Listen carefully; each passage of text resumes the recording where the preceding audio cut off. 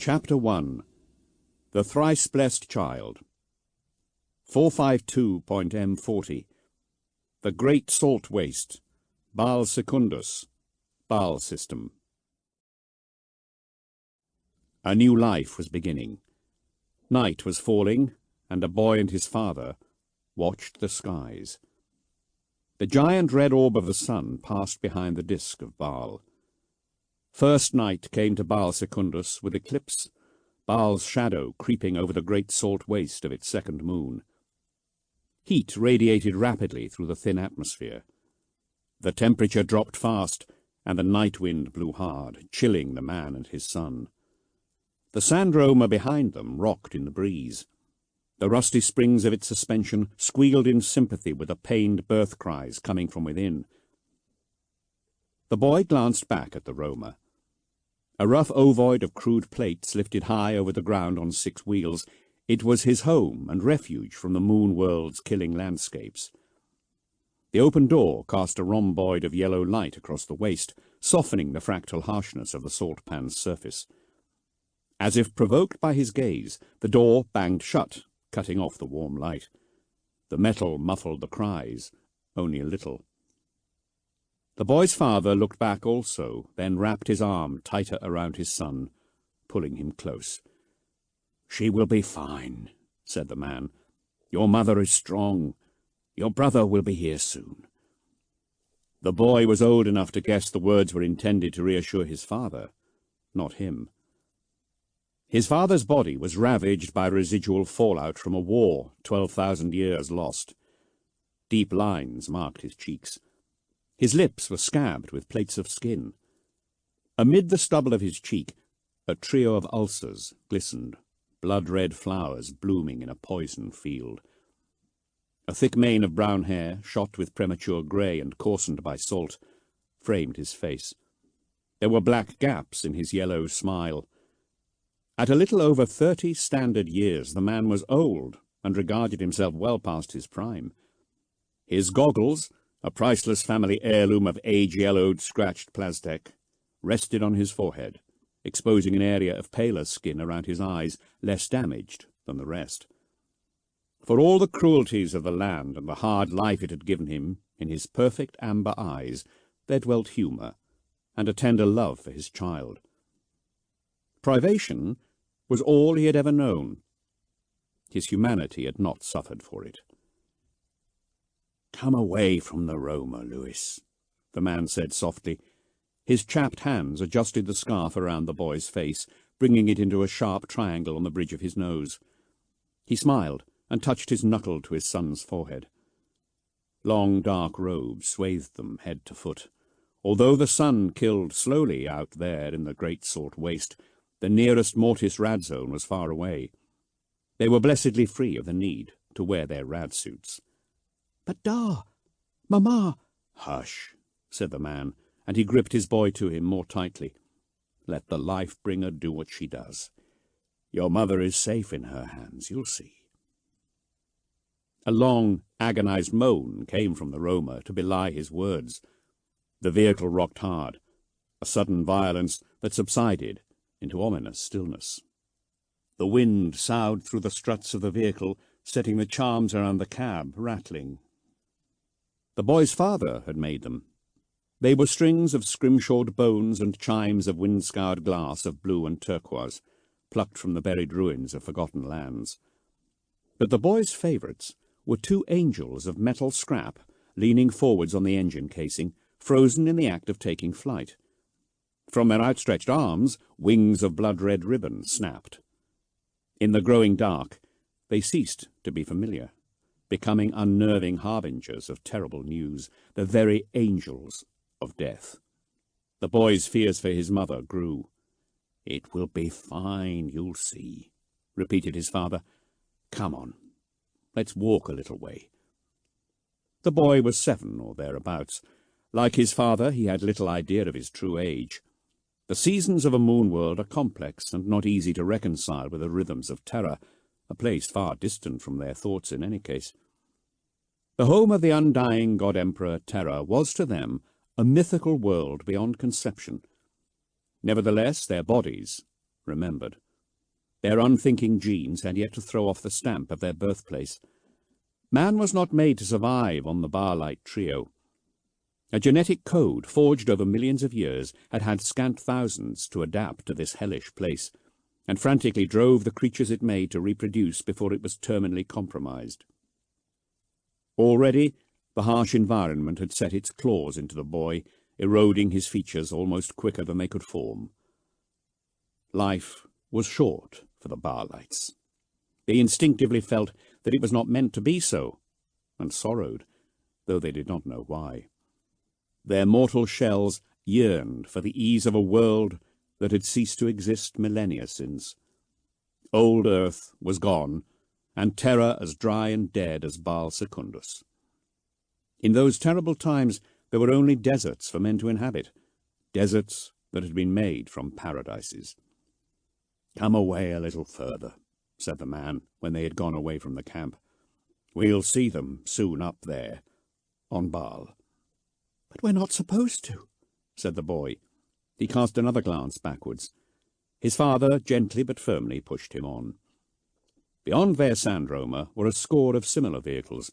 Some were bigger and some were smaller than their family home, but none greatly so, and they all followed the same basic pattern, save the hulking salt-hauler, in which no man lived. The orange light of fire-scorpion lamps burned in the Roma's portholes and through cracks in their worn sides. They were the sole, lonely signs of life. Sometimes Lewis felt his clan were the only people anywhere. "I know you're not supposed to go too far, and you're wise to remind me," said the man, "but you are with me, and so you shall be safe." The man squeezed the boy's shoulders. He took the boy further out from the camp. Plates of salt cracked under their feet.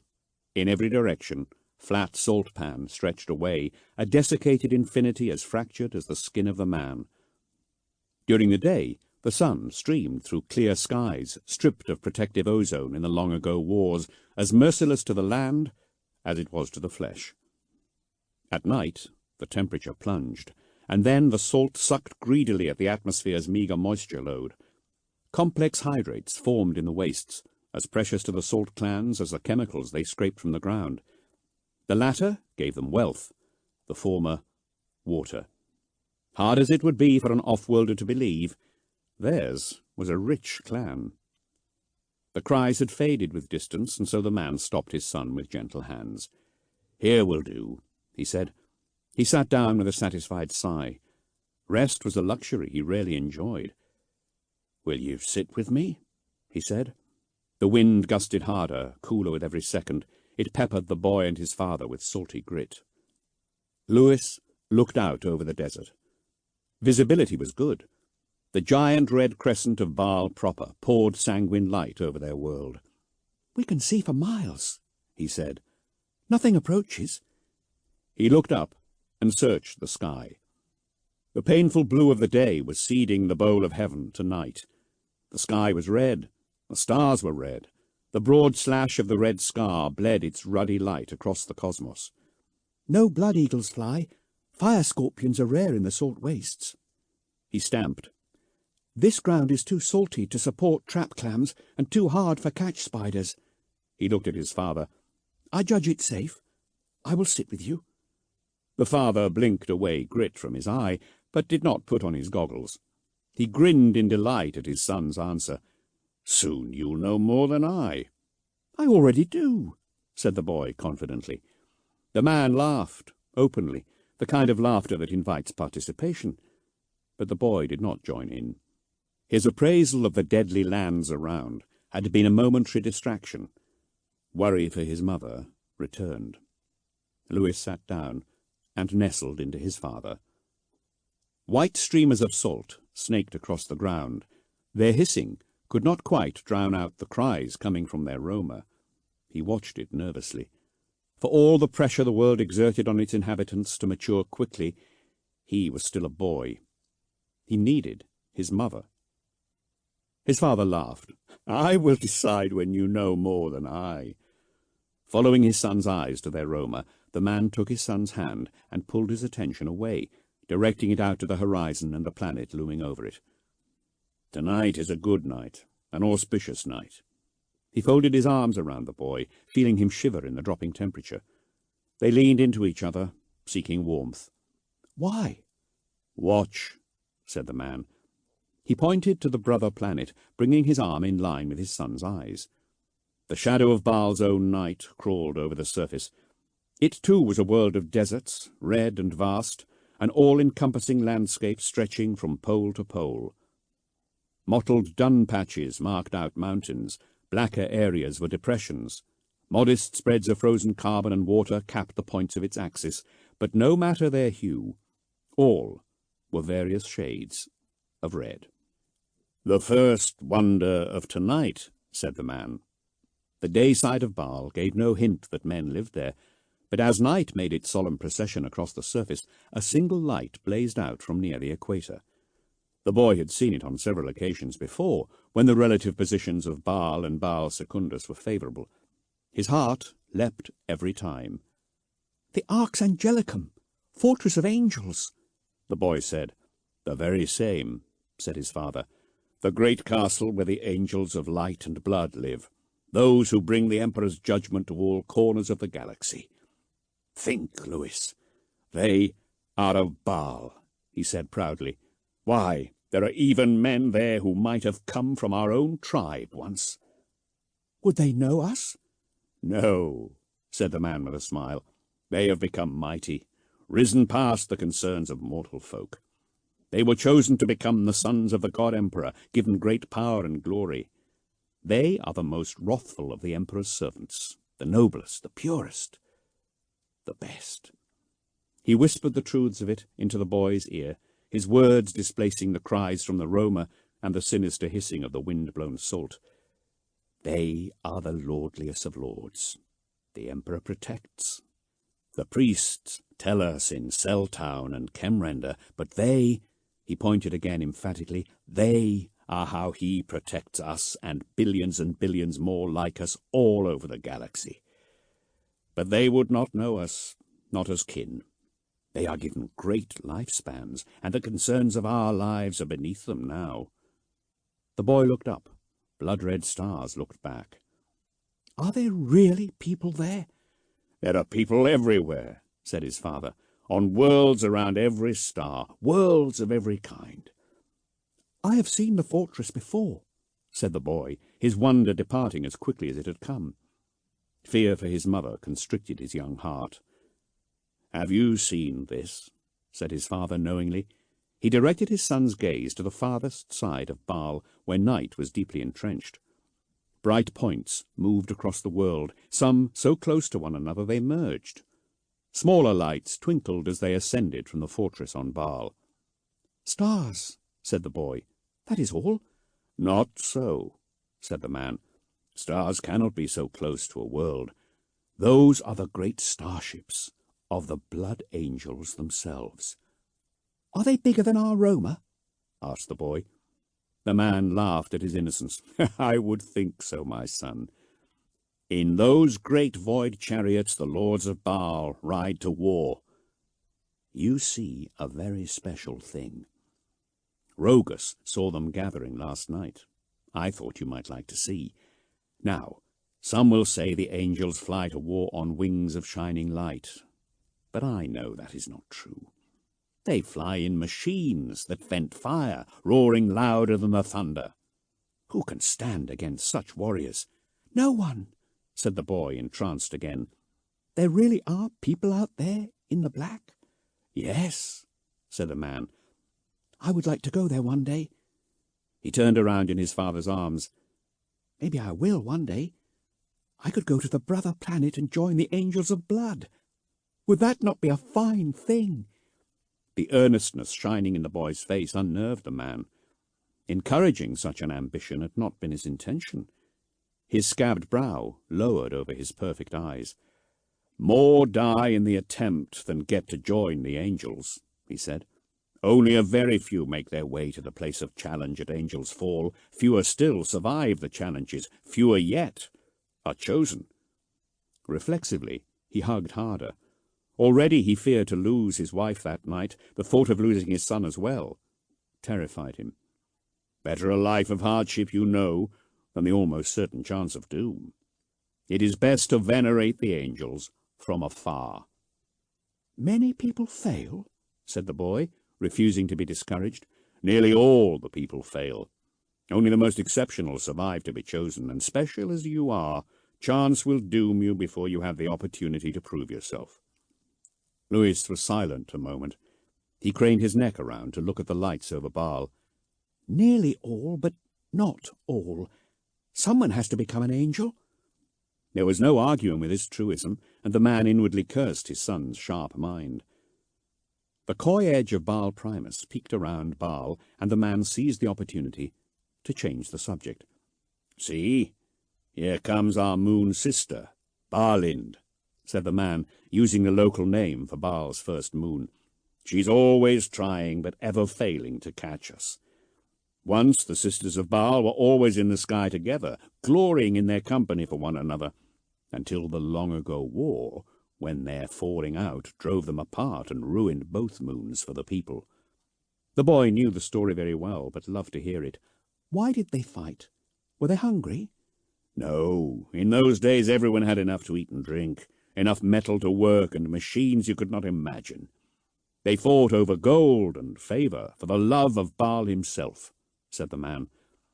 "Basle made a gift to his little sister, Barlind, of a glorious necklace. It was so beautiful that his elder sister flew into a rage and attacked her.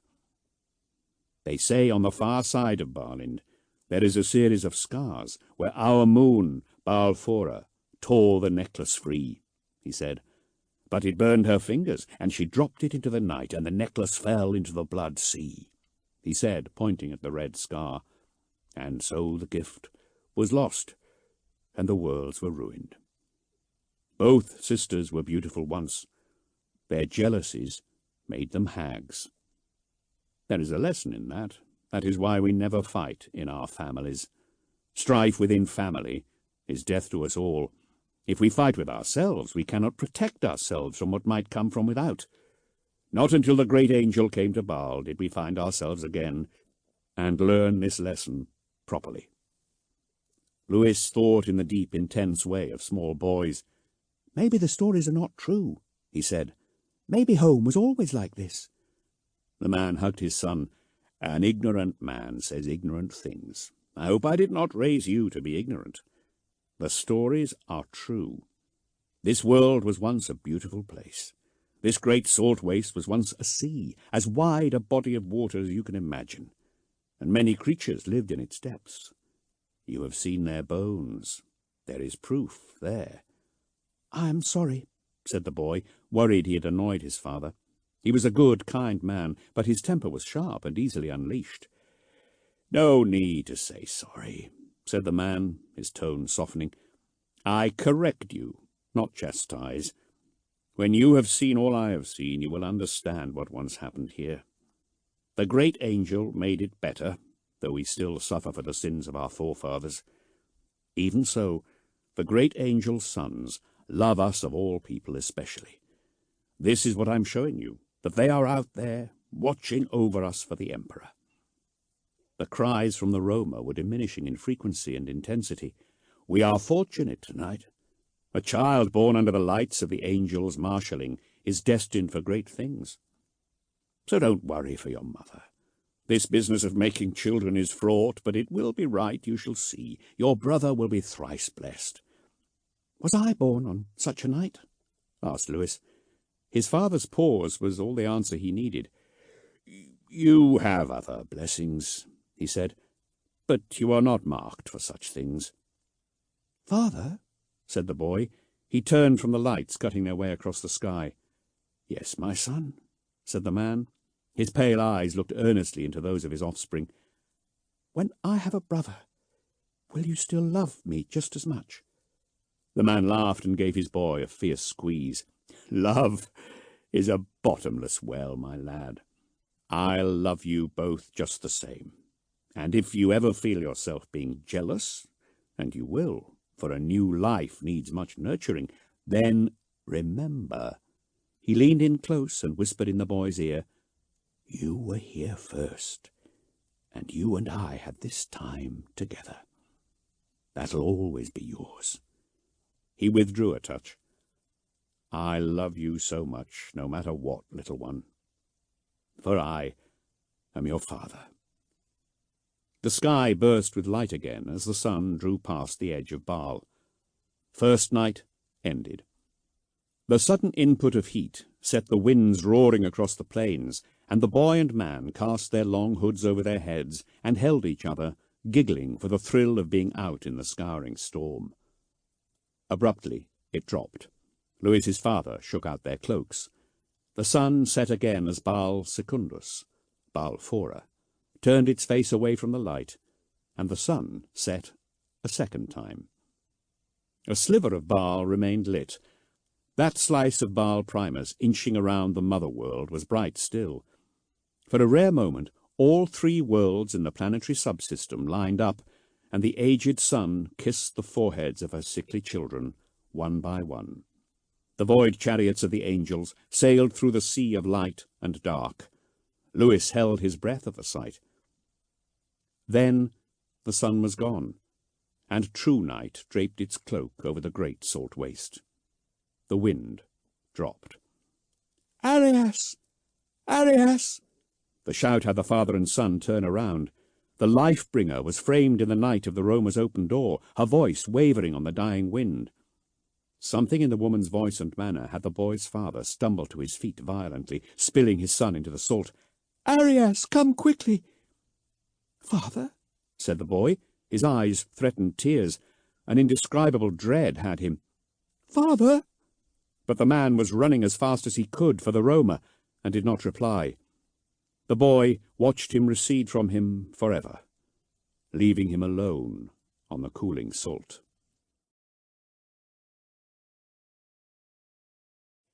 Chapter 2. The Great Devourer. 998.M41. Fodia City. Asphodex. Cryptus System. Other winds on other worlds blew harder than those on Baal. 1,500 years later, the planet of Asphodex breathed its last violent breaths. "Forward to the walls!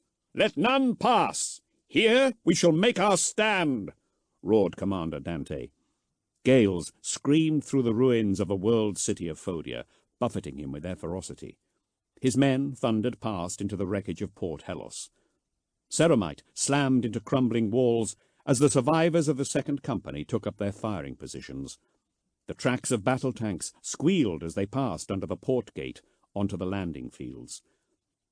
It had been a hard battle, striking out from their strong point in the port to the fabricator's tower, one of many battles fought on the system's once populous worlds to activate the ancient device known as the Magnavitrion. A struggle undertaken in concert with beings Dante would ordinarily consider the most implacable foes, the cold, robotic Necrons. Against all the odds, they had been successful. The winds that howled through the ruins of the world city of Fodia were born from the death of Eros. An entire planet had been consumed by the Necrons' ancient technology. Dante looked upwards through racing clouds. A new star outshone the baleful twin Cryptus suns as the system's gas giant burned to nothing. The blast of energy from Eros had vaporized Tyranid hive ships throughout the system, dealing High Fleet Leviathan a grievous blow. But the cost was high. Already ruined and overrun, the numerous worlds of Cryptus had shared Eros's death throes. Asphodex was protected by a thick atmosphere, but even so the shockwave hit like a hammer blow. The skies were in uproar, and the ground rumbled and swayed with aftershocks. Away in the city, the gathering rush of buildings collapsing could be heard. "General Drost!" foxed Dante, shouting against the wind. "Do you live?" He watched the battle-scarred control center with hopeful eyes. A pause had him fearing the worst. "Yes, Commander, we yet live. You have returned to us." The Cadian general's steely voice betrayed no weariness or emotion. "We depart together from this place. We have come to ensure no more brave warriors of the Imperium die in this endeavor. Prepare to evacuate your men. As you command, Lord Dante, came the crackling reply. Drost masked his surprise well, but Dante had been judging the minds of men for a millennium and a half, and he heard it. The Cadian had not expected to be saved. Many other chapters would have deemed the risk too great and left the Astra Militarum to their fate. The Blood Angels were not other chapters. "We shall bring our Storm Ravens and Thunderhawks down by the control center." Dante looked upwards again. The sky was free of flying tyrannid creatures for the time being. Drost had made them a priority target during his initial defense, as had Dante when he arrived to relieve the Astra Militarum. What few remained had been cast from the air by racing upper atmospheric hurricanes. Where monsters were absent, angels still flew. Through the burning remains of falling hive ships, blood-red gunships descended through the gales, slipping sideways in the sky as they fought to maintain their heading and evade the looped coils of blazing feeding tubes slithering groundwards between them. The brief crackling burst of a data squirt updated the command systems in Dante's armor. "The first shall arrive in 1 minute 46 seconds. 30 men to a ship. I have but 7 craft remaining, so there will need to be several journeys. Choose your order of departure, General. I will leave no one behind." "My Lord Dante," Mephiston's dry, cold voice cut through the roar of the wind. The chief librarian held the further end of the line and communicated by vox. "The enemy stirs. The hive mind recoheres. They will come against us soon. Our respite will last only a few more minutes." Dante pivoted on the broken rockcrete and ignited the jets of his jump pack, lofting himself high over the battlefield, his honor guard leaping skywards with him. Towering manufactoria crowded Port Hellas on all sides, ragged with battle damage. Fires sent swift streamers of smoke into the sky. Broken digestion tubes lay across leaning spires, as glistening and flaccid as entrails torn from a man's belly.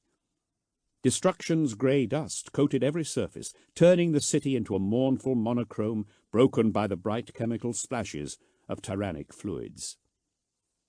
Outside the port, the broken bodies of weapons beasts formed an oozing carpet 3 meters deep, covering every road and way of the Fabricate district. Shattered tank turrets protruded from the sea of flesh.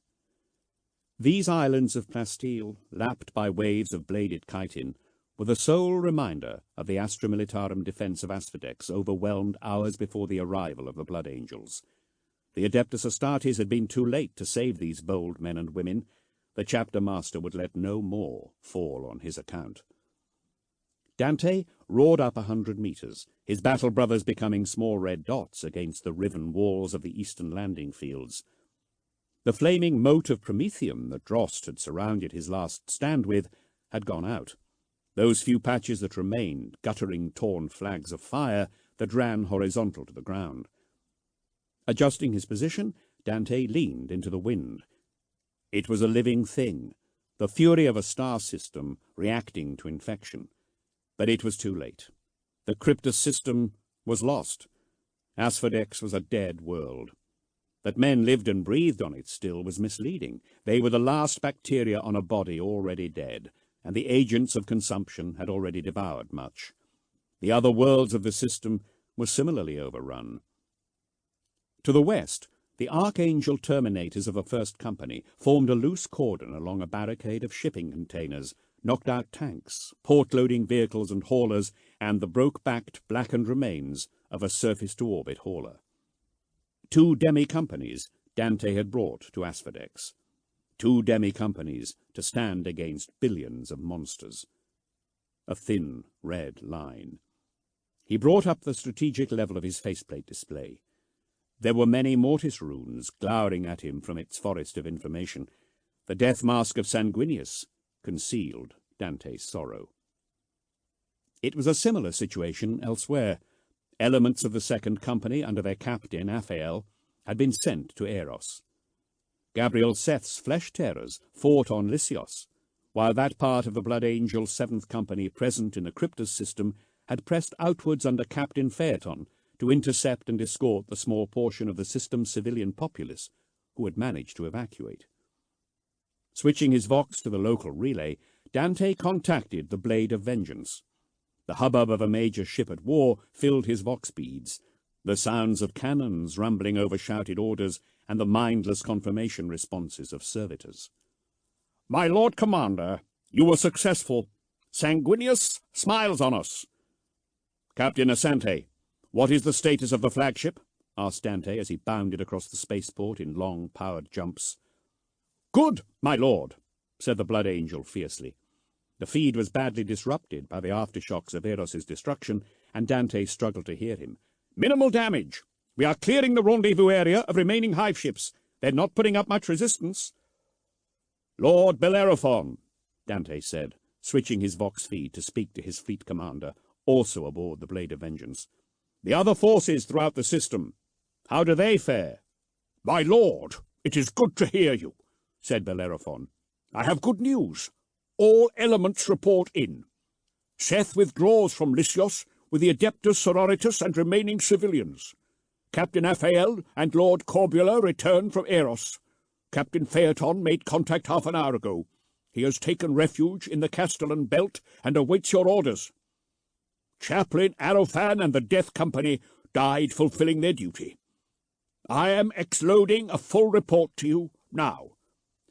"Do you have any sign of the Necrons? They disappeared from the surface here." "Their ships have gone, my lord," said Bellerophon. "They faded out of visual contact at Auspex before the shockwave hit." "Was Corbulo successful?" "I regret not, my lord. The Satyrix elixir was destroyed. I am sorry, my lord." Dante let the play of information streaming down his faceplate distract him. Corbulo had been confident the elixir the Cryptosians used to survive the effects of the twin stars would alleviate the flaw and perhaps offer a cure. He mastered his disappointment before he spoke again. "Tell all elements to head to the fleet rendezvous over Asphodex. We shall make for Thermal Tunnel 13 Alpha and depart this system as soon as able. Our retreat shall be undertaken in force. Prepare for the arrival of evacuated Astra Militarum personnel onto the Blade of Vengeance, many severely wounded. Have the warp engines blessed, and prepare for immediate translation once we are past the Aegis Diamondo. We must make all speed to Baal." "As you will it, so it shall be done, Commander." Bellerophon cut the vox. Dante leapt high and descended on roaring spikes of fire upon the northern part of the western defences, where Mephiston, chief librarian of the Blood Angels, and Epistolary Marcello held the line. Marcello radiated weariness, but Mephiston appeared unaffected by his travails. He was one of the few psychers Dante had encountered who could withstand the crushing presence of the hive mind. The Lord of Death's hair fluttered in the poisonous wind. The psyker fought bareheaded, his solemn face framed by his psychic hood. His eyes glittered with the power of the warp, matching in coldness the shine of the rubies in the skulls crowning his hood's twin spines. "Commander," Mephiston greeted Dante as he touched down. The chapter master's honor guard landed with a series of metallic clanks, merging with Mephiston's own guardians to form a barrier of golden armor and white wings around them. "The Necrons have abandoned us, as we expected. We are perilously few to hold such a wide perimeter." "Hold we must," said Dante. 90 minutes, no more. I will not permit another death if it can be helped. We will evacuate the remainder of the Astra Militarum along with us, or die in the attempt." Mephiston bowed his head. "As you command, my lord. Death is my domain. I will gladly send more of the Xenos into its embrace." "See to the defence here on the northern edge," said Dante. "Captain Carlane holds the landing field. I shall take the south, personally." He gestured back to the port gate with the Ax Mortalis, where the land raider, Hammer of Angels, was manoeuvring to block the way. "The mind of the Devourer is reeling from the destruction of its fleet, but it recovers. I sense its malevolence sharpening. We have a few minutes, no more," Mephiston answered. "Its thoughts clear and turn towards us," said Marcellos, his voice thick with effort. "It is angry."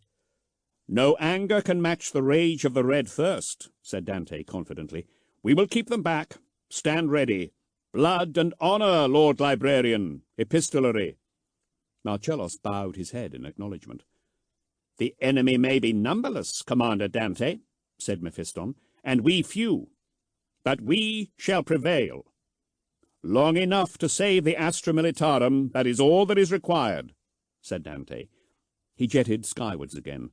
Surrounded by a flurry of white ceramite wings, he rocketed across the port's cracked landing apron to the southern gate.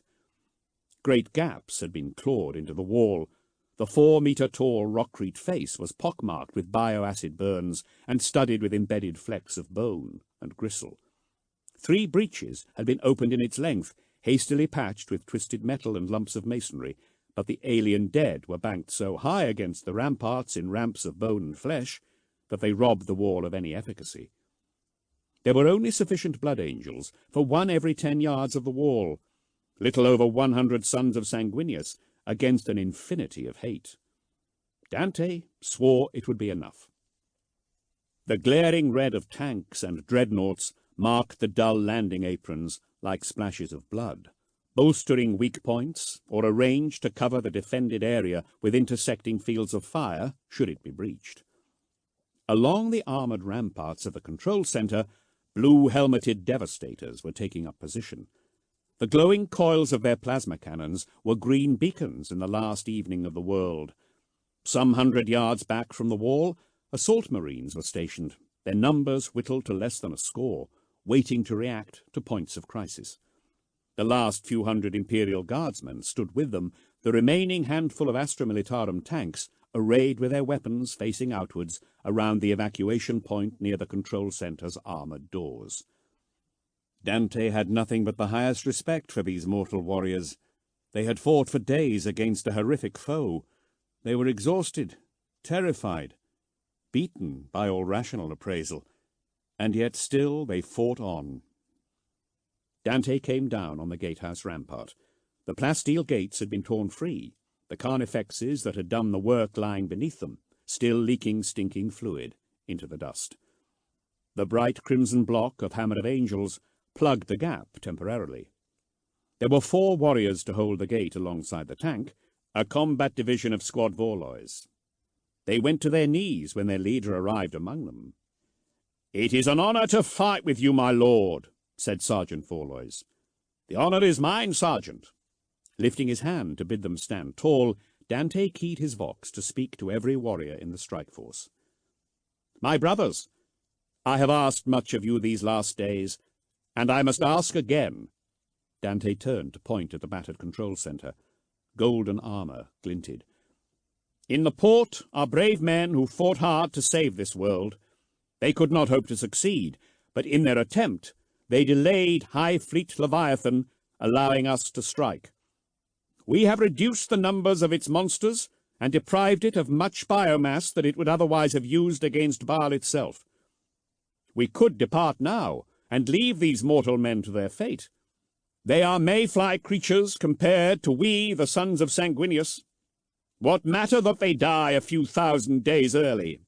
He paused. "These are sentiments some others might counsel, but not we.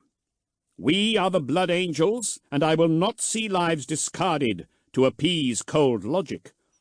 He swept his gaze over his warriors. Every helmet was turned in his direction.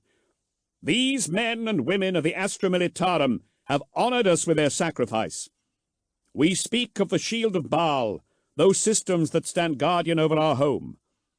I say to you that the shield is not a thing of suns and planets, but a barrier of flesh and blood and will."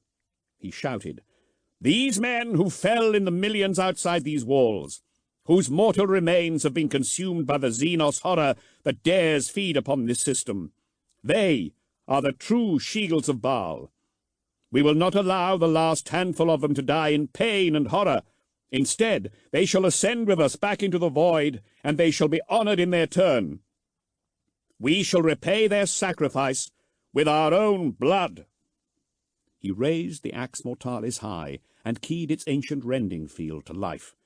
Crackling blue lightning wreathed its brutal head. "Brothers, will you fight with me one final time upon these blood-slick streets? Will you fight with me, not for glory or for Baal, but for common humanity and the lives of these worthy soldiers." "We will! We will! We will!" answered the Space Marines as one.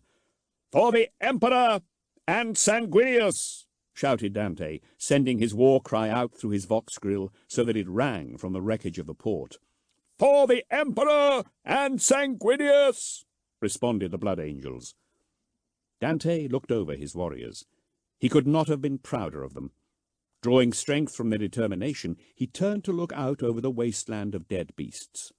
The reflected light of fires danced across the death mask of Sanguinius, its mouth forever open in condemnation. "The pressure grows," voxed Mephiston. "The hive mind's hunger can never be sated. We have its attention again. Beware." "My lord, I have movement on my auspex," said Vorlois. Around a toppled statue, a squirming disturbed the mounded alien dead. Broken purple and cream bodies were shouldered aside. A carniflex rose, screeching its hatred to the sky. 2 of its arms were gone, yellowish ichor running from the sockets. Its carapace was scored with laser burns and mass-reactive impact craters, but it lived. It turned burning eyes upon the last outpost of mankind on Asphodex, and began a faltering advance. Alarms chimed in Dante's helm. "Multiple contacts, all directions," said Vorlois. "Squad, stand ready." Bolt guns were raised, energy weapons primed. Along the wall, the men of the 2nd and 1st Companies prepared for battle again. They were no less battered than their foe, honours and insignia obscured by carbon scoring and sticky alien fluids. The ugly, blistered lines of hardened shock gels marked out cracks in their adamantium battleplate. Many were missing parts of their war gear or were injured. Vorlois's backpack leaked coolant fumes. Another in the squad fought with his left arm bared, his gauntlet and vambrace ripped away, the interface ports on his forearm clogged with coagulated blood. His hands gripped his bolter no less steadily. The Tyranids came tentatively at first, fragmented swarms of lesser weapon beasts emerging from the shattered Fabrique district, scurrying back and forwards mindlessly. Like a disrupted colony of ants, they reorganized themselves. Their random dashes became purposeful. Where leader beasts clawed their way out of the rubble or from under the heaped remains of the Tyranid dead, the swarm coalesced all the quicker. "Lord, I have Auspex input from the fleet showing a massive movement of life signs converging on the port. All surviving Xenos organisms in this sector are diverting themselves towards our position," said Vorlois. "I feel great hatred," voxed Mephiston. "We have wounded it. The hive mind means to annihilate us all." "The pressure is great," voxed Marcellos. "We are under its eye." "They are coming!" shouted a warrior down the wall. A single shot banged out, followed by the whooshing of the bolt's propellant charge igniting. An explosion and a screech sounded as the round found its mark, blasting apart a termagant skulking around a blackened tank hull. The smoking remains of the creature fell to the ground. An all-encompassing hiss whispered out from the ruins, competing with the rush of the wind, and 1,000 more weapons beasts rose up behind the corpse, flowed around the wreckage, and bounded over the mat of corpses without impediment. They moved as one, switching direction with eerie simultaneity. As this brood leapt to the attack, so did many others break from cover and run towards the walls of Port Hellas. For the final time, the ruins of Fodia echoed to the gunfire of the Adeptus Astartes as the Blood Angels opened up with every weapon at their disposal. Creatures boiled up seemingly from nowhere, converging on the Port Hellas redoubt in scuttling hordes. The blazing suns of plasma cannons crackled overhead, blasting perfect round holes in the onrushing creatures that were quickly filled by more multi-limbed horrors. The creatures were mostly of the lesser sort, termagants, hormogaunts, and their ilk. The majority of the larger weapons beasts and leader bioconstructs ruthlessly targeted and felled by the Space Marines in earlier assaults. There were still Tyranid warriors present, but these higher species kept back, directing the onrushing wave of gaunts at the wall. The creatures neared, 100 yards and closing, rushing through the smouldering residues of the Promethean moat towards the walls. Dante dipped into the wider strategic overview of the theatre his sensorium offered him. Auspex feeds from ground and orbit highlighted the streams of creatures coming at the port. The Blade of Vengeance moved to engage half-crippled hive ships before they could deploy yet more reinforcements, the flashes of its weapons showing as sheet lightning in the sky over Fodia. A system map showed him the blinking icons of Imperial ships as they converged, painfully slowly, on Asphodex. A roaring announced the arrival of the first Storm Raven. Dante risked a look behind him. Livery discoloured by multiple re-entries and combat, the Storm Raven wavered in the wind, assault ramp opening before it hit the ground. Battered men and women ran from the building. Drost sent out the wounded and near-dead first. Exhausted medics and non-combatant medicae carried casualty biers up into the waiting craft's mouth. Dante's hearts swelled at their bravery as these hale men re-emerged to make way for more wounded. A blinking light in his helm signalled the Storm Raven to take off. The instant it was away, the second took its place, the third landing nearby alongside it, slotting itself neatly into the tight gap delineated by the Astra Militarum tanks. The fourth, waiting to land, hovered overhead, sending screaming missiles and las cannon blasts into the enemy. Officers waved their men from the wrecked control centre as more ramps fell open. Beyond the landing zone, Carleon's Terminators opened fire at the enemy encroaching from the east.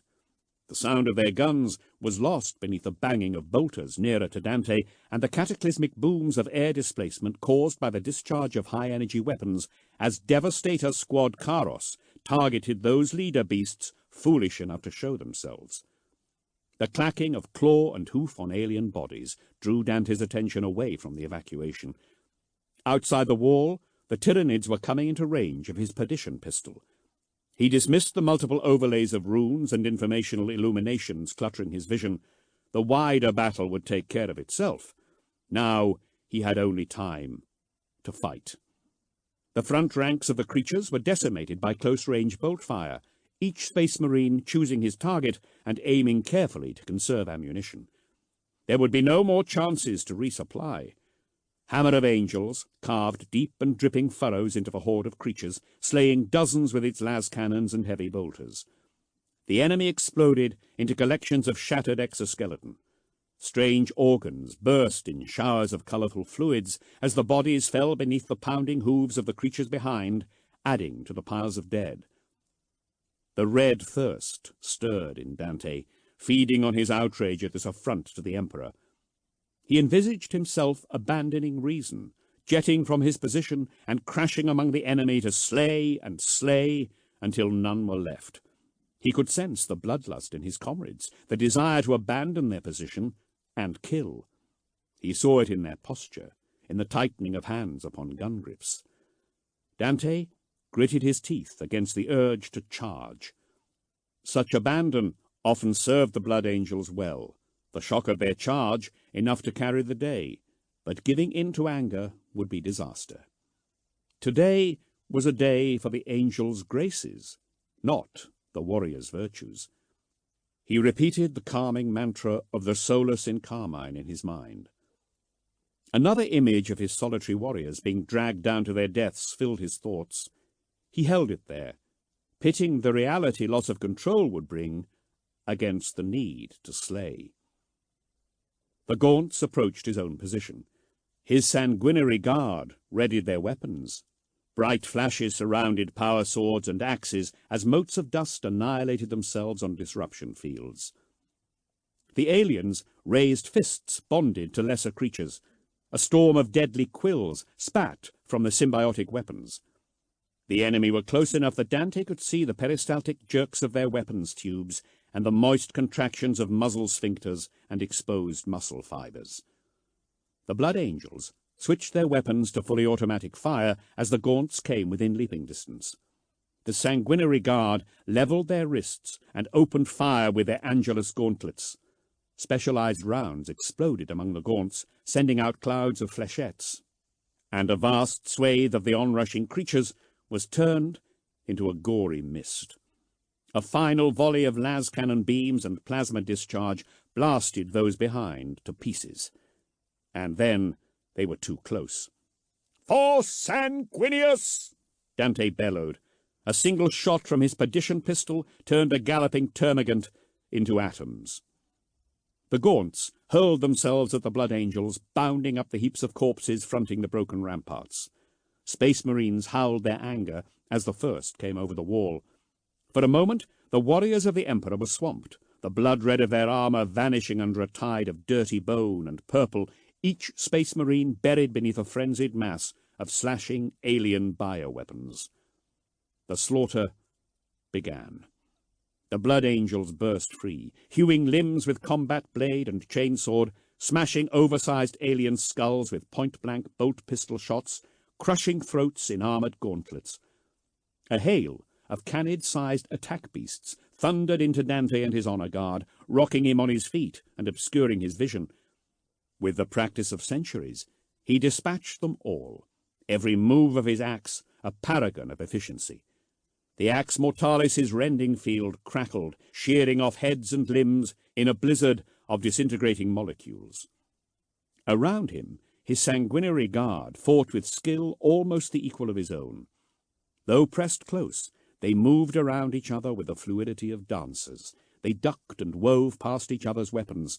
Powered glaives, axes, and swords were adroitly anticipated, the Blood Angels' evasions not once breaking the rhythms of their own strikes. Angelus bolters barked razor death. The smoking bodies of termagants fell around their feet with meaty thumps. Spilled viscera and the unpredictable roll of severed limbs made the footing unsteady. Dante and his men found themselves climbing up over the level of the rampart on the bodies of dead creatures. The commander's perdition pistol took another, then another, blasting the creatures to greasy vapor. Other beings learned to run from the building roar of his melter pistol, but not the Tyranids. They weren't mindless as he had thought long ago. Far from it. These were not individual beasts, but single cells of a greater beast. One might as well expect the shed skin cells of a man to feel fear. "My lord, the Tyranids are overrunning our position. We cannot hold them here for long." Captain Carleon's rich voice intruded over the racket of battle. "Squad Forion, Squad Garrus, reinforce," said Dante, sending his reserve assault marines to bolster Carleon's position. "General Drost, how many more men have you in the center?" 118, including myself," replied Drost. Dante brought up another overlay, checking the status of his storm ravens. They were nearing the Blade of Vengeance. His pilots were skilled. It would take them only 20 minutes to drop off their passengers and return to the surface. "Hold the wall! We fall back when the storm ravens return. Sanguinary guard, disperse, reinforce where you see fit." His bodyguard split apart, leaping over the swarming gaunts. Where they landed, Tyranids died, their blows often as not revealing an embattled brother. For a moment, Dante had a clear view of the field. Carleon's Terminators were ponderously retreating, faces to the enemy.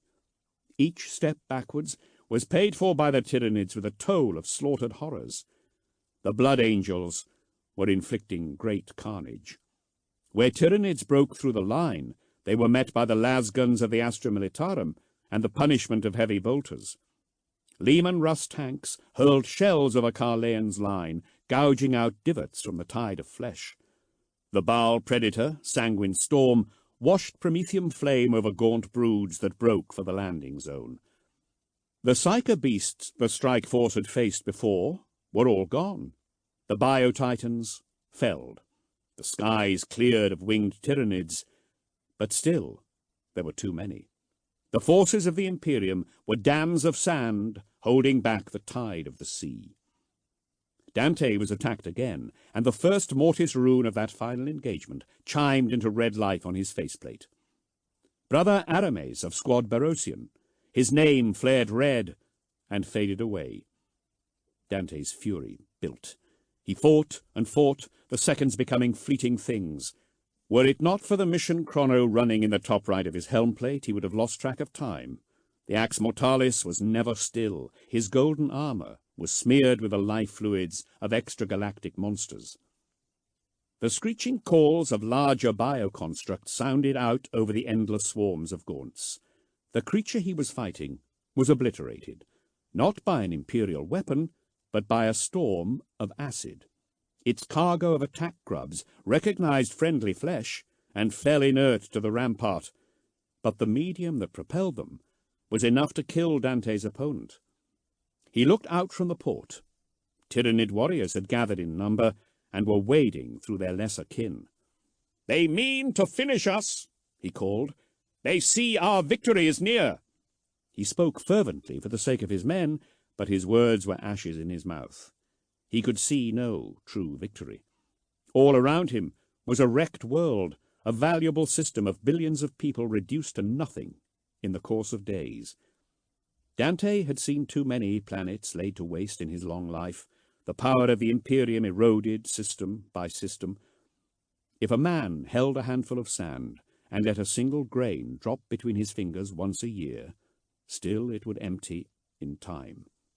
"Fight them! Throw them back! There shall be no triumph here for the great devourer. Let it open its mouth to feed, and we shall smash its teeth." His men fought harder. Seeing them hard-pressed on the walls, the last dreadnoughts of the strike force turned their attentions from the landing fields and strode towards the ramparts.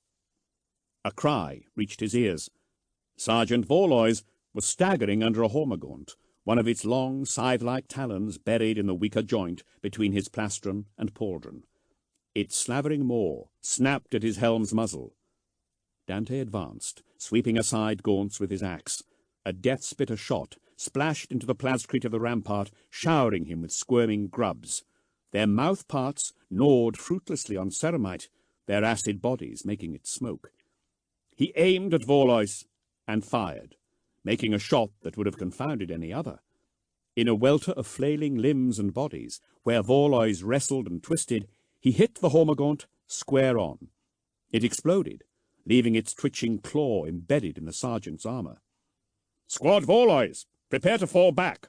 Squad Barosian, prepare to fall back. Captain Carlin, status report." "We have ceded the barricades, my Lord Commander. By the blood, we are a wall that none shall pass." "Hold in loose perimeter. Inner perimeter disperse more widely, clear more space. We need more room for the transports to land." "We will be spread thin," answered Carleon. "Speed is of the essence. Tanks prepare for extraction.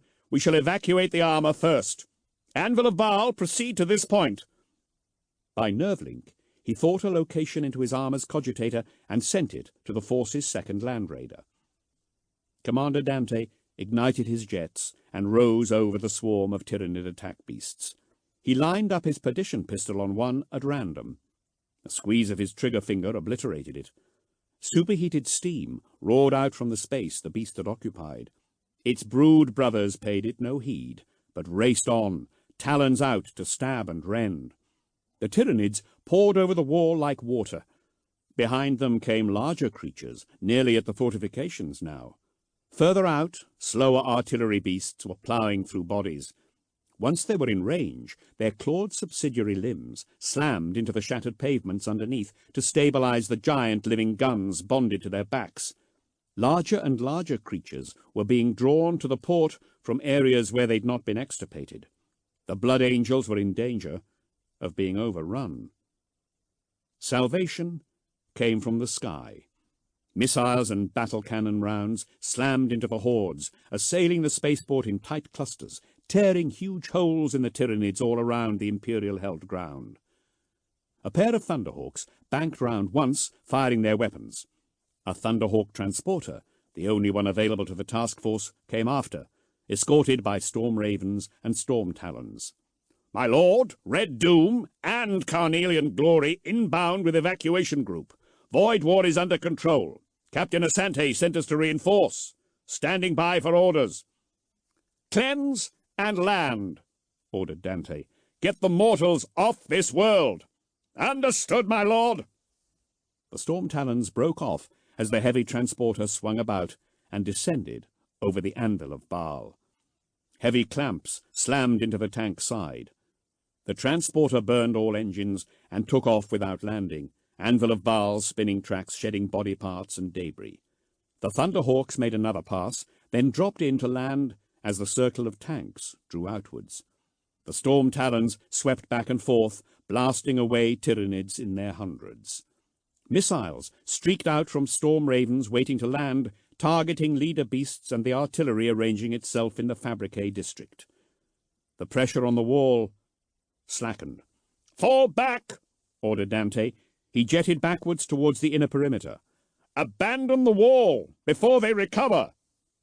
Still firing, his warriors leapt from the rampart, shooting backwards before turning to run, their power armor lending them speed. Mephiston and Marcellos did not pause in their efforts, unleashing the dreadful blood magic of the chapter upon the foe, even as they cleaved at the enemy. The sanguinary guard leapt up and back, covering their infantry brothers where they could. One of Vorlois's men fell to a bioblast as he turned to leave the walkway over the gate. Another warrior was buried under a seething knot of hormagaunts. Though the foe was scoured away by bolt and flame, he did not rise again. The storm talons swept back and forth across the perimeter until their ammunition was exhausted, then turned and shot away into the sky. The first Thunderhawk, loaded with Militarum soldiers, lumbered up after them. "Hammer of Angels, withdraw!" yelled Dante. "Prepare for extraction!" The Hammer of Angels jerked as its tracks engaged, crushing the bodies of dead Tyranids to a paste. It was a plug in a dam. Once removed, Tyranids burst through. The tanks obliterated hundreds, but the beasts were swift, thundering around and past it across the landing zone towards the newer inner perimeter taking shape about the Astra Militarum tanks. Brothers checked their flight, turned, and shoulder to shoulder shot round after round into the aliens. Dante flew down and landed among them, his sanguinary guard joining him once more. The second Thunderhawk was waiting for the last of the Astra Militarum to emerge. Two storm ravens cooled on the landing apron alongside it. Nearby were lines of black body sacks, each stamped with a chapter insignia. "Squad Vorlois, Ancient Asdone, Ancient Zorael, you are to leave," ordered Dante. "Epistolary Marcellos, go with them. Watch over the bodies of the fallen." He strode through furnace-hot engine backwash to the open mouth of one of the storm ravens. Imperial officers were embarking with stiff dignity. Drost came out first, his face composed. Showing none of the pain of his wounds or his defeat, he stood to one side as his men filed past. "General, you must leave," said Dante. "My brothers shall evacuate as soon as you're away." The frantic clatter of bolters accompanied his words. "Go with honor." Drost walked halfway up the ramp and looked out over the devastated port. "I did what I could," he said. "I leave 3 million dead men here. I pray it was enough." He saluted Dante and went aboard. "Get the tank crews out, now!" shouted Dante. His warriors hammered on tank hulls, having to bodily drag out the Militarum crews from their vehicles. One by one, the guns fell silent, the tanks becoming little more than physical barriers. Dante opened a vox channel to the Blade of Vengeance. "Asante, we are away from the wall. Commence bombardment of the city. 500-yard range around the port. Expedite the return of Wings of Deliverance. I need that transporter back now." He cut the feed before he got an answer, knowing his orders would be obeyed without question. Vorlois limped aboard the Thunderhawk, accompanied by the remainder of his men. Others hurried the bodies of the dead on board, watched over by Chaplain Ordermail. Dante cast a regretful look out into the seething mass of Tyranids. There were a few bodies he would not be able to take home. The loss of gene seed and war gear weighed heavy on his heart. Marcellos walked up the ramp without looking back, his pale face grey with the effort of his psychic battles. The dreadnoughts, Asdone and Zorael, stepped back into the storm ravens carrying claws. "Get these ships off the ground. Return immediately," said Dante. Lance beams and macro-cannon shells screamed through the atmosphere. Shocked air blasted out around pillars of light. Deafening blasts resounded around the crumbling city. Towers tumbled, and more buildings, weakened by days of battle, collapsed around them. There were 90 Space Marines left on the ground. 2 more trips if Dante was to extract the rest of his armor. As the 3 Thunderhawks rose up into the sky, flanked by Storm Ravens and Storm Talons, Dante rejoined the battle line. The Thunderhawk transporter returned half an hour later, its escorts again peeling around to strafe the endless hordes. More ships were leaving the war in orbit. A trio of Stormhawks blazed overhead, the muddy crump of their munitions popping deep in the city. The second and first companies formed a line shoulder to shoulder around the tanks, so close that nothing could get through. Dante ordered his Storm Ravens to remain and keep back the larger beasts from the walls. Wings of Deliverance stooped low over Hammer of Angels. Beasts leapt at its sides as it rose up. Hammer of Angels' weapons, still firing, turned around and roared out of sight. "One more trip for the tanks," said Dante, cleaving a Tyrannid warrior in 2. There were several Rhino transports in the port, but he would have to abandon them. He would not leave the Predators. Their cordon shrank, pressed back towards the mouth of the control center. 2 more of his warriors died before Wings of Deliverance returned, its metal hide steaming. Sanguine Storm and its sister, Desert Fury, rode out into the thick of the horde to allow the transporter to pluck them from the ground, the infantry line momentarily bowing out from the building entrance to protect them. The craft rose up, tilting itself from side to side to spill xenoforms from its flight surfaces, then burned hard to get away, battling through the still strong winds. "Report all primary armor assets extracted," boxed Carleon. "We are finished here," replied Dante. "All units, retreat to the control center roof." Falling back by squad, the Blood Angels retreated inside. Carleon's Terminators formed an impenetrable phalanx at the rear. The Storm Ravens came in to form a hollow triangle around the building, spitting fire into the foe.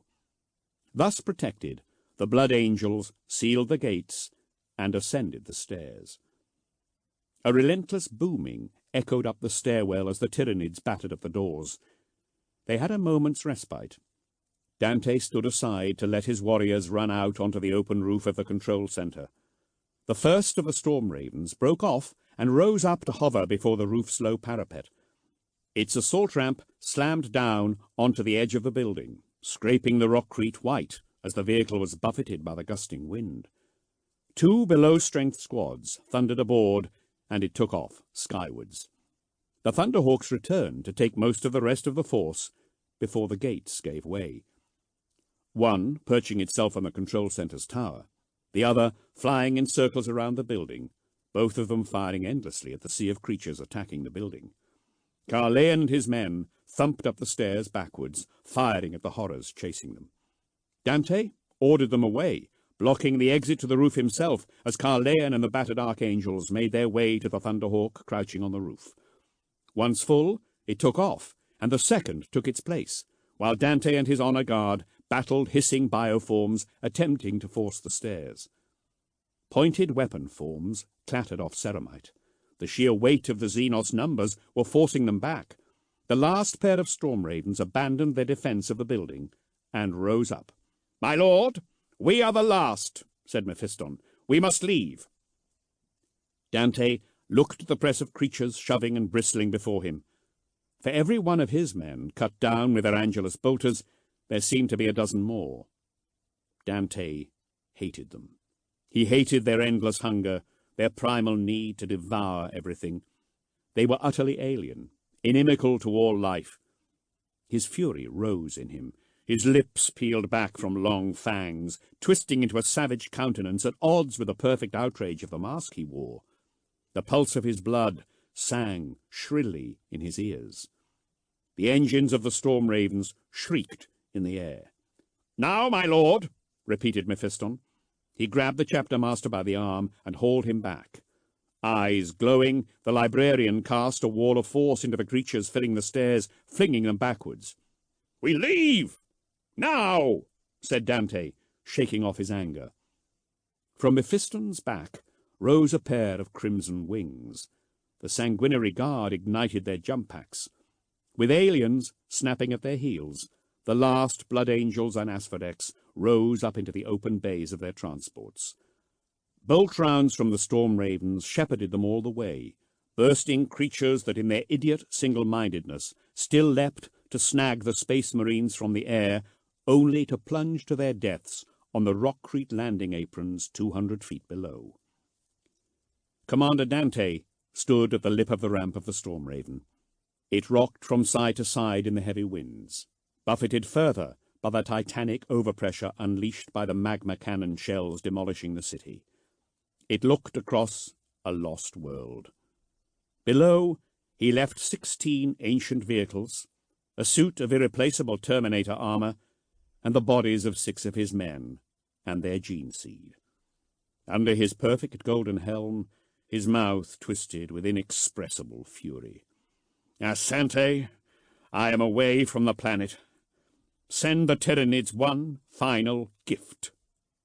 Level Fodia. Open every gun port, empty the magazines. I want nothing but the grit-filled flesh of their own kind left behind for the devourer to enjoy." The Storm Raven rose up as the city erupted into a cataclysm of fire. The light of it played over Sanguinius's perfect face until the assault ramp hissed shut and the Storm Raven turned its prow heavenwards.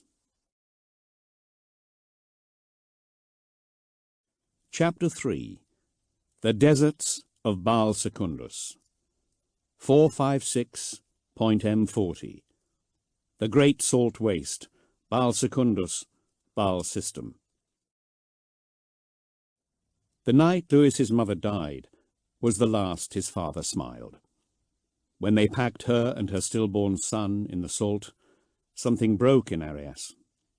Louis sensed it go, a give of tension so slight it was naught but a whisper. Arias was as wise and as kind to his son as he had ever been, but a stoniness came over him.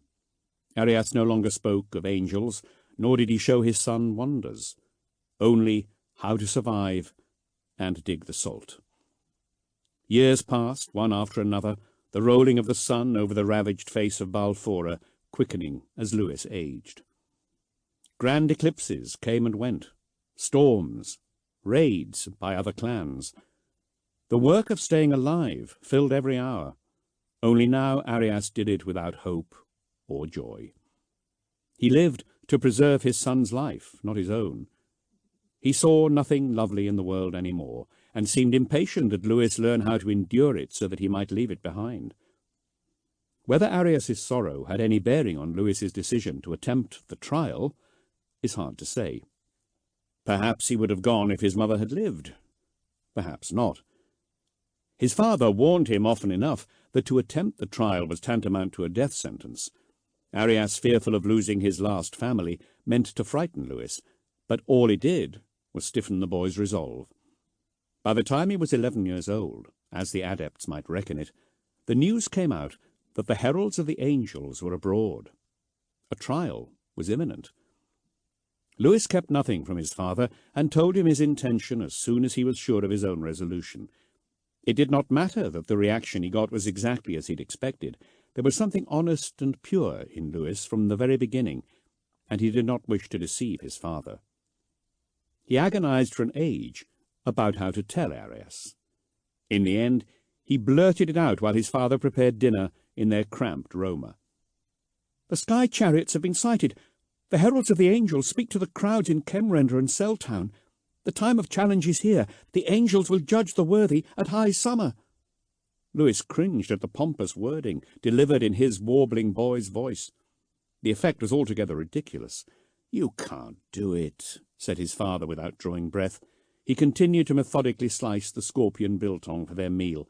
"I won't allow it. You're the only family I have left. Who will I leave the Roma to?" He glanced over his shoulder, those pale eyes pits of misery.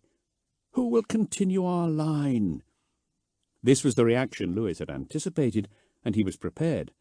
"Take another wife," said Louis. "Have more children. Da, I must do this." "You're too young." "What do you know about wives?" said Arias. He wiped the sweat from his forehead with his skinny arm.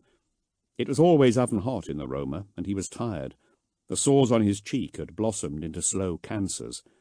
Death's bright fruiting, mottled red and purple. I'm too old. I've not got long. If we want to talk about wives, we should talk about yours. What about that? He said, his levity forced. That Melina is nice. She's your age. I've seen her looking at you. She needs someone. They've 4 children in that family. She'll need somewhere to live. She could live here with you. It's an arrangement that'll work for everyone. It will not work for me. I will take no wife, said Lewis. Then you're being selfish, said Arias. Every boy that throws his life away for a dream of angelhood weakens the clan. You'd be an asset here. Dead out there. Not trying is selfish, said Lewis. His own temper responded to his father's. The change from boy to man had begun. He was getting bigger, more stubborn, swifter to fury.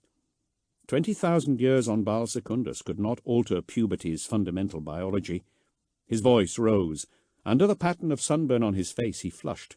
If I stay here, I can help Melina, maybe. If I become an angel, I can help everyone.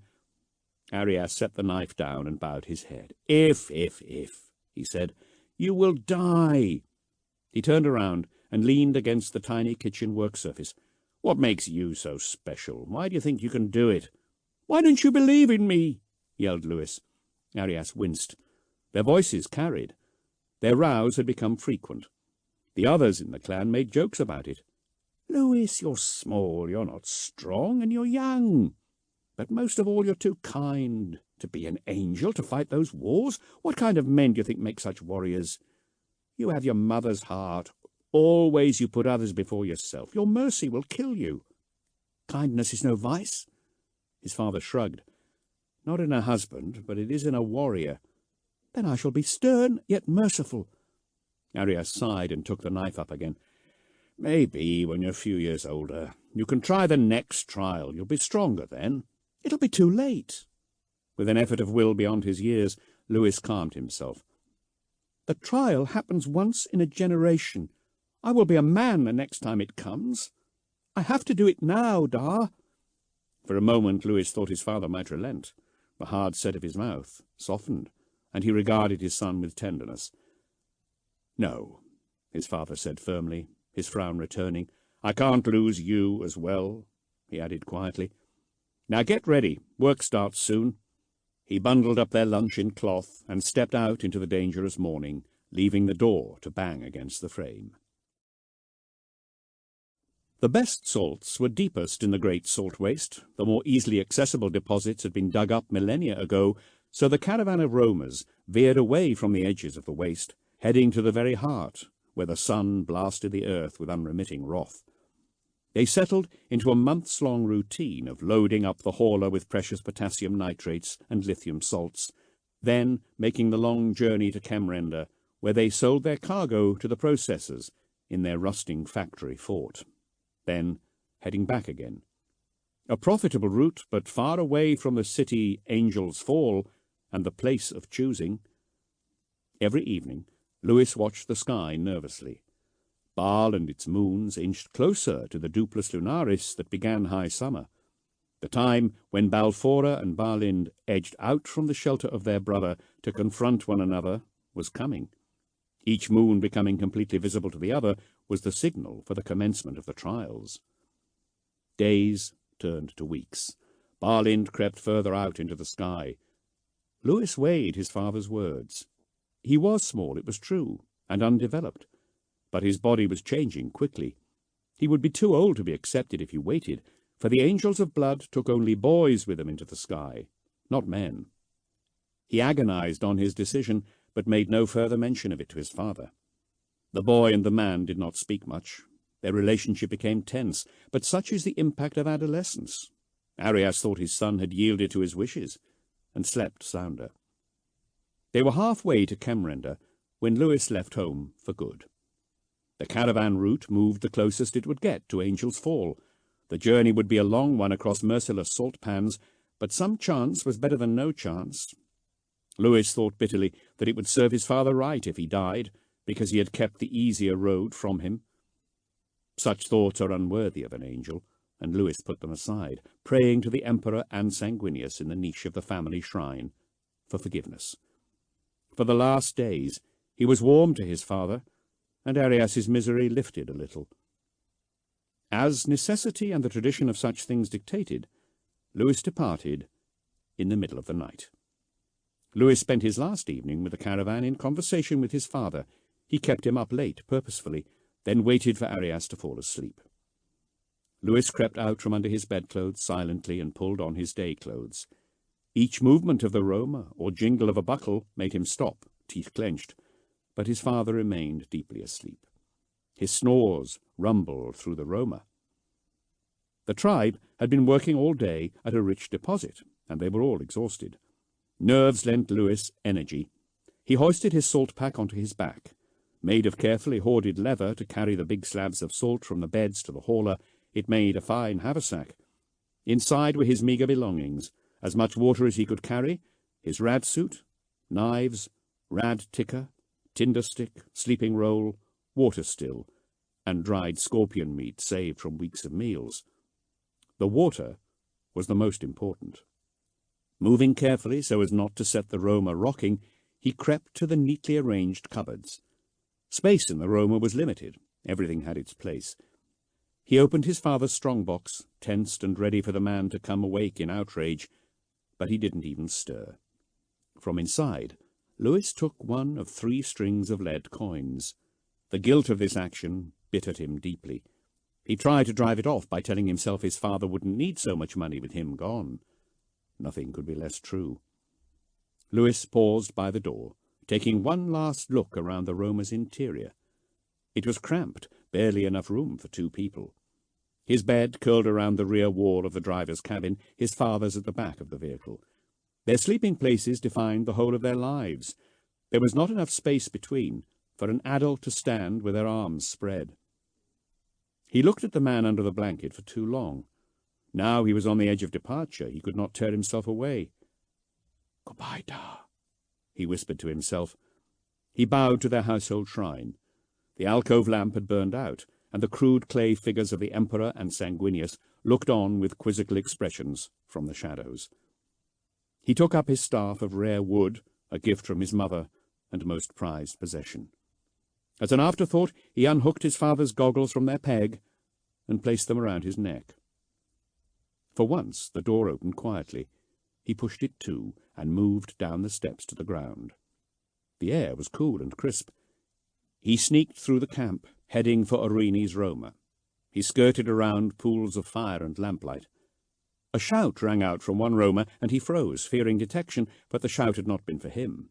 Laughter followed it, and he stole away. The lights were off inside Orini's Roma. Lewis went to the dust bike fastened to the rear. He looked about himself. The bike was strapped high up. There was no quiet way to get it down. Once it was off, he would have to flee immediately. Clenching his teeth, he undid one buckle. The Roma bounced on its suspension as the bike slipped. With tentative hands, he released the second. The bike thumped to the ground. He froze, expecting shouts at any moment. None came. Lewis levered the bike up, got on, placed the staff across the handlebars, and started the motor. "Hey! Hey!" Orini was on the way back to his Roma from a neighbour's, half drunk. "Hey! Someone's stealing my ride!" "Sorry, Orini!" shouted Lewis over his shoulder. He opened the throttle. The bike was made for a grown man, and the power of it was an unwelcome surprise that almost ended Lewis's adventure as soon as it started. He slewed about as the duster shot out towards the edge of the camp. He had just wrestled it back under control when the shocked face of a sentry leapt out at him. Lewis swore, swerved around him, and then was away. Shouts and engine noise dwindled behind him. He was off before anyone could catch him. Sounds of pursuit petered out. Orini's duster was the fastest in the clan, and he trusted no one would want to follow him out into the deep waste. He drove by the light of barn and barlind until the camp was well behind him, then turned on the headlights. The lumens had cost Orini a half-year's salt wage, bought from a technothurge in Kemrender, and cut a dazzling line across the flats. Night beckoned. On the other side was his future. The sun shone through Lewis's eyelids, waking him from dreams of his mother. He grumbled and flapped his arm across his face. He was lying on his soft bed. It was comfortable, and he was tired. If he let himself sink into the yielding surface, he might sleep a little longer. "Shut the door, Da," he mumbled. He tasted salt on his lips. Wind caressed his skin. Lewis frowned. Through spread fingers he peered up. Blue sky shimmered in place of the Roma's ceiling. He lifted his head. With a start, he remembered. The bike had struck something. He had come off. Lewis jerked fully awake. The ground he was on creaked ominously. He froze and spread his weight as wide as he could. Orini's bike was disappearing into tarry mud under the salt crust. Only the rear wheel protruded over broken ground, and that was already sinking out of sight. "Crack salt," he whispered to himself. Under a thin crust of salt and sand, deep pools of mud large enough to swallow a Roma whole waited. He cursed his inattention. Normal salt pan and crack salt looked virtually the same, but they could be told apart. He had not noticed. Fear sharpened his mind. He couldn't be too far from the edge, he thought. The bike would have broken through as soon as the crust grew thin enough. It should support his weight. With painful slowness, he crawled on his back, moving towards the tracks he had left in the waste, keeping clear of the hole the duster had made. As he moved, cracks spidered out from the hole, inching their way out towards him. He slowed, but the cracks came on. The ground creaked ominously and began to tilt. He flipped himself onto his front and pushed hard. His foot broke the sand crust, and his heart leapt, propelling him into a scrambling run to firmer ground. Behind him, the crust broke into fragments that disappeared into the oily muck beneath. A foul, briny stink rose from the hole. He was not yet safe. Lewis slowed and unwrapped the fabric from one hand, exposing his fist to the poisoned sun. He rapped upon the salt with a knuckle, listening for the hollow tock that was the sole reliable telltale of crack salt. Carefully, with his ear hovering over the ground and his weight spread, he crept further away until his knocking returned a solid thump. He tentatively stood and looked back. The duster disappeared under the crust, slow, fat bubbles popping in the exposed mud. Already it was scabbing over, the mud turning from black to light grey under the heat of the sun. He cast up his hood to shade his face, his eyes fixed on the indentation of the crust where he had fallen. One of his precious bottles of water had slid out of his pack. It lay on the crack salt, casting a long shadow dappled with broken light. His staff was a few yards from the edge. Panic rising, he slipped off his backpack. The flap had come open. With mounting fear he went through its contents, lying them out on the bright pan so that he could see them. All was there. His radsuit, tools, scorpion biltong, water still, his precious handful of dried fruit, knife, all the things he had taken with him to survive. There were 2 water bottles of ancient glass, scratched dull by long use. His third lay there on the crack salt. He had calculated he would need 1.5 bottles of water to cross the pan on the duster. Without the bike, even the extra he had taken would not sustain him all the way across, and he had lost 1/3 of that. Beyond the Dead Sea was desert. Water was easier to find there, but still scarce. He thought through the scenarios. The worst case came to him most easily, him dying in the salt pan. The next worst case was his arrival at the edge of the great salt waste, and him dying in the sand. "Think," he hissed angrily through his teeth. It was yet early, but already becoming hot. He weighed the warming bottles in his hands. They held his life in them. The white of the salt wastes went on to every horizon, inimical to life. He imagined that expanse sucking the water from him as he dithered. There was not a single object anywhere to offer shade. His skin itched with dryness. At that moment he wished his clan would find him and take him home. Whatever punishment they meted out, it would be better than death. He had made a dreadful mistake. He was going to die. "Stop it," he said, and hit his forehead hard with a bunched fist. He breathed slowly through his nose and out through his mouth. Panic kills, his father had said hundreds of times to him. Think your way out of danger. The bottle was out of reach. His staff was not. He lay down flat on the ground. Slowly he crept out to the staff and drew it to him with careful fingers. The bottle was not much further. He moved towards it and tried to hook it with his staff to roll it towards him. He succeeded only in bashing it through the crust, and it disappeared. Alarmed at the thinness of the crack salt, he retreated. Lewis looked up at the sun. He had to wait it out, travel at night. That was his only chance. Calmer now, he repacked his pack, removed his hood, and took off his long outer robe, exposing the lighter garments underneath. Unwrapped, his outer robe was a sheet 3 yards in area. He took out 3 sections of tube from the edge of his pack, joined them together, and set the end in salt. By draping one end of the robe over the pole, he made a low tent that would shelter him from the sun.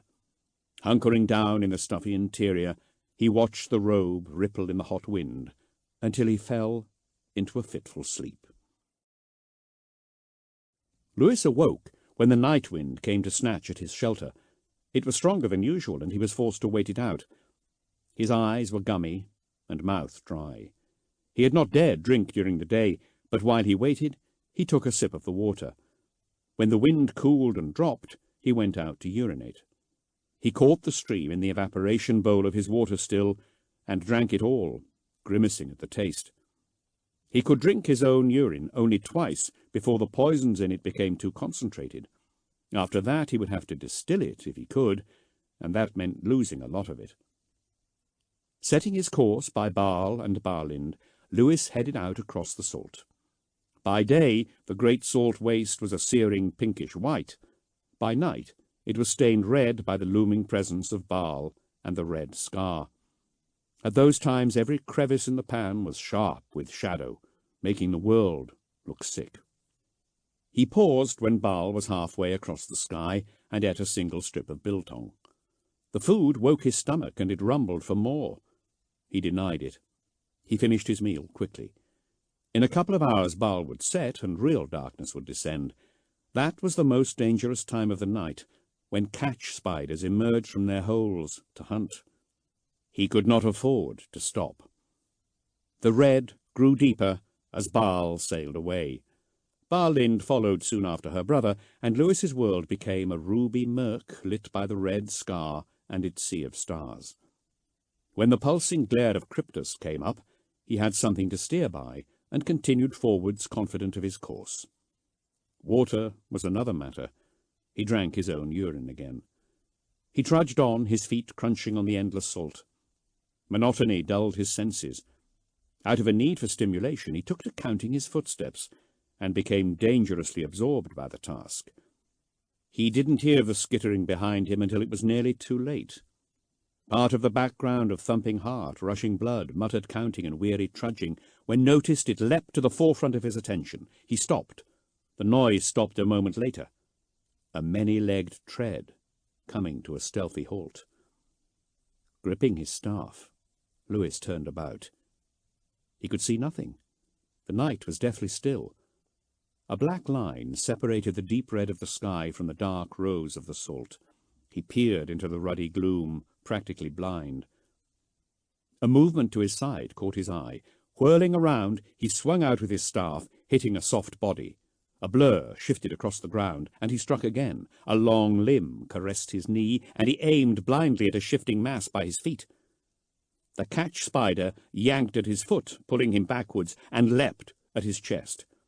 Lewis brought his staff across his body, catching the thing's head as it protruded from a hooded integument of its thorax. 4 tooth-tipped palps wiggled half an inch from his face, dripping acidic venom onto his cheek.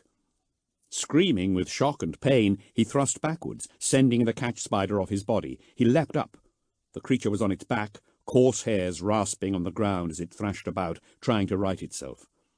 Lewis brought his staff down on the thing's segmented abdomen. The exoskeleton cracked, and it thrashed harder. He brought his staff down again, then again, until the catch spider's belly was open to the air and its 10 legs twitched inwards. Its complicated mouth let out a clicking rasp, and it lay still. Lewis breathed hard. Even so close, the catch spider's speckled white and red camouflage made it hard to see. He went around to the front and drove the tip of his staff into the armoured cavity where the head nestled, and pounded it to mush. The salt around the spider's body was stained dark with fluid. Lewis swallowed dryly at the sight of so much liquid going to waste. He could use none of the creature. Unlike its scorpion cousins, every part of a catch spider was tainted by its poison. Shaking with adrenaline, he continued on his walk, ears straining for more pattering footsteps. The days dragged by. The salt never ended. Lewis distilled his urine during the day. The still was a cone of stiff canvas held up on wire legs set over double bowls. His urine went into the central bowl where it evaporated, collecting on the cone, and trickled down the canvas into the outer bowl. Every day his urine grew darker and less in volume, until the outer bowl began to catch only a few drops. At first he regretfully scraped away the thick paste left after distillation, unhappy to be wasting the resources trapped within. But as the days passed and the amount of water he produced declined, he became apathetic, performing his tasks out of ingrained habit. He rationed his bottled water carefully, a few sips a day. He could not save the water he shed as sweat, and nor could the still catch all the vapour. Gradually his water dwindled until it ran out. His urine ceased to come not long after. Lewis sat in the evening, looking into the outer bowl. A faint smear of water was all that his still had produced while he slept in the day. He stared at it. This was to be his last. His dry tongue rasped on the plate when he licked the water away. With heavy limbs he gathered his things and stared out across the waste. There was no end to the whiteness. The temperature had been increasing steadily as high summer approached. Haze shimmered to the west, making the sinking red sun and the Ark of Baal jump and shiver. His head had been throbbing for days.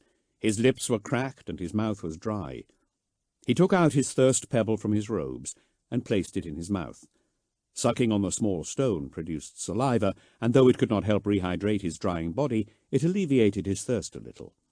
He dragged his pack onto his back, as great a burden as Balfora herself, so it felt. Setting his sights on the north, he began to walk again. He had stopped resting during the day. The need to cover ground trumped all other concerns. Night came and passed. Throughout he was uncomfortably aware of his heart as it worked sluggishly in his chest.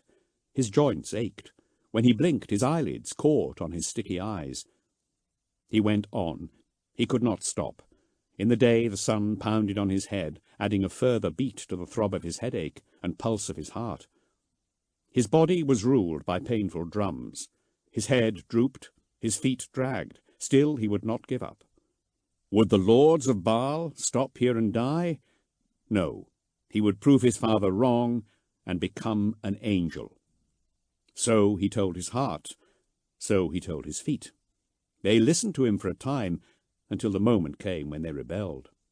He lifted his foot, and it did not move, and he toppled into the dry salt, landing on his back. Lewis drifted in and out of consciousness. The sky was halfway between day and night, and Baal was directly overhead. He stared at it blearily, looking for the lights his father showed him the day his mother died. Perhaps if he saw them, the angels might come. But he saw no lights. "Emperor, save me," he said, his voice a husky whisper. Lewis fell unconscious, and he dreamt. He stood on a field of rust-red sands. Time ran quickly, clouds raced overhead, and 2 moons rose and sank above them. The sun arced through the sky so fast it left a trail. Ahead of Lewis, an armoured figure of gold knelt. It had the shape of a man, but was far bigger. White wings of metal spread out from its back. A spiked halo of polished iron was set over its head. The armour was fashioned to look like a heavily muscled body. Long strips of parchment hung from its backpack and chest. Upon its shoulder pads were insignia of red and white. A sword as tall as an adult was belted at its waist, but upon the angel It did not seem too large. In one hand, it clasped a chalice. Lewis approached. Its bowed head came up to his shoulders. It remained motionless. Sorely afraid, Lewis reached out to touch the angel. His fingers caressed smooth, golden armor. The face lifted. The helm was made in the likeness of a beautiful man with long waves of hair. Tears of gold were frozen on its cheeks. Slowly, the being got to its feet. Lewis stepped back, craning his neck to look into expressionless glass eyes. The silent figure lifted a hand to point. The landscape shifted, becoming the sea of Balfora's wastes. 50 yards away, a dark shape lay huddled. Was this his own body he looked at? It stared at him, its outstretched hand a command to live. Its metal wings began to beat, and it rose from the ground. The appearance of armor was lost. Metal curves became muscle, cast hair growing blonde and waving in the stir of air. The tears melted to water and began to run. A true angel looked down on Lewis with sorrowful compassion before flying away. "Wait!" he cried. "Take me with you!" Lewis was awakened by the clap of huge wings. With the last of his strength, he rolled onto his stomach and began to crawl. He sobbed dryly with the effort of keeping his head off the ground, but he had to see. He spied the dark shape not far off. Hope lent him one last surge of strength, enough to get him to the figure on the salt. A body, long dead, skin cured deep reddish-brown by the salt and sun. The gossamer remains of spider silk fluttered away from the body as Lewis clambered over it. He half embraced the hard, dead corpse and reached for the backpack. His fingers trembled on leather made unyielding as iron by years of exposure. Inside were a number of items, any of which he would have coveted only a week ago. He closed his eyes in thanks when 4 bottles slipped out and clinked on the ground. They had been sealed with wax from salt ant nests. All were full of water. The Emperor alone knew how long the water had been there waiting for him. He offered a silent prayer and opened one, still lying atop the bony corpse. Before he drank, he scratched up a small handful of gritty salt and put it in his mouth. It burned him, but he must take it first, or he would vomit the water back. When he poured the blood-warm water into his mouth, it was as if the oceans returned to Balfora, sluicing over the wasteland his mouth had become and down into his stomach. One small mouthful was a deluge. He forced himself to stop after that, to let his body absorb it slowly. Over the course of the next few hours, hidden from the sun by his hood, he drank the rest of the bottle, then slept. He awoke feeling better, and by the time evening came, he was well enough to stand again. Thirst gripped him still, but he was no longer dying. His pack was light, he discovered, and he found that he had dropped a good deal of his gear. After some time indecision, he set off down his trail to collect it all, leaving his staff speared into the ground by the corpse as a marker. Fortunately, his supplies had fallen in a line no more than a couple of miles in length, and he recovered everything except one empty bottle. He stripped the corpse. It was shriveled, but male, and perhaps not much older than he. Could it have been that this boy was trying what he was, only to die here, miles from Angel's Fall? There were further spider signs on the body, a double puncture in the leg. The wound was difficult to find in the stone-hard skin of the boy, but clearly seen in the cloth. There had been food in the pack. This was deceptively well preserved. When he tried it, Lewis found it tougher than rocks and saltier than the ground, so he discarded it. Lewis filled the corpse's pack with some of the dead boy's clothes. By then it was night time. Lewis looked away to the north. There was a dark smudge on the horizon that had not been there before. He sagged with relief. That was the line of the ancient shore. If he were careful with this unexpected bounty of water, he might make it to the desert. He should start out now. He looked back at this unnamed boy who had died so he might live. The Emperor had decreed it so, Lewis was sure. But to leave him out in the open like that seemed disrespectful. Using his staff to make a shallow scrape in the ground, Lewis interred the corpse as best he could, then knelt and offered a lengthy prayer to the Lord of mankind for his infinite mercy. The emperor protects, the saying went, but sometimes he sacrificed one to save another. May the God Emperor find your soul and guide it to the safety of his eternal light, said Lewis. His throat was raw, but he would live. I thank you for your sacrifice. He set out while Baal was large on the horizon. 2 days later, he reached the edge of the great salt waste. Chapter 4. The Mountains of Baal Secundus. 456. Point M40. Heaven Wall Mountains, Baal Secundus, Baal System. Soon after Lewis's world acquired the black line on the horizon, the ground rose from flat salt pan to craggy rocks, sculpted into fantastical form.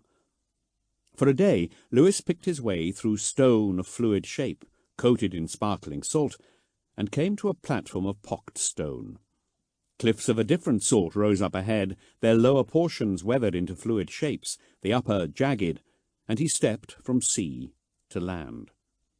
Though this ancient shore was coated with a fine sift of wind-blown salt, softening the edge of the coast, there was no question that the great salt waste had ended. Mountains rose high behind. Lewis checked his supplies. There was half a bottle of water left. In need of more, he set out into the crags in search of a spring. He'd been in the desert and craglands often enough to know what he was looking for, darker dirt where water seeped up from deep underground. It was always best to check round the bases of cliffs. Where there were cracks and faults, the water could travel to the surface. Sometimes there were plants marking the spot. The best part of a morning he spent on his search, going deeper into the maze of ravines and gullies leading away from the waste. It was blessedly cool, surrounded by stone, although being a native of the wide open, he felt the first stirrings of claustrophobia. Eventually, he happened upon a natural bowl cut out of the land. Though it was surrounded by cliffs, they were far enough apart to let the sun shine in. He never thought he would miss the sun, but a day in shadow had him yearning for a clear view of the sky. A stepped channel led up through a gap deeper into the hills. In better times, a waterfall had carved out this hollow. At the bottom of the plunge pool, water lingered still. A cluster of water leaves stood invitingly around sand darkened by moisture, their immature leaves held tight to woody stems and thick with cruel thorns. The mature outer leaves were sacrificial. Thornless and fat with moisture, they had evolved to tempt animals to eat them and spread the seed pods dangling from their tips.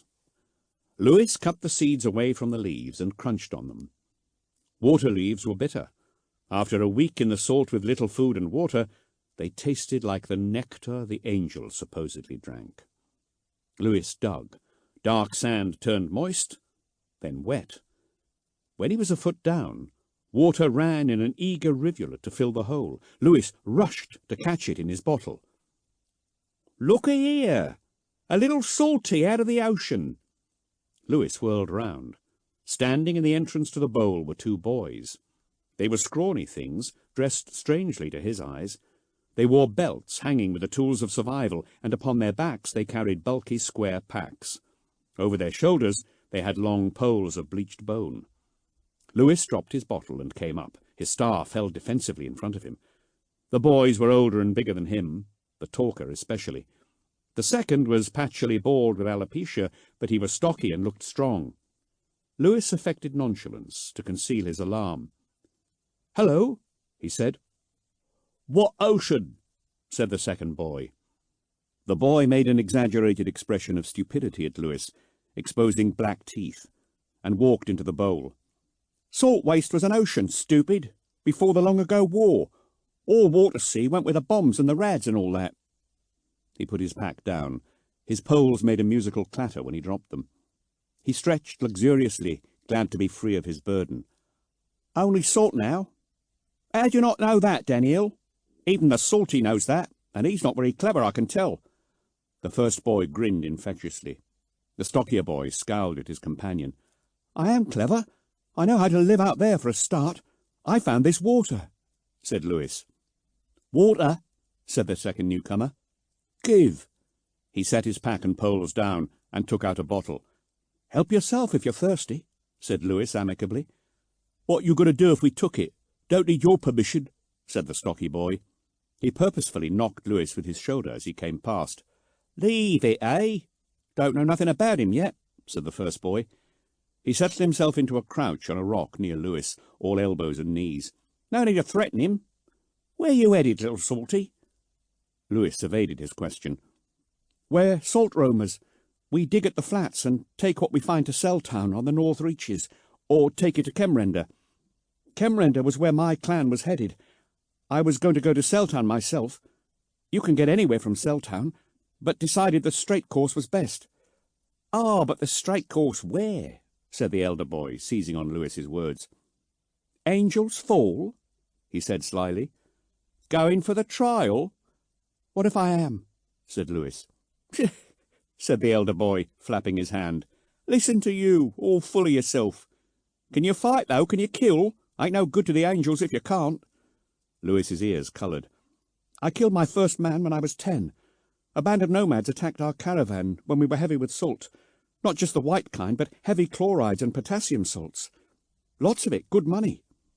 He realised he was babbling and reined his tongue in. Why was it suddenly so important to impress these boys? I was on the spring gun on my Dars Roma. A nomad on a duster is hard to hit, but I got a shot off and zing, said Lewis. Dead.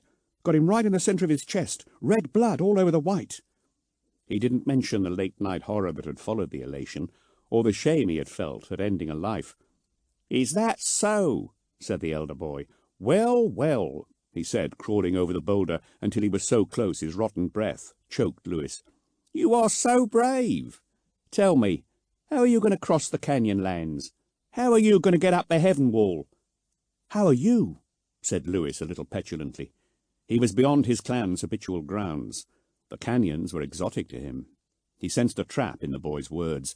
Mockery awaited him. I think he's going to walk, said the first boy to the second. Gonna walk? Said Daniel. His laughter was rough and unpleasant. He shook his head over the little pool of brown water. You ain't going to make it on foot, stupid salty. The deserts all round here are hot with old rads. Where they ain't, the lands are full of scorpions bigger than clan tents, and no water but the thirsty kind. Need something with a little zip to get over. He patted the bundle on his back. Angel's wings, salty. If you want to get to Angel's Fall from here, you got to fly. Yeah, fly, said the other boy. He laughed again as he screwed the cap back onto his bottle. You don't know much. Don't know about the wings, said the boy with black teeth. You're not a good candidate. Don't know why you'd bother. I got this far, said Lewis. I can get there. Not without wings, said the boy. Maybe we should kill him now, said Daniel with sudden menace. Save ourselves a competition. The posture of the boys changed. They looked at Lewis with calculating eyes. Lewis's heart froze. This was what he had feared. He gripped his staff more tightly. They stared at one another, weighing their capabilities against each other's. Lewis tensed. Then the first boy burst out laughing, his stocky companion joining in. Had you go in there? Thinks we were going to kill him, eh? Eh? Said the boy. Lewis watched them cackle. He did not relax. Had he appeared a little weaker, they would have killed him, he was sure of it. They might still. The name's Florian, said the black-toothed elder, patting his chest. This stumpy patch here is Daniel. Daniel gave him a filthy look, accompanied by a nod that might have been an attempt at friendliness. Pretty names for ugly souls, thought Lewis. Don't say much, do you? Said Florian. So? Tell us your name, he said. Lewis. This information brought more howls of laughter from the boys. What's so funny? Said Lewis. Lewis? What kind of stupid name is that? That's a child's name, said Florian. Daniel hooted with laughter. Don't you get angel names in your clan? We do. We just don't use them in public, that's all. It's private for family, said Lewis. Creskin funny salties, ain't you? Mocked Florian. Are you going to tell us what it is, then? You'll have to use your angel name if you're going to be an angel. No, said Lewis. I won't. Florian's smile became dangerously fixed. Suit yourself. Florian looked to Daniel. "What do you reckon? Let him travel with us a while?" "Don't see why," said Daniel. "He's not going to be able to fly, is he? He ain't got no wings." "3 sets of eyes is better than 1, that's why," said Florian. "So what if he can't fly? We get to Angel's Leap. We can just leave him to find his own way." Daniel shrugged, already losing interest in the conversation. "You can come with us to Angel's Leap by the Wind River," said Florian. "Then we're going to jump off and fly all the way to Angel's Fall. After that, you're on your own. What do you say? We can watch each other's backs. Not everyone out here is so friendly as us." Lewis considered the offer. If he accepted, they might kill him in his sleep. If he refused, they could chase him down. They knew these lands better than he did. If they were true, they could get him to Angel's Fall faster, wings or not. That was attractive. But in the end he said yes, because he was tired of being alone. "All right, then. You have a deal. We work together, we have a better chance." They grasped hands. Daniel laughed. "Scrawny, salty like you haven't got a chance, no matter what." Florian frowned and threw a pebble at his friend's head. "Shut it, Daniel. He's with us now. Brothers, just like the angels," he said to Lewis, holding his hand tighter. "Brothers," said Lewis, warily. The way to the Wind River took them high into the mountains of Balfora. Florian led the way confidently. Daniel brought up the rear. Having the stocky boy behind made Lewis uncomfortable. Every time he looked back, Daniel was staring at him balefully. They rested halfway through the morning, having already ascended a few thousand feet. Lewis was fit from a life of hardship, but such slopes were new to him, and his feet and legs ached, pains the other two did not seem to be suffering. Daniel pointedly sat away from Lewis when they rested, and Florian joined him. The two shared a meal and a muttered conversation. Lewis didn't catch the content, but from the dark looks Daniel cast his way and the angry tone of Florian's remarks, it was evident to him that Daniel was not happy with Lewis's inclusion in their party. Lewis did not wish to provoke him, and so watched from the corner of his eye while he worked on a strip of biltong, and pretended to be absorbed by the view. The colour of the salt seemed much purer from the mountainside, shockingly white, barely tinted by the red sun and dead flat. The whiteness stretched as far as he could see. He tried to imagine it covered in water, but failed. The most water he had ever seen had been a small pool. He had no internal reference for oceans, coloured by the sky as the stories told, and found the idea hard to believe. Florian stood from his crouch and came over. Lewis tensed a little. Florian saw. "Hey, I ain't come to stick you, Salty." He squatted by Lewis. Florian never sat, but crouched with his skinny arms draped over his legs. "Why are you going, then, to the trial?" said Florian. He didn't wait for an answer. Having accepted Lewis, he had revealed a certain volubility. "Daniel there, he wants to be a warrior and fight for the God Emperor. Never thinks on nothing but fighting, that one. I gotta go." He pulled aside the neck of his dirty shirt, revealing an ulcerated mass near his armpit. "This flesh-eater is going to kill me soon. Better I chance it going to the angels than dying in 3 passes of Baal. So, you a fighter like Daniel, or a selfish creck like me?" Lewis looked up at the sky where Baal floated diaphanously in the full light of the sun. "I want to do something with my life. Not just fight. I mean, obviously we'll have to fight. But I want to help people. That's what the angels do. I want to protect them. I don't know." He dropped his head, finding it hard to express himself. He expected Florian to mock him, but was surprised. "I get that. I do. It's hard to watch people die, all cancered by the sun and the rad, or dying from thirst, killed in a feud. Balfora's got 50 ways to kill you before breakfast. She's a bitch. It'd be a fine thing to be able to do something about that. First, though, I gotta not die from skin rot." He gave a dark chuckle and grasped Lewis's shoulder. "Hey," he said, looking at his bag. "You got a ticker in there?" "Yeah, I have." Lewis followed Florian's gaze to his open backpack. The dull iron corner of his rad counter stuck out from the bag. Florian pulled it out. It was a simple thing, a metal box with a round circle of holes punched in one end, an unshielded needle and an unsteady arc painted in thick white and red. There were no numbers on the gauge. "Now that is a stroke of luck," said Florian. "We couldn't get one before we left. Patches of these mountains are hot with old rad. We were thinking we'd have to climb all the way to Angel's Leap in our suits, and that would be nasty work. He slapped Lewis on the shoulder. Hey, Daniel! He's got a ticker! Daniel gave a sour look and grunted. Oh, he's a miserable creck, said Florian. I'm beginning to like you, Lewis. You're a good find. Not long after, Lewis's ticker began a tentative tock-tock-tocking that increased in urgency and volume.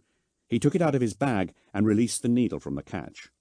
Within 100 yards of first sounding, it was buzzing hard, and the needle twitched up towards the red portion of its range. We need to put our rad suits on, said Lewis, holding up the ticker to the others. Well then, said Florian. He dropped his poles and pack and fished about for his rad suit. 50 weeks' worth of work in these, he said. Had to steal 'em, didn't we? Our clan don't give out the suits to challenge hopefuls to lose in the desert. He took his head. Good job I'm sneaky. Daniel produced a similar outfit of heavy rubberized canvas, gloves, and boot coverings. A tight hood went over his head, his eyes protected by meshed cages of fine lead wire.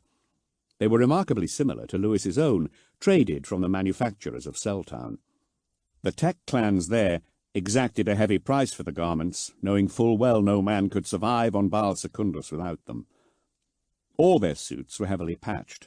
Lewis hated the feel and the chemical stink of the treated cloth.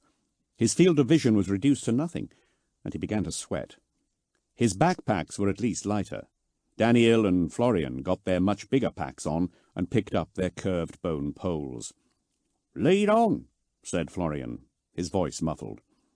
With a ticker in one hand and his staff in the other, Lewis motioned upwards on a line oblique to their previous path.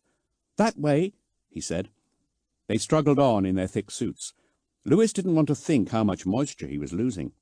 Wherever there seemed to be an easier path, the ticker buzzed angrily, the needle wedging itself into the danger zone, and they were forced to take more difficult routes.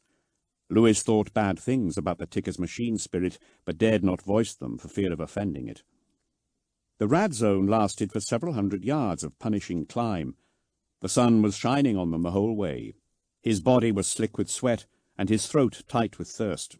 He became dizzy, but they could not stop.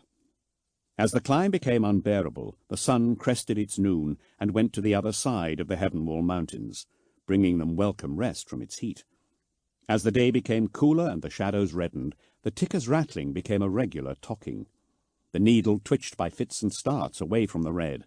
Soon it was bumping only sporadically up from the bottom of the white, and the ticks became quieter, then stilled. Lewis led them on 100 yards further until he was sure the needle would not spring back into action. They were on a steep slope of wind-smoothed rock. A few more degrees of gradient, and it would be impassable without ropes. He braced his feet awkwardly and tore his hood from his head. He sighed with pleasure as the gathering night wind chilled his damp face. "The rads are gone. We're safe here," he called. The others came nearer. "Looks like there's a cave ahead," Florian said. "We can camp there." He nodded at a break in the rock face. "We should stop for the night." The cave was a fault in the rock widened by erosion. They had to stoop to get in, but once inside the ceiling rose high enough so that they could stand, before doubling back down. 30 paces from the edge, the weight of the stone pressed the cave down to little more than a few feet, although the crack continued back into the darkness of the mountain. Sand covered the floor. "This is good," said Florian. He ran his hands over the stone as he walked towards the back. He dropped his things, ducked down, and peered into the narrowing tail of the cave. "What's back there?" said Daniel. He stood near the entrance. "I don't like it. It's too deep. Could be anything back there." "There's nothing. Comes down together not far back, I reckon." Florian sat on a boulder and began to tug off his rad suit with his back to the crack. Daniel still did not set down his pack and poles. "I wish we had something to make a fire. It's getting cold." "Too cold? Frightened of a crack in the rock? What kind of angel are you going to make?" said Florian. He folded up his rad suit. The boys had no knowledge of the need to decontaminate their gear, and no way to do it if they had. And so he simply jammed it back into his pack. "This is the best campsite we've found for ages. You'll see." Lewis put down his bags. "You're probably right. I'm exhausted. We need to rest." "What do you know about anything?" said Daniel. He knows enough to have a ticker when we don't, snapped Florian. Will you just give it a rest? Daniel's eyes widened, followed by his mouth. He took a step back. Florian, he whispered. Don't start, said Florian. Can't you just... The look on Daniel's face stopped him.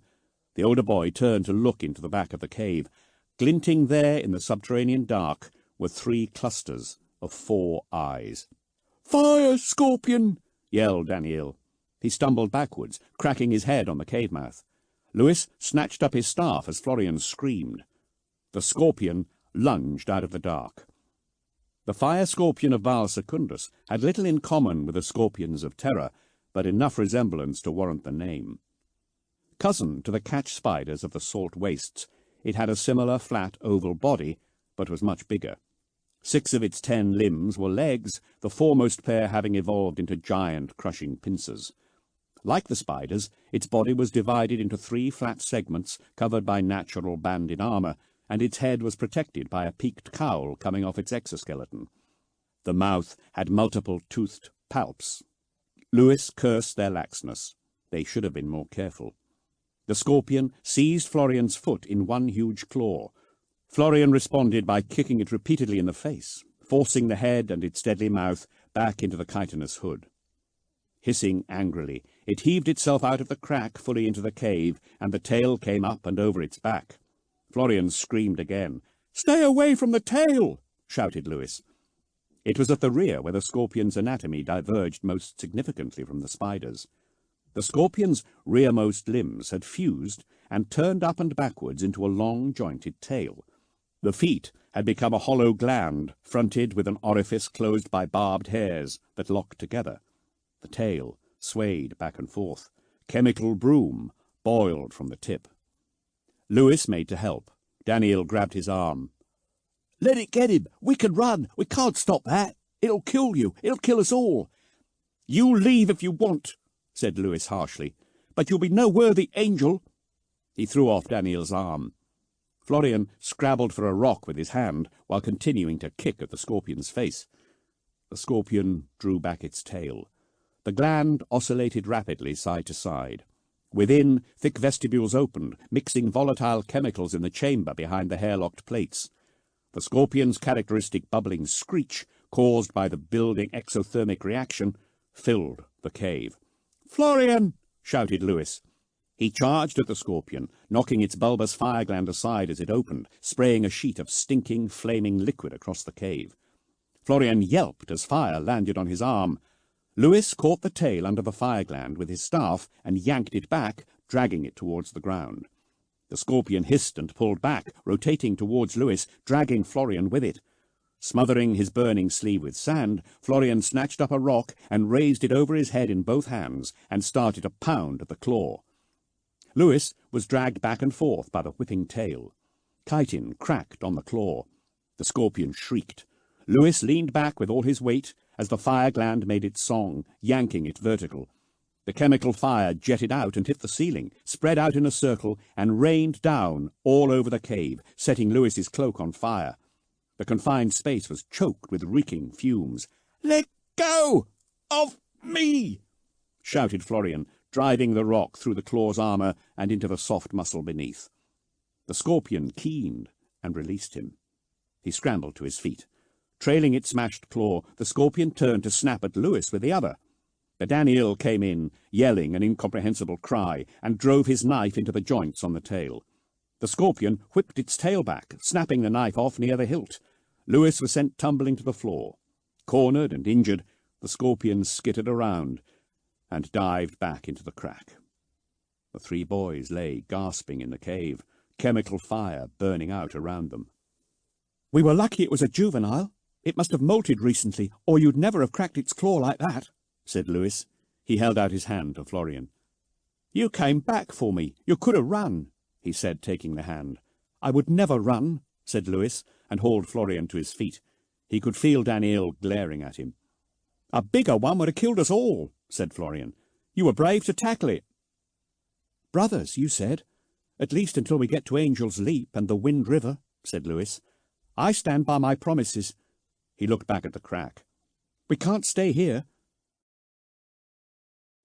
They climbed as far as they could.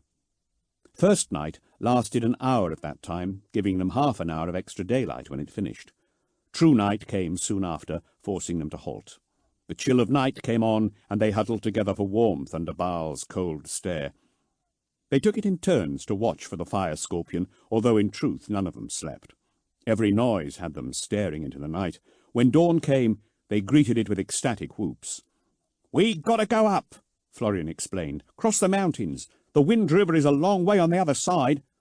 This bit is going to be hard."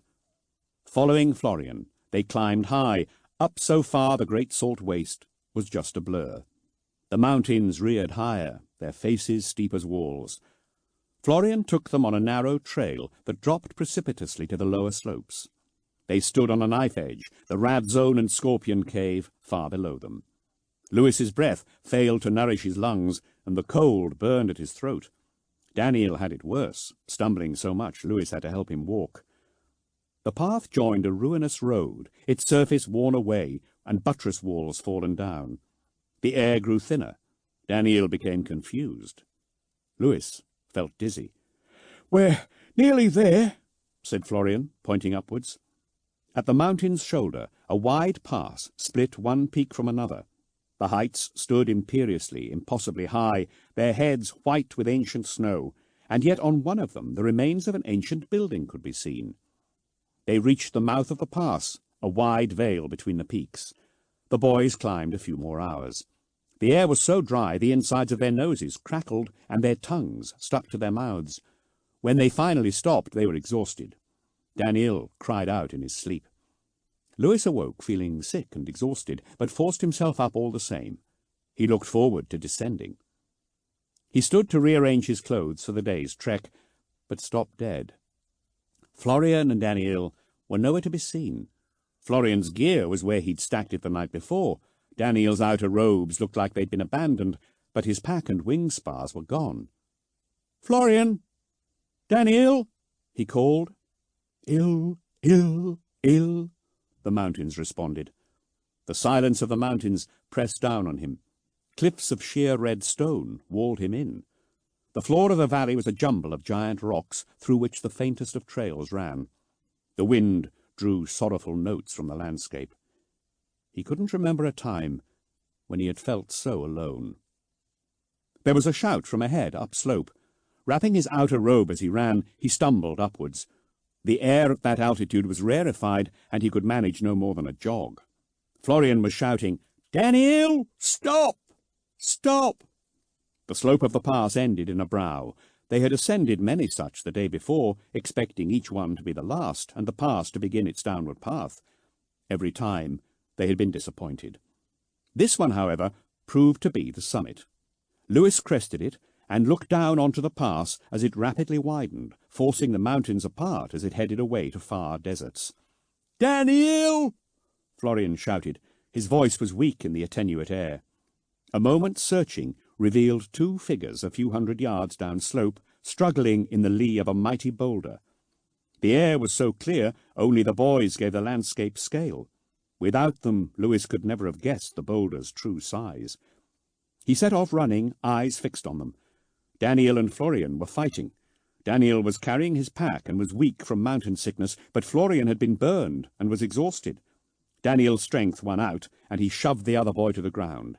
Taking one of his wing spars, he hit Florian hard on the head. Lewis ran harder. Lewis reached Florian, gasping for air that could not satisfy his body. "Stop him!" said Florian from the ground, where he nursed his bloodied face. "The mountain sickness is clouding his mind. He's going to drink it." Lewis's face displayed his confusion. "Thirst water," said Florian. "Go!"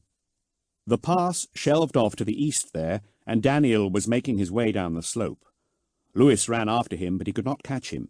He reached the top of a slope to see Daniel making his way towards a sparkling pool of water bubbling up from a spring in the stone. Lewis's blood ran cold. "Daniel! Daniel, stop!" The stocky boy gave him a stare as hateful as it was bleary, and continued down to the water, where he dropped his pack and poles, still smeared with Florian's blood. Lewis ran after him. reaching him just as he neared the edge. He grabbed Daniel's arm and pulled him back from the pool. "Don't drink it!" "What?" he said. Daniel's manner was confused. His voice slurred, and his actions were slow and exaggerated. "I'm thirsty, Salty. Let me be." Daniel was still strong, and he was older than Lewis. He swung a rock into Lewis's wrist. Lewis released his arm with a cry, and before he could stop him, Daniel was reaching for the water. Lewis grabbed his foot, receiving a kick in the face that sent stars rocketing across his vision. Daniel plunged his hands into the thirst water and sucked greedily from cupped palms. He made 3 swift gulps, then stopped. He spat, raised his face up, and looked at Lewis in horrified realization. "Help me," he said. By then, it was too late. "Daniel!" Florian cried, hobbling down the slope. Lewis scrambled away from Daniel's outstretched hand. Florian gave an anguished shout. Lewis grabbed him to stop him aiding his friend, and with a snarl Florian fell on Lewis, punching and kicking him. Lewis grappled with the plainsman, locking out his arm and pitching the boy face first into the dust. "Stay away from it! Don't get any of it on you!" "Florian!" The name trailed off to an agonized rasp. Daniel's mouth gaped, showing his tongue shriveled to a black nub in his mouth. Daniel walked 3 steps, scarecrow stiff, legs kicking out as his tendons dried. His mouth worked, trying to suck air in to speak, but his lungs were gone, and his lips smacked together even as they dried and pulled back from his teeth. Hollows appeared in his cheeks, and his eyelids drew back from eyes that rolled in terror. His limbs contorted into painful shapes as his tendons drew tighter than gun springs. His fingers jabbed out at unnatural angles, the sharp cracks of snapping bone echoing around the pool. Daniel's moistureless corpse crackled like a fire as his tissues shrank and split. His body shuddered as his spine curved and his skin turned black. Finally, his eyes, freakishly moist in his desiccated face, shriveled up to nothing in his skull.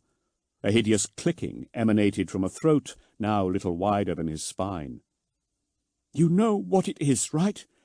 You know what it will do to you if it gets on you." Florian choked and spat helplessly into the rocky ground. "In our clan, they say it was a weapon, that it's alive, breeds, creeps around looking for people to kill. They say it was thirst water, drank the oceans dry and made the wastes. I know what it is. Now get off me!" Lewis stepped back, releasing his hold on Florian's arm. The older boy snatched his hand back and stood, looking helplessly at the mess of sinew and bone trapped in tight yellow skin. Daniel's lipless smile bared teeth made huge by gum recession. The water swirled, a vortex that sucked itself away into the fractured stone of the pass. Its passing left no moisture, as if it had never been. Florian crouched with his head in his hands, sobbing. After a time, he stopped. His breath still hitching, he scrambled angrily to Daniel's pack and poles. He snatched them up, marched to Lewis, and threw them at his feet in a fury. "Looks like you found yourself some wings," he said, his voice brimming with anger. "You're coming with me, Salty. All the way." Chapter 5. The Sanguinor. 998.M41. Asphodex Low Anchor, Cryptus System. The relentless firing of macro cannons ceased as Dante's Stormhawk approached the Blade of Vengeance. The port battery fell silent first to allow past the ships fleeing Asphodex. The sanguine shadow went by quickly towards the giant flank shield halfway to the stern where the hangar decks sheltered. As soon as the last ships had pierced the field holding back the landing bay's atmosphere, the guns arrayed along the battle barge resumed their devastation of the planet below. The sanguine shadow touched down next to its sisters. Hardened deposits of alien fluids clogged the landing claw's workings, causing them to squeal in complaint as they took the load of the craft. The blood red of the hull was marred with dark scars and acid burns. In places, the ceramite armor plating was pocked through to the plasteel airframe beneath. Forge servitors rushed forwards, esoteric scrubbing gear plugged into their multi-sockets to cleanse the craft of Xenos fouling. They moved with uncharacteristic swiftness, impelled perhaps by some sympathy of machine for machine. The Storm Raven's spirit was in no mood for patience. The assault ramp slammed down as brutally as if the craft had landed in a combat zone, and Dante strode out. Chapter equerries awaited their masters at the back of the deck, all in red. Those whose masters had perished wore black crosses sewn upon their breasts, and skull amulets of polished basalt around their necks. Along the wall, 3-tiered corpse biers held the bodies of Dante's brothers in arms, stacked and waiting to be borne away to the apothecarian.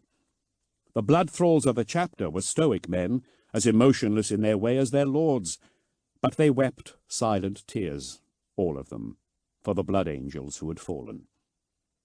Chaplain Audimail went from corpse to corpse, offering praise for the deeds of the dead and thanks for the return of their gene seed, chanting servitors trailing in his wake. Sanguinary priests gave the bodies cursory examinations, checking for progenoid damage. Tech Marines from the armory removed war gear, their blood thralls reverently swaddling it in crimson sheets. Dante's equerry waited for him along with the rest of the servants. No official rank was his, but his peers stood behind him, never to the front. Arafeo stepped towards Dante, his face solemn, though his eyes could not hide his delight that his master had survived. Arafeo was old by mortal standards, and his movements showed his pain. Dante could scarce believe it. In what seemed to him like months, his young servant had transformed into an old man, and would soon die. Arafeo was the 67th equerry to serve Dante. He would not be the last. "My lord, it is good to see you return to the blade of vengeance safely," said Arafeo. He held out a goblet of wine in a trembling hand. Dante shook his head. Without comment, Arafeo withdrew the drink. Sanguinius's blank, outraged face, worn always over Dante's own, turned to regard the dead blood angels with eyes of crimson glass. Too many did not return. This may be regarded as a victory by the high lords, but not by me. Its price was too high. Attend to me later, Arafeo. The day's work is not yet done. I must oversee the return of my brothers from the surface. Dante's equerry bowed and withdrew. The other equerries greeted their own lords and inquired after their needs, offered refreshment in the form of wine and scented cloths to wipe clean, sweaty faces, freed from helmets after days of fighting. The newly masterless went to stand beside their dead lords in silent vigil, their moods sombre. More than a few of them would take their own lives later that night. Such was the bond between the blood thrall equerries and their masters. "Carlin!" Dante called. The first captain lumbered over from his conference with others of his archangels. His helmet had been removed, and this was towed behind him upon a suspenser sled by his body servant. Under the arching crag of his Terminator armor's cowl, Carlane's grimy face was white, as if peering from a cave. His blue eyes gleamed, and the muscles in his cheek were tight. Dante recognized the signs of the thirst easily enough, the overwhelming passion of Sanguinius. Most of his men would be suffering from it after so hard a battle. He would discover soon enough who had been unable to resist and gone recklessly to their deaths, and who had fallen further and succumbed to the black rage. "How many of our archangels are gone?" "7, said Carlane. "Brothers Morpheus, Cortizai, Mestus, Brahe, Zostane, Danaeus, and Brother Sergeant Salazari. I have 12 wounded. 12 Terminator suits are heavily damaged, and most have suffered some injury. All but one was recovered from the battlefield, thanks Sanguinius, but I will not be able to offer full deployment for several weeks." "Give a more exact answer than several weeks, First Captain," said Dante. "These times call for better than generalities. I need precision." "I regret I cannot, Lord Commander." Carlane shuddered, his suit exaggerating the movement. The red thirst nipped at his humours, making him tense. "Not until Lord Incariel takes the war gear into the armory." Dante searched the face of his heir apparent carefully. 6 first captains had come and gone in his 1,000-year reign. 2 had been lost to the ravages of the Black Rage. Carlane exhibited no signs of that, thankfully. The commander's own thirst lapped around the edges of his consciousness, aroused by the war against the Tyranids. But his fury was tempered by crushing ennui. For Dante had waged many wars of every kind, and the thirst was background to them all.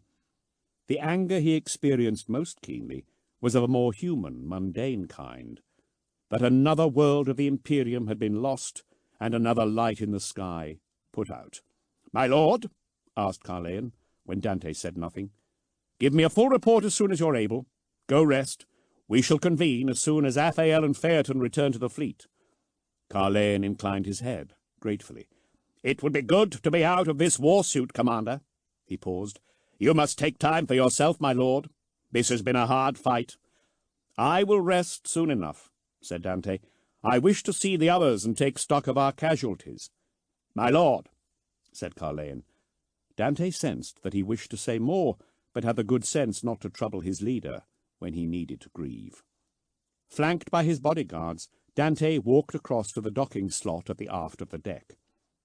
There was one either side, so that a ship could land and take off again without changing direction. The grand space clamoured with activity. The tech priests of the armory went among the battered ships, directing great gangs of blood thralls and servitors who dragged on chains attached to the block and tackles of cranes. By sheer muscle power alone, they lifted and manoeuvred storm ravens and storm talons onto sleds. These ran on rails, so that the craft might be dragged easily into the maintenance bays set into the starboard side of the deck. The hangar deck ran through the Blade of Vengeance just aft of amidships, and directly above the larger space of the embarkation deck in the ship's ventral spine. The hangar was protected by the projecting flank shields of the craft, while its position allowed the easy transfer of flight craft between the hangar and the embarkation deck via huge lift platforms. The maintenance bays connected the port and starboard sides of the hangar deck together, allowing repair crews easy access to both sides, while their blast shutters provided rapid means of isolating one side from the other. The stink of oil, promethium, and engine exhaust coated the back of his throat. The peppery gunpowder smell of hard vacuum clung to the returning ships. Underlying the mixed smell of space and hydrocarbons was the tang of blood. Dante was aware of it above all else, though it made up but a part of the bouquet of the hangar deck. Every other blood angel would be the same, a dark impulse to feed, shifted in his subconscious. The Lord Commander quashed it. He kept his thirst trapped in the cage of his noble soul. His control over it was total, but he could not shut it from his awareness, and it pricked at him as a thorn that could not ever be removed. The smell of blood grew stronger as he passed a crowd of Astra Militarum troopers sat together in silence. There were a few hundred of them, of all ranks and regiments.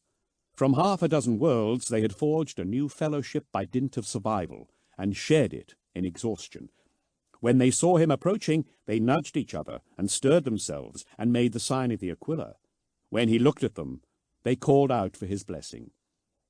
Dante kept his eyes from their wounds, swallowed back the excess saliva gathering in his throat, and spoke to them. "Be still and rest. You have fought and won a great victory today. Heroes such as you will be lauded for all time. We of the chapter owe you a blood debt for your efforts." They gave their thanks. The lines of fear smoothed from their faces. They sat a little straighter. One of the officers got to his feet, and then another, and then all their hundreds stood as one. The wounded called out to be lifted to their feet. When all stood, they saluted in their various fashions, united further in their worship of this living icon. "All praise, Lord Commander Dante, saviour of Asphodex, the hallowed angel!" one shouted. "All praise! All praise! All praise!" the others responded. Their lusty shouts were but a minor chord in the clashing symphony of the deck. Dante was a modest man. He disliked the veneration given him and the stories that had grown around his deeds, but he understood their utility and stood tall while they chanted his name. "Silence now! Be still," he said. He touched the shoulder of a blood thrall marked with the prime helix of the apothecarian. "Where is Drost? I do not see him." "In the apothecarian, my lord," said the thrall. His eyes averted from Sanguinius's golden mask, he kept on binding the wounds of the man he tended. "He is under the care of the sanguinary priests. How serious are his wounds? He will recover fully, my lord. He will fight again. Those are good tidings. He is of a rare sort much needed in these times. These men, he said, once their hurts are seen to, see they are found accommodation and refreshment. They should not be left here to sit and ruminate upon their losses. They are heroes, and should be treated as such. This is my command. See, it is acted upon. He was irritated that it had not been done already, that he must order it. Designed and launched in mightier days, the battle barges of the Space Marines had ample space for thousands, and were never full. There was no cause other than thoughtlessness to keep the men sitting in the hangar. "Of course, my lord," said the thrall. Dante turned to address the men. "When the fleet is under way, you will be feasted by the Blood Angels in honor of your courage. You will be taken from this place shortly. Rest. You are safe." Dante ignored the men's entreaties to lay hands upon them and continued towards the rear hangar slot. Storm ravens flew in and out of the hangar deck, atmospheric integrity fields shimmering around their prows as they entered the ship. These were the stragglers, units sent on missions elsewhere on Asphodex or delayed by attack and mechanical problems. Not one was undamaged. From every craft the battered remnants of his strike force emerged, carrying the wounded, the dead, and salvaged war gear. Sanguinary priests came out with their reductor capsules extended, a sign they were full of the progenoids of the dead. Some of the ships touched down, disgorged their cargoes, and took off again immediately, hurrying to save brothers left behind. He watched Tech Marines board one ship, off to retrieve the chapter's precious technology from the teeth of the enemy.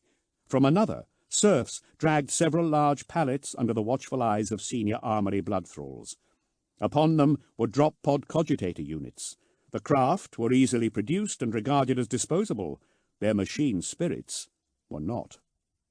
At the furthest end of the aft hangar slot, tall angelic statues were moulded into the walls. Armor-glass bay windows filled the spaces between their outstretched wings and arms that protruded into the void. Dante entered the small space encompassed by glass, and looked down upon the ruin of Asphodex. Knowing their master's moods well, his sanguinary guard kept a respectful distance. The ship shook with a discharge of bombardment cannons, sending withering salvos of lava bombs into the surface of Asphodex. Dante had ordered Bellerophon to empty the ship's magazines, and the Lord of the Heaven Gate was cleaving to his command. Asphodex's surface was buckling under the strain, a deep fissure opening in its crust. As tectonic plates unknitted, the glow of the world's secret fire was exposed. The blade of vengeance lacked the power to enact exterminatus on the planet, but Dante would scour it with flame, leaving little for the Tyranids to feast upon. Where it had not collapsed entirely, the world city of Phodia was a raging inferno, its thoroughfares traced in flame. Across the orange burn of world death, organic silhouettes floated, for around Asphodex swam a shoal of corpses. The giant void beasts were dead, their heavy crustacean shells cracked. Globular clouds of frozen fluids and chunks of flesh surrounded each with its own swarm of gory satellites. The frozen particulates of vented atmosphere masked the dull, clotted red of the red scar. A few of the ship beasts remained alive. The blade of Vengeance's escorts darted among them, finishing off those that were wounded with volleys of torpedoes. Flights of Stormhawks and Thunderhawks raced alongside their mothership, destroying ship-to-ship infiltration organisms and the directional bladders of fragmentation mines laid like so many eggs by the Xenos. The liveliest enemy ships listed drunkenly, feeble tentacles flicking at the coldness of space without purpose. The coordination the fleets had possessed was gone. Chaos filled the absence. They were easy prey, and the guns of the Blood Angels had a surfeit of targets. Lesser minds would see this as a triumph, but it would only be a matter of time before the ship beasts reorganized as the swarms on the surface had. The fleet was enormous, divided into several armadas attacking each of Kryptus's worlds. Hundreds of thousands of them had been destroyed. Too many remained, and this was but one splinter of High Fleet Leviathan, itself a smaller part of the greater Tyranid whole. They had done no more than lop off a fingertip. Dante dwelled on his disquiet alone. How many more worlds would he watch die? Privately, he saw this latest tyrannic war as unwinnable. No effort was great enough. Every victory against them had been won at enormous cost, and those victories were isolated instances in long lists of defeats. Who could defy the Tyranids if the Imperium did not? Not the Eldar, nor the upstart Tau. The former were divided, the latter's empire too small. Neither were sufficiently numerous. The Orcs would rage against the Devourer, but be consumed by the void spawn as methodically as Caprids strip a meadow and turn it to a wasteland. None of the galaxy's other myriad races were great enough to stand against them. If they were all to come together, they would last a little longer. Dante could not envisage unity among humanity. An alliance between species strong enough to overwhelm the great Devourer was an impossibility. Dante lacked Sanguinius's gift of foresight, but he could imagine a galaxy scoured of biological life easily enough, the bones of civilization picked over by Necron dynasties and other abiotic beings. Even they would not survive, but dwindle and die in the ruins. Looking out over the shattered mess of the Tyranid fleet, he found it all too easy to envisage the same scene played out over the skies of Terra, a final defiance before inevitable consumption. Corbulo knew. The sanguinary priest had the prophetic sight. He had become withdrawn of late, and haunted-looking. Dante could imagine the end. He was sure Corbulo had seen it. For all his early life, Dante had been taught to mistrust the alien. It was true, the least offensive Xenos harboured a deep perfidy. Lenience towards Xenos species brought a bounty of betrayal. But in all his long years, he had never truly hated them, not as some of his brothers did. Non-humans strove only to survive as mankind strove.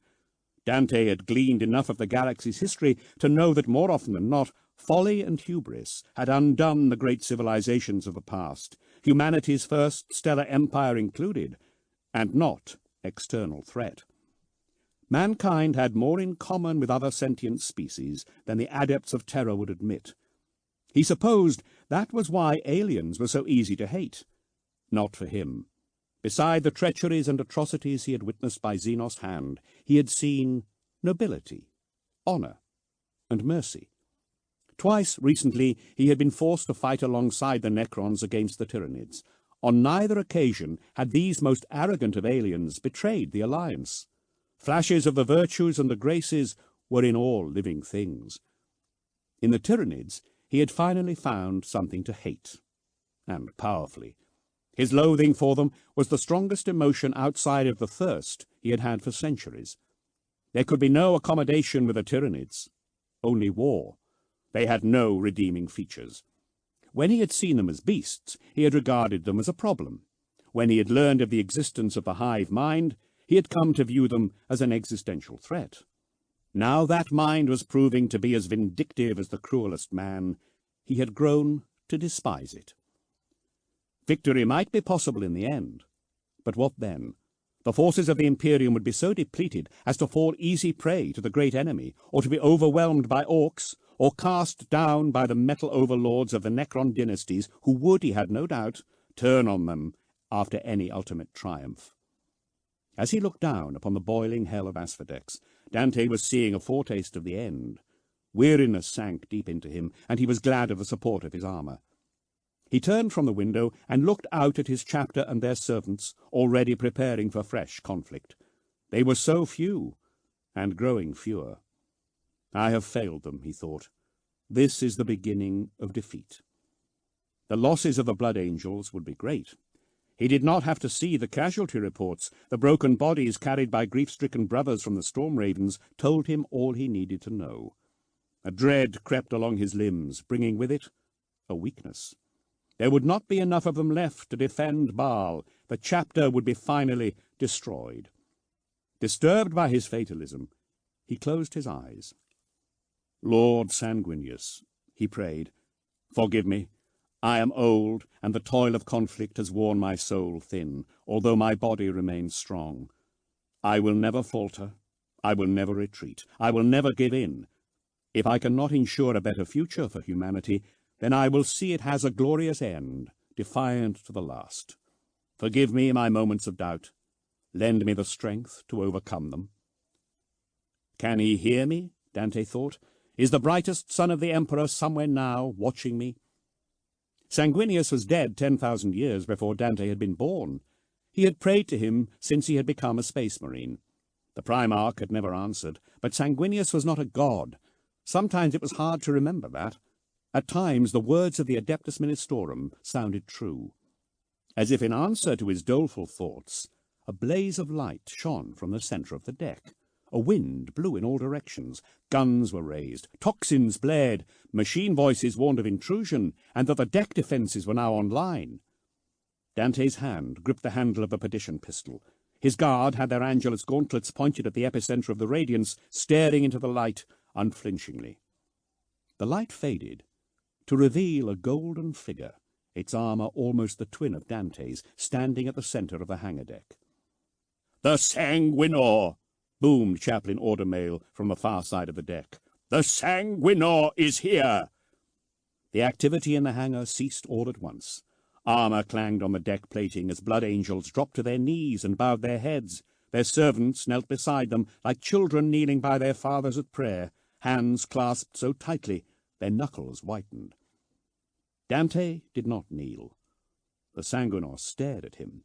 Broad wings of white ceramite spread either side of a face that resembled the one Dante wore, but whereas Sanguinius's face bore an expression of anger, on Dante's helm, his mouth wide in a silent war cry, the rendition on the Sanguinor's was troubled, with tears of gold rolling down its cheek. It was a mask Dante had seen many times before.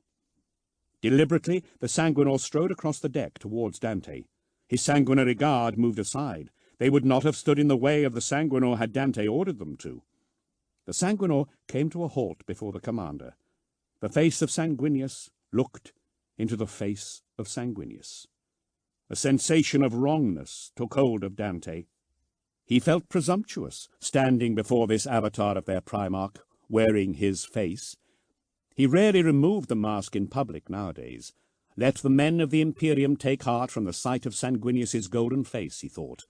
He had come to terms with the effect the mask had on others, even if it had at first disquieted him. Warriors responded to the visage of the Primarch. Sanguinius's face and Dante's deeds had become indivisible, welded together in the crucible of legend. So be it. But there was a reason for concealing his own face that went beyond pragmatism. As the years had coursed by, Dante had aged. He was old, and looked it. He only reluctantly revealed his face, though he was honest enough to see his motives had as much to do with pride. Many of the younger chapter members had never seen him without his helm. To them, his was the face of Sanguinius, as the face of death was the face of the chaplaincy. Standing before the Sanguinor so masked lacked humility. He hesitated, torn between the needs of preserving his own legend and acknowledging his individuality. His men had their heads bowed. None of them were looking at him. Sudden determination moved his hands to his helmet. He disengaged its seals and removed the death mask of Sanguinius smoothly and quickly, exposing his face to the Sanguinor. A distorted version of Dante was reflected in the burnished chest armour of the Sanguinor. Dante knew it well. His golden hair had turned as white as the Sanguinor's wings. The skins of ancient space marines became thick, seamed with shallow wrinkles akin to the cracks in leather. Dante had gone beyond that. Deep wrinkles covered his face, sharpening the fine bone structure of his gene-father to the point of brittleness. His eyes remained pale amber and clear as the morning, the same as his long-dead birth-father's eyes, but they were sunk into their sockets. The skin about his neck had begun to gather the first signs of loose folds. Without the medium of helm lenses, the Sanguinor appeared unbearably bright. Light shone from every surface of its armour. Once an inquisitor had challenged Dante as to the true nature of the Sanguinor. Dante had replied the Sanguinor could be nothing other than pure. He had come face to face with the being on many occasions. Always he had felt close to his gene-father in its presence, and comforted by his love for his sons. Almost like Sanguinius himself were there. The Sanguinor stared down at him. Dante was diminished by its gaze. "Why have you come, my lord?" Dante said, bowing his head. "Have I failed? Have you come to condemn me for this defeat?" The Sanguinor stared back at him in silence. In one hand it held its chalice, but it did not offer it to Dante's lips. Its sword was in its hand, but it did not seek for Dante's neck. If it were there to weigh Dante's actions, it had not determined its judgment. Are these events the will of our Primarch? Is his hand at work here? There were no words. The Sanguinor was ever silent. Dante dropped his voice to a whisper. Is there hope? Can Baal be saved? Dante expected no reply. There was not a single record of the Sanguinor ever speaking. The presence of the Sanguinor seemed to swell and fill his vision with its purity and its light. Ferocious in battle, a great peace surrounded it now, and it settled on Dante like a blessing. There is yet hope, said the Sanguinor. With a rush of air, it vanished. Amazed voices rose up all over the hangar. It spoke! The Sanguinor spoke! Voices called. Dante replaced his mask with shaking hands. Audimail came rushing to him, his black boots ringing off the deck. What did it say?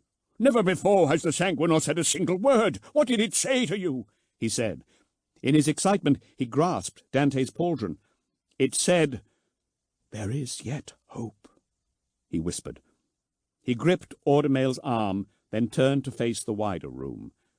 That there is yet hope, shouted Dante.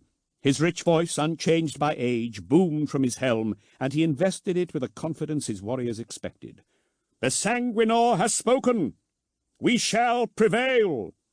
His warriors cheered. The blood thralls broke into song at seeing so holy a sight. Dante could not share their optimism, not in his heart of hearts. He watched them for a moment, proud and sad, and turned back to the window, ignoring the rush of questions Audimail bombarded him with. Disappointed, the chaplain saluted and left him alone. Outside of the windows, Asphodex was still dying, a spark to light a conflagration that would consume the galaxy.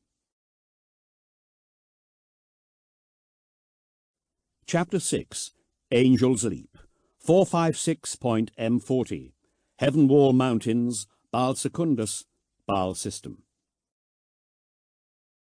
The pass continued down the mountains, out into fresh deserts of grey sand, studded with thorny trees. Columns of dust hung over caravans of nomad vehicles in the distance. Dominating the plain were the remains of a vast city, the spires at its centre still tall 12,000 years after the rest had been cast down in nuclear fire. "The Ghostlands," said Lewis, "the cities of the dead." The scope of the ruins was hard to fully grasp. Even though much of it had been covered over by shifting dunes, the city was many times the size of Kemrender, or even Celltown. "That means we're nearly there," said Florian without expression. He bade Lewis turn to the east again to follow a trail that went up and down the mountainsides. They followed this for 2 days, until it joined with a road paved with pitted rockcrete patched with cobbles. More trails wended their way up to meet the road on long flights of stairs, and they began to pass other travellers. Merchants led long trains of chained pack slaves by, angrily shoving them aside. Lone pilgrims were friendlier. They talked with these people, some of them families. "We're going to see the leap," one boy said as his parents smiled indulgently. "Are you going to jump?" Florian laughed and ruffled his hair. The father was delighted that his son had been paid attention to by potential aspirants. "Sanguinius's blessings upon you, my boys," he called after them, and gave them a bottle of precious water. Florian waved cheerily back at them. Lewis was gladdened to see the plainsman return to himself. Other families gave them food and shared news of lands far distant. Their eyes shone at the prospect of breaking bread with the boys that they might eat with future angels. Tinkers and itinerant craftsmen solicited them for trade until they saw the boys had nothing they could offer and moved on. "We go to the trial," Lewis said to those who approached them, and they shook their heads and shouted, "Good luck," and went on their way. There were men of more unsavoury aspect moving through the growing traffic too. Whether the boys' own travel-worn look protected them or their sacred quest to reach the trial, Lewis could not say. These lands and their customs were foreign to him. Before long they met other youths like themselves, boys of their age, sometimes younger, but none with beards, the last marker of manhood. Many carried the packs and bone tubes of the angels' wings. Others, some of them savage in appearance, seemed just as confused by the devices as Lewis had been. The tubes were surprisingly light, and Lewis quickly learnt from Florian how to carry them the most efficient way, resting on his shoulders with his right hand draped over the edge to steady them. Several times Lewis had a look through the pack, but could make no sense of what he was supposed to do with the broad spreads of membranous leather and their thongs and tying points. The road was wide and well maintained. The slopes became stairways. Wells were set every 10 miles, open to use by all. Inscriptions in the high tongue proclaimed them the gifts of the lords of Baal. Thirst ceased to trouble them. "Baal Secundus," said Florian, laboriously reading one such inscription, ignoring the angry jostling of the men behind him. "What's that?" "That's here," said Lewis, fighting to fill his bottles amid the jostling travellers. "It's the angel's name for Balfora. Barlind is Baal Primus." "What's Baal, then?" said Florian. Lewis pulled a face. "That's just Baal, yes?" A rough hand grabbed at him and pulled him away from the well. "Watch it," he said. A man with a rad-scarred face jabbered at him in a dialect Lewis couldn't understand. "Let's move on. I don't like it here," said Lewis. The stairs steepened, winding their way back up into the mountains, narrowing and crushing the people together. They saw more and more youths making their way to the Angel's Leap. A few nods of acknowledgment were the friendliest signs that passed between them. They were rivals, and at times the looks they received were openly hostile. At a point higher than any the boys had yet ascended, the stairs reached the end of their climb, abruptly switching downwards over a sharp ridge into a hanging valley. To the east rose an enormous, bare-shouldered mountain composed of unnaturally smooth sandstone that looked impossible to climb. Streaks of snow marked its lofty head like clawed scars. Florian drew Lewis's attention to a flash of gold on the peak. "The high statue," he said. "The angels mark the place Sanguinius was said to have landed after his first flight. Here, at Angel's Leap, he trusted his wings for the first time and took to the air. This is holy ground, my friend. Can you believe it?" The valley was crowded with a city-sized camp of people. Tents and stalls spread colours across the dull stone. Massive pens held food animals. There were no vehicles. All of the teeming masses had come on foot to witness the would-be aspirants take their flight of faith. To the west, the valley ended dramatically over a giant canyon, the far side tinted yellow by the dusty distance. On the very brink of the valley rose a tall pinnacle of black rock, thrust out from the red stone as violently as a sword through flesh. It leaned out precariously westwards over the canyon. Lewis's heart flipped at the sight. Crowds of youths clustered around its base, tiny as salt mites. At its tip, figures flexed wings and leapt. Flocks of what looked like birds, but which had to be boys like himself, circled on the thermals. A few dived down into the canyon and soared away. Others alighted, coming from the opposite direction along the currents of the Wind River. "From that column Sanguinius first flew," said Florian. His eyes gleamed. "Is this the only way?" Lewis said weakly. "Not the only way, but the quickest. It's days on foot to Angel's Fall from here through the mountains, the cracked lands and worse. You can do it in 10 hours if you fly. People from the deserts and the mountains see the leap as a test of manhood, and my father said that the angels look favourably on those who make their way to Angel's Fall by the Wind River. The river is dangerous, and blood eagles haunt its side valleys, but if you pass them all, you're on the way to being chosen. It's practically part of the trial. You're lucky you met me," said Florian. Then the cheer drained from his voice, and he mumbled, "You're lucky Daniel died. You'd have no wings otherwise." Lewis could only nod in response, too numb to offer words of comfort to his friend. His mouth was dry, and not just from the altitude. The floor of the canyon wasn't visible from where they were. It must have been a drop of 5,000 feet at least. On the edge of hearing, a rushing, booming noise impinged on the sounds of hawkers and entertainers below. "That's the Wind River," said Florian. "I've never flown before," said Lewis. The thought sickened as much as it exhilarated him. "Then you better learn quick," said Florian. He laughed and punched Lewis in the shoulder. "Don't worry. Messengers come this way from out of the Ghostlands to Angel's Fall all the time. Most of them don't die." They went lower, watching as more figures jumped from the pinnacle. "Some of them are leaving now, but there will be a race," Florian explained. "Whoever wins that is sure to be chosen, or so they say." He asked around to ensure they knew the day it would occur. "We're leaving tomorrow," he said after one conversation. "We're just in time. The race will begin in the morning." As they descended, the camp seemed to grow in size. More people were arriving, coming down the narrow stairs into the valley in a long stream. Tents and awnings were anchored over ancient dry stone wall bases. Lewis hadn't expected this, but the trial was evidently good business. Men and women sold water and salt, food of all types, even fresh vegetables grown in far-off geodesic domes to the crowds. A good many of these people proved to be the parents of potential aspirants. Florian looked longingly at the wares on display as they pushed their way through the throngs. When Lewis produced his stack of lead coins, his eyes bulged. "You could have bought your own wings with that. I was wrong about you, Salty. You're full of surprises."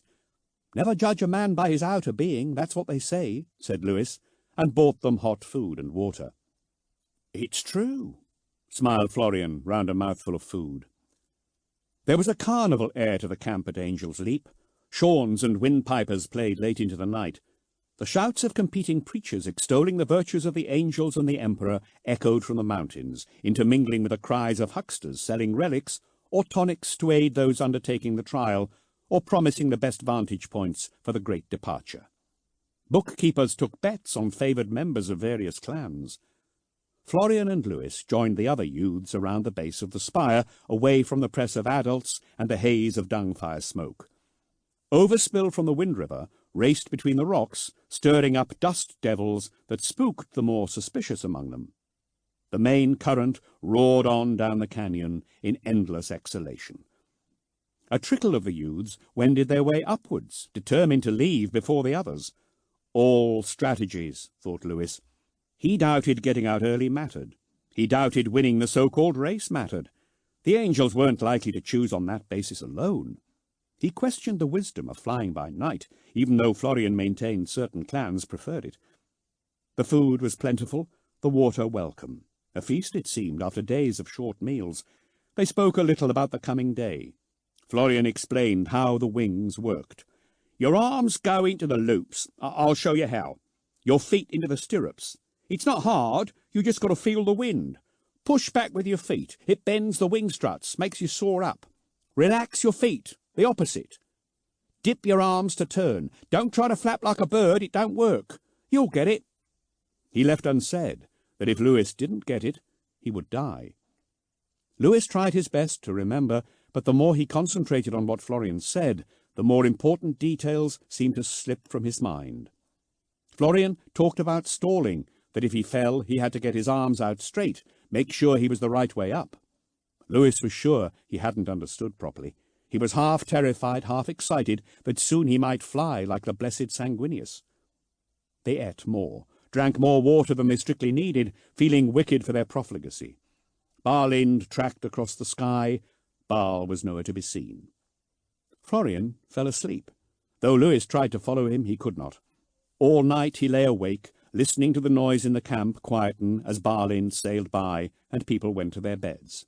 The canyon roared at first night, the wind river quickening with the night wind, dying back when true night fell, but never ceasing, like the wailing of the mothers soon to lose their sons. Eventually, he fell asleep. Florian woke Lewis. The sky blushed decorously with dawn. A clamour of cymbals and harsh clarions greeted the new day. Priests shouted hoarse praises to the Emperor of mankind, thanking him for allowing the sun to return. The wind blew as it had for thousands of years, weaker slightly in the morning, but rising as the sun warmed the deserts that fed it. "You all right?" "I didn't think I'd sleep at all," said Lewis. He yawned, then he remembered what he was to do today. His stomach turned queasy as adrenaline burned tiredness from him. "Breakfast," said Florian. Lewis looked at the remnants of their supper. "I don't feel like eating," he said. "Neither do I," said Florian. "Come on. Better sooner than later." "We should leave our gear.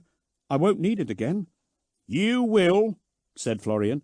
"You'll need water and food if you crash and survive, and you'll need money if you're turned away from the place of trials at Angel's Fall. Leave what you can't carry, that's all. You don't know what'll come in useful." Lewis agreed to the sense of this, so he abandoned only some of their gear. He left behind Daniel's clothes and those he had taken from the corpse. He took 2 full bottles of water and left the rest. He felt a pang of regret as he lay his staff down, but he could not possibly carry that. He touched it gently to feel the grain of the wood one last time. Once they were behind him, a weight lifted from him, as if he were laying his old life to rest. A long, winding stair went up to the pinnacle of Angel's Leap. Many of the youths had roused themselves already and thronged the way.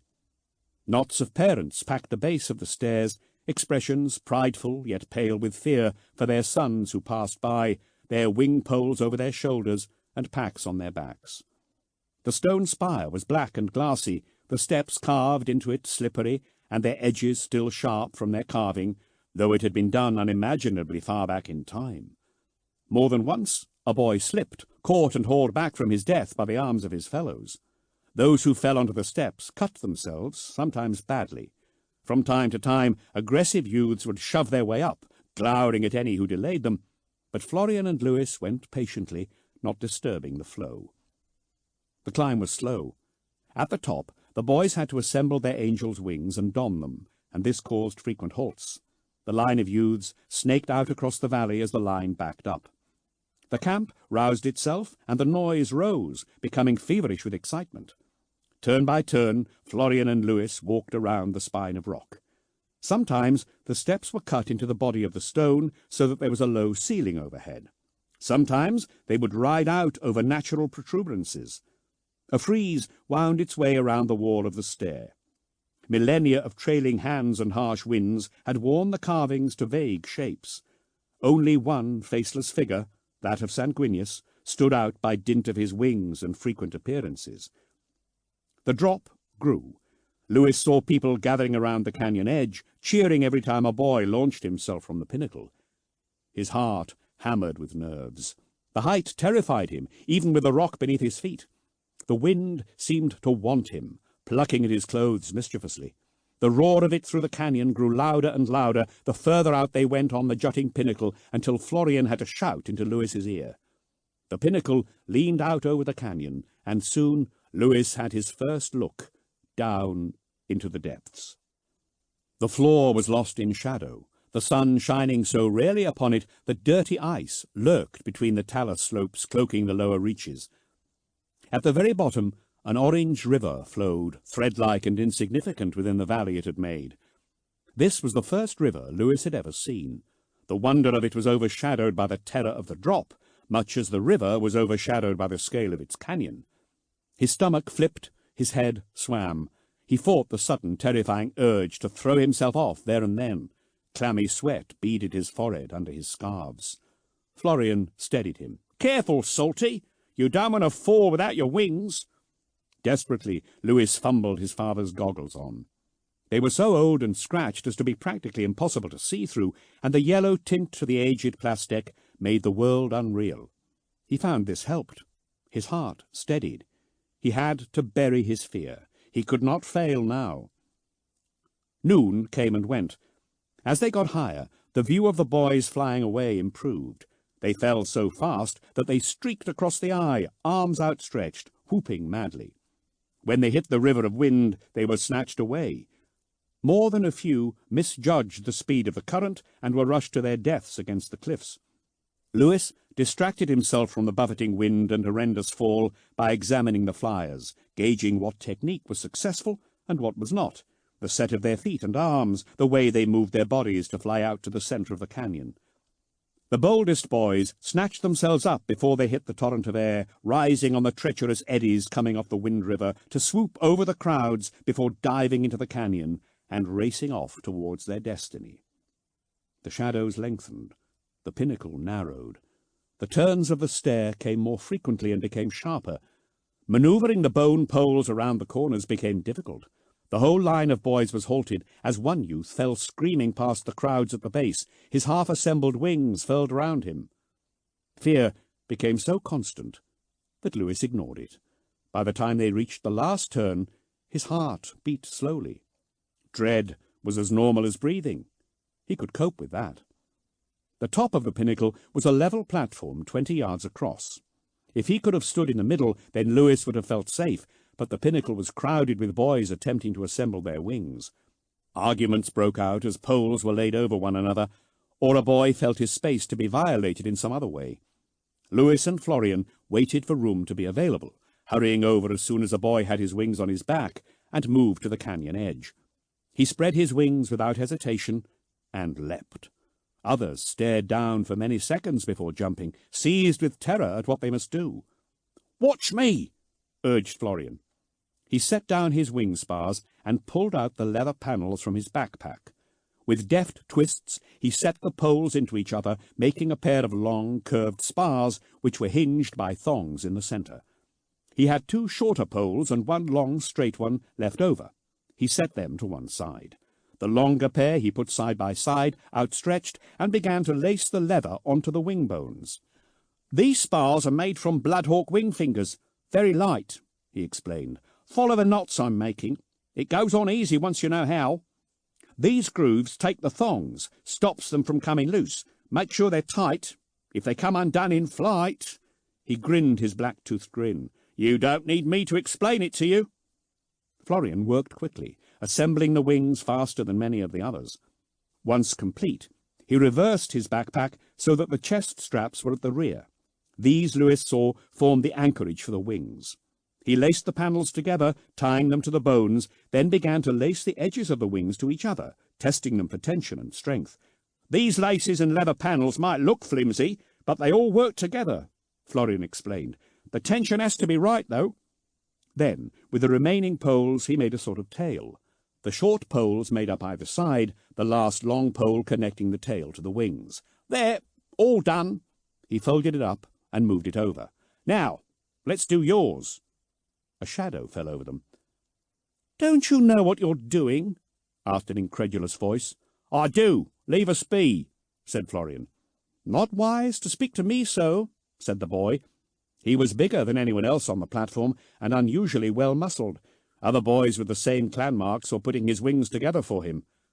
"Who are you to speak to me in such a way?" "Flat Desert Clan," said Florian. "I'll talk to you how I please." He continued lacing up Lewis's wings.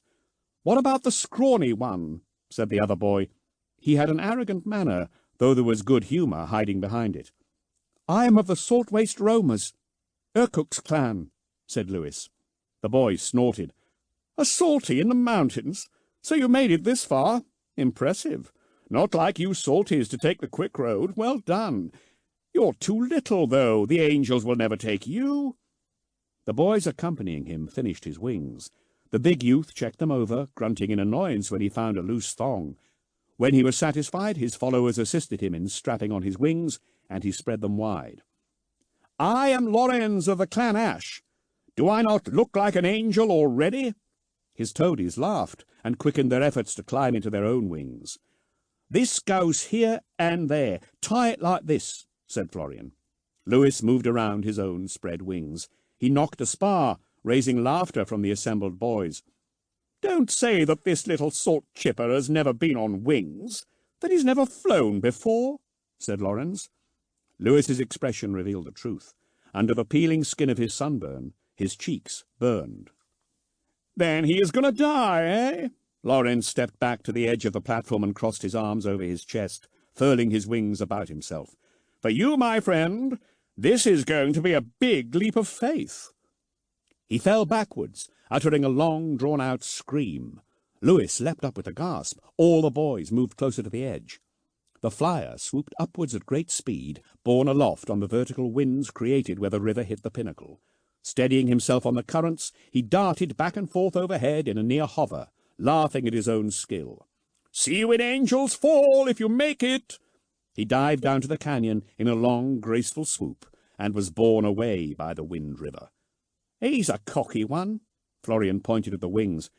"We're finished. It's our turn." Lorenz's friends turned to their own fates now their leader was gone, leaving Florian to help Lewis into his wings. His hands gripped straps sewn to reinforced panels. His feet were set into loops attached to the tailbones. Florian told him to spread his arms, and he laced the wings into place. "What about you?" asked Lewis. "There's a way to do it yourself. I'll be fine. Remember, push back with your feet to flex the spine and change the shape of the wings. Dip your arms to turn. Don't, for the love of the great angel, try to flap your arms. You glide, you got that? No flapping. If you stall, get your arms out, face down. Stay on your front." Florian opened Daniel's pack on Lewis's front and loaded it with food and water. The last item that went in was a water bottle plugged with a clay cap, from which protruded a hollow bone. "Drink from this when you need. You will get thirsty. Don't be tempted to stop. You won't be able to get airborne again. If you need to piss, do it in your pants. Now, are you ready?" Florian slapped him in the chest, exposing his black teeth. Lewis nodded mutely. His heart in his mouth, he approached the edge of the pinnacle platform. The edge was smooth and treacherous. The movement of his feet was restricted by his wing rig, and he nearly fell when he spread his wings and the wind caught them. He tottered. Lawrence's last couple of cronies tittered. Their contempt steadied him. At his feet, the world opened. The crowds were watching him. He was not a frightened boy to them. He was a lone silhouette on the edge, an angel in the making. "When you're ready," said Florian. "No point delaying," said Lewis. But he couldn't jump. He thought it several times. His muscles tensed, but something in his limbs rebelled and rooted him into place 5,000 feet above the rusty river.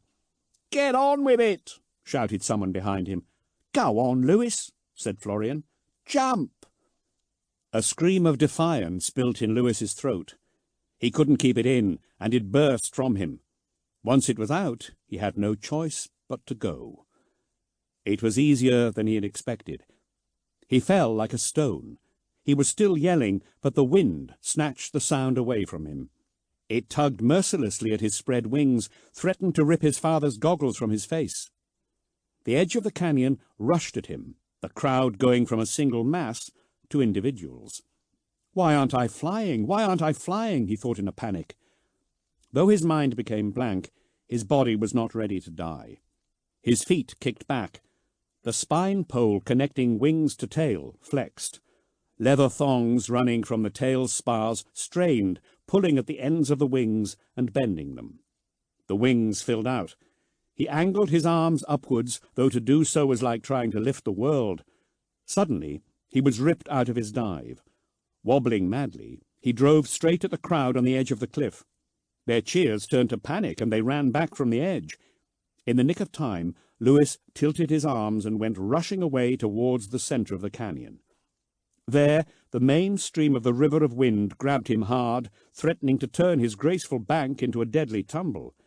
He managed to correct himself, and he was away, chasing after other winged boys at 100 miles an hour. The roar of the wind dropped as he matched its speed. He strained his neck to look behind him and got a brief view of the hanging valley. But the motion upset his flight, and he faced resolutely forwards after that. For an hour he flew rigid and scared. After a while he detected differing notes to the wind's song, strange slappings when it encountered bluffs or shoulders in the rocks, hooting where it passed through storm-worn arches. These sounds affected the invisible flow of the air, and he learnt quickly what they meant. The wind gave the air a sense of solidity, so much so that Lewis could fool himself he was not high above Killing Stone, but sliding belly first down a sand dune. He began to experiment, twitching his arms and feet, sending himself into wide curves or up and down. As his experiments became bolder, he discovered that if he were to dive quickly then climb smoothly, he could increase his speed, or that if he rose up high he would slow so that it seemed he hung there, the world spread out beneath his belly. Once he almost stalled himself doing this, but Florian's instructions ran through his mind, and he recovered. Soon he was overtaking other boys or chasing them down the quickest streams of air. He was flying like an angel. He laughed at the joy of it. Even if he were turned away by the angels, at least he would have the memory of this to take to his grave. Minutes of joy turned to hours of tedium. Keeping his arms and legs braced made them ache. He could not relax, and slowly but surely the discomfort became tortuous. Performing turns and dives alleviated the ache, but at the cost of tiring his limbs further. Soon his muscles sang with agony. The day crawled by. Thirst bothered him. He found he could not reach the bottle on his chest without sending himself into a dangerous dive. He snatched a sip or two, but large refreshing gulps remained tantalizingly out of reach. The canyon curved off its northern path, turning to the northeast. The wind currents became erratic as they encountered the turn, breaking into choppy vortices, reflected back off the cliffs. For a few moments, Lewis's pains were forgotten as he fought his way through. A pair of boys ahead got into trouble, tossed up and down until they were pushed into a long glide yards above the canyon floor. They were forced down and landed awkwardly. The wind buffeted him, and he dropped lower and lower. He feared the same fate awaited him. With a final effort he pushed the leading edge of his wings upwards. They juddered along his arms, the leather flapping. Then he punched through the turbulence, leaving the grounded boys far behind. For the next half an hour he expended much effort in regaining height, and remained wary of the lower reaches for the remainder of his journey. The mountains on the eastern side of the Wind River diminished and became hills. Those on the other stayed tall, but turned suddenly west to march into the desert, leaving high tablelands behind them. The canyon's eastern edge softened and dropped. The west remained a mighty cliff, topped by a plateau riven with gullies. The day had been old when Lewis departed, and the sky darkened. Deep red evening light turned the land to blood. The Wind River weakened. Lewis slowed. He risked looking back. A train of winged boys stretched away into the canyon. Florian could have been any one of them. Thin screams had him looking forwards once again. For a second he thought that some of the youths had turned on their fellows, for the canyon ahead was full of black, wheeling shapes, diving at each other. Then he saw through the failing light that some were men and some were birds. "Blood eagles," he said. A flock of the giant raptors was plunging from on high, stooping on the fragile angel's wings and sending boys spiraling to their deaths. They left the meat for later, smashing passing youths out of the sky in their frenzy to take advantage of this seasonal glut. Helplessly, Lewis drew closer to the aerial brawl. The raucous screeching of blood eagles and the screams of dying youths rent the air. The birds were everywhere. Their graceful bodies were bigger than grown men. 4 powerful talons sprouted from their feet, and these were but the least of their armory. The majority of their heads were dominated by huge beaks, long as swords. The lower portions fitted into a slot in the upper, snug as the blades of shears. They were blunt tools for crushing bone, and weighty because of it. Long wattled crests, the colour of blood sprouting from the back of their skulls, counterbalanced these brutal natural weapons. Though their beaks made them appear ungainly, they were nimble flyers, and far more agile than the gliding boys. The blood eagles powered themselves upwards with beats of broad wings, turned and fell again, wings bent, claws outstretched, pouncing on the steady flight of youths. For every 10 youths felled, only 1 or 2 were making their escape. Lewis was horrified. To die here, a victim of mere chance. "Emperor, if you truly do watch over us all, aid me now," said Lewis. He forced his angel's wings into a sharp bow, and by leaning towards the cliffs, went into a steep turn. He flipped his wings up, catching the wind directly.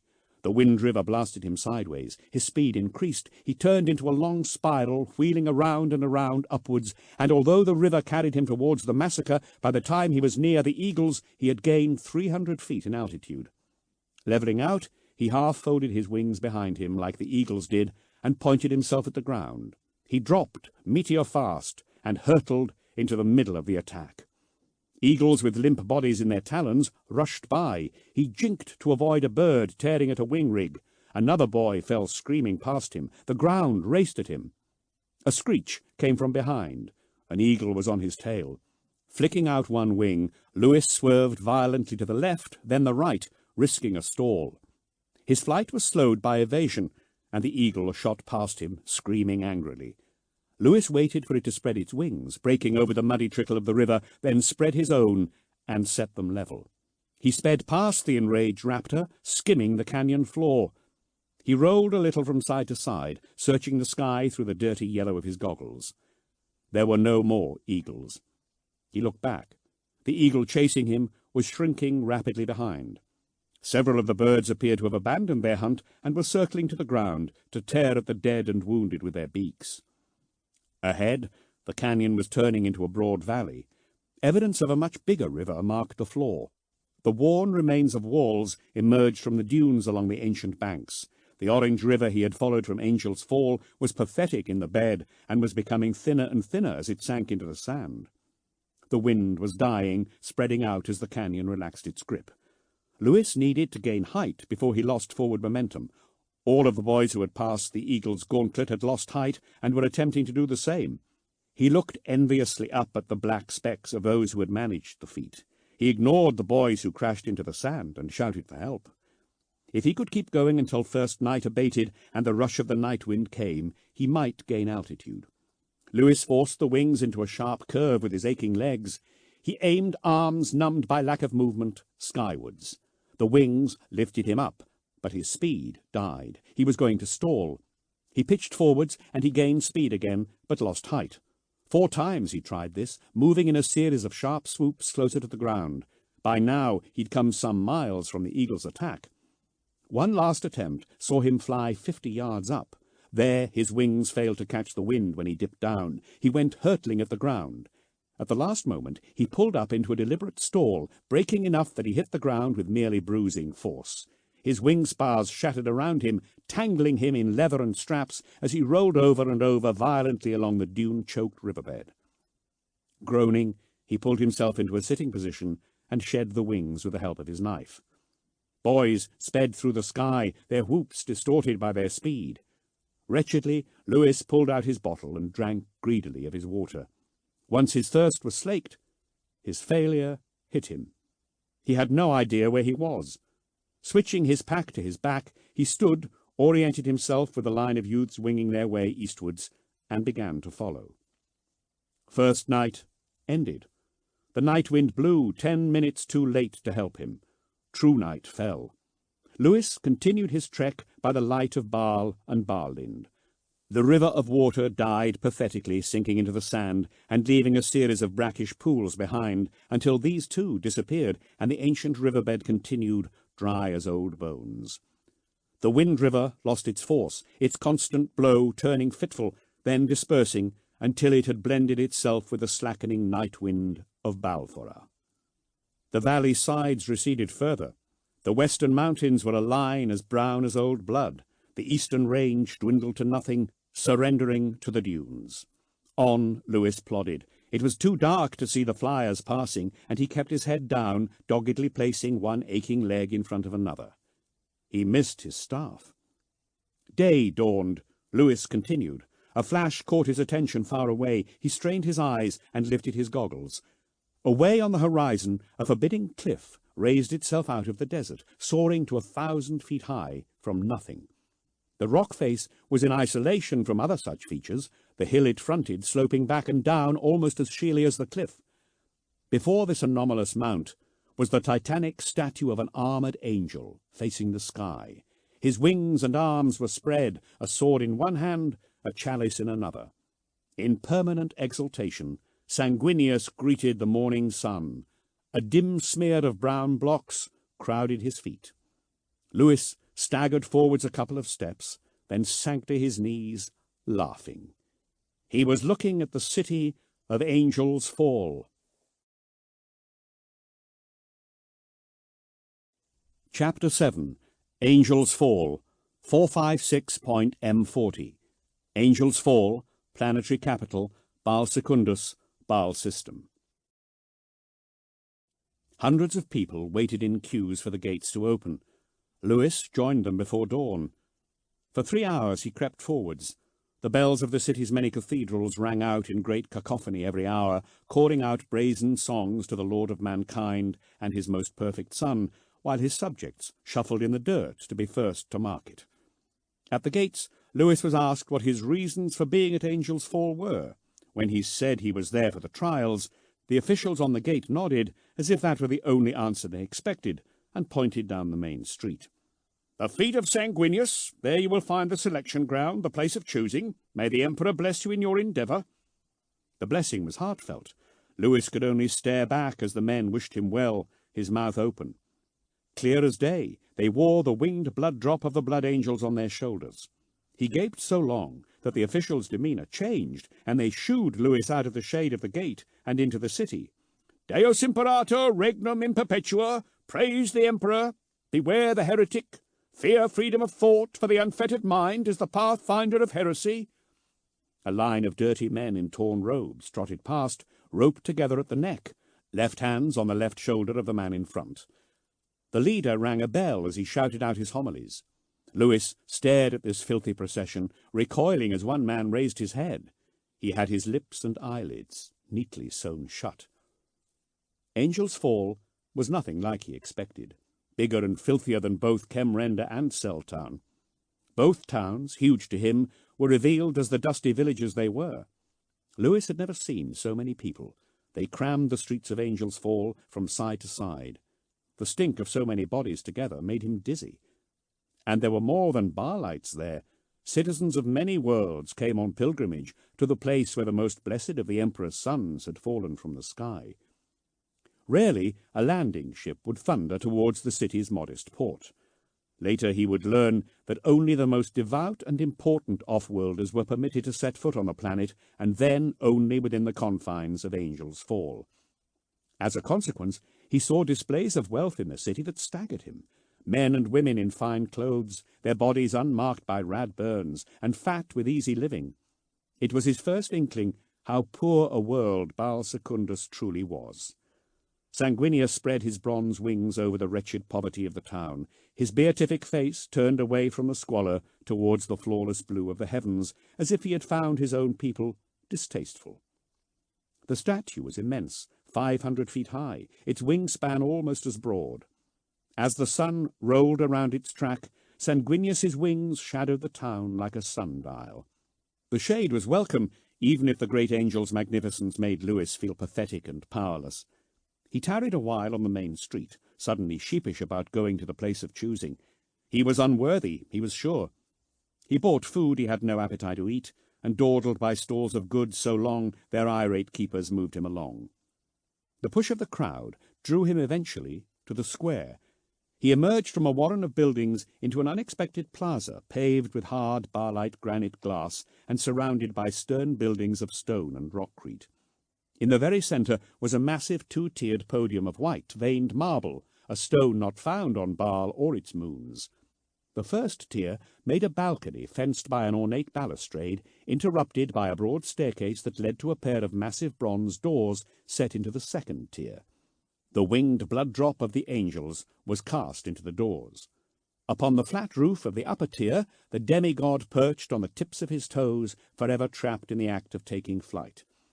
Overwhelmed by the sight of Sanguinius so close, Lewis fell to his knees and mumbled a prayer, shamed at his presumption of coming here to serve him. Others, more jaded than he, banged into his back as he knelt. He did not care. Several minutes went by before he dared stand and look upon the great angel again. Everything else in Angel's Fall was caked in a layer of dust. The animal smells of dung and richer stink of human ordure clung to its streets, but the monument and its statue were pristine. Hideous amalgams of man and machine moved over it, constantly mopping away the sands of Balfora's deserts as soon as they settled with gallons of precious water. The washers were followed by polishers, whose hands had been replaced with soft buffing tools. Around the base was an artful garden, watered by the constant stream sluiced over the stone. The brilliant greens, reds, and yellows of the flowers were strange and somewhat frightening to Lewis's eyes. About the garden gathered hundreds of boys, different hues of skin and build, wearing clan marks ranging from the discreet to the bizarre. Most Lewis did not recognize, but for all their diversity the majority were united in their disbelief at the city. Hesitantly, Lewis went to join them. Among the boys, Lewis found sleeker youths for whom the city held no novelty. They were better fed and not so scarred by radiation and scouring sun. These were natives of Angel's Fall. They had not endured what he had, and yet they were to be accorded the same chance as Lewis. He saw this as a gross injustice. His fists clenched involuntarily. He wanted to hit them, to punch them in their perfect faces. His sudden anger surprised him. He turned away from these boys, seeking out others more like him. No matter how hard he looked, he found no others of the Saltroma clans. Wiry arms wrapped around him. Lewis let out a sharp cry, drawing nervous laughter from the crowd. He turned around, ready to rebuke whoever had the presumption to grab him. He was on edge now, a greater terror than he had felt at any time of his journey, fueling his temper. "Get off!" he snarled, throwing off the arms and whirling round. "Lewis! It's me!" Florian's black-toothed smile and reeking breath greeted him. "Florian!" said Lewis. Florian embraced him in a fierce hug. "I thought you were dead. I thought the Blood Eagles got you." "They nearly did," said Lewis. "Your first flight, and you made it through." "It was his first flight," Florian said to the nearest boy.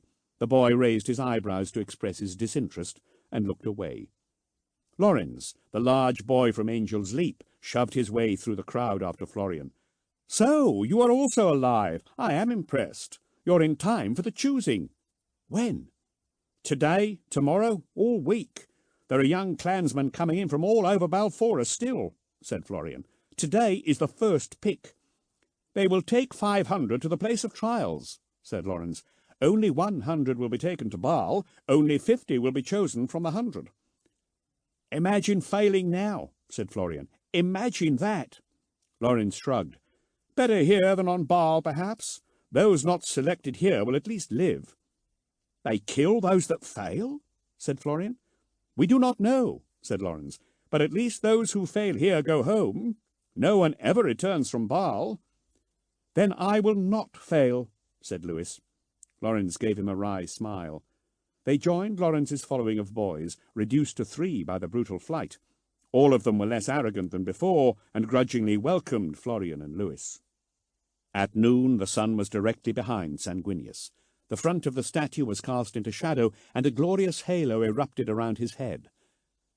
At the precise moment the sun wreathed Sanguinius's face in fire, the bronze doors on the podium opened, and a clarion fanfare of exquisite purity sounded. From out of the monument came a score of men in red robes, their faces hidden in hoods.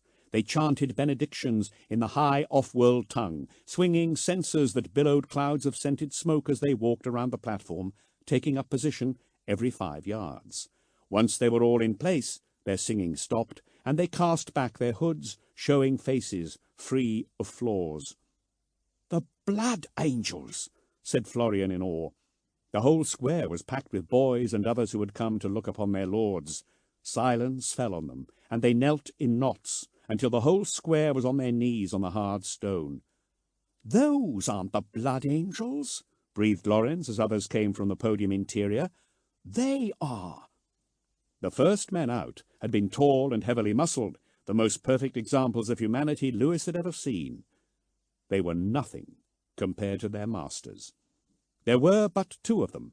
One was armoured in bone-white armour and blood-red robes, a velvet sack at his waist, and a bulky device wrapped around his right gauntlet. The other was a giant in grim black battle-plate, decorated with bones, skulls, and other signifiers of mortality.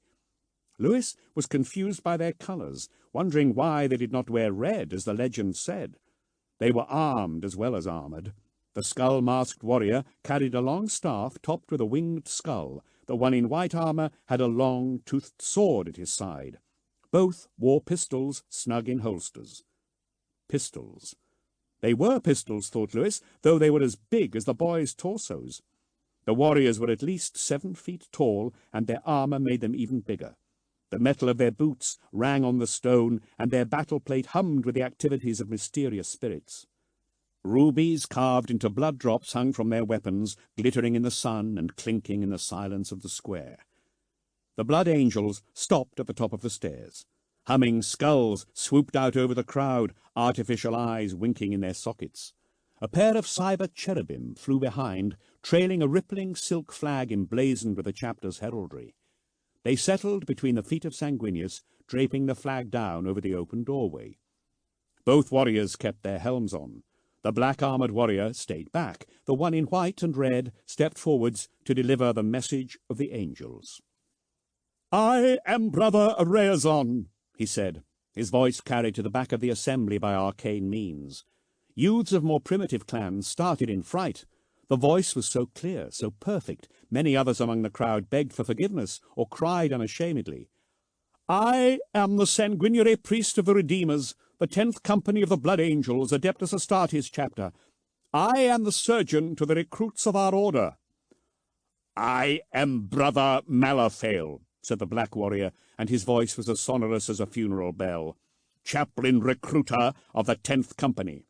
It is we who will judge you worthy or not of proceeding from this place of choosing to the place of trials. There you shall be tested by our captain. Most of you shall be found wanting." They swept the crowd of dirty, malnourished boys with their helm lenses. Arezon's eyes rested on Lewis a moment. Lewis held the unblinking gaze despite the pressure of his regard. There was no expression to be read, but Lewis felt contempt and pity and a fierce, unattainable pride. "The path to elevation is arduous and fraught with peril," said Arezon. He spoke fairly with an eloquence rare in the desert clans. "Of the many hundreds of you we choose, only a handful will be suitable in mind, soul, and body to join our ranks. A number of you that fail will die. Those of you who succeed will be pledged to a life of service to the Emperor, and in that service you too shall die. Yours will be a life of constant war and hardship, with no satisfaction but that of war, and no rest but that of death. There will be no love but that of your brothers, no family, nothing to pass on to future generations, save the stories of your deeds and service to humanity preserved in our chapter records, and from those too you shall eventually fade. You will pass from the knowing of your clans. They will not learn if their sons dwell among the angels or have died in the attempt. Life on Baal Secundus is hard, we know this well, but it is life. To become an angel of death is to embrace death. It is to become death." He paused and looked over the kneeling crowd again. "Look you upon the visage of my brother chaplain. This death's head is the future for you all, whichever path is chosen. We shall offer you a final choice, to be assured of the place of your death. Many of you have suffered long journeys to come here, have staked everything on the possibility of joining our brotherhood. Nevertheless, there is time to change your minds. Those of you who are wavering now should turn away and leave. Choose life over death, however short and cruel that life will be, and none shall judge you poorly. Those who do not, and who are chosen by my brother and I here, your life shall no longer be your own. That is the covenant we make between us. There can be no breaking of it once it has been entered into. So then speak. Who will leave?" called Arezon. Falteringly, a boy got to his feet. Head bowed, he pushed his way from the square, a ripple of turning heads following him. Where one had gone, others followed, breaking from the crowd in shameful silence. Scornful whispers hissed after them. "Do not judge, lest ye yourselves be judged," shouted Malaphael, and his voice was stern. It too was amplified by some means, and boomed off every surface, startling the crowd. Youth and adult onlooker alike begged for forgiveness. The Black Angel swept his staff of office around at shoulder height. His huge shoulder pads shifted to accommodate the movement, growling softly as if alive. "In acknowledging a lack of courage can be found courage. Some of these boys will be your future leaders, your husbands, the fathers of your children. By fulfilling that role, they are the future of the Blood Angels too, for their sons will come here one day, and lo, they shall look upon the face of our Lord Sanguinius, and they shall know no fear. For a man to acknowledge the true measure of his worth, no matter how paltry, is a moment of holy revelation. Do not scorn them." The crowd quieted. Lewis looked around quickly. Perhaps 50 or so boys from the hundreds who had originally gathered there had gone. "I ask again, who shall leave?" Arezon shouted. No one else moved. "Very well. You who remain have consented to be tested. Your life now belongs to us. Begin," he declaimed, lifting his hand and letting it fall. Half the red-robed thralls came down from the podium and went among the crowds. They selected boys, pulled them to their feet, and led them trembling to the feet of the Blood Angels. The bravest of them shook in fear. The weakest wept uncontrollably to be so close to such godly power. The sanguinary priest took out a device from his belt, put it near the boys, then consulted it. The white angel spoke to each of them, too silently to be heard, and pulled aside items of clothing on some to perform physical examinations. Malaphael gave his opinion with a tiny nod or shake of his head. The boys were led to one of 3 groups in front of the statue's garden. From these areas, the crowds were pushed back to make space for the growing selection groups. This went on for some time. The crowd shrank. The 3 groups of boys grew. Lewis's turn came. He was grabbed and taken up the steps. A Rheazon stood over him, taller than the statue itself, so it seemed. He had a strange odour about him, a mix of machine oils, perfume, and a sweet coppery scent Lewis could not place. A Rheazon's device was laden with needles that pierced Lewis's skin when pressed against it. The boy gritted his teeth against the pain. A Rheazon smiled. "You bear the testing well." The device made a musical note. A green light shone from its insides. Lewis could not keep his eyes from the wonders of the angels. Technology on Baal Secundus was rugged, most of it battered. All the parts and materials for it scavenged from rad-wasted cities and endlessly recycled. He had never seen such elegant machines. A Rheazon tugged aside Lewis's shirt, exposing the sores on his chest. "Some contamination, nothing too extreme," a Rheazon said to a thrall working by him. The man scribbled notes onto a long roll of parchment spilling over a portable writing desk strapped to his chest. "Tell me, what is your name?" "Lewis, my lord," said Lewis. Appalled at how meek he sounded, he stood taller and said again with greater force, "Lewis, my lord." "You appear frightened, Lewis." "I am frightened, my lord." "And honest, an admirable quality," said a Rheazon. His voice was kindly, if harshened by his armoured suit's emitter, but his aspect was warlike. His armour hummed. A blow from the sword at his side would turn Lewis into scraps of flesh.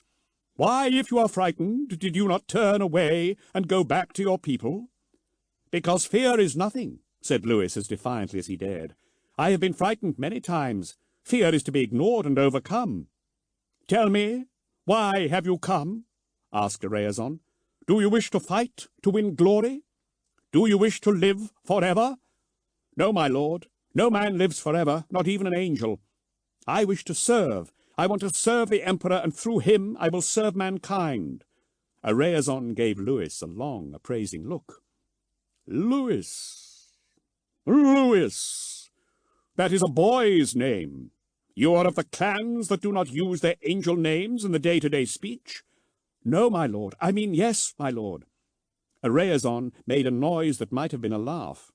"I understand. You will have to reveal it if you are to be chosen."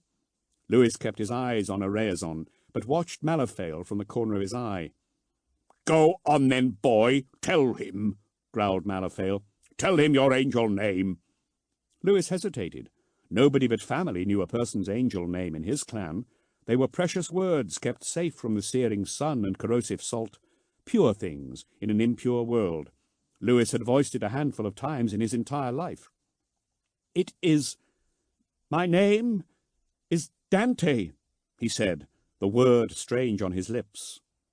"Your opinion of Dante, brother?" asked a Rheazon of Malaphael.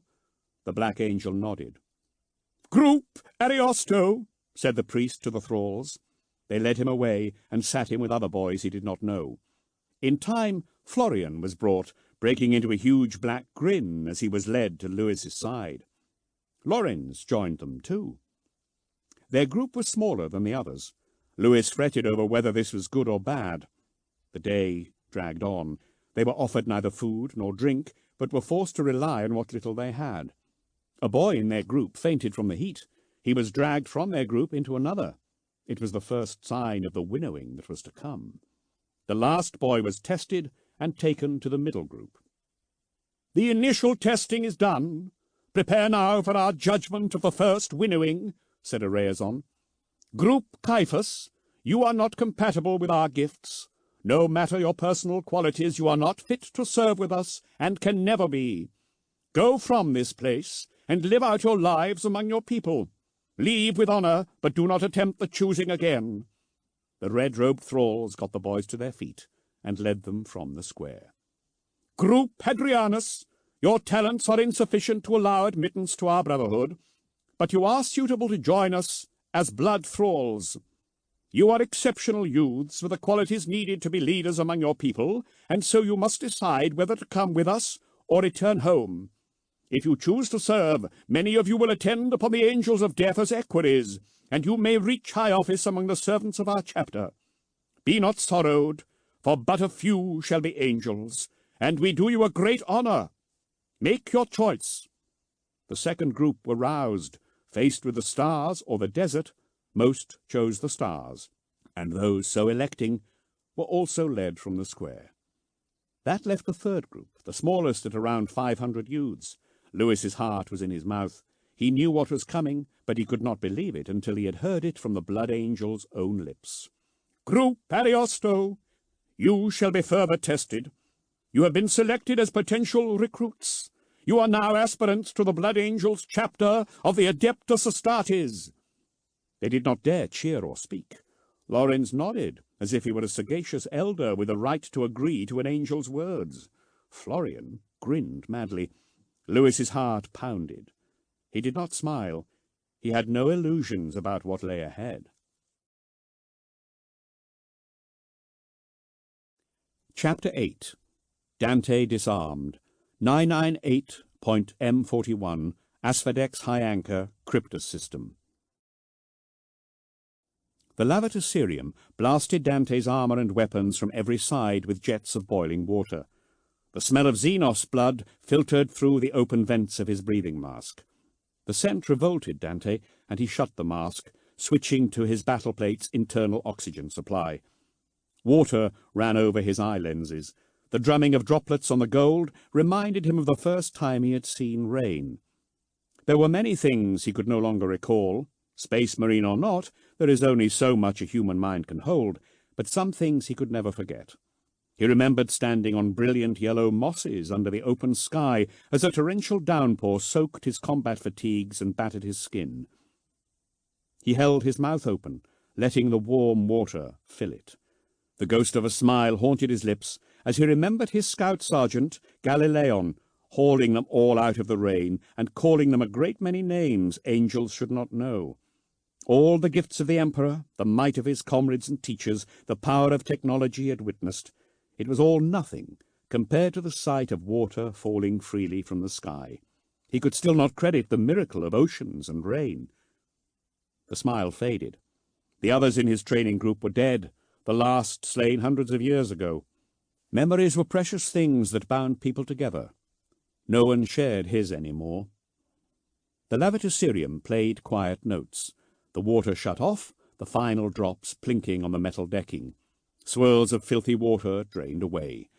A broad-sweep decontamination laser played over the armor, flash-drying the water and killing everything on the surface. Superheated steam burst all over him. He could not feel the scalding heat. The rapid increase in temperature registered as a brief flicker on the faceplate readouts of his sensorium. The door opened onto his armorium. The cleaning was not complete. The decontamination was ineffectual, a ritual that had lost all practical use with time. The armor was still filthy. Alien fluids were caked in every crevice, gumming up the ribbing of the flexible joints, encrusted in the sculpted musculature of his torso. The jewels that studded his plates were rimmed with gore, but the wash was a start on the slow road to purity. He stepped out. The door closed, shutting away the utilitarian machinery of the Lavatusirium, and leaving him surrounded by beauty. Dante's personal armorium was a haven of peace.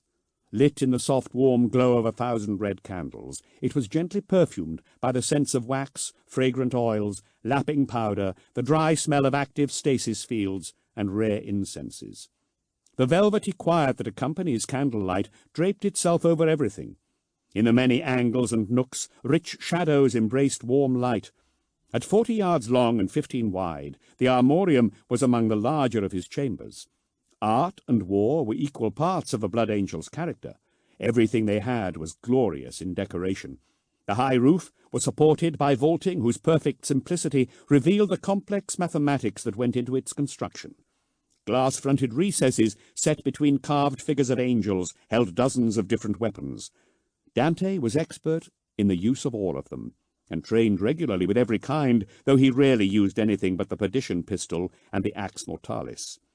Bronze doors sealed away external noise. The beat of the blade of Vengeance's cannons was a heartbeat rumble easily ignored. Dante could not deny a weary sigh as he stepped onto the runner carpeting the stone floor the length of the gallery. Arafeo waited there, half a dozen hooded blood thralls in the shadows behind him, to attend to Dante's disarmament. "We are ready, my lord," said Arafeo, his voice cracked with age. "I have had a meal brought to your chambers and drawn your bath." "Thank you," said Dante, and meant it. If there was one thing Dante wished to do more than anything else, it was to bathe. He walked the long gallery to the empty case where he kept his battle plate. His attendants came to him without speaking. 3 of them took the axe mortalis from his right hand and set it into its stand. 2 others unplugged the perdition pistol's power feeds, and he relinquished it gladly. His fingers cracked as he uncurled them. He had been clutching it for so many days, they had moulded themselves to its grip. Flakes of alien vitae fell upon the rich carpet. He reached the armor case and caressed its touchpad. The red light over the glass door clunked from red to green. The door opened with a pronounced whoosh of pressure equalization. Candles fluttered in the sudden brief gust. The arming stand moved out from the case on its armature with a long, solemn whine. It stopped and spread its clamps. Dante turned around and reversed his battle plate into it. Soft-tipped claws gripped his jump pack. He raised his arms, and other clamps took his elbows. Rests ran out under his forearms to support the weight. Grips closed around the backplates of his greaves. He blinked away the last few data screeds, still crowding his faceplate display, then shut down the reactor of his armor. Power cut from its supplemental musculature, it sagged heavily, pressing down on his shoulders. The neural spikes that linked his nervous system to the battle plate withdrew, and he gasped at the cold, sharp pain. Arafeo beckoned attendants forwards. They brought wheeled tables topped by slabs of exotic stone. Tools gleamed on one. Whispering the rites of disarming, they began to take Dante's golden battle plate off. Dante allowed his eyes to close. Under his breath, he spoke the rite of disarming with his attendants. "The battle is done," they said. "The war never ends. Brief rest for the warrior, service for the war gear. Praise the machine spirits that guard us in battle." Sanguinius's death mask came off first. Of all the pieces of his suit, this was the greatest burden, though not the heaviest. As it was pulled off his head, he felt Sanguinius's presence go with it. If Sanguinius lingered anywhere, it was not in the mortal world. His legacy, however, was more potent than ever. The soft seal about the neck was taken away next. The material peeled from him like a sticky kiss, releasing the humid air trapped between his battle plate and arming suit. He wrinkled his nose at his own stink, brewed in his armor by days of hard battle. The scent of angels was no more pleasant than that of other men, and possessed of harsh chemical notes besides, volatile by-products of his enhanced biology expressed through his sweat that no amount of perfume could mask. The servants worked quickly. With many hands and specialist tools, they removed his armor far faster than he could have alone. Once his power cabling was all disconnected and the armor's plastron removed, he was near free. The blood thralls moved onto his legs, whispering their hushed praises to the armor's machine spirits as they worked. Once the front plates of his cuisses were removed, he did not wait for his greaves to be taken apart, but stepped out to stand in his close-fitting bodysuit. The tables were covered in armor components. A space marine might remove his armor himself if need be, but total disassembly was the proper way to treat such sacred gear. Without cleansing, testing, and servicing between campaigns, its machine spirit would grow sick. In contrast to the gilded, decorated exterior of the armor, the short-sleeved bodysuit was plain and practical. 2 of his servants unsealed it from around his neck. It adhered to him by a layer of grimy sweat, and came away from his skin wetly, snagging on the metal of his neural interface ports. He stepped forwards again to free himself from the clinging, rubbery fabric of the suit completely, leaving his naked skin to cool in the ship's air. Dante turned back. His armor had been taken apart. His jump pack hung trailing cables from the stand's claw. Blood thralls were wrapping other components in clean cloths of red silk, bowing and withdrawing. As soon as he was done in his quarters, his servants would emerge from their alcoves and take away his war gear to the workrooms hidden behind the armorium's ornate walls. There they would clean arms and armour fastidiously, repair them, and bring them back to their stands. When he returned, his weapons would gleam, and his armour would be assembled upon its stand in isolate purity. One war washed away by diligent hands, the weapons would be ready to be employed in another. The only stains left would be those upon his soul.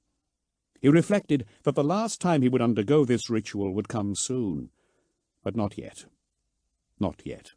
Not while the candle of one human soul burned in the galaxy would he rest. He had sworn that long ago, and Dante was no oath-breaker.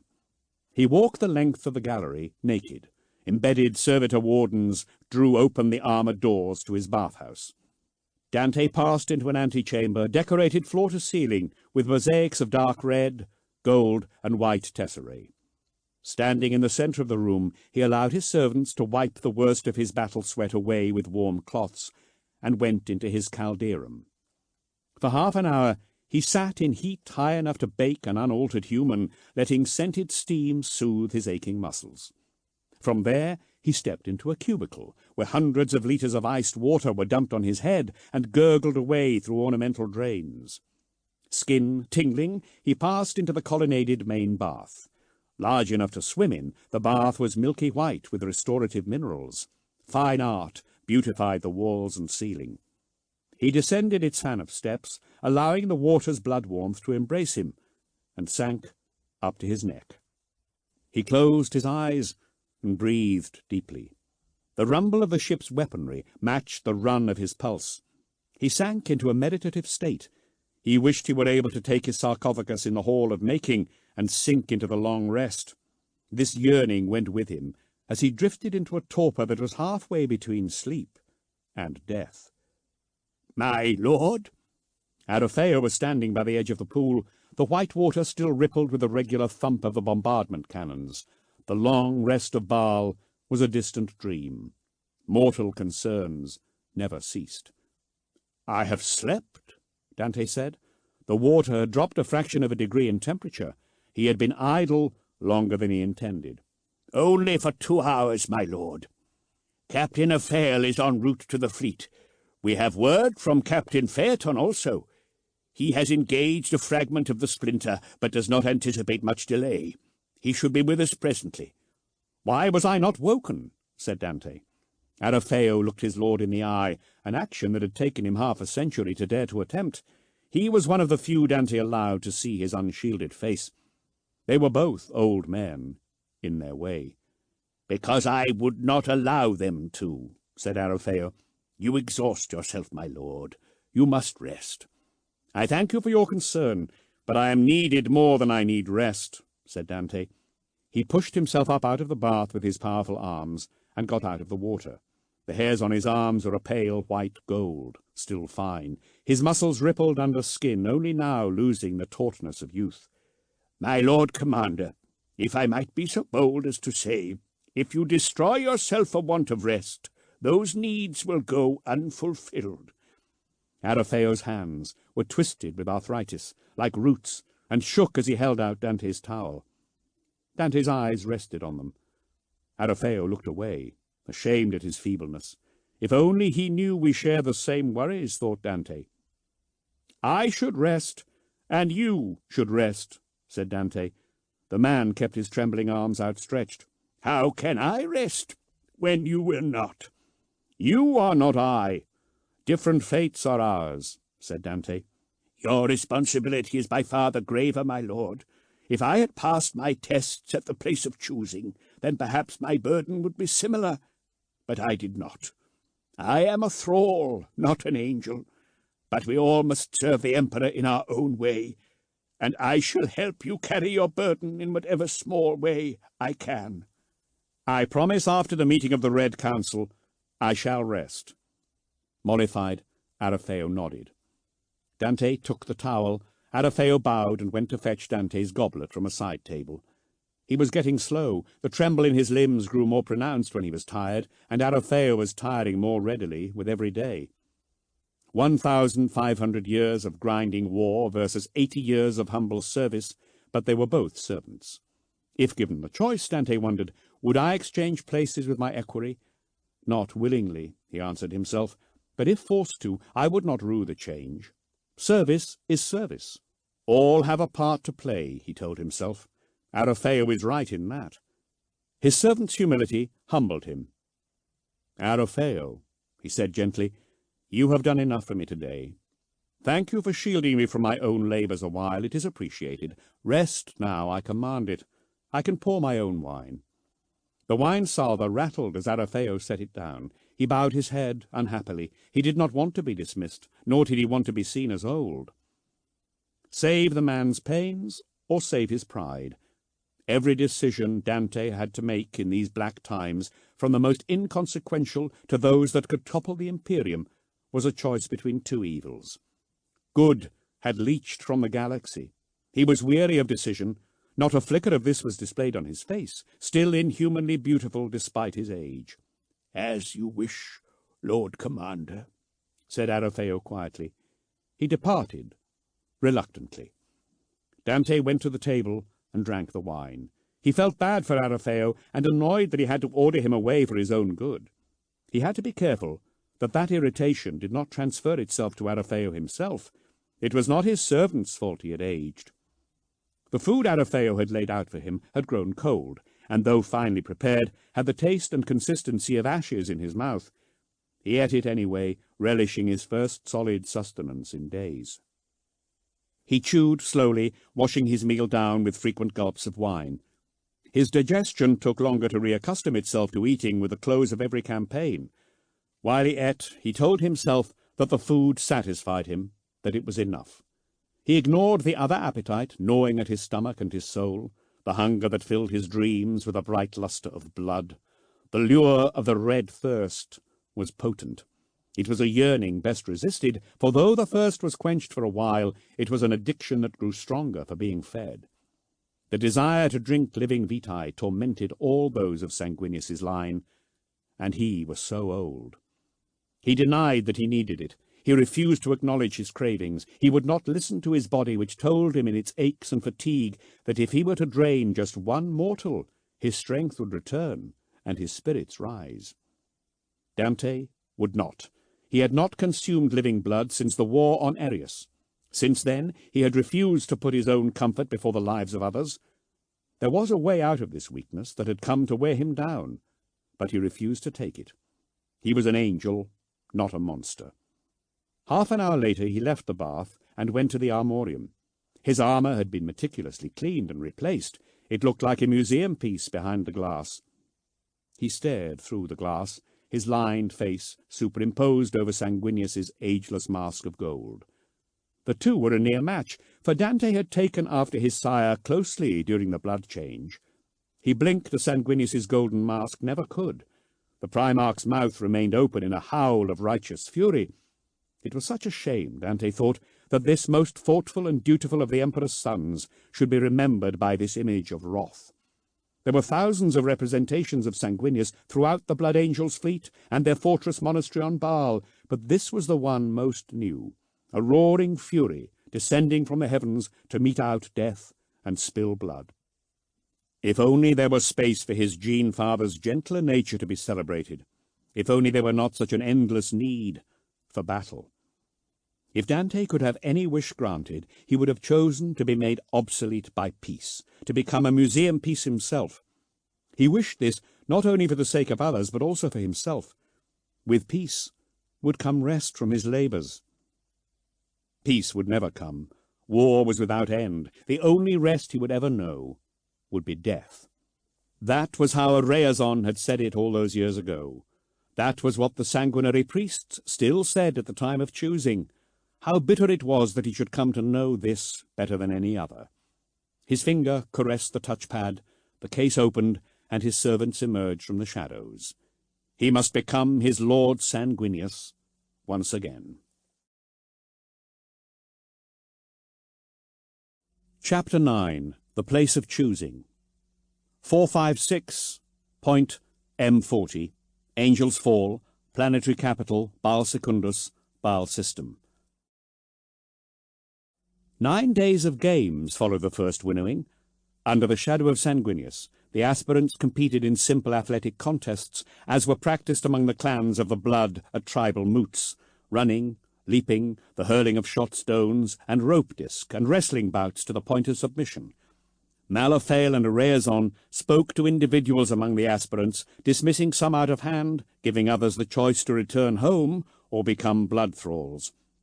Victory in the games was not the signifier for selection the boys thought it at first, and they came to see that everything they did was observed closely, even how they accepted defeat or celebrated wins. For those who were consulted and not dismissed, Araeazon's servants took copious notes. Whether for good or ill was concealed from the boys. Large crowds came to watch the games. A carnival atmosphere took over Angel's Fall. The aspirants could only watch the food stalls and performers with envious eyes. They were kept separate from the people of Baal by a fenced stockade. Although the aspirants thought these gentle contests the whole of the challenge, they were but the beginning of the selection process. The 9th day came to an end. The tribes whose sons had triumphed were honoured by the Blood Angels to the delight of the crowds, and presented with totem trophies of rare wood. There were none of the Salt clans there, not that it mattered. Lewis, smaller and less physically able than many of the other hopefuls, won nothing. Lorenz took several plaudits. Even Florian won a carved victory stave for his people.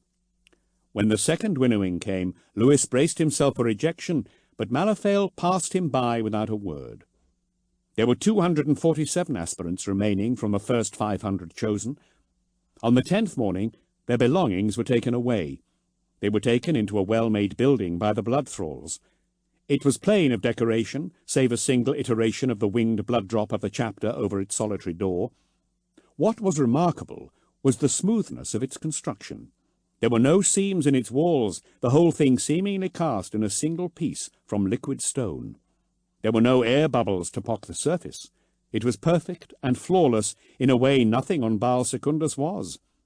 Their hair was shaved. They were stripped, made to wash, and provided with loose trousers and tunics of smooth material that felt obscenely comfortable. After they were uniformed, small packs with water and rations were handed out. Their questions went unanswered. Through silent crowds they were led through the city, the gates shut behind them with a boom. Angel's Fall was quiet. Pennants snapped in the hot breeze. Sanguinius stared upwards, searching for a heaven that could not be found on Baal Secundus. For 9 more days they were led through merciless heat and freezing night without rest. Malaphael and Araeazon were nowhere to be seen. They were guided by quiet men who, although they wore the flowing garb of Balfourian nomads, wore badges that marked them as servants of the Blood Angels. The march was the first part of their real trials. The water they were given was insufficient for the trek. Several boys, weakened by their journey and the exertions of the games, died of exhaustion or dehydration. The corpses were abandoned without comment by the adults, and the aspirants taken deeper into the desert. Lewis hoarded his water carefully. Many days later, a curved scarp of rock a mile across broke the monotony of red dunes. Through the shimmer of heat, Lewis spied walls of close-fitted stone growing from shock-riven cliffs, turrets every 100 yards. Barracks, eating halls, and the like, he assumed. "This is your destination," said one of the sombre thralls. "Now your true test begins." They arrived at an entrance at the base of the cliffs, tired and desperately thirsty. More blood thralls opened gates to admit the aspirants to a tunnel running under the scarp.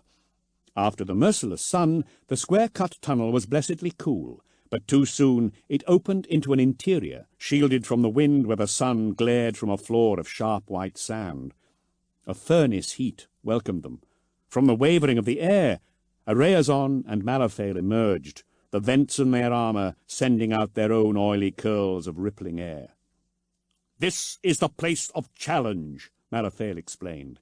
"In the wars before the foundation of the Imperium, this crater was blasted from the ground by a weapon of unimaginable power. Though potent, that long-forgotten weapon is nothing compared to the might of a single Imperial space marine.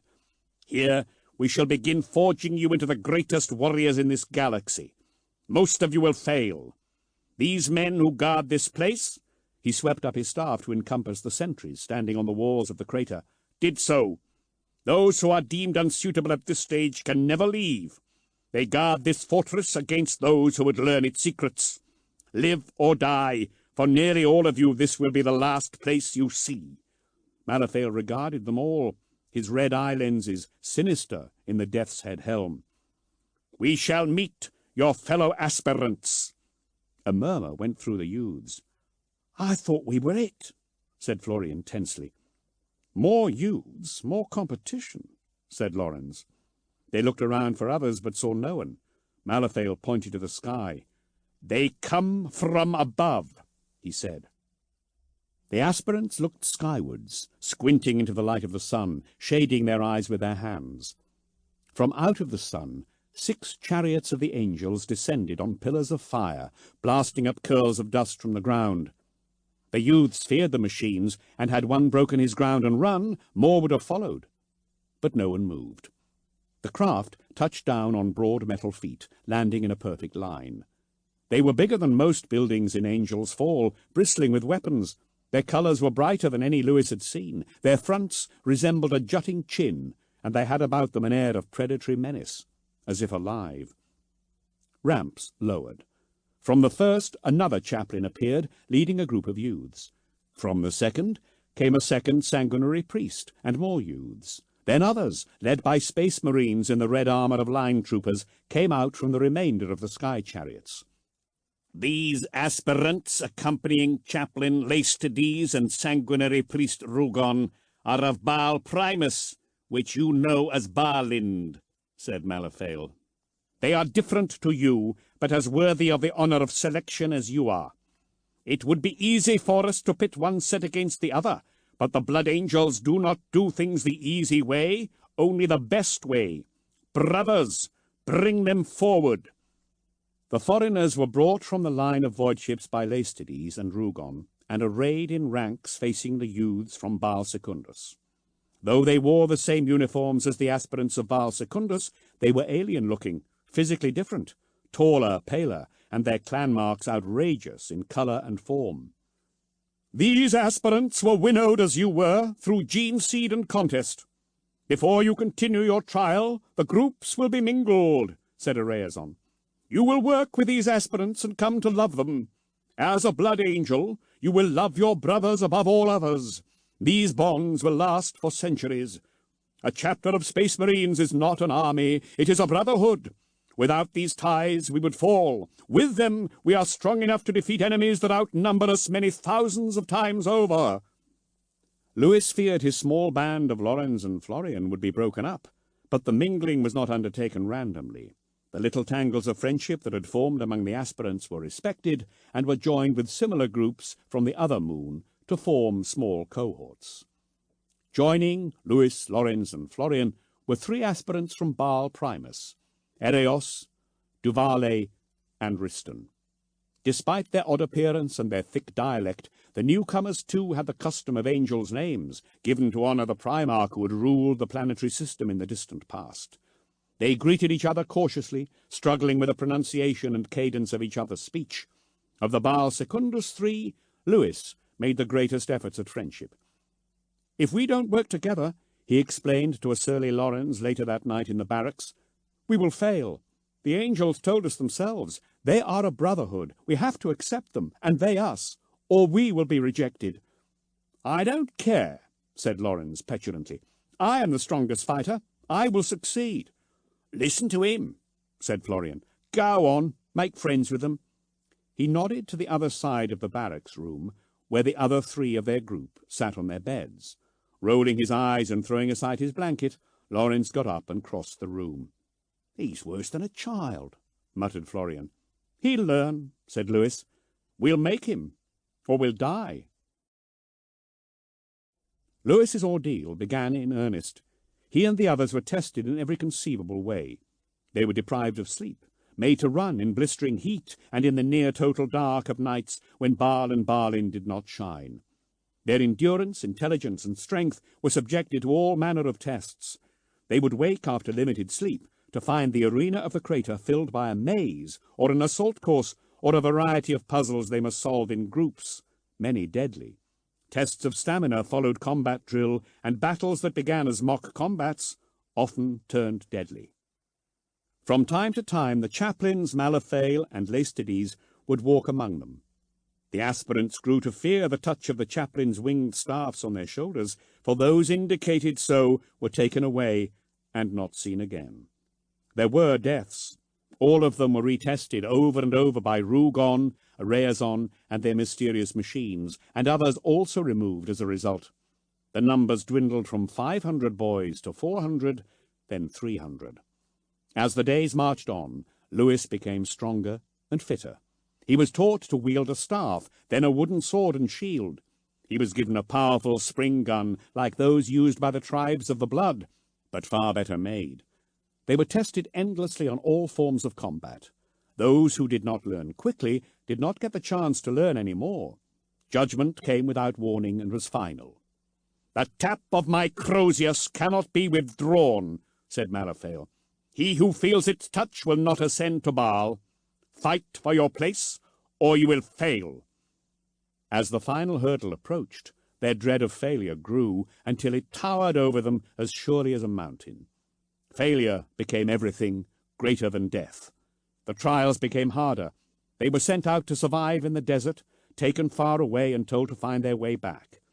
They were pitted against captive fire scorpions, asked to make leaps across deep ravines, forced to run miles through the hottest part of the day.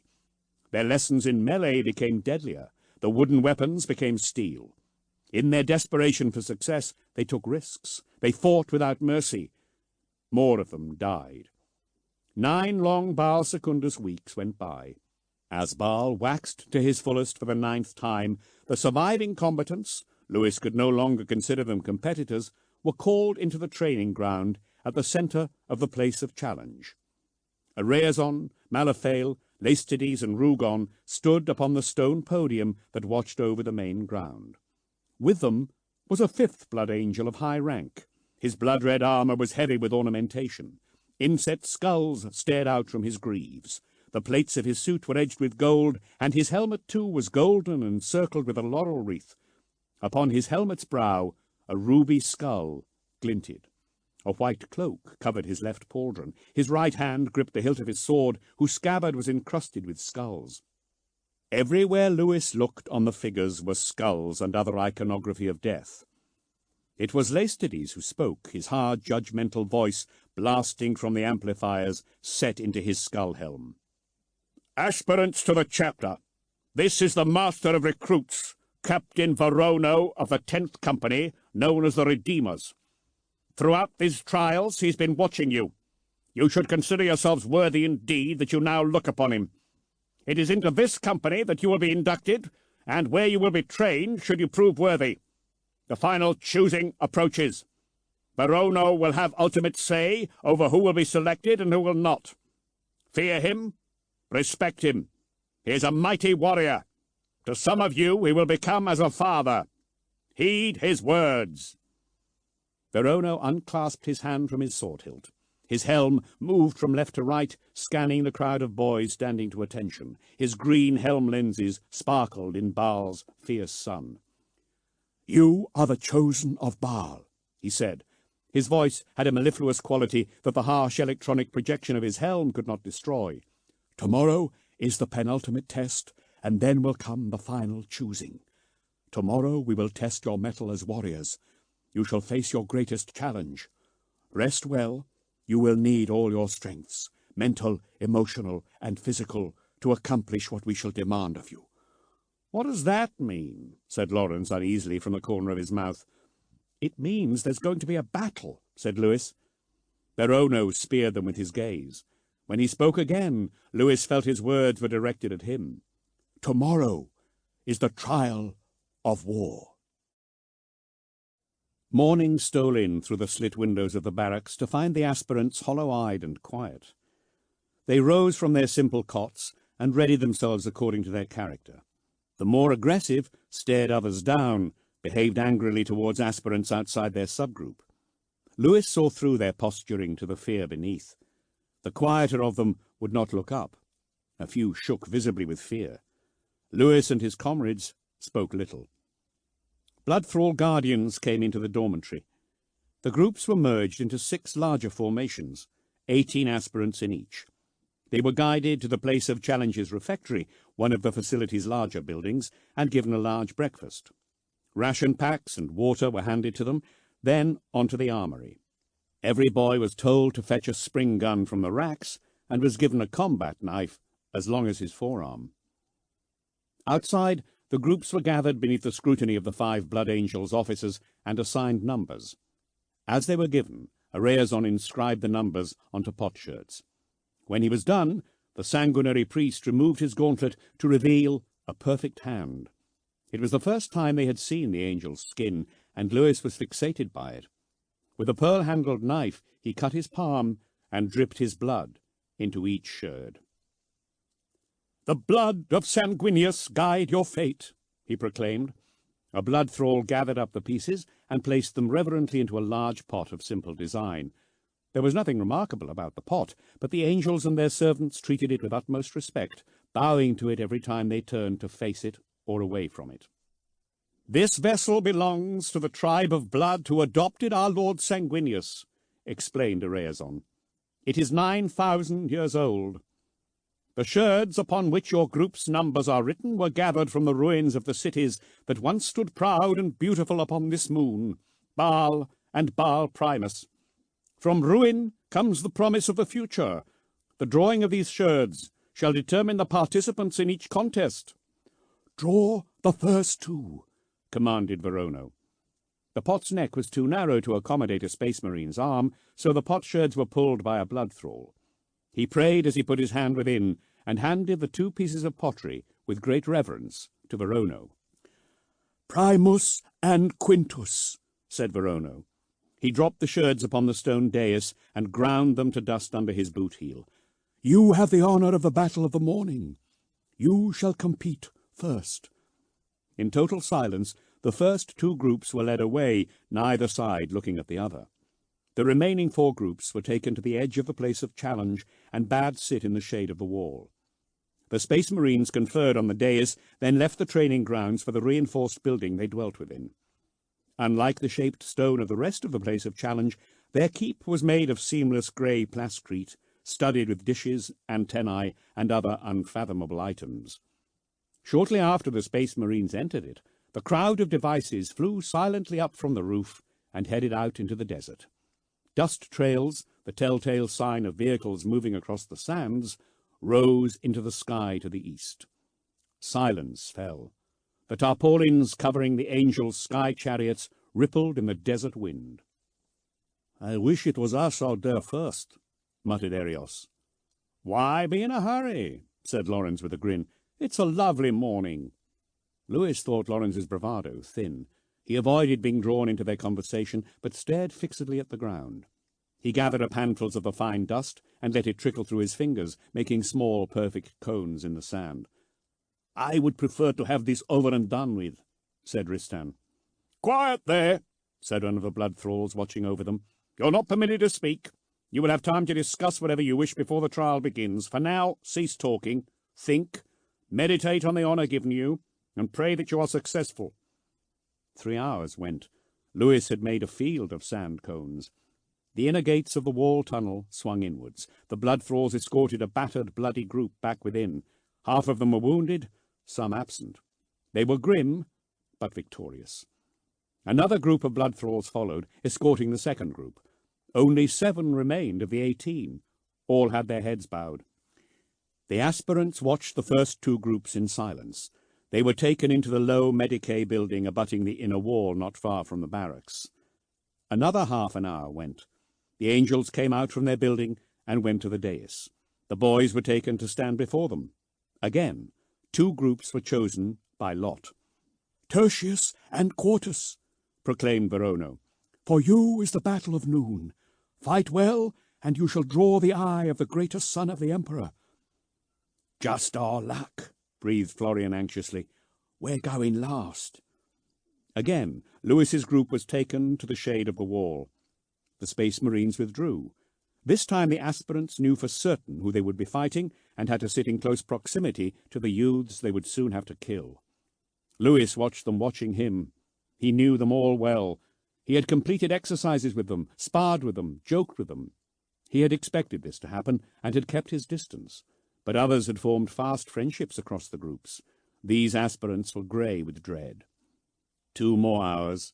The groups returned, similarly depleted, though the numbers lost on either side were more even. The ritual of the potsherds was repeated, though all knew the result.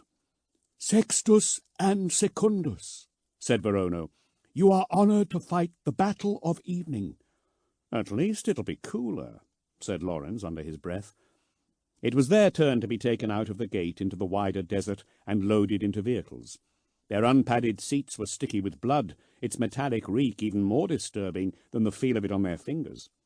Lewis sat opposite Florian, who stared at him, his face white. Not all of the boys had killed before the trials.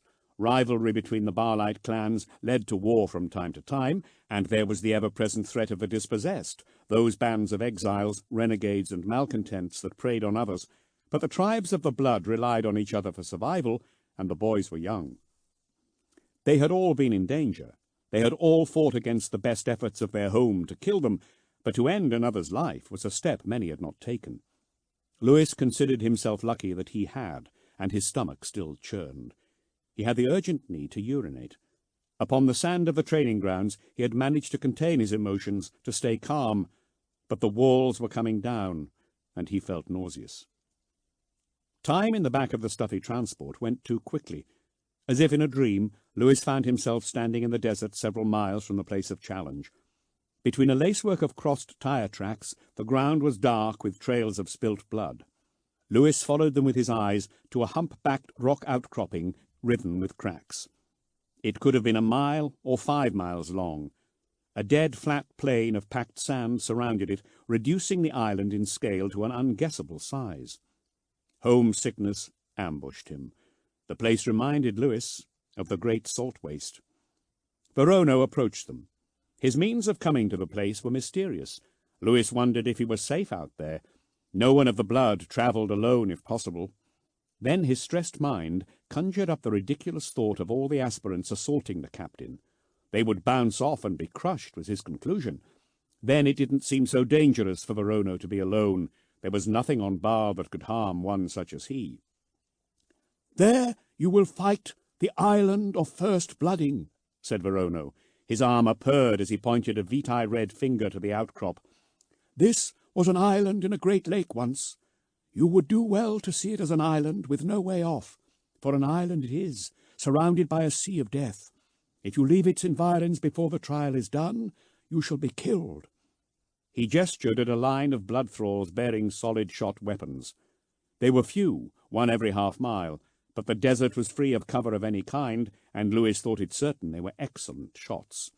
"And well so," went on Verono, "for disgrace shall be heaped upon the name of the one who flees. Do not assume safety upon the island. At either end is a fort. In each fort is a skull. The goal of this contest is simple. You must take the other group's skull and bring it to your fort if you can. You will be watched. Your behaviour will dictate who will proceed to the final choosing." He let his arm drop and spoke more quietly. "Victory is not all. We do not look for ferocity. Brotherhood, honour, humility, mercy, restraint, and intelligence we prize above all other qualities. But make no mistake, if you do not kill, you will die. The contest will last 90 minutes. You will have 20 minutes to appoint your leaders and devise a strategy. Decisiveness is the forerunner of success. You must move quickly, or you will fail." He turned to Lewis's group. "Group Secundus, you will take the western fort. Group Sextus, the eastern. A red flare will signal the beginning, a second the end. When the second is fired, all of you will drop your weapons immediately. Anyone who fights on will be killed by me personally." He towered over them all. Lewis imagined the captain's armoured hands crushing his skull. "Do you understand?" said Verono. "Yes, my lord," the boys shouted in unison. "Good. Sanguinius guide you. Now go." Group Sextus contained a youth named Barazael from Baal Primus. He was huge, the biggest in the 2 groups. He glared at Lewis a second, eyes narrowed, before he held up his hand to gesture to his colleagues. They ran in close formation for the island. Lewis broke into a run. Lawrence, Florian, Erios and Ristan followed to catch up to him. Duvale was engaged in fierce debate with a boy named Mikhailo, and sprinted hard to join the others. "They've chosen their leader already," said Florian. "It'll put them ahead, won't it?" "Barazale is a fierce crack," said Lawrence. "The others are frightened of him, but he doesn't think well." "Fear is a good motivator," said Lewis. They were running and talking easily, despite the heavy spring guns they carried across their chests. Weeks of hard training and good food had improved their physiques. "And we're all afraid." No one disagreed with that. "Well, I'll be backing you for leader," said Lawrence. Lewis gave him a quizzical look. "Come on, Lewis," said Lawrence. "You're the smartest out of us, even if you aren't the biggest." "That he ain't," chuckled Florian. Duvale joined them. The rest of the group was straggling out behind. It didn't look good. Barazale's warriors seemed far more cohesive as a group. "Mikhailo is going to put himself forward as leader," Duvale said in his thick Priman accent. "Well, I'm backing Lewis," said Lawrence accusingly. "Me too," said Duvale indignantly. "I didn't ask for this," said Lewis. "Then who were you going to back?" said Lawrence. "You can't hang back all the time. We know you, waiting for everyone else to mess it up before coming forward and telling us all how we should have been doing it. Not this time, my friend. We haven't got time for the famous Lewis patience. Sometimes you have to step up and take the responsibility of action." "I'm patient," said Lewis. "More so than me," said Lawrence. "Half the others are for Mikhailo," said Duvale. "We'll see who's in charge," said Lawrence. They reached the island. The rock was worn smooth, the channels through it carved into fluted shapes by prehistoric waves. They leapt from the flatness of the packed sand and onto the stone, bounding from outcrop to outcrop as they moved up to the fort. Florian was first up, well used to such terrain. Lewis arrived not far behind. The rock spread out, its surface pitted and cracked, a wart on the smooth skin of the desert. A soul-bleeding tree grew from a crevice a few 100 yards away, its limbs bent sideways in the direction of the prevailing wind. Far off, the surface of a broad expanse of water shattered the sun into orange razors, one of Balfora's remaining stretches of toxic sea. The fort looked like something a child would build had he time and resources for such folly. There was a wall a little over 5 feet high, 20 feet aside. In its modest courtyard, a small tower, 10 feet tall, stood over the wall. Atop a rusty pole, an ancient skull had been placed. Once it had been stained green, but the dye had rubbed off most of it, showing dirty brown through the washed-out tint. It was missing its lower jaw and most of its upper teeth. The few remaining shone in the sun like jewels. There were bloodstains everywhere from the earlier contests. "Crick," said Florian, and pointed at a figure watching from the low summit of the island. "They've got a scout up already." "We should do the same," said Lewis.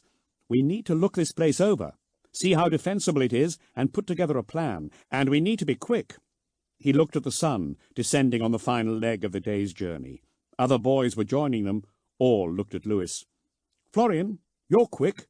Florian nodded and made to run for the summit. "Stop," said Mikhailo, running up. "Who are you to give orders? We should choose a leader first." "We've chosen," said Lawrence, standing in front of Lewis, his meaty arms folded. "Lewis has got the mind for it," said Florian. "He's clever, so am I. If you were clever, Florian, you'd follow me." "We don't have time for this," said Ristan. "We don't, so choose," said Laziel, one of Mikhailo's closest friends. "Just let me do it. We don't want to lose," said Mikhailo. "You're going to get us killed," said Lawrence. "And you're wasting time," said Laziel, squaring off to Lawrence. "Let him," said Lewis. He nodded up. A motionless black shape hovered over the group. "They're watching. Mikhailo wants to do it, so let him." "Bad idea," said Lawrence. "Not as bad as arguing until the others come charging over here, kill half of us and take our skull," said Lewis. "Go on, Mikhailo. What are your orders?" Mikhailo blinked several times. He had not expected to be given command so easily. "We should defend. Stop them taking our skull. That way we'll win." "Wow, you're a real strategist," said Lawrence sarcastically. "We have to take their skull," said Lewis. "We'll force a stalemate," said Mikhailo. "That's what we'll do. Barazale's strong, and his group is tight-knit. We don't have time to beat that. We'll hold them off until time is called." "Barazale's overconfident and too aggressive," said Lewis. "He'll throw everything he has at this fort. That's his weakness." "Yes," said Mikhailo, seeing agreement where there was none. "That is why we should prepare to throw them back." "So," said Lewis, looking at the fort, "you think we should all try to cram ourselves into that?" he said. "There's no space," said Lawrence, smiling unpleasantly.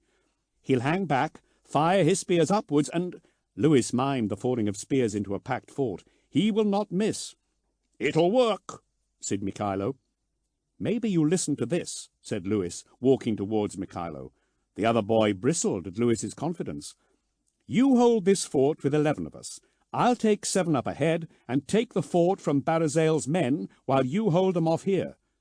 "What if he does the same?" said Mikhailo. Lewis shook his head. "He won't. He's too arrogant.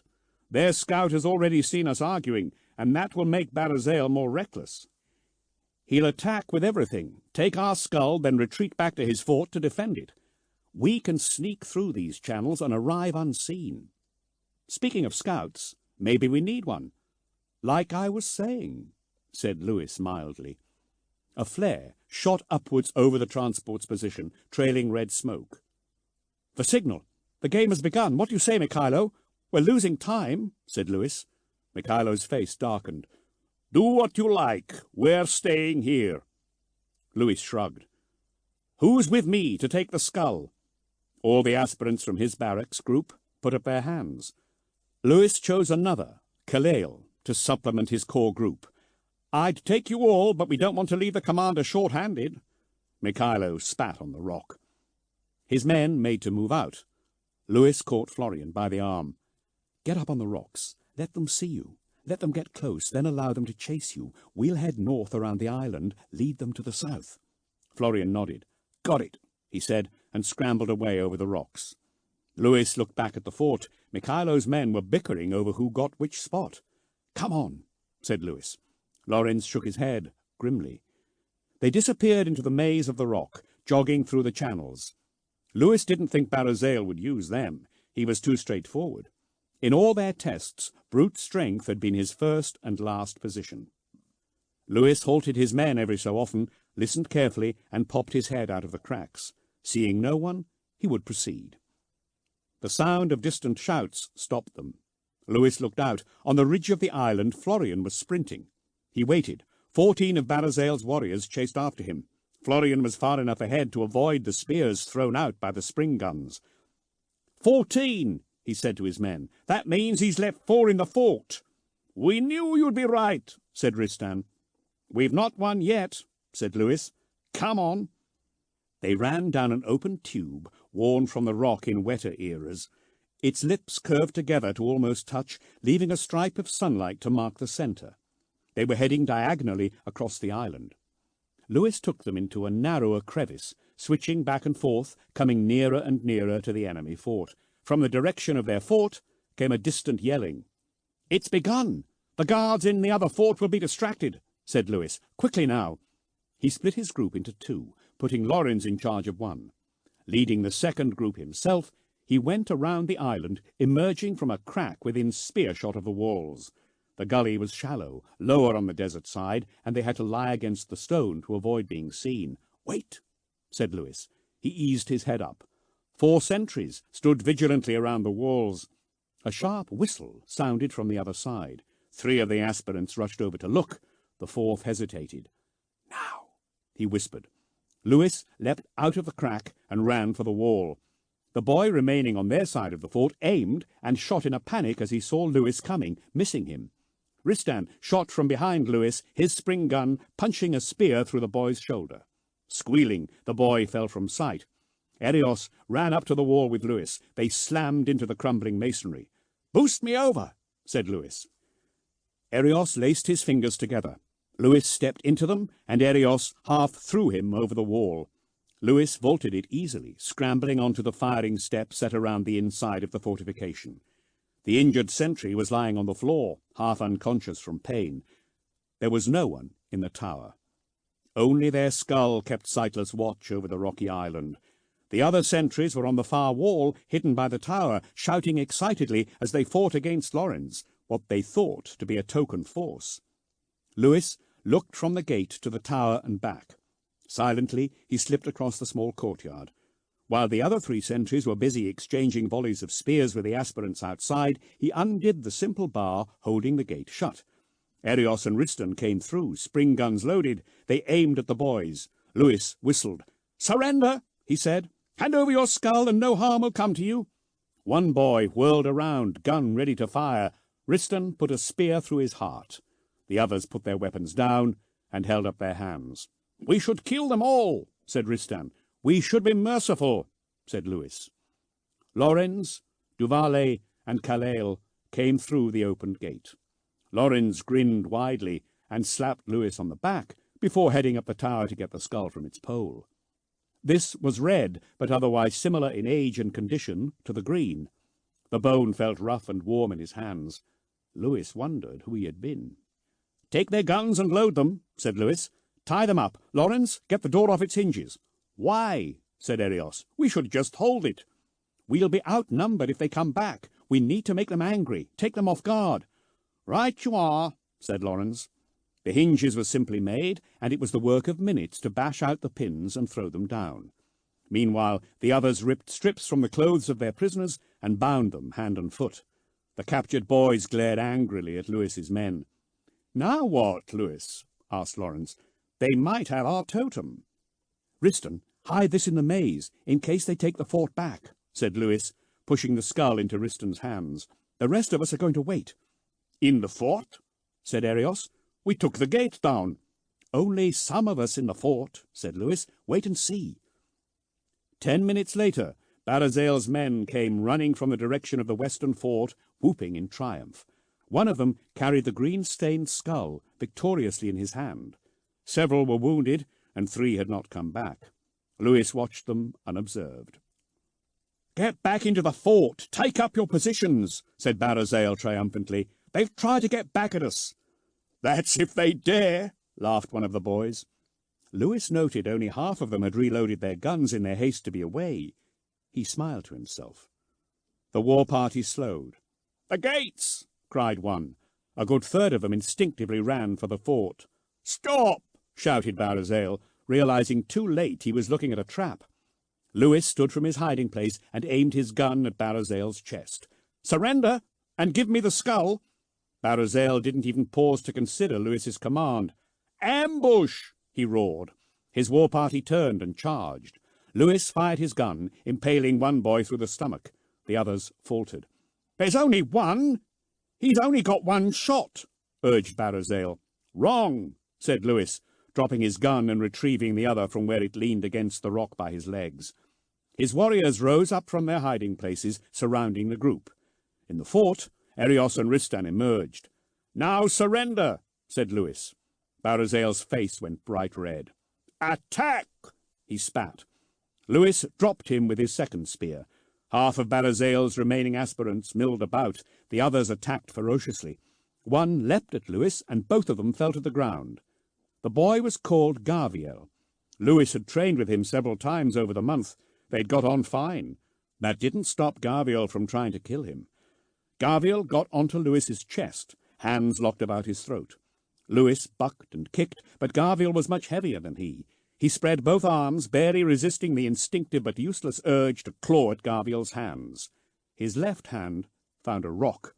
The rock met Gaviel's temple with a horrible hollow sound. Gaviel made a strangled noise, but his hands remained tight around Lewis's throat. Black blurred Lewis's vision. He smacked again and again until Gaviel fell sideways off him. Choking, Lewis got onto his hands and knees. His throat was swollen, and he could barely breathe. "Lewis!" Lorenz dropped into the crevasse. He hauled the smaller boy up. "Are you all right?" Lewis nodded. Lorenz waved the green skull in Lewis's face. "Our skull! We've won!" Not waiting for Lewis to recover, he hauled him out onto the surface of the rock. 7 boys lay dead on the stone, their blood running into the gaps. Erios was among them. Riston and Laziel covered the survivors of Barazael's band. "We did it," said Lawrence. "Both skulls. All thanks to you, we have a chance of being angels." Lewis nodded wordlessly. His ears filled with a buzzing noise. His vision sparkled. The stench of blood filled his nostrils. Lawrence and Calail hoisted him onto their shoulders. They were all shouting his name, "Dante! Dante!" But he took no joy in their victory. His eyes remained locked on the dead. No victory was worth this price. Chapter 10. The Place of Challenge. 456.M40. The Place of Challenge, Baal Secundus, Baal System.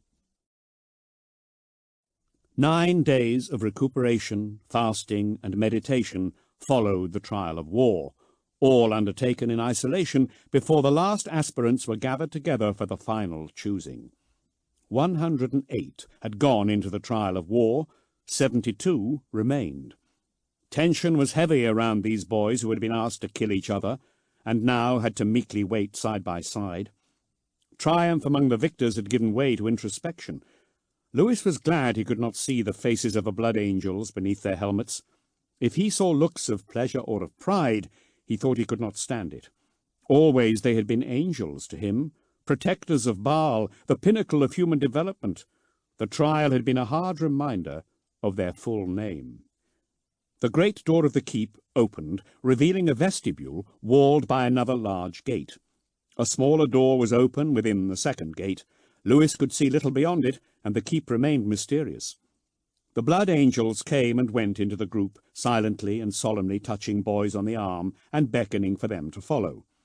He had no reason to expect the Space Marines would take pleasure in the killing, but the suspicion was bad enough. He sat on the sand in front of the angels' keep, his arms locked around his knees, the faces of the boys whose deaths he had been responsible for drifting across his vision. They weren't raiders or people he had to kill. They were people he knew, killed because they were in the way of his personal desire. He could pretend he did it in order to serve the Emperor, but in reality they were dead because he wanted to be a blood angel. They were Barazael, Garviel, Daravael, Cosimo, Ludovic, and others dead by his hand or by his orders, which was just as bad, and now they were nothing. He burrowed his face deeper between his knees as their names echoed around his head. One after another, the boys were taken from the group and led through the great door into the angels' keep. No indication was given if the aspirants taken within were chosen or not. Lewis supposed he would not see some of them ever again. They were told to be silent, to make no farewells. The unfairness of that chafed at Lewis as his friends were stripped away. Riston went first. Lorenz was called an hour later. He stood and strode out without looking back. A few went hesitantly. Florian followed Lorenz's example until he reached the door. He smiled sadly back at Lewis, and lingered so long Arezon took his arm and led him within. Lewis's turn was a long time coming. Name after name was called. The group dwindled. The aspirants were blank-faced, burned out with exhaustion and dogged by trauma. Maybe this would be the final hurdle he would fall at. Not cruel enough to bear the murder of his comrades easily, he would be driven out. He would not be sorry if that were so. He could not fight for monsters. Shadows lengthened. The light inside the keep did not have to fight so hard against the sun, and the room inside revealed itself by degree. He saw only white walls. Baal was coming up. Perhaps this was the last time he would see it.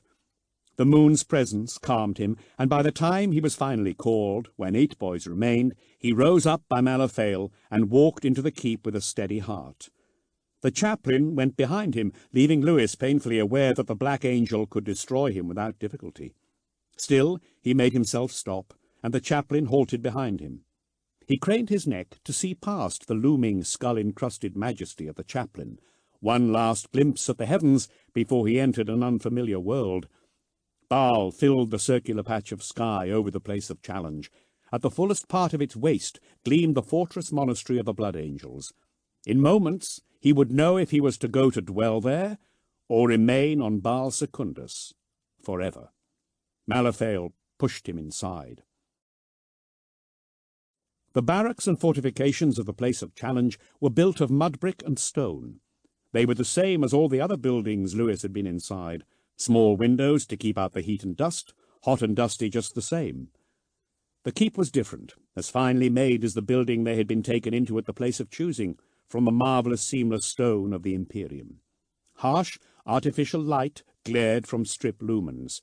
A strange taste filled his mouth, and the machines that infested the keep's innards buzzed annoyingly. Malaphael took him to another door leading deeper into the keep. The temperature dropped, and Lewis shivered. "I believe this is yours," said Malaphael. He took a staff from an attendant blood thrall and handed it to Lewis. The wood was remarkably familiar, rough towards the end, smooth where his hands had polished the grain away. "This is my staff," he exclaimed. "How? I left it behind. This is impossible." "You will learn that many things are possible," said Malaphael. "Does it not please you to have it back?" Lewis weighed it in his hands. It was undeniably his lost staff. It occurred to him then that they had been watching him all along. "May I keep it?" he asked. "If you wish," said Malaphael, "though you may be about to die. I gave it to you because I thought you might wish for a familiar weapon." The toothed doors slid apart. "A weapon?" said Lewis. "One last test awaits." Malaphael directed Lewis into the next room. It was much larger than the others, and lit with a deep red light. Aside from a few unadorned conduits, the rockcrete was bare. In the middle of the floor stood Florian, staff up and ready to fight. His teeth were gritted, all his muscles tense. Lewis's heart fell. "Florian?" Florian's fierce expression flickered from anguish to determination and back. "I'm sorry. They said I had to fight you for my chance." "What is this?"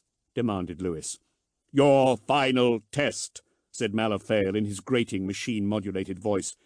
"I would give you a speech to set you on your way, but I'll wager you are tired of those after these long weeks. Your friend has it right. You must kill him, or he you. One and only one place on Baal is at stake here. What are you waiting for?" said Malaphael to Lewis. His voice took on a fierce, goading edge. "Only one stands in your way. Kill your opponent and earn the freedom of the skies." "Kill him?" said Lewis weakly. "You are to become a warrior, are you not?" Both of them hesitated. Florian, close to tears, gave in first. "I'm sorry," he whispered, and drove at Lewis with his staff with a cry halfway between a battle shout and a scream of despair. Lewis shifted back to evade the blow. The staff hummed past his face, the violence of it hot in the air. He pivoted and met Florian's staff with his own. They clacked sharply. They moved together, intimate as dancers, the ends of their staffs rattling off each other in a frenzied percussion to their steps. Lewis cracked Florian's shin. The other boy suppressed a cry and smashed back so hard his staff burst through Lewis's defences and knocked him on the forehead. The blow was comparatively light, but Lewis saw stars. He staggered back, bringing up his weapon in time to deflect Florian's other blows. Florian had expended a lot of energy quickly, knowing he had to overpower Lewis. It was never going to work. Lewis had become by far the better fighter. Florian's blocks grew wilder. The opening was there. Lewis took it. He ran his staff up the inside of Florian's as hard as he could, crashing it into his wrist. With a high yelp, Florian released his weapon from his injured hand. Lewis whirled around, stepping out from Florian and letting his hand slide to the end of the staff. Florian's one-handed parry was clumsy. Lewis's staff hit Florian's elbow. The sound of the bone breaking was similar to the knock of the wood on wood. Florian went pale with agony and stumbled, his staff falling from his fingers. Lewis drove his weapon into Florian's face, breaking his black teeth, then spun it around to bring the other end hard into his sternum. The air whooshed from Florian's lungs in a spray of bloody spittle. He stumbled forwards, mouth gaping for air that he could not draw into his body. Lewis circled his friend. Florian was on his knees, coughing a stream of bloody saliva and cradling his broken elbow. "Now finish him," urged Malaphael savagely. Lewis's hands tightened on his staff. A few blows, then over. He would win. He would have everything he had striven for. He would be an angel, able to do so much, to serve the Emperor. He would be a hero. His father would be wrong. What kind of hero kills his friend? "Why are you hesitating?" roared Malaphael. "Your position in the chapter hangs in the balance. Strike!" Lewis looked at the wood, the gift from his mother. Suddenly it felt unclean in his hands, tainted by his consideration of the chaplain's demand. "I will not slay him," he said quietly. "What did you say?" asked the chaplain. "I said I would not slay him!" Lewis shouted in sudden fury. "You would throw away your chance to become a servant of the Emperor? A space marine? One of the greatest warriors in the galaxy? For the sake of him?" scoffed the chaplain. "You are a fool, and not worthy of the gifts we would bestow. Kill him!" "No!"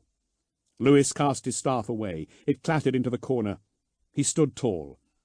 "For him, I would abandon anything. He helped me when I needed help. He befriended me when I had no friends. He guided me when he could have left me. I will not repay his kindness with treachery. If that means I am not worthy, I do not care. Kill me. I will not serve masters who demand the blood of my brother." Malaphael leaned closer. Lewis took a step back from his grinning skull face. "What of glory and of power?" he whispered, his voice hissing through the box grill. "Surely a fair price for such things is one life." "I did not come here for glory or for power. I came to serve," said Lewis calmly. He felt cheated. After everything he had undergone, all he had suffered, all he had hoped. He was angriest most of all at himself, for he had been a whisker away from spilling his friend's brains upon the floor for his own gain. He hid it all and faced his death with dignity. "I will have no part of evil." The chaplain's posture changed. He rested his weapon's head upon the floor and crossed his hands upon its pummel. "Then you have passed." "What?" said Lewis. Florian looked up dazedly. "There are many tests in the final choosing, for each aspirant is different. This one was selected for you. Among ourselves we call this the test of Horus. Do you know why?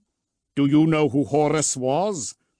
"He was a devil, a monster who fought the Emperor for control of the heavens," said Lewis. "You are almost correct. Aeons ago there was a great war where angel fought against angel. Our Lord Sanguinius was but one of 20 sons of the Emperor. These warriors were invested with the powers of ancient technology and prosecuted a great crusade, reuniting the worlds of humanity for the first time in thousands of years. But the favored son of the Emperor, the war master Horus, grew bitter and turned on his father, destroying the work of the Emperor ere it had been completed. Half of his brothers joined him in treachery. Our Lord did not, but stood to the end against Horus, whom he had once loved. This test is named for him because it is a test of loyalty and brotherhood. We wish to see how well your principles endure when you are ordered by a mightier being to commit atrocity, and you held fast to your morals." Lewis was aghast. But the trial of blood, that is the same. You told us to kill, and we killed. Here you ask me to kill, and hope I do not. Are you hypocrites as well as torturers?" "You ask questions now, defiant ones at that," said Malaphael after a moment's pause. "You are unusual. I should cast you out for your impudence, Louis Dante." He stared down. "But something stays me, and I will answer your question. On occasion, as a brother of the Blood Angels, you will have to do things that might otherwise appall you. This test is a measure of your moral compass. Will it always point true to the ideals of our Lord, or can it be wavered? There are lines, boy, that should never be crossed. To kill rebellious soldiers who fight because they have no choice is a regrettable evil that should tear at you if you are ever required to do it. The slaughter of the innocent to stop the machinations of the guilty must sometimes be undertaken, but to revel in slaughter for slaughter's sake is forbidden, and to turn upon a brother for personal glory or gain is the first step on the path to damnation. Temptation, above all else, is the hardest test for a space marine to bear. Offered such great power, what man could not waver in his devotion to the true Lord of mankind? Do you see? Lewis looked down at Florian. Emotions of the most powerful sort warred in him. You seem to be an intelligent boy. You will therefore have noticed we did not split the groups you had formed yourselves, explained the chaplain. We asked you to fight against those who you had but fleeting loyalty to, not against those whom you held in genuine affection. You must forgive us for the artifice of these tests. A note of regret crept into Malaphael's voice. If this universe were fairer, then such cruelty would be unnecessary. But believe me when I say, the universe you shall discover is not fair, and it is not kind. These petty horrors help humanity in the end. But then, this is a test for one, said Lewis. It was a test for you, not for Florian. Florian sobbed and sank low to the floor. You have passed. Your comrade here could not. Either you killed him and spent your days reflecting on your actions as a guardian of a place of challenge, or you spared him and joined us. He cannot join us. Why? Florian cried. Why did you do this to me? Malaphael turned his skull face to the beaten boy. Because we had to. You are but one of trillions of men. All have their purpose. You have served yours. This is a time of all-out war. You are privileged to have found such meaningful service. Malaphael turned back to Lewis. The other aspirants face tests of their own. Everyone is different. Protestations of service often mask a desire for power in the cunning. This is why your test took the form it did. He will die. He is sick, said Lewis. This is true. I am sorry. It was his determination to seek out a place with us for survival's sake that made him an unsuitable candidate. Your friend has many qualities, but the desire to live he has exhibited would endanger his brothers should it come to the fore again. Self-sacrifice is important in our chapter, so I have judged, and my judgment is irrevocable. Florian, Florian turned his face down. Blood, snot, and tears mixed freely and ran onto the floor. It's true. What he says is true. I came here to live. You know that. But, Florian, you are a good person. You are my friend. You are worthy. I say not, said Malaphael. Go, Lewis. Leave me, said Florian. I'm sorry. I would have killed you. I could never have passed the test. He is my brother, said Lewis. And that is why he lives. For now. Malaphael extended his open hand to Lewis. He will live what little life he has in sacred duty, as important as yours in its way, and his sacrifices will be less. If you could see his life and yours laid side by side from beginning to end, you would envy him. You have been chosen for great and onerous duty. Do you accept? Are you willing to become a blood angel? If you have doubts, best unburden yourself, and I shall end your suffering. His armoured fist creaked as he gripped his crozius and lifted it from the floor. Lewis looked at Florian. The other boy pulled himself into a painful crouch, smiled through his broken black teeth, and nodded encouragingly. Go! Do what you can. Serve the Emperor. The black-clad hand of Malaphael waited unwaveringly. The Space Marine was as still as a statue. Lewis reached up and grasped the armoured hand. The metal was warm as living flesh and vibrated slightly with the workings of hidden machinery. Malaphael folded his fingers around Lewis's hand, engulfing it completely.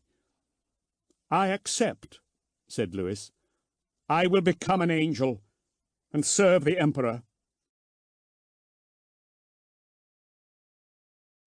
Chapter 11. The Red Council, 998.M41, Asphodex High Anchor, Cryptus System. There were 25 chairs in the chamber of the Red Council aboard the Blade of Vengeance, the total number required should the entire council be gathered together at once. There were times when there were fewer than 25 members, but there had never been an occasion when there were more. At its fullest, the Red Council was made up of all 10 company captains and those captains with offices beyond company command, the Keeper of the Heaven Gate and the Warden of the Gates. Further seats were reserved for the Master of the Blade, the Exalted Herald of Sanguinius, the Sanguinary High Priest, the Chief Librarian, the High Chaplain, and the Reclusiarch of the Lost. The remainder were drawn variously from captains assigned to command the mightier ships, always blood angels themselves, and whichever of the chapter ancients remained lucid enough to pass on their wisdom. History had witnessed few occasions when all the Red Council had gathered together aboard one battle barge, few even when they were all present together on Baal, but there was a replica of this room on board the Blood Caller, the Blood Angel's other battle barge, itself a copy of the chamber on Baal. The symbolism of what the council represented and who was entitled to sit upon it was more important than its actual membership. In practice, the Blood Angels' War Council comprised whoever was available to represent the various suborders of the chapter on any given campaign. Filling much of the room beneath an armoured dome was a table, round, so that the voice of every man might be heard. Though the throne of the chapter master was larger than the rest, it was not so grand as to set him apart. As with all the effects of the chapter, the room was richly decorated, luxurious by the standards of the age. Banners hung around the wall. Bowls of loose rubies were set into the surface of the table before every chair, each gem a perfect blood drop, marked at the atomic scale with the name of a lost brother. From the apex of the dome, a huge simple flag depended, bearing the chapter badge of winged blood drop, black on red. Finely made rugs covered the floor. The paving they hid was also masterfully wrought. Red-veined black stone, cut into triangles and squares, arranged into complex geometries. For the moment, the chamber of the Red Council was quiet as the grave, lit with thick bloody light that blurred the outlines of its fixtures. There was not a soul inside. It was the chamber of a stilled heart, red and black and lifeless. The noise of steel on steel penetrated the gloom. The scrape of a key as long as an arm, entering a lock designed to hold shut not just doors of earthly plasteel, but the gates of reality. Intersecting psychic null fields ensured no psyker or sorcerer could scry what went on within the chamber. A stuttering whine followed. With an audible boom, the gates cracked open, polluting the red purity of the chamber's illumination with yellow lumen glow. The gates yawned wider and wider with a building creak. Beyond, in the outer vestibule, waited the council. Present were Commander Dante, Chaplain Ordermail, speaking for the chaplaincy, Sanguinary High Priest Corbulo, company captains Carleon, Aphael, and Phaeton of the 1st, 2nd, and 7th Company, respectively. Brother Bellerophon, the current Keeper of the Heaven Gate, Captain Asante of the Blade of Vengeance, Tech Marine Musiel, speaking for the Armory, and Chief Librarian Mephiston. Attending as honoured guest was Master Gabriel Seth of the Flesh Tearers, whose own brotherhood had fought so hard in the Cryptus campaign alongside its father chapter. In the shadows of these inhuman heroes came Sister Superior Amity Hope of the Order of the Sacred Rose, her battered power armour porcelain delicate next to that of the giant Space Marines. General Drost of Cadia walked by her side. For all his rank and experience, in his uniform he looked like a prematurely aged Scollum boy. Dante entered first, his battle plate shining with red and golden highlights in the mixed light. All the Adeptus Astartes were armed and armoured as if for battle. This was a council of war. Flights of herald cherubs swooped under the door lintel and into the room, singing out the names of those in attendance. That-made seraphs trailed censers that filled the air with smoke. Servo skulls examined every nook and cranny for threats, while servitor recorders, Brains, stripped to the barest language processing and movement functions, clumped into position where they would record the proceedings. "Draw back the shutters," commanded Dante. The chamber of the Red Council boomed again to the activation of giant gears. A tremendous groaning reverberated throughout.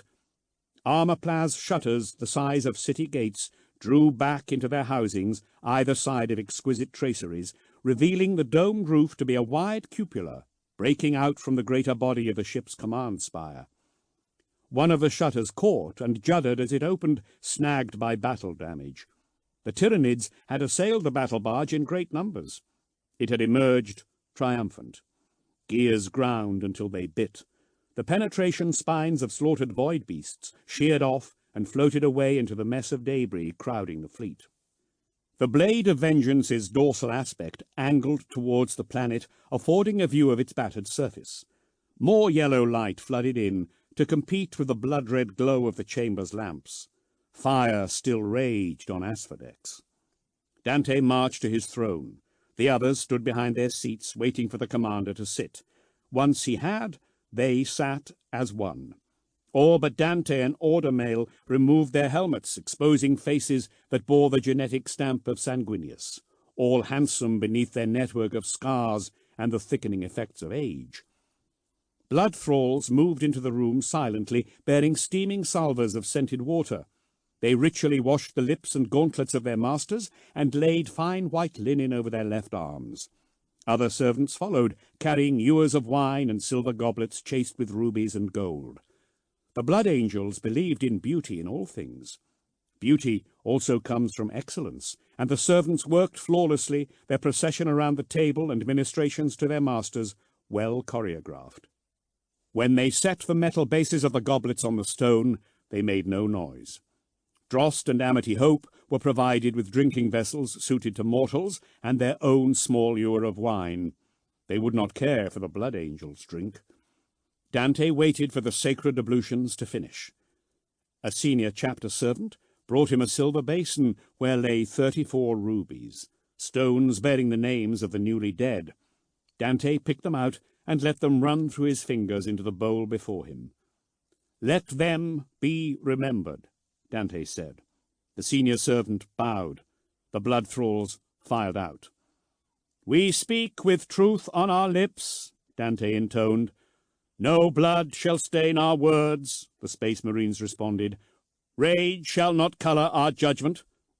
"The Emperor shall judge our words," said Amity Hope. Her armour was scratched down to silver ceramite. Only traces of its white paint remained, and the bare metal was scorched with acid burns. She was exhausted, but defiance burned in her eyes. The sons of Sanguinius bowed their heads in silent communion with the spirit of their father. Amity sought out Drost's hand and clasped it while she recited holy psalms. Falteringly at first, he joined in. When all lifted their heads again, their attitudes had changed, becoming relaxed. They shifted in their seats and took their wine. Dante drew in the scent of his through his mask's filters. A fine vintage from the chapter's oasis gardens, subtly spiced and flavoured with blood. His mouth watered, but he did not wish to remove his mask and reveal his aged face to his warriors. Furthermore, even the small amounts of dead blood mixed into the blood angel's wine had of late fired his thirst to intolerable heights, and he had come to eschew its drinking altogether, except for the most sacred rituals, for fear of what might follow. He pushed the drink aside. Mephiston picked up his goblet. Leaving the table, he went to stand by the armour-glass windows, apart as always, staring through the dome of the dying planet. "The Tyranids have suffered a blow. We cannot call it a victory," said Dante.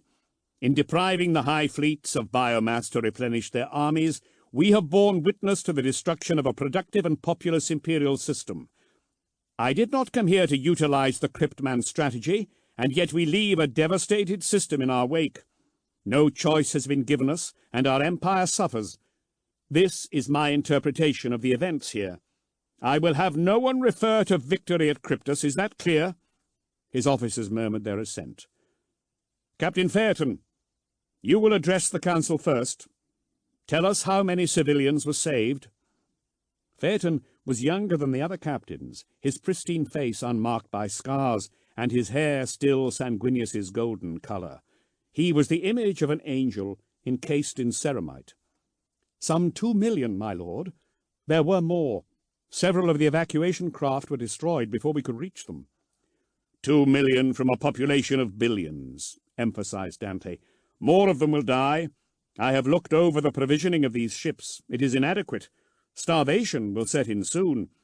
They must be taken to other systems as soon as we are through the Aegis Diamondo, or the blood we spilt in saving them will be wasted." General Drost spoke up. "I cannot speak on behalf of Cadia, but we shall do what we can to take some of them in." "Cadia is a long way from here," said Carlane, "and threatened by the Eye. It is clear that we do not have enough food for all of them to travel all the way, but we shall do what we can," said Drost. "Cadia is safer than many other worlds." Carlane shrugged. "Maybe." "Most will have to be settled nearer," said Dante, "preferably away from the line of Tyrannid incursion." "Who will take them in?" said Carlane. "Charity is not a word many Imperial commanders are familiar with. Those close to the invasion will refuse to burden their planets with extra mouths. Those further away will not see the urgency." "Drost will take them away from the front. You intend to return to Cadia?" "I do, my lord." "And you will do this duty in our name?" "I shall," said Drost. "But your word will sway other systems better than mine, my lord. A personal communication from you will aid us." "Time grows short," said Dante. "I cannot speak with every Imperial commander." "Of course not," said Drost humbly. "I shall provide you with a letter of demand. Many of the worlds beyond the Red Scar will petition us for aid once the Tyranids are through. I will make it clear our aid is contingent on their mercy." "Bellerophon," said Dante. "My lord," replied the master of the fleets, an old warrior whose golden hair was grizzled with streaks of grey. "Contact the Logisticium on Baal. See how many we might take across the 3 worlds. I shall leave it to you and Lord Adonicio to work out the details. Perhaps there are some within the survivors who may be taken as aspirants. We must accelerate our recruitment process." "As soon as we are free of the warp shadow, it shall be done, my lord," said Bellerophon. "We shall turn our attention to the defence of our home.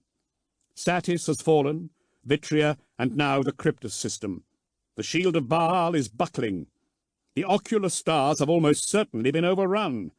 Dante gestured a hololith of the Red Scar into being over the table.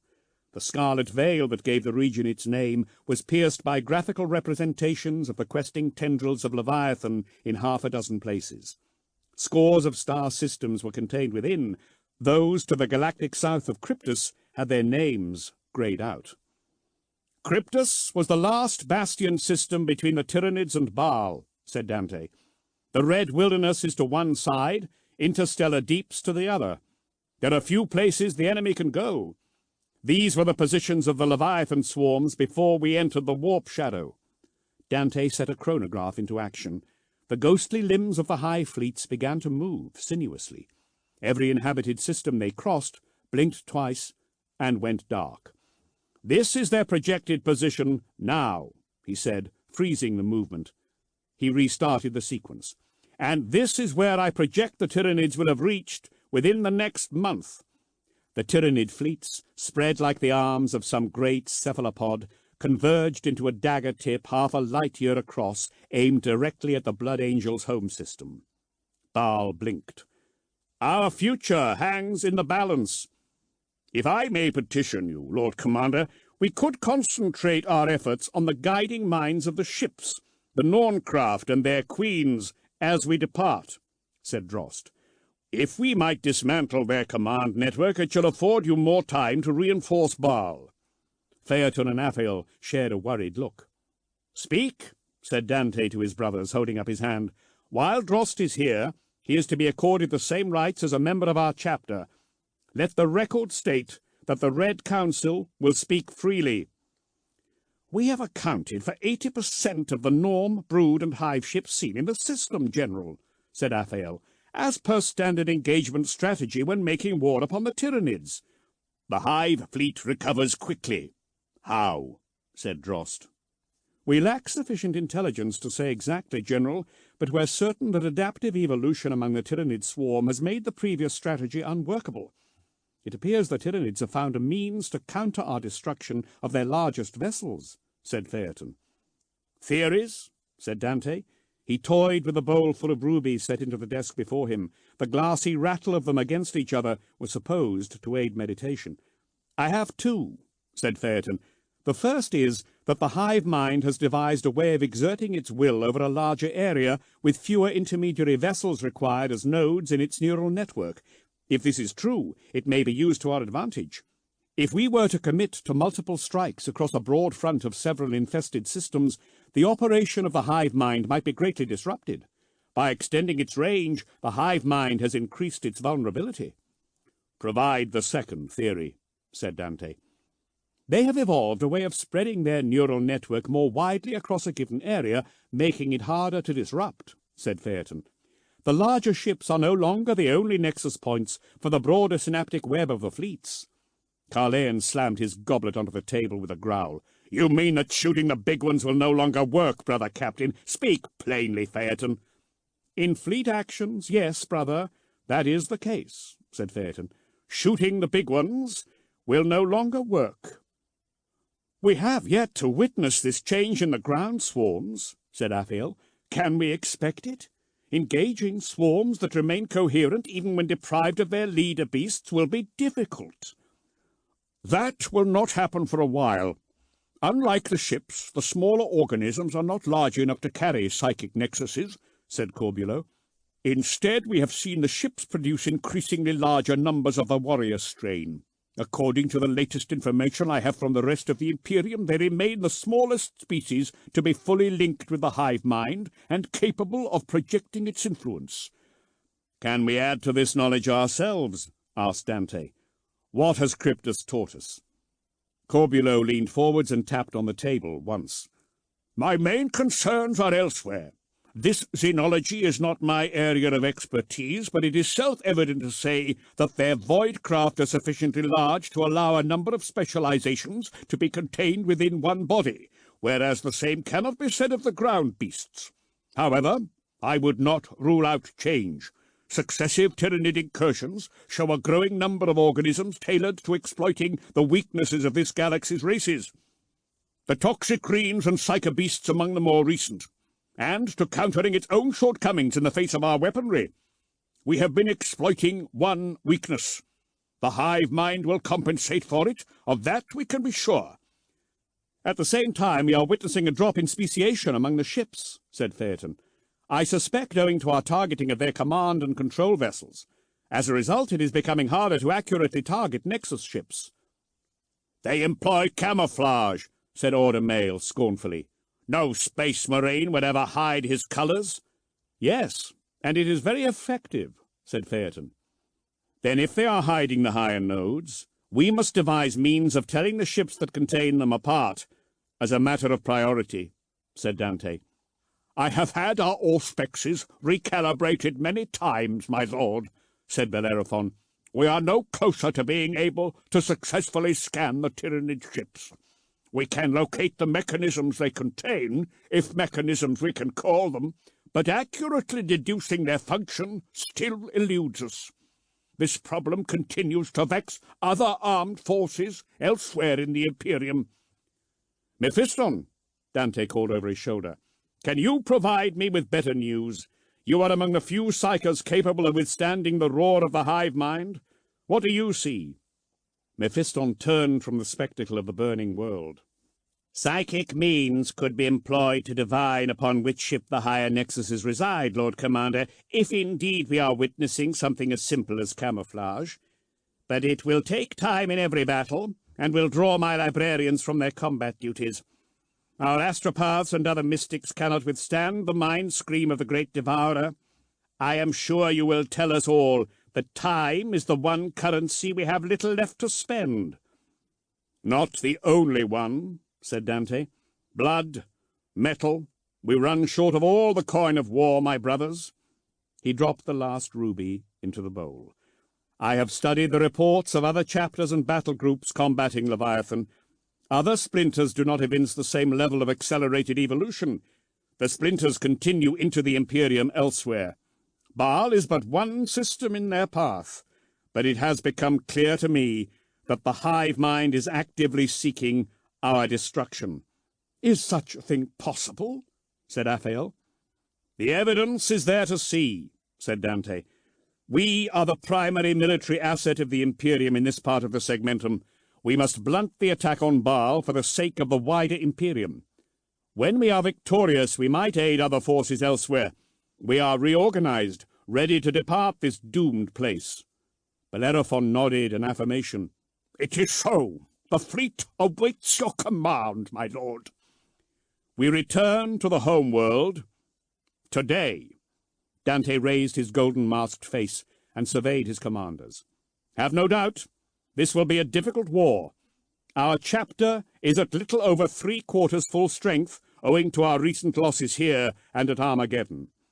We may make up some of our numbers by elevating those neophytes who are ready. If the implantation of their carapaces takes quickly, we might bring our strength back to 4/5 within a month. But though we are depleted, we shall not stand alone. You shall not, said Seth. The flesh-tearers are yours to command, my lord. You have our everlasting thanks, Chapter Master. Seth is not the only one to pledge aid. Before we entered the shadow of the hive mind, I received replies to messages I sent to the Angels Numinous, Angels Sanguine, Flesh-Eaters, Exsanguinators, Blood-Drinkers, and Angels in Carmine. All will send warriors to Baal's defense. Although some can spare only a few, the Blood-Drinkers are sending 4 full companies, and the Angels in Carmine are gathering at chapter strength. Others of our bloodline have not responded yet, but with Sanguinius's grace we shall have news of them soon. The Blood Templars, Carmine Swords, Charnel Guard, Brothers of the Red. He reeled off the names of a score of chapters. I calculate a certainty of 5,000 Adeptus Astartes to defend Baal, and perhaps as many as 15,000 should they respect their oaths of blood and fellowship as scions of the great angel. That is not all of them, said Raphael cautiously. I contacted the Lamenters. They responded unfavorably. If they were of a mind to obey our call, they are too depleted to help us, said Dante. It is a sign of the bond between the chapters of the blood that they are the only ones to say no. While such brotherhood persists, we might prevail. I did not refer to the Lamenters, said Raphael. Dante turned Sanguinius's frozen expression of rage upon his second captain. I will not contact the Angels of a Million. You know my feelings on that matter. They are close. Why not? Said Raphael. Enough, said Dante. His voice rose only a little, but it rang from the crystal dome. The others waited quietly. Dante's temper was infrequently roused, but when a rage came on him, it was terrible to behold. I have received word from the Knights of Blood. They, too, will come. Renegades, said Carlane. You court disaster speaking with them. I did not contact them. Their aid is unasked for. They offer their help freely. We are in no position to say no. They are renegades of the Order Astartes Order alone, said Corbulo, victims of the Inquisition's politics. They have just cause in declaring the knights renegade, said Phaeton. They are savages, renowned for their brutality to foe and friend alike. We have an ample quotient of savages already. He eyed Seth meaningfully. They are raw in their anger, it is true, said Corbulo, but they fight for the Imperium despite their persecution. They have ceased to fight alongside others to prevent unfortunate incidents. Is it persecution? Said Phaeton. He was guarding his words carefully. They couldn't openly mention the flaw in front of Drost or Sister Amity Hope. Their path could have been ours if we had been less fortunate, said Seth. Maybe it still should be, said Phaeton coldly. I should call you out for those words. I have had enough of your petty slights, Captain, said Seth. His anger spiked suddenly, and spittle flew from his lips. I lost 200 battle brothers fighting for your cause. Perhaps I should have followed the Lamenter's lead. "So we see your true character emerge," said Phaeton. "If you saw my true character, brother, it would be the last thing you saw." Phaeton half rose, hand going to the hilt of his sword. Seth stood, a feral expression narrowing his eyes. "Gabriel, please," Dante said. "Captain Phaeton, hold your tongue. It is known to me that not all of the council regard our rapprochement with the fresh terrors favourably. Put those feelings behind you. By their sacrifice and their nobility, the flesh terrors have redeemed themselves 5 times over, whatever the excesses of their past. I so decree. I will brook no more dissent." Seth bared his teeth, showing his long canines, but relented. "The more warriors we have, the more likely we are to succeed," said Carleon. "We are in a situation where honour must bend to mathematics, brother Captain Phaeton. The savagery of the Knights of Blood will be welcome in defence of Baal, and I, for one, have only the greatest respect for Seth and his flesh terrors." "Provided their savagery is unleashed only on the enemy. But if we are willing to deal with Necrons, then we should overlook any fault on the part of our brothers in the blood," said Aphael. Dante silently dared Aphael to mention the Angel's Vermilion again. The second captain was one of the most vocal of their supporters. Dante was grateful he did not. Aphael did not know what High Chaplain Herion had discovered in their fortress monastery 5 centuries ago. He prayed all at the table would remain ignorant of that horror. "We face a stark choice," said Dante. "In the galactic south, the Ordo Xenos, under the guidance of Inquisitor Cryptman, is employing a scorched earth policy, laying waste to swathes of worlds to halt the Xenos advance. This strategy is not working." The cartolith zoomed out, depicting the estimated location of the main mass of Leviathan coming up from below the galactic plane, enclosing the heart of the galaxy in its immense talons. "The Adeptus Terra have sanctioned Orgetum Ultima across the Red Scar. They will build a wall of bodies to exhaust the fleet, despite the questionable wisdom of providing the Tyranids with an endless supply of fresh meat. Cryptus was the first test of that strategy, and it has failed. Without the light of the Astronomicon to guide them, the reinforcements promised to General Drost here could not arrive. We can safely assume the same will occur in the systems beyond Cryptus and the Oculus stars, and that whatever resistance can be mustered in the shield worlds will quickly collapse. The Tyranids may be slowed, but without constant redeployment, impossible through the shadow in the warp, these efforts are doomed to failure. We have seen here, this week, what we Space Marines might achieve if we choose to lend our might to these system fortifications. The question I have been debating these last hours is therefore this: do we fight the Tyranids system by system, or do we marshal the full strength of the Blood Angels and our successors, and make a stand at Baal?" Dante stood. The cartolith made a dizzying zoom into the Blood Angels' homeworlds. "I fear the first strategy will lead to our slow erosion. As here, we will not stop the Tyranids, only slow them, and so our eventual destruction will be inevitable. Contrarily, if we do not attack where we might, we risk allowing Leviathan access to resources that will speed its growth exponentially. Either strategy has its merits, both are risky. I have therefore determined a third way." He waved his hand. The cartolith zoomed back out. "We shall gather the majority of our warriors at Baal. I shall request that the masters of the fleet-based chapters assign portions of their strength to mobile strike groups. These will stand ready to deal pinpoint blows to their high fleets." "How will limited strikes slow them, my lord, when outright war has not?" asked Aphael. "Missions will be carefully determined. The removal of Norncraft clusters, considered reinforcement of Astra Militarum army groups, bolstering the Imperial fleet, exterminatus if need be, diversion, distraction, and disruption. We cannot accomplish more. While these actions are ongoing, we and the successors shall fortify Baal and its moons. We shall meet the aliens at the edge of the Baal system in full fleet array and attempt to split them. By slowing their planetfall, we can hope to deal with them piecemeal. The strategy was attempted here by General Drost, and would have succeeded but for want of more men. Our armories are fully stocked, Billions of volt shells await their targets. The Sanguiner itself told us that there is hope. The Sanguiner spoke, he said emphatically. Hope is only candle flame. It must be fanned by action into a blaze. Dante looked around the table of solemn faces. We have blunted their attack here at Cryptus, but this manner of victory will not be sufficient at Baal. Leviathan has to be crushed. What I suggest has only a slim chance of success. This decision is too great to be made by me alone. I ask the representatives of the council for their opinion. Do we stand on Baal in the manner I propose? Do we split ourselves among the shield worlds? Or do we consider the unthinkable and flee? Flee? Said Ordermail. Never. It is agreed. We shall stand. I speak for the chaplaincy. The commander's strategy is sound. Sanguinius's wings shield us in these desperate hours. I second Ordermail's approval, said Corbulo.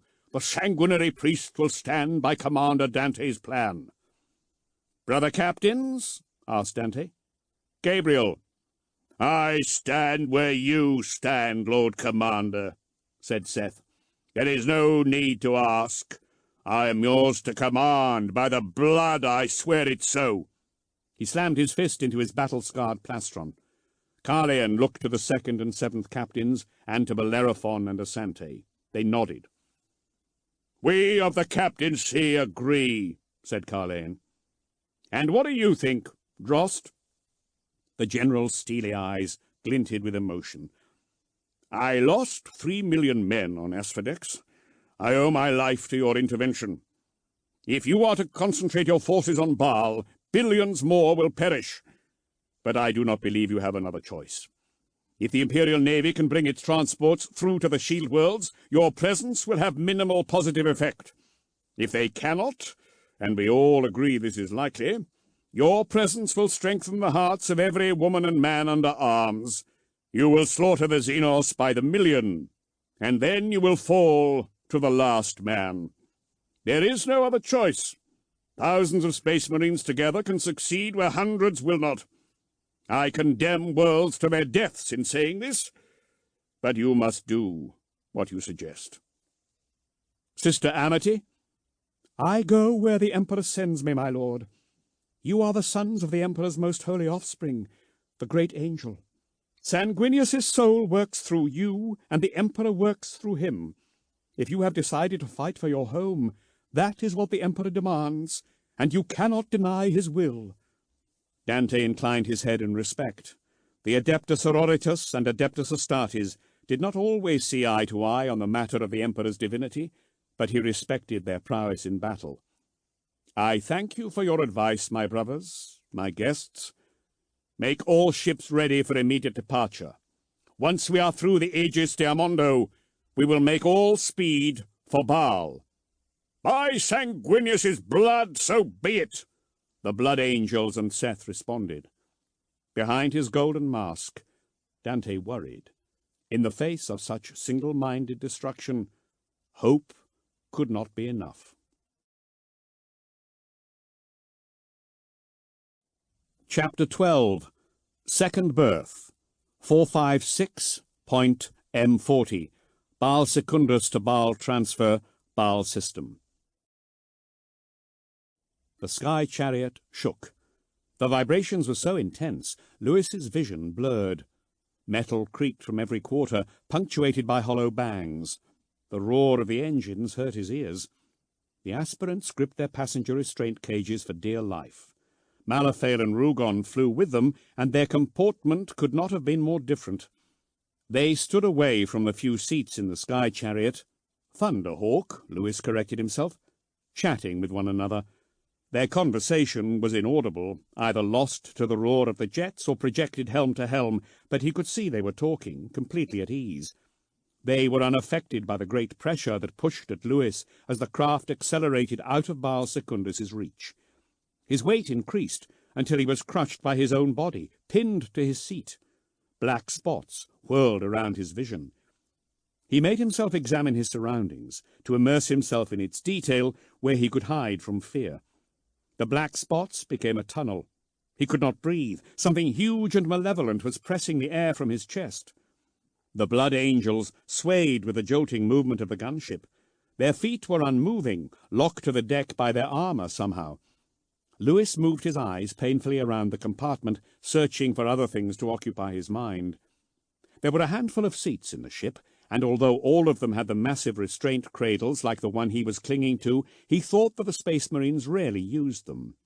There were only 9 seats, but space within the hold for 20, maybe 30 of the giant armoured warriors if they stood shoulder to shoulder. While he thought, he calmed his breathing. Watch, he told himself, do not fear. To his left, Lorenz had his eyes screwed shut. Ristam muttered prayers under his breath. There were 9 aspirants in their ship, 1 for each seat. 63 had been chosen. Others rode in other ships. 6 ships all told, 2 moons, 1 planet. These facts kept him calm as he felt consciousness slip away. He could not prevent the final closure of the black tunnel crowding his vision, and he passed out. He was unconscious only for moments. The pressure ceased. Aside from a faint tremor in the craft, it now ran silent. He was as light as air, and a little queasy for it. He lifted his arm and marvelled at the weightless sensation. The other boys were laughing and flapping their hands around. Malifale turned from his conversation. His vox grill clicked on.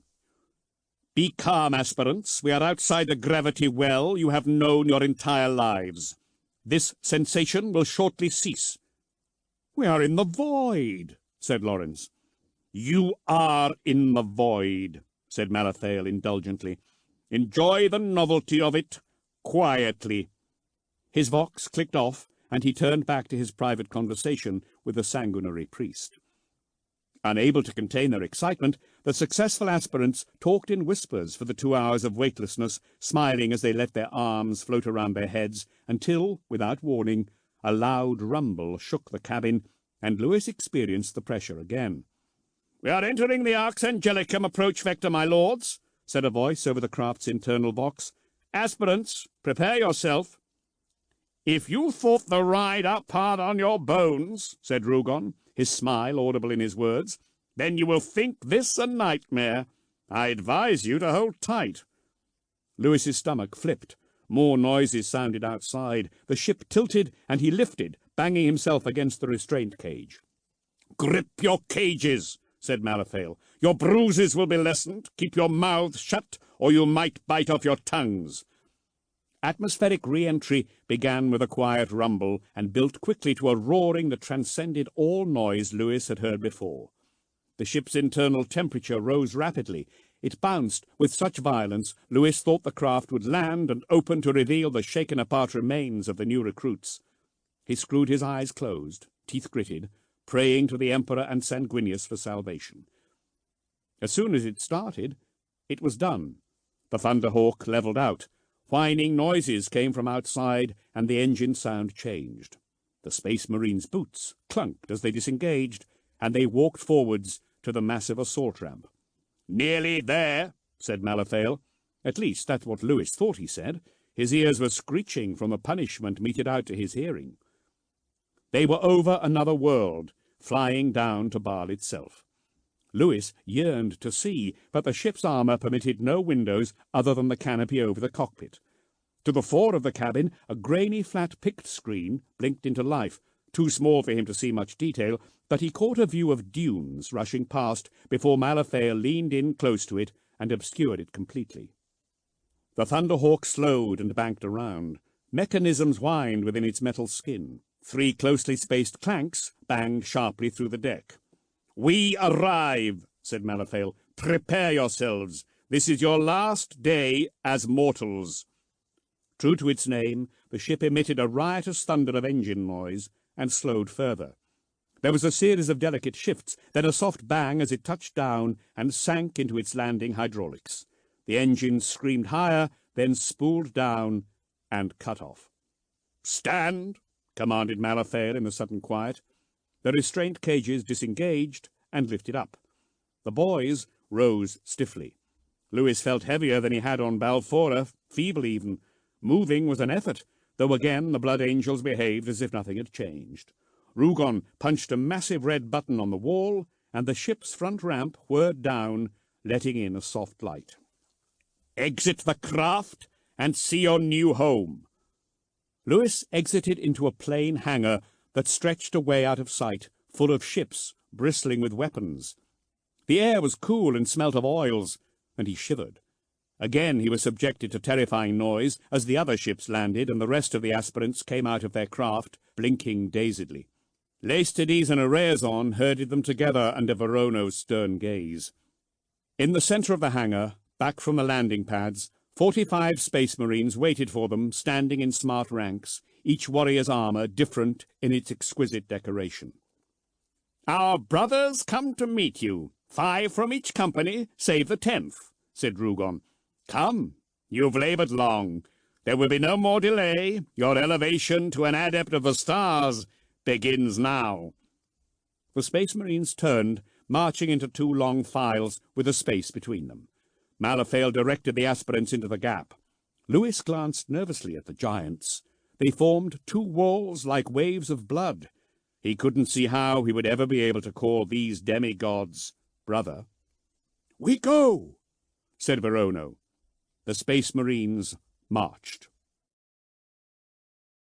A confusion of sights greeted Lewis. The aspirants were led down staircases from the hangars. These were immense in size and highly ornate, their balustrades mounted with decorated metal lamps of complicated, exquisite design. Their walls made curving friezes of the blood angels at war, carved from the living rock. The width of the stairs was enough to accommodate the whole party with ease. They passed into a huge space open to the sky. Lewis gaped at it, breathing alien air for the first time. The heavens of Baal were a similar blue to home, but tinted with a delicate yellow. The courtyard, although the name barely did it justice, was bounded on all sides by walls higher than cliffs. Statues of angels hundreds of feet tall played host to bastions bristling with weapons. Around their feet were many tiers of stepped fields, green with growing things. The weighty smell of rich soils came off them. A high tower reached arrogantly for space on one side. Servitors clumped about, tending to the plants. Brothers in blood-red day robes stopped to watch the new recruits being marched by, hiding their faces in their hoods. The courtyard was a mile wide at least. The figures on the far side of its worn hexagonal flagstones were tiny against the monumental effigies defending it, like salt ants infesting a Roma. They were over the courtyard quickly, the space marine setting a fast pace, and taken onto another stair that led upwards again. A vaulted hall of black stone opened up. The far side was a bank of enormous windows. The middle panes were clear, and outside Lewis saw a landscape of dunes that faded into the dusty yellow sky, already tinting pink as the red sun of Baal neared the end of its path. The panes around the window edges were stained and assembled into images of Sanguinius. Sanguinius was everywhere, looking down from the niches, held aloft in flight by cunningly wrought pillars of rock, standing with his sword held high and wings spread.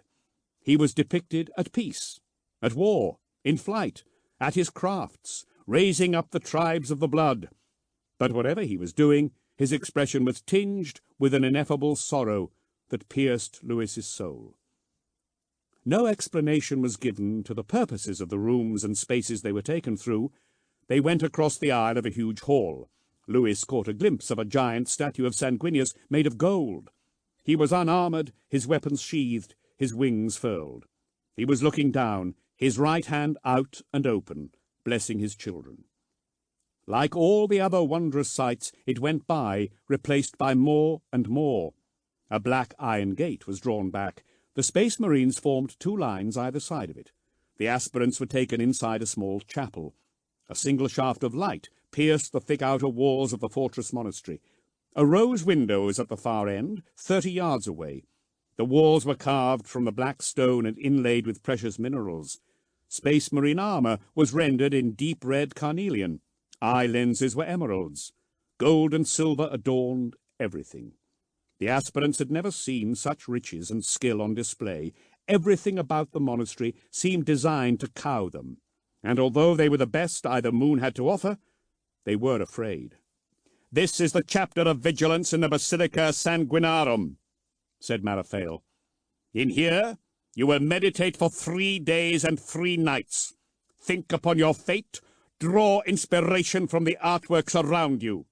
He held up his hand. But you may not move from your position, you may not speak, and you must not sleep. Any aspirant who fails this test will be removed. Do I make myself clear? The aspirants were too wise to speak, but Lewis's chest clenched. How many more tests must they undergo? He was already weary from the trials and his journeys. Such a vigil would be all too easy to fail. There is one final test after this. Be assured your trials are nearly over, said Maraphael, anticipating the aspirant's fears. First you will eat, and you may see to your ablutions. You will be given robes fit for your vigil. Ready yourselves and be warned. Many fail here at the winnowing of weariness. 3 times the sun arced through the heavens, its shaft of light moving like a search beam over the polished black floor of the Chapel of Vigilance. The aspirants, dressed in simple shifts of pure white, were untroubled by the lack of food and water. All of them had experienced worse privation in their lives. Sleep was another matter. It beckoned them all. The final weeks of the challenge had been hard, and they were exhausted before they arrived upon Baal. Lewis compensated through meditation, focusing his attention on detail as he had on the Thunderhawk. But fear is easier to banish than sleep, and he sank into a deep pit of tiredness he could not escape. At the end of the 2nd day he felt better than expected, but come morning of the 3rd day he was beyond tired. From the corner of his eyes he saw black shapes skittering across the floor, running like vermin over the limbs of his fellow aspirants. The youths sat cross-legged, in rows, facing towards the rose window at the top of its deep shaft. Lewis let it captivate him. How strange the light was there, and how different the air to breathe. There was no glass in the window's elegant traceries, and the scents of this alien world were free to blow in and beguile him. Dust and more dust, the dryness of it less than the extremes of the great salt waste, but deeper somehow. Baal had never known oceans. Its aridity was inherent. Incense wafted in through the open ironwork of the chapel gate. 2 sentries in full plate remained at guard there. Every 5 hours or so the Space Marines gathered for convocation in the Basilica. He could understand little of what they said, for the native speech of Baal's moons had diverged from the high Gothic, but he caught enough to be surprised at what he heard. What he took for sermons were not. The chaplains exhorted their brothers to deep thought and restraint against thirst and considered action. Though they asked for his guidance, they did not praise the emperor as a god, but spoke to him as a leader. And when they turned to Sanguinius, it was not as a saint, but as a much-missed father. Services came and went through the vigil, setting a rhythm that would later dictate the days of Lewis's life forever. By the end of the 3rd day he could barely keep his head up. Aspirants began to fall asleep. It had seemed until that point that all of them would pass the test, but once one drifted away, others followed. As each one fell asleep, whether they toppled from their sitting position or their heads drooped to their chests, they were dragged out by the sentries. They awoke and pleaded to be given another chance. One tried to fight against the hands pulling him from his fellows and screamed out his anguish. The blood angels were unmoved and took him away with the rest. The boys were never seen again. Not until years later did Lewis learn their fate. The booming voices of the chaplains and the beautiful hymns of the brothers seemed not to cease now with the close of each service, but continue on, becoming ever more elaborate. Such sweet music filled Lewis's ears that he began to cry. Despite the tears brimming in his eyes, they were intolerably dry and scratchy. They gained weight until they seemed to be shutters of lead that had to be bodily held up, and he was so tired, and the muscles that held them back so puny. His limbs hurt from inactivity, his circulation was pinched off, and his feet cold from the stone. His fingers twitched, and an unpleasant tingling troubled his nerves. He felt light, lighter than he had in the void. His spirit seemed tethered to his body by the weakest tissue, and threatened to tear free at any moment. His head nodded, and the gathering disassociation of sleep poured into his mind, thick as mud under crack salt. The chapel retreated. The sense of his corporeal being dissolved. Images whirled through his consciousness, so lucid that he mistook them for reality. He was back on Baal Secundus. His father and mother looked at him, the wind tugging at their clothes. "Father," he said. His father stared back at him angrily, his arm tightening around his wife's shoulders.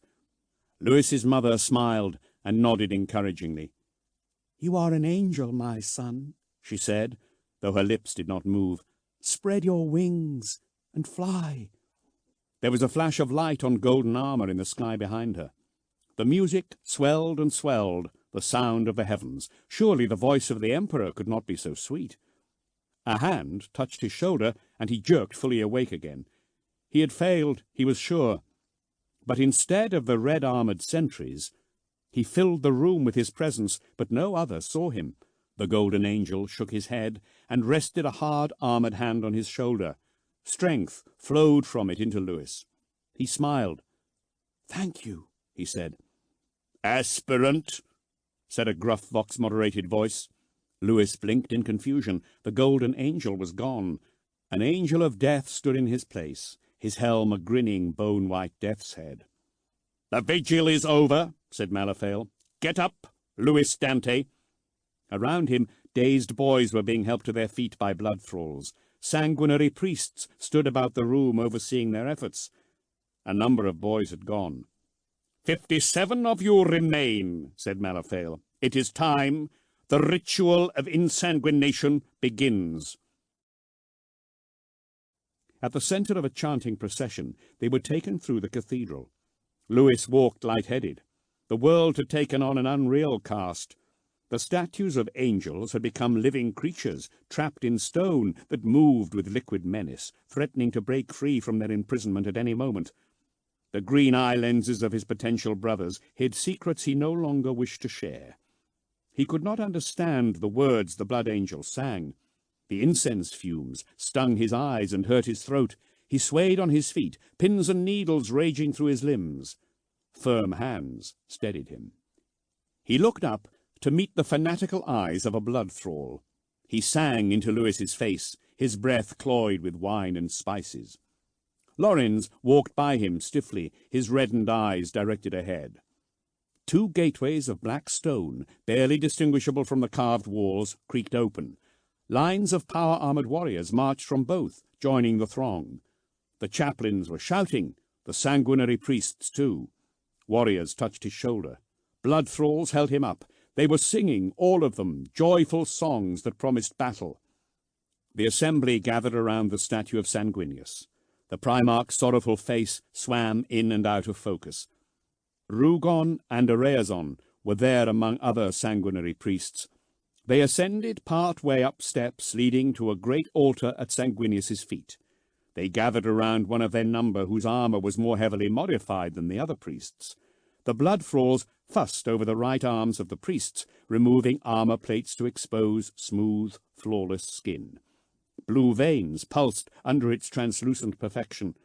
The blood-hued crags of armored space marines crowded the aspirants, jostling each other, seemingly without the controlled order they'd previously exhibited. A bell tolled. The assembly fell silent, and the high priest spoke. "Aspirants, I am Dereveo, sanguinary high priest of the blood angels. This is the last of your tests. Soon you will sleep. If you awaken, you will be of our number. It is time for you to look upon the faces of those you would call brother." The Space Marines reached up to their helmets. Helmet seals hissed as they were disengaged. So insistent and disorienting, Lewis woozily expected a plague of serpents to crawl over his feet. Beneath every war mask was a face of unbelievable beauty, so similar to the visage of Holy Sanguinius that they could have been blood relatives. He looked around himself. More perfect faces emerged. Some were older than others in a way that was hard to define. The perfection of some was marred by injury, but under the marks of war and the years, all shared a look. They were brothers in more than name. Deraveo was older than some. His golden hair had turned silver and was worn unusually long. He smiled at the recruits. His teeth were even and white. His eye-teeth were unnaturally long, a predator's fangs. To be a blood angel is to embrace blood and death. To be a blood angel is to thirst for blood and death. A pair of blood thralls brought forwards a wooden reliquary. From this Deraveo took out a huge cup, its bowl cast from gold in the semblance of a skull.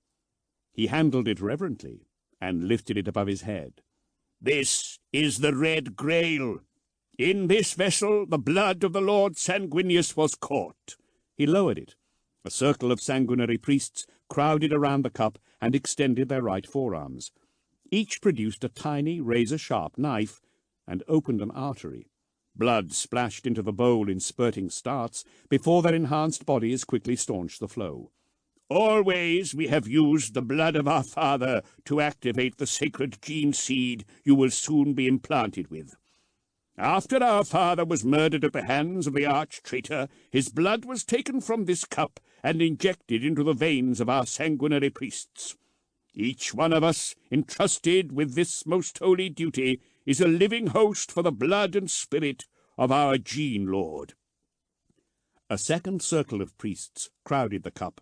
They too slit their wrists and allowed their life fluid to patter into the grail. The hot, coppery smell of blood was everywhere. The blood angels changed upon experiencing the scent, morphing from angels to monsters. Though their faces remained perfect, their eyes dilated, their skin reddened, and their fangs grew longer, extruding from gums and pricking at lower lips. Each one of you will be invested with the gifts of the change granted to this chapter by the Emperor himself in ages past. You will be infused with the blood of Sanguinius, and his seed will take root in your organs and alter you, making you more than a man. The third and final group of sanguinary priests added their vitae to the cup. Deraveo took a tiny crystal phial from a cushion held by a thrall and opened it. He let a single drop of clear liquid fall into the blood. He stoppered the phial. The blood smoked. First you shall drink, and by this act take your first step to becoming a champion of the Emperor of mankind. A boy was grabbed by a blood angel whose face had twisted into that of a grinning fiend. He was half coaxed, half dragged to the steps. The grail was lowered to his lips. Drink. Drink and know the last satisfying of your thirst, commanded Deraveo. From this day forth it shall never be slaked. The boy took a sip and spluttered. More blood was forced down his throat. He came away gasping, his lips coated red. More! Bring them all, commanded Deraveo. The blood angels shouted out encouragement rowdily. Their civilized airs were torn away. Lewis took the blood like all the rest. It slid down his throat, sensuously thick, but repellent. When it hit his stomach, it curdled, and he feared he would vomit up the sacred life stuff of the great angel. His vision, already made hyper-real by sleeplessness, distorted further. A red stain tinted his sight.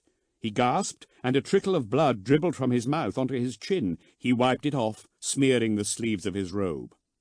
The change will be upon you. Some of you will not be able to withstand it, and will die. The high priest's voice slowed. Those that live will experience a life of war. War! War! War! Chanted the blood angels. For the Emperor! For Sanguinius! A drip of red fell into Lewis's soul, spreading ripples across a thickening pond of vitae. His eyes rolled up into the back of his head, and he collapsed. War. War beat out its drum across the void. From one side of the galaxy to the other, the sons of the Emperor fought each other. Lewis witnessed the heart-breaking spectacle of warriors meant to ensure mankind's survival, tearing each other to pieces while dark gods laughed. He fell through the sky, a burning portent of better times. He crawled from the wreckage of a wrecked suspension pod onto the surface of a blasted world, his child's mind full of bewilderment and fear. Young wings twitched on his back. He wrestled a titanic being in the sky whose radiated fury threatened to eclipse all reason. He was the Lord of Hosts, and the galaxy shouted his name in approbation. The desert stretched before him, the fate of his people sorrowed him. His true father stood before him, radiant in his majesty. A dark face snarled out its hate as it drove down at him with a weapon cloaked in diabolical power. Cygnus, Ultramar, Melchior, Kavas, Murder. Names of worlds he had never visited whirled through his mind. The memories of Sanguinius flooded into him, bound up with his genetic code, suffusing themselves into the meat of his body. He wrestled demons, for he knew them for what they were. He battled traitors he had once loved. Rage and sorrow fought their own battles in his heart. He nursed suspicions that his father had known all along, and grew introverted and bitter. And yet he could not speak of these things, for he was the great angel, the most perfect and most beloved of the Emperor's unruly sons. His sorrow went unvoiced, and always the rage, the terrible desire to kill and slay at the edge of his consciousness, which he dared not reveal to any being. He looked to his brother Angron, and feared what he might become. He turned away, but the anger never left him. In his soul, mercy and violence hung in precarious balance. Sanguinius became Louis, and Louis became Sanguinius. His existence, so much lesser than the Primarch's, was subsumed and fragmented. For a time, Louis ceased to be, and he was plunged into the awful life of a demigod. His ordeal went on forever, a string of waking nightmares that came at him in no logical order, assailing him with fresh horrors. The sainted Sanguinius's life was one of despair, and despair awakened in Louis's breast in response. Finally he was at the end. The red of his own blood obscured his vision. The face of Horus stared down at him in triumph, but it was not Horus who regarded him through his brother's eyes, but something far older and far worse. His wings were broken, his body shattered. Pain and sorrow were all that remained to him. The vision rippled. Louis was aware of himself again. He was sinking through a thick ocean of blood, down and down, pushed at by the pulsing current of a titanic dying strength. The beat of a giant heart, Sanguinius's heart. It pulsed slowly, rippling the seas of Vitae into galaxy-engulfing vortices. The pulse slowed further. Then it stopped. The ocean of blood stilled, and Louis sank away. Gentle dark enwrapped him. The pulse started again, weaker, doubled. 2 hearts pulsed. Louis was no more. He awoke, trapped and thrashing. The space he occupied was tilted off vertical and barely larger than his body, and full of liquid, tainted red by bloody fragments. A dim light shone through the murk. His limbs were enmeshed in strings of cables. Embedded needles tore free, stinging him as he flailed. On his face was a mask of some kind, and in panic he tore it off and screamed. Liquid flooded his lungs. He was drowning, and he fought against it with furious might, hammering against an unyielding surface, not realizing that he was not dying, but breathing freely. Mechanical noises sounded beneath his feet. The liquid gurgled, and the level dropped. His eyes were uncovered. The light came from a tiny round window in front of him. Outside, shapes obscured by streaks of gore moved. Peeping chimes sang urgently around him. Blinking the thick liquid from his eyes, he tore at the pads on his chest and the needles piercing his arms and thighs, and roared like a beast. Memories of betrayal and death tormented him, and all around was blood and more blood. Locks disengaged. Light cracked around the wall in front of him. Warning toxins blared nasally. The wall lifted, revealing itself to be a lid, and the space he occupied a sarcophagus of ribbed metal. The coffin tilted upright. Hands reached for him. He batted at them and snarled. His teeth were sharp and pierced his lips. The hands slipped on his skin. In a flood of bloodied amniotic medium, he fell forwards onto a shining floor of basalt. Tormented faces screamed in his mind. A great claw descended towards his wings and broke them. Sorrow filled his heart. He knelt there on all fours, panting, as the woes of another's life tortured him. Red tinged his vision, an unquenchable thirst gripped him. All sensation had been replaced by pain. He no longer knew who he was. "This one fought all the way through the transformation," a vox-moderated voice said. "Another for the tower." "Or a warrior of fated promise," said another. A hand rested gently on his shoulder. His head snapped round, teeth bared. The hand remained in place. "Brother Dante! Brother Dante, can you hear me?" For a moment the hand withdrew a fraction, the owner alarmed at the savagery of his charge. Dante. An angel's name. Dante. The red mist receded. The last recollections of Sanguinius flickered from his mind. He was in a low-ceilinged hall full of sarcophagi. Up and down the row, servitors and transhuman giants worked, hauling naked, massively muscled warriors screaming into the world. He looked down at his hands and arms. They were enormous, swollen with ropes of muscle. Not his hands. Once he recognized that they were different, he remembered who he was. "I am Louis," he panted.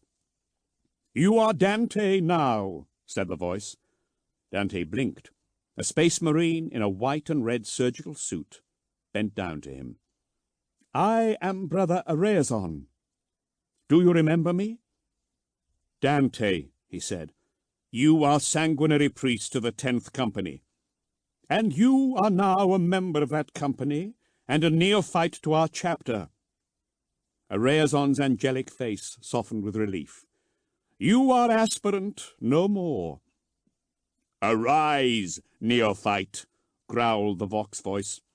Chaplain recruiter Malafale reached out an armored hand.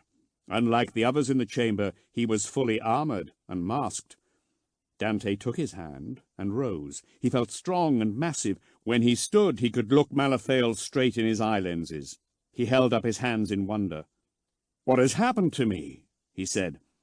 "You have spent a year in the Hall of Sarcophagi undergoing the blood change," said Arezon. "After you fell asleep, you were implanted with the sacred seed of our Lord, the great angel, activated with the infusion of his precious blood. You have passed your final test and been granted the blessings of the Emperor's knowledge. You are a blood angel." Others were coming out of their sarcophagi, smeared in jelly and blood. A tide of slick fluid rose over the floor. He saw a half-familiar face.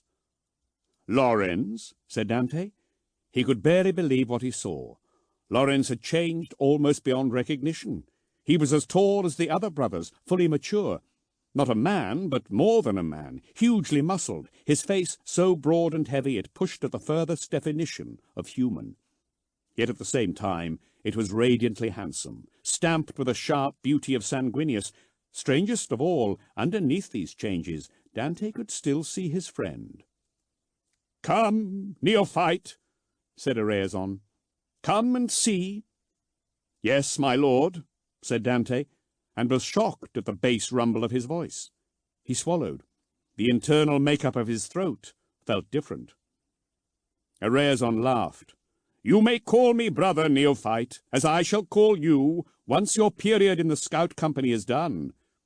He took Dante's hand and led him towards the far wall.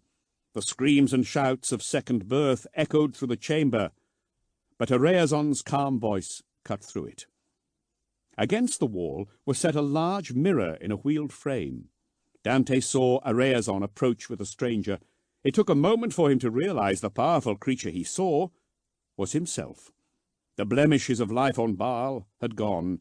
His skin was alabaster smooth and pale as if it had never felt the touch of the sun. His face was no longer his own, but a blend of Louis's and Sanguinius's. Arezon released his hand, and Dante stood in front of the reflection in silent amazement. Only his eyes remained unchanged in appearance, pale amber, his father's eyes, but they looked out from the face of an angel. He would learn in later life that not all space marines were made this way. Outside of the bloodline of Sanguinius, such rapid maturation processes were unused. the specialized organs that made a space marine implanted gradually over a period that stretched into years. Not so for the blood angels. All the organ seeds were put in at the same time, save the last. "I am an angel?" "Almost," said Malifale. "Years of training await you. If you survive that, you will be implanted with the black carapace. That final gift is what truly defines us. It is into the carapace that the interface ports are set. Without it, our battle plate is useless." Lorenz was led to his side, then another new brother. They were silent, too awed to talk.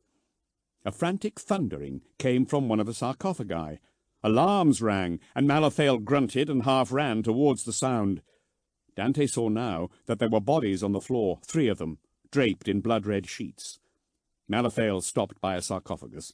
It began to open, but the lid was bashed aside and sent skidding across the floor. The brother within burst out, lines and wires ripping from his skin. With clawed hands, he flew into one of the servitors tending to his awakening. With inhuman strength, he wrenched the cyborg's head back and buried his long fangs into the wizened grey flesh of his throat. Malifale raised his bolt gun and fired. The boom, as it detonated, made the newly formed blood angels flinch. The crazed neophyte fell to the floor, headless. "The process does not always work," said Araeazon sadly. "You have had your first glimpse of a beautiful but savage world. Come, you must eat. You have been sustained by complex filters for the last year, but your body requires meat and wine." The dead neophyte was covered over.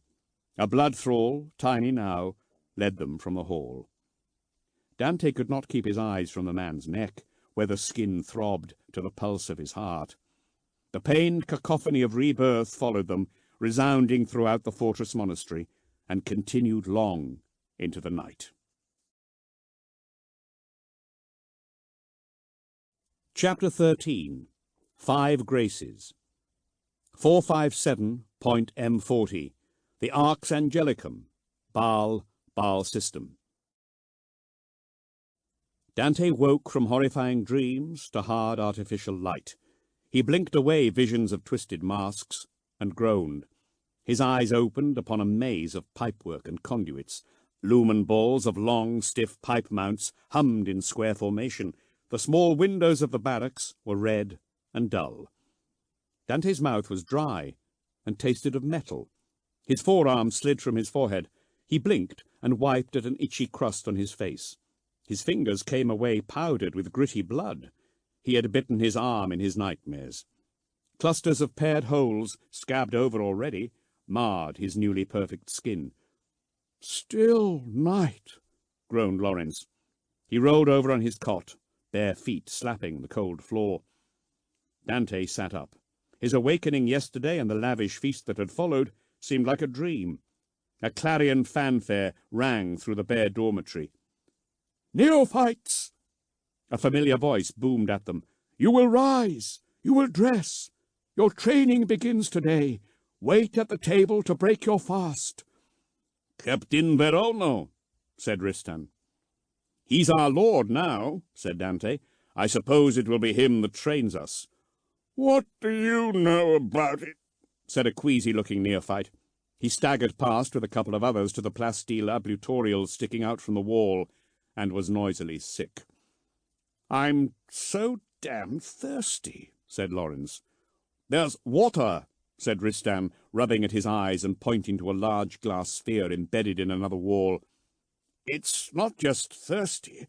It's more like hungry and thirsty at the same time." Lorenz's eyes lost focus. "It could be worse. You could be them," said Diwali, walking by. He pointed at the sick neophytes. The sharp smell of vomit spoiled the air. "Can we smell better, or does that really stink?" said Dante, wrinkling his nose. He could taste the neophyte's meal in the scent, though it did not make him nauseous as he might expect. He got up and went for water. His body was strange to him. Its proportions threw him off, and although he felt inherently more graceful than he had been, he kept misjudging where his limbs were and smacking into things. The damage to the objects was significantly greater than any he did to himself. He barked his shin on a cot, bending its frame and sending it scraping across the floor. A bruise flowered on his skin and faded just as quickly. He spent a minute dumbly staring at it until Laziel slapped him on the back. "Are you going to move or stay standing there?" he said peevishly. Dante's anger rose shockingly fast. He brought it under control and stood out of the way. "My thanks, brother," mumbled Laziel, abashed at his tone. "I'm desperate for something to drink." Dante went with him to the water orb. One hemisphere bulged out of the wall, the other went into the rock. He laid his hands on the cool surface. The glass was flawless. Amazement at the smooth beauty of the vessel and the amount of water it held pushed his other thoughts away.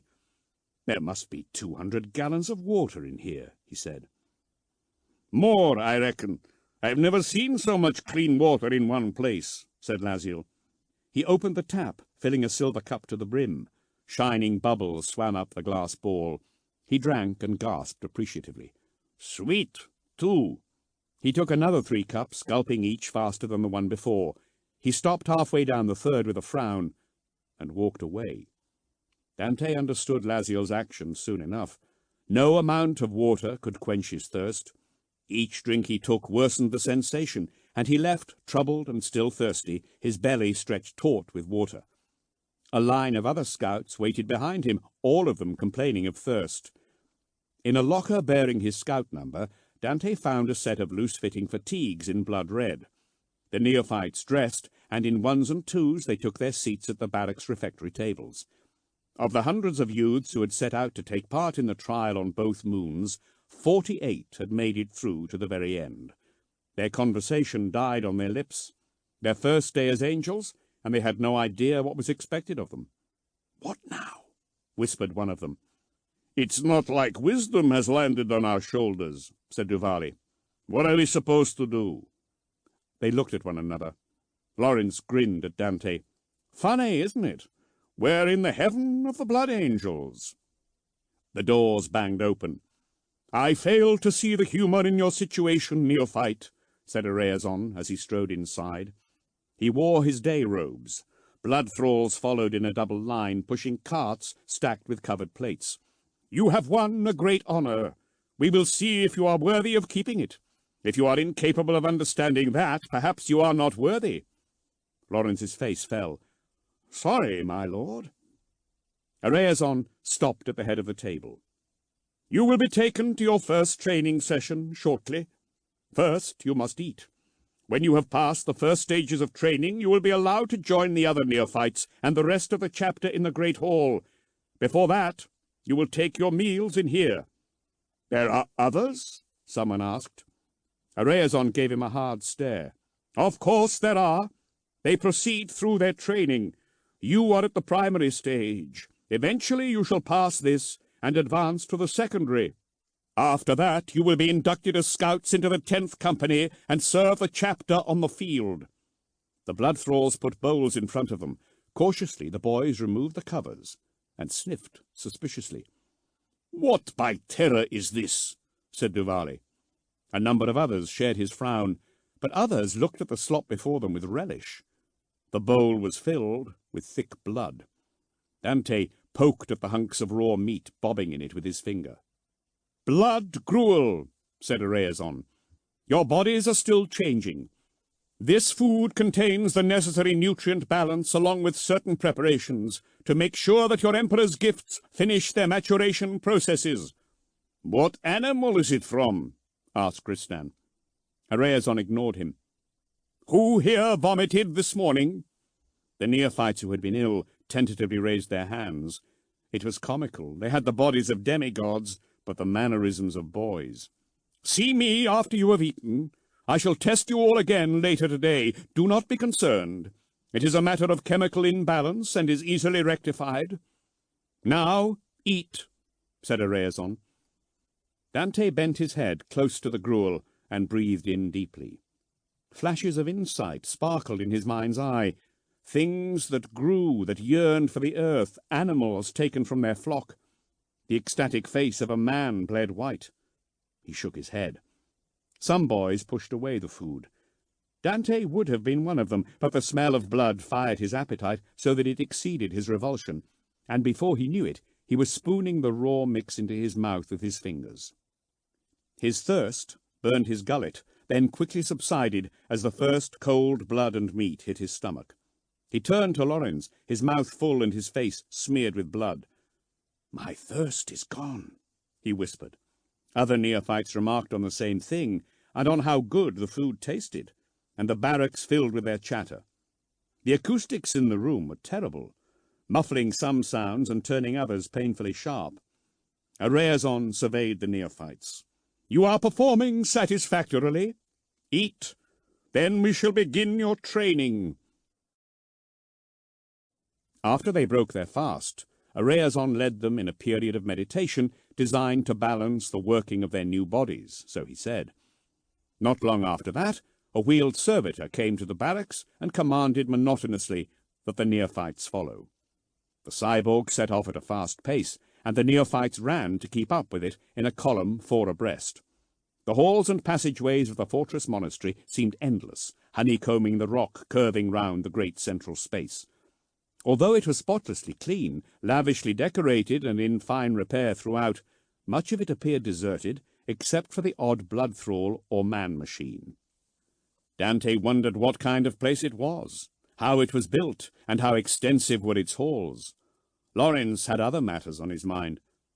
"What do you suppose our first training will be?" said Lawrence. "Swords? Guns? Maybe they'll teach us how to fly." Dante shook his head. "It'll be nowhere near so exciting. This is going to take years." "You're a pessimist, you know that," grumbled Lawrence. Dante proved to be right. They entered a large hall. The servitor halted suddenly, the neophytes right behind it running into its back. Lights snapped on, revealing yet another massive hall, this one full of rows of workbenches and tools and objects covered in dust sheets. The column broke up in confusion, the young space marines wandering around the place. "What's this?" said Ristan. He picked up a pot from a bench. "Where are the weapons?" "These are paintbrushes." "Is this the armory?" someone else said. "Are you malfunctioning?" he said loudly and slowly to the servitor.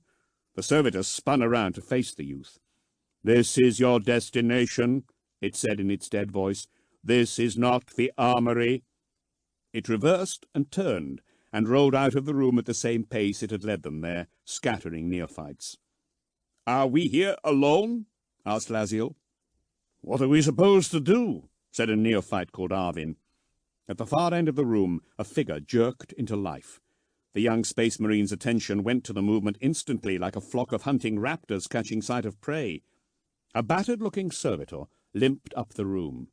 The left arm, shoulder, and left half of its face had been replaced by machinery, as had most of its legs. Although the workmanship of its decoration was astounding, the mechanicals must have been poorly made or worn, because it lurched unsteadily towards them. "Great! Another servitor," said Ristan. The machine man's remaining eye burned. "That's not a servitor," said Dante. "Your young friend is correct," barked the ruined man. "I am Brother Caphael, master of artistry." He clanked closer. "Artistry? We were supposed to be warriors," said Laziel, holding up the paintbrush. "How am I supposed to defend the Imperium with this?" A nervous laugh rippled through the neophytes. Caphael increased his pace and came to a stop before Laziel. He stared at the neophyte long and hard. Laziel waved the paintbrush at him. Too quickly to see, Caphael swung out his arm and sent the young space marine sprawling to the ground. "I have served the chapter for 600 years, said Caphael. 90 years ago, I was crippled. I am no more fit for combat duty. Do not underestimate me because of my infirmity. I may be half a man, but I am twice the warrior you are." He held out his organic arm to Laziel and hauled him back up. Laziel bobbed his head apologetically. Caphael swiveled and addressed the room. "There are many battles you must fight as blood angels. None are as hard as the one you will fight with yourself. You will have noticed the great thirst that you feel. The scattered neophytes nodded. In a circle, comport yourselves like warriors, not a rabble, shouted Caphael. The neophytes quickly rearranged themselves. The thirst will abate as you adjust to your change, but it will return throughout your lives, and when it does, it can overthrow sanity. Here I will teach you the 5 angelic graces, so that you might learn to control the thirst, which we name as red, and to avoid its worse twin, the rage, which we name as black. Caphael fixed them all with his ferocious stare. These urges derive from the passions of Sanguinius. We are fortunate to feel such emotion, for we harness it for the purposes of our art and our war-making. But there is danger in it. Sanguinius was made to be perfect. We are made in his image, but alas, we are not perfect, and such great passions as he bore overfill the human soul so that reason spills out. A man cannot bear easily the colour of a demigod, for though the gifts given you are many and varied in their wondrousness, great power brings evil with it in many forms. As you learn to control your gifts, you must learn to control your passions, the red and the black, and direct them to your will, lest they supplant it. His revelation stunned the neophytes into silence. You will learn more of the red thirst and black rage in time, how they affect you and where they come from. For now let it be known that they exist and that you must oppose them through the 5 graces of our chapter. Your first lesson is their names, he said gruffly. They are thus: focus, humility, mercy, restraint, and the last and greatest of all, forgiveness.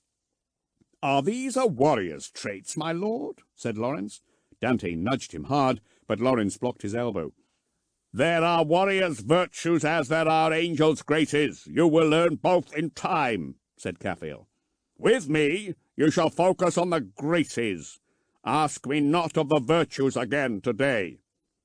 Why should we forgive our enemies? The creatures that prey on the Imperium deserve neither forgiveness nor mercy, said Arvin. Caphael turned a metal-toothed smile on Arvin. His face was like a ruined cathedral, a glorious building shattered by war that preserved some vestige of its beauty, but those metal teeth tipped the balance in favor of hideousness. You will fight and kill men and women. You will slaughter whole worlds at the command of our chapter master, and you will do so willingly. You may come to wish to kill everything you see in the end. You must learn when to stay your hand. But you're right, my boy. No one who defies the Emperor of mankind deserves our forgiveness, he said. And I ask you again, why should we forgive our enemies? Caphael made a dismissive noise. You are callow and arrogant with youth. You see with certainty the answer to the wrong question. Forgiveness is not for our enemies. Forgiveness is for ourselves, he said. You will have seen the great artworks of our home and the fine decorations lavished upon the war gear of our brothers. Caphael raised his voice and held up his hand to indicate the carved ceiling, the frescoes around the walls. All of this was done not by our thralls, but by we brothers. Through the calm practice of the arts you shall master your passions and yoke them to good. Then you shall be able to master the galaxy. Make no error. The education you shall receive will broaden your minds in every direction. Deep understanding of history and mathematics and many other subjects will be yours. The arts of war your other instructors will teach you will save your lives and the lives of thousands of others. But the arts I shall impart will save your souls. The precision of engineering, the application of paint, the striking of the sculptor's hammer, the wielding of the calligraphy pen, through these and more shall you defy the monsters that dwell within you. You look like blood angels, but you are yet boys, given the power of gods. Without the 5 angelic graces, the gifts the Emperor has given you will be useless. You will not learn to use them, and the power of our Lord's anger will overwhelm you. These lessons are as important, if not more so, than the combat doctrine you will be asked to absorb. Is that clear?" The neophytes nodded and said yes. "Good. Firstly, you must learn how to live in splendor as Sanguinius decreed, for all beauty was precious to him. Under my supervision, you shall outfit your barracks and make it a place fit for angels to dwell. Now choose a bench, and choose carefully. It will be yours for the next 5 years. The first lessons are always the hardest. Fail them, and you will fail all." The boys chose desks randomly. None of them had anything to recommend them over the others.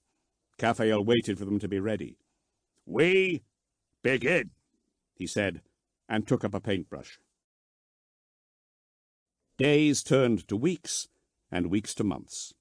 Combat instruction began 4 weeks after their lessons in artistry. Dante absorbed everything eagerly, but his favorite lessons were those under Caphael. He took deep joy in the creation of beautiful objects.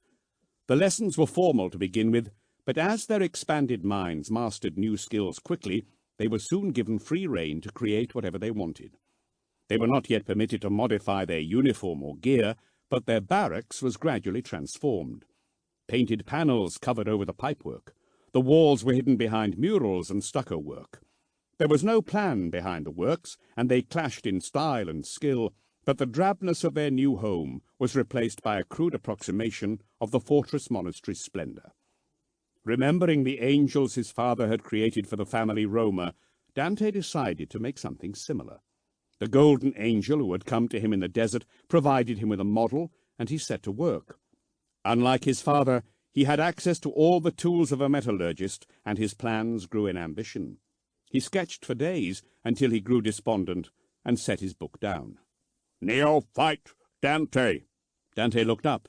He had become so mired in self-reflection that Caphael had come up on him unawares. Caphael spoke over the clatter of tools in the workroom. "Why do you sit inactive?"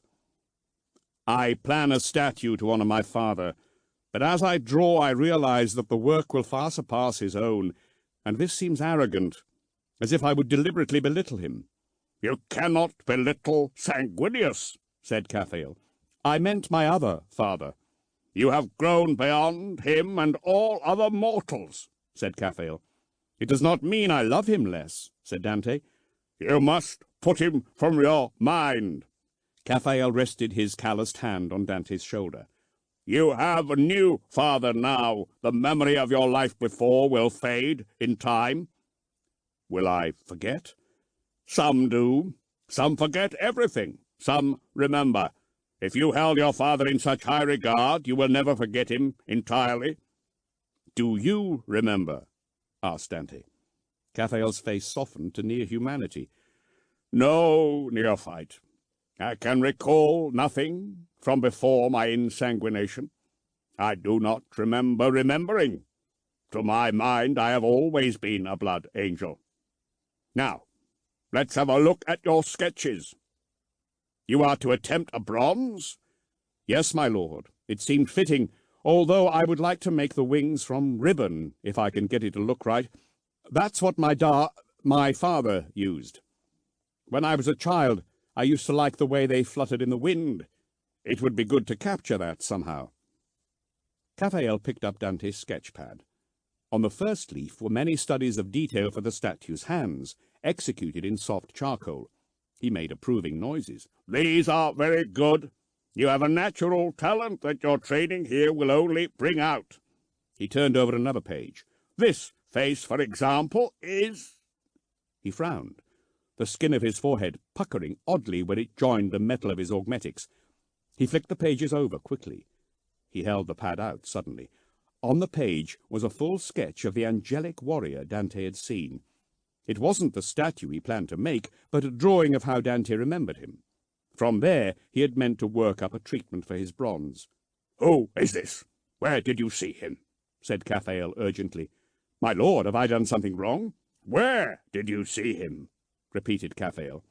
Dante paled at Caphael's tone. "In the desert, on the way to Angel's Fall on Baal Secundus." "Why? Who is he?" Caphael looked around to see if any of the others had noticed or were listening. Seeing they were not, he leaned in close. "Follow me immediately." The citadel Reclusium, perched upon the rim of the Arx Angelicum, six-sided and massive, its walls carved into lowering skulls that looked in all directions over the desert but one. From the sixth side, the soaring tower of Amario sprang to spear the sky, the stone flower of its machicolated top sprouting from the peak and laying its shadow across the world like a sword blade. Dante was taken to the citadel Reclusium by blood thralls in black, whose faces were tattooed with a chaplain's death's head. He asked them repeatedly where he was being taken, as they took stair after stair up through the Arx Murus. One grew tired of his demands and opened his mouth to show the stub of his severed tongue. After that, Dante asked no more. He was taken across a drawbridge of bright steel that projected from the mouth of one of the citadel's skulls. Once within, he was sequestered in a cell whose outer wall was open to the desert. Dante sat on the edge, marvelling at the size and scale of the Arx. It was a fortress carved from a hollow mountain, the black rock of its flanks planed smooth, studded with weapons batteries, hangar slots, windows, and soaring statuary. Lesser peaks around the Arx were remade into redoubts, topped with immense defence lasers. The soapy film of void shields encased the whole, dividing it from the deserts. Through the faint purple sheen of the field, Dante looked out over dunes that went on forever under the afternoon sun. He searched the sky for home, but Baal Secundus had not risen. This made him profoundly sad, and he sat and let his legs dangle from the edge. He looked between his knees at a drop 1,000 feet high, and he felt nothing. No sense of fear, no terror of the urge to jump. It was a height, a measurable vertical distance, that was all. He occupied his mind with a thorough survey of the Arx Angelicum. For a while he derived pleasure from the hot wind blowing over the desert. The void shield tainted it with its strange scent, but allowed it through. Its touch reminded him that Baal truly shared kinship with his sisters. The door peeped and yawned open. Dante's improved eyes adjusted instantly to the darkness of the interior. Malaphael filled the entrance. The chaplains, and they were numerous, never removed their armour in sight of their battle brothers, but the suit of each was highly individual. By their war gear they were recognizable. "Brother neophyte, come to me," said Malaphael.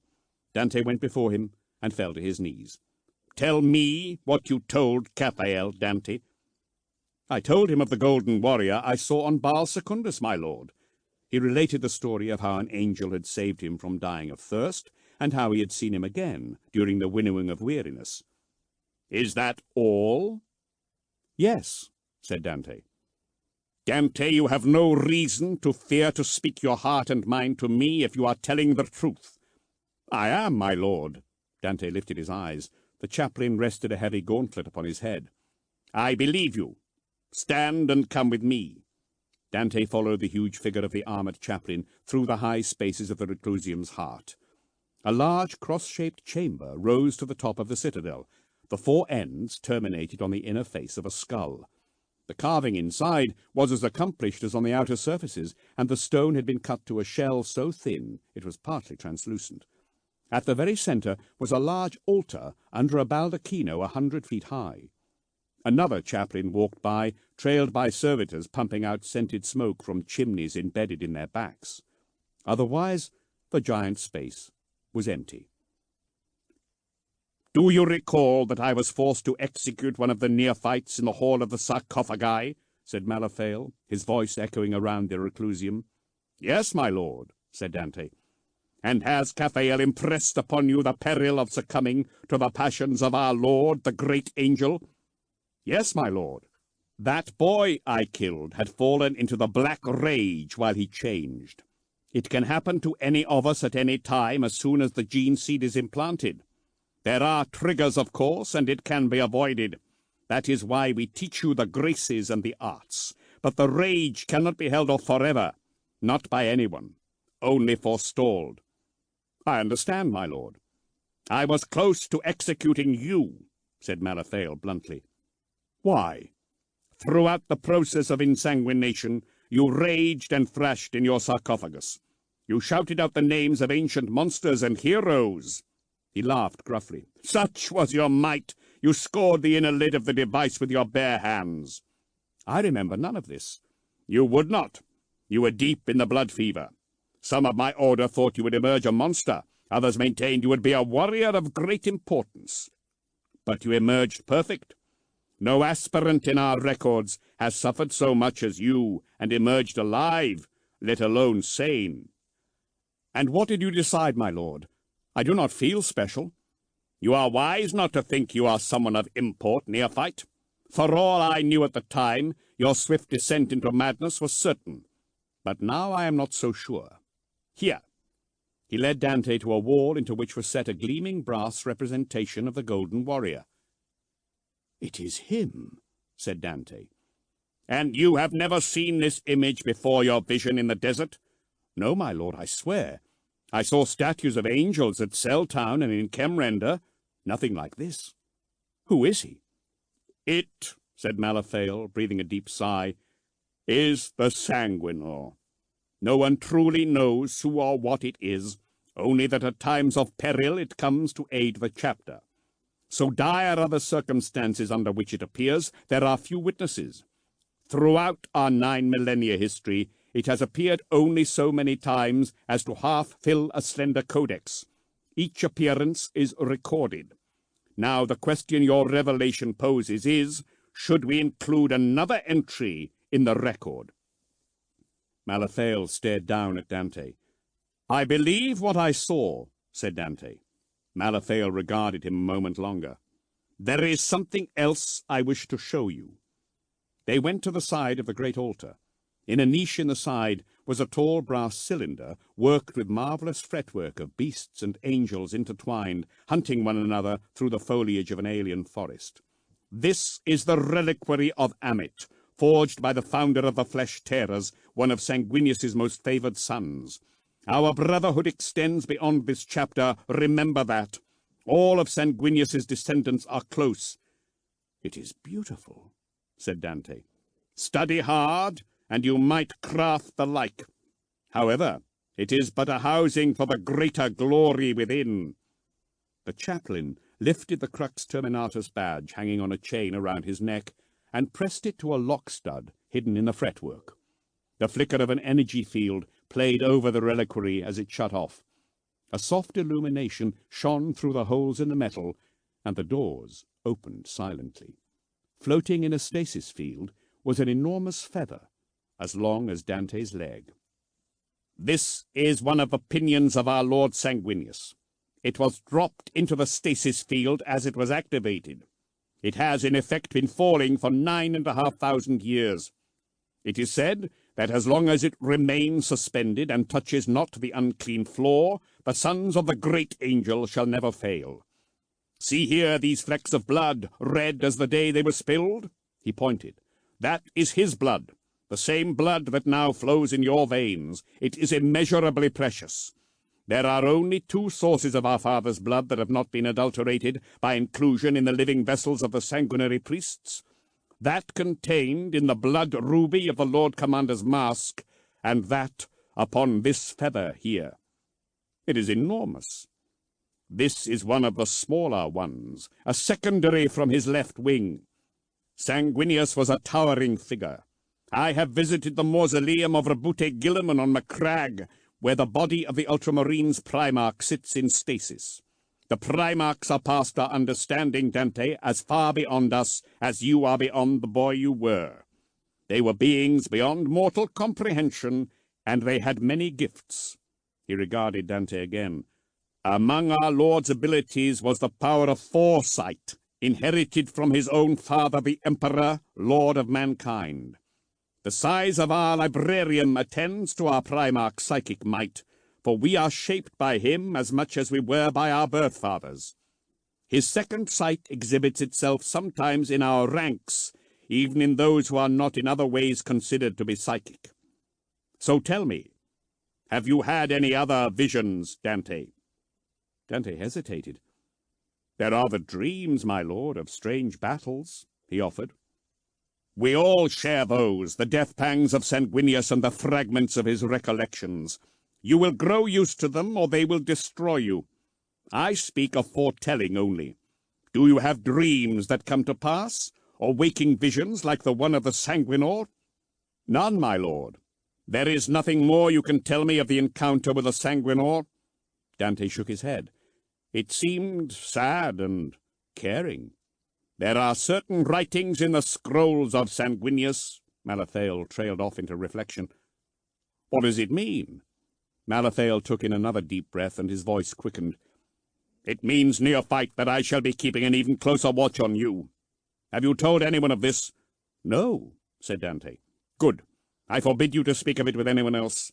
Such knowledge would be dangerous in the wrong hands. Now you are dismissed. May the blood flow vital in your veins. But, my lord, Malathael cut him off with a chop of his hand. No more questions. Be content with what I have told you, and that you have laid eyes upon one of our most holy relics. To ask too much suggests a lack of humility. Pray that tendency does not undo you. Now, return to your lessons. Chapter 14. First Command. 467.M40. Ash Wastes, Rora, Eudymimus System. Dante pushed the bike as hard as he dared, sending it hurtling over the ash plains of Rora. Dust hung on the air behind him, showing his position as clearly as a banner, but the time for discretion had gone. He gunned the engine, sending the bike up the side of an ash dune. His breathing mask made a warning chime. Its filters were beginning to clog. He glanced at the combat bike's rune display in case the engine intakes were suffering the same. Dante seemed to spend all the time he wasn't fighting on Rora cleaning air filters, reciting prayers to the machine spirit of his mount. Thankfully, today it was breathing clearly.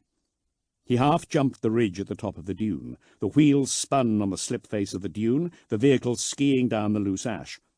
He checked a skid, dropped gears, and accelerated as he hit the bottom. Waves of ash slumped behind him, burying his tracks.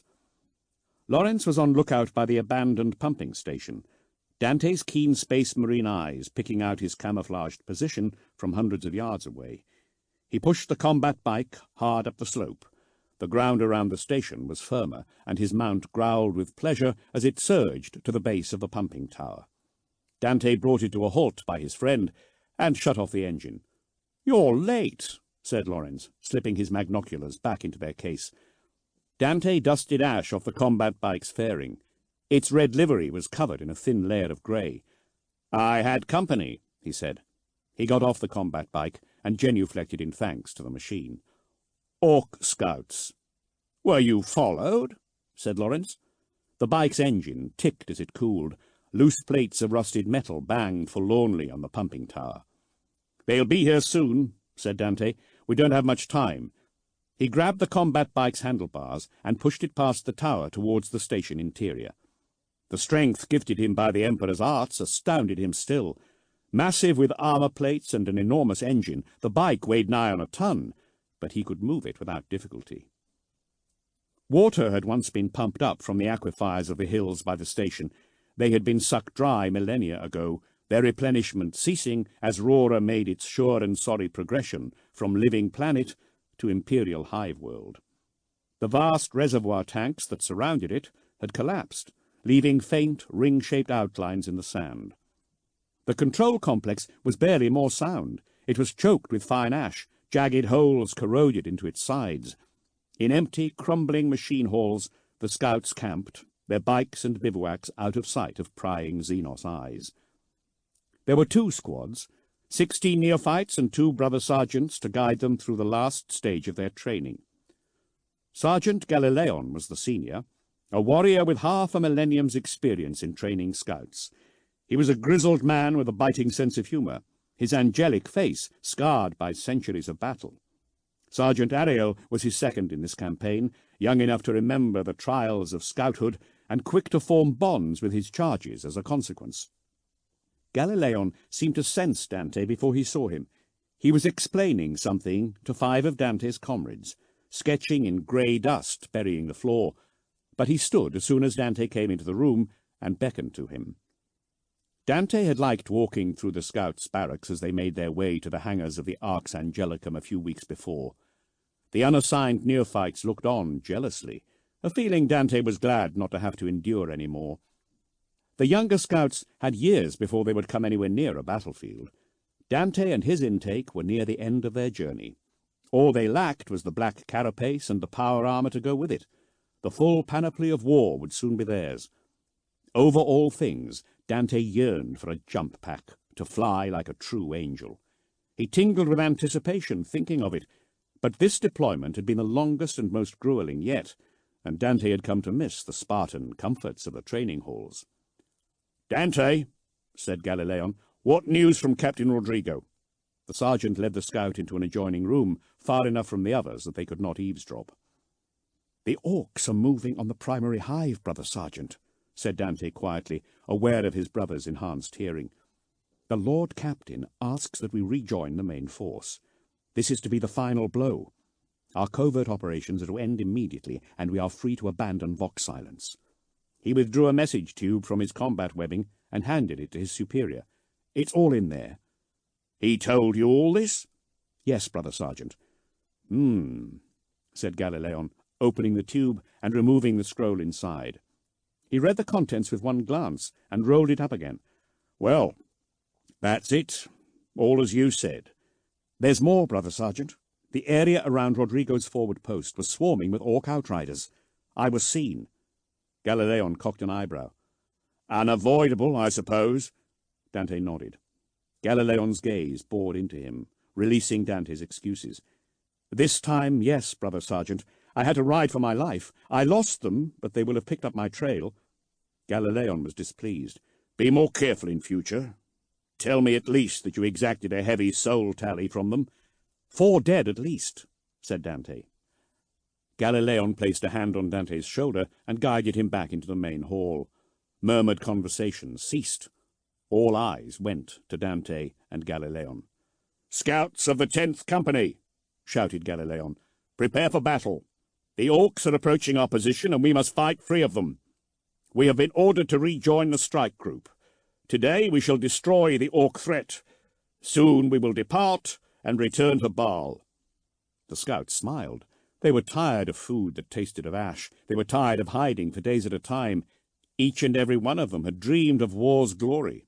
The campaign had been a taste of its tedium. They began to talk excitedly. "Silence now," Galileon scowled. "There is more, I must say. For many of you, this is to be your last mission under my tutelage. If you survive this, you shall be ready to wear the blessed battle plate that is every full brother's right and burden. You will be neophytes no more, but warriors of the stars. You shall be the angels of the Emperor, and every man shall fear and love you. I can teach you no more." The scouts' eyes gleamed with excitement, and they started speaking again. Galileon held up his hands, palms down, to quieten them. "That is, if you can shut up for 5 minutes. You have to survive first. More importantly, you have to impress me. That is the harder task. Dante, give the order of battle." Dante's eyes widened in surprise. "Sergeant?"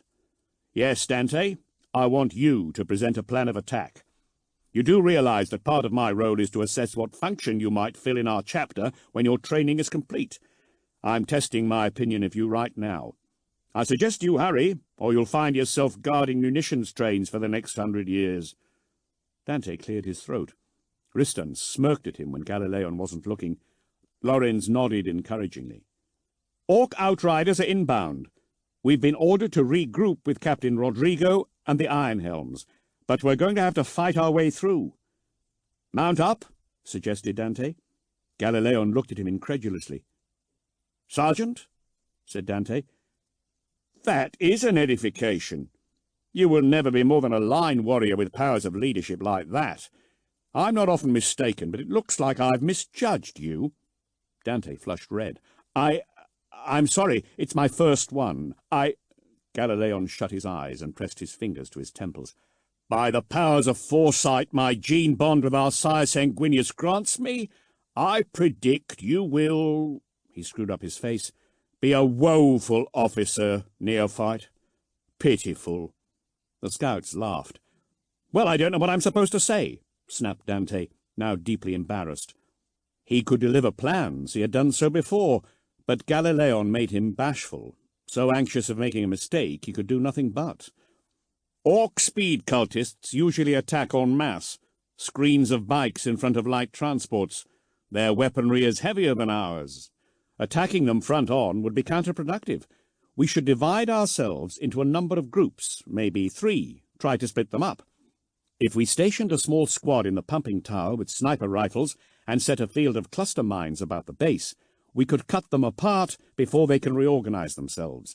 We'd avoid fighting them all at once, where they're strongest and— Dante slowed down. Galileon was watching him carefully. "And," said the sergeant, "we can scatter them and ride through. We can't kill them all." Galileon nodded and pointed at Dante. "Now that, young warriors, is a proper plan. Get to it. Brother Sergeant Ariel, if you'd be so good as to assign groups." Ariel nodded and waved his scouts to him. "Be confident, young blood," said Galileon. "You are a space marine, the chosen of the Emperor of Terror. Feel it when you speak." He slapped Dante hard on his pauldron. "Now, ready yourself for combat." Lawrence scanned the horizon, intent on the blur where Rora's grey deserts met its blank sky. "He is in love with those magnoculars, I think," said Ristan sotto voce. The others in the squad laughed. "Shut up, scout," growled Galileon. "Let him perform his task. The Emperor has a use for good eyes, and none for a jester." The scouts laughed harder for that. "They're coming," said Lawrence. "Dust plumes on the horizon." "Numbers, boy," said Galileon gruffly. "Always give as much information as you can. Information can mean the difference between victory and death." 100, maybe. "Not a lot, but not a little." "Now he sounds like an orc." "I'll not say shut up again, neophyte Ristan," said Galileon. "Next time I shall shut you up. You will find it hard to exercise your wit with a broken jaw." "Sorry, Sergeant." "Well, then," asked Galileon of Dante, "stop looking so surprised. It is your plan." Dante nodded and activated the vox set attached to his ear. "Diversion Group 2, are you ready?" "Affirmative," voxed their leader, a scout called Giacomus from Baal Primus. Dante and he had been in different training cohorts, and he was only just beginning to get to know him. "Sergeant Ariel." "We can see them, Scout Dante," said Ariel. "Loren's guess is right. We count 72 attack bikes and 20 orc warriors in 3 transports." As part of the equipment they had to monitor, the scouts, Galileon and Ariel, had complete control over the neophytes' vox sets. They could hear everything the younger space marines said at all times if they wished. "What are your orders?" Dante hesitated. They'd all run command and control exercises, but he had never been given command in a combat situation. "Maintain silence until they close. Open fire at medium range to make sure of high kill ratio. As soon as they see you, they'll come for you. We need to split them up. Get them angry so they won't notice they're dying, Sergeant." Galileon crossed his arms and shrugged. "That is not my problem to solve." "You are the one giving the orders this afternoon, Scout," voxed Ariel. "But you know, if they were bad, Brother Galileon or I would let you know. A word of advice. Stop phrasing commands as questions. The Blood Angels do not operate as a committee. Ariel, out." Galileon sat across his bike, his arms crossed, staring at Dante. "Sergeant?" Galileon goggled his eyes at Dante. "Neophyte?" He mimicked Dante's voice. "So, do you think we have all day here?" "No, Sergeant," said Dante. "Let's ride up the ridge, close formation. Ravane, keep on the inside of the formation. Stand ready to fire your grenade launcher when I order." "Yes, Dante." "Let us keep it slow. Lure them in. We should split them closer to the tower than further out." "Why?" challenged Galileon. "Greater concentration will provide a more target-rich environment for our snipers, Sergeant, and they're more likely to ride straight onto the mines." Galileon nodded approvingly. "It sounds like you've learnt something after all. Well then, what are you waiting for? You heard him, scouts. Move out." Engines coughed into life and roared out white exhaust. Dante led the way towards the approaching dust cloud, feeling proud yet nervous to be put at the head of the group. The bikes fanned out around him, Ravane and his heavier weapon protected by the rest. Galileon rode beside him, scrutinizing his every move. "Make some dust of our own. Get their attention and bring them in." Dante glanced to the far side of the pumping station. 400 yards away, their brothers rode out away from them. Skidding his bike purposefully from side to side, Dante sent up a cloud of dust. His comrades copied him, and soon a column of it was lifting skywards. "You have their attention," boxed Ariel. "Half have broken off. They're coming towards your position. Everyone, forward half a mile, double back. Goad them into the chase. Group 2, prepare your envelopment." The other group of scout bikers accelerated obliquely towards the Orc outriders. The Orcs saw them late, making them peel further away from the main line of the Orc reconnaissance group's advance. Dante's group moved forwards, approaching the wall of ash and oily smoke thrown up by the Orcs' half-tracked bikes. Dante got a fleeting glimpse of silhouettes in the smoke. Huge, brutish creatures, hunkered over the handlebars of crude machines. "Fire!" he ordered. Bolt guns mounted on the bike fairings chattered, sending streams of bolt rounds at the foe. The magnesium line of tracer rounds flared bright in the choking air. Orcs exploded. Bikes detonated. The Orcs fired back, but their weapons, though powerful, were shorter ranged than the Space Marines' bolt guns. Overpowered for their bike's small mass, the Orc guns sent their vehicles slewing about, and their rounds went whining past. The battlefield was a roaring confusion of engine noise and airborne particles. Dante stole glances left and right. His squad mates maintained perfect formation. Then the Orcs drew near, and their guns came into effective range. Despite the unbalancing effect of the guns on the bikes, and the Orcs' natural inclination to fire without aiming, the sheer number of bullets the Xenos weapons put out meant some were bound to hit. Heavy slugs smacked off Dante's bike's bulletproof tires and rang off the shield. His comrades ducked low, using their bike's considerable armor to shelter behind. Fairist spat a guttural nomad's oath as a round nicked his shoulder, but none of the scouts fell. The bikes roared past one another like feral world warriors jousting on horseback. Dante ducked a swing from a madly grinning Orc, its long tongue lolling from its mouth. "Spread!" ordered Dante. The combat bikes opened up their formation. Heavier Orc vehicles were coming towards the scouts, a pair of heavily armed half-tracks flanking a stripped-down transport crammed with whooping greenskins. Ravain's grenade launcher huffed twice, blasting a crater in the dust. The second smashed straight into the half-track, reducing its driver to paste and blasting off its front wheel. The contraption snagged on the wreck of its front portion and flipped, becoming a tumbling ball of scrap and fire. Bolt rounds punched Orcs from their handrails on the transport. "About!" ordered Dante. In unison, the bikers braked, slamming their left feet down and turned sharply about, back towards the pumping station. They accelerated, gunning down the Orcs that had charged past them from behind, killing a dozen and causing them to scatter. Dante's squad rushed through. "That should have made them sufficiently annoyed," boxed Galileon. "To the tower, round and back," boxed Dante. They sped towards the pumping station, now a dark shape behind wreaths of sand and ash. Orcs fired indiscriminately at them. Air cracked over Dante's head, just audible through the rumble of engines and guns. Ariel's men had opened fire. Dante risked a look back. Orcs were tumbling from their machines, neat holes punched in their manic faces. The pump station came close. "Single file," he ordered. The bikes closed up, rushing one after the other along a narrow, predefined path back to the station. The Orcs maintained a wide formation, gaining as the scout bikers decelerated to fall into single file. The ground bucked as the Orcs rode over the cluster mines the scouts had planted around the tower. Dante's squad jinked and wove through the minefield, the neophytes relying on their superlative memories to guide them through safely. The Orcs had no such chance. The brighter of them tried to follow the path described by the scout bikes, but most ended in fiery ruin. The scouts roared past the station's buried reservoir tanks and arced around the back. Giacomus's bike group arrived a moment later. The scout units crossed paths, blasting apart the few pursuing Orcs who had made it through the minefield. Lorenz whooped with laughter. Dante smiled. The plan, his plan, had worked. They emerged around the front to find the ash dunes dotted with smoking bikes and dead orcs. The survivors were retreating at speed, falling from their saddles as Ariel's snipers calmly picked them off. Dante slowed and stopped, scanning the area for threats. Galileon rode up beside him. "Ariel, get your scouts down and mounted.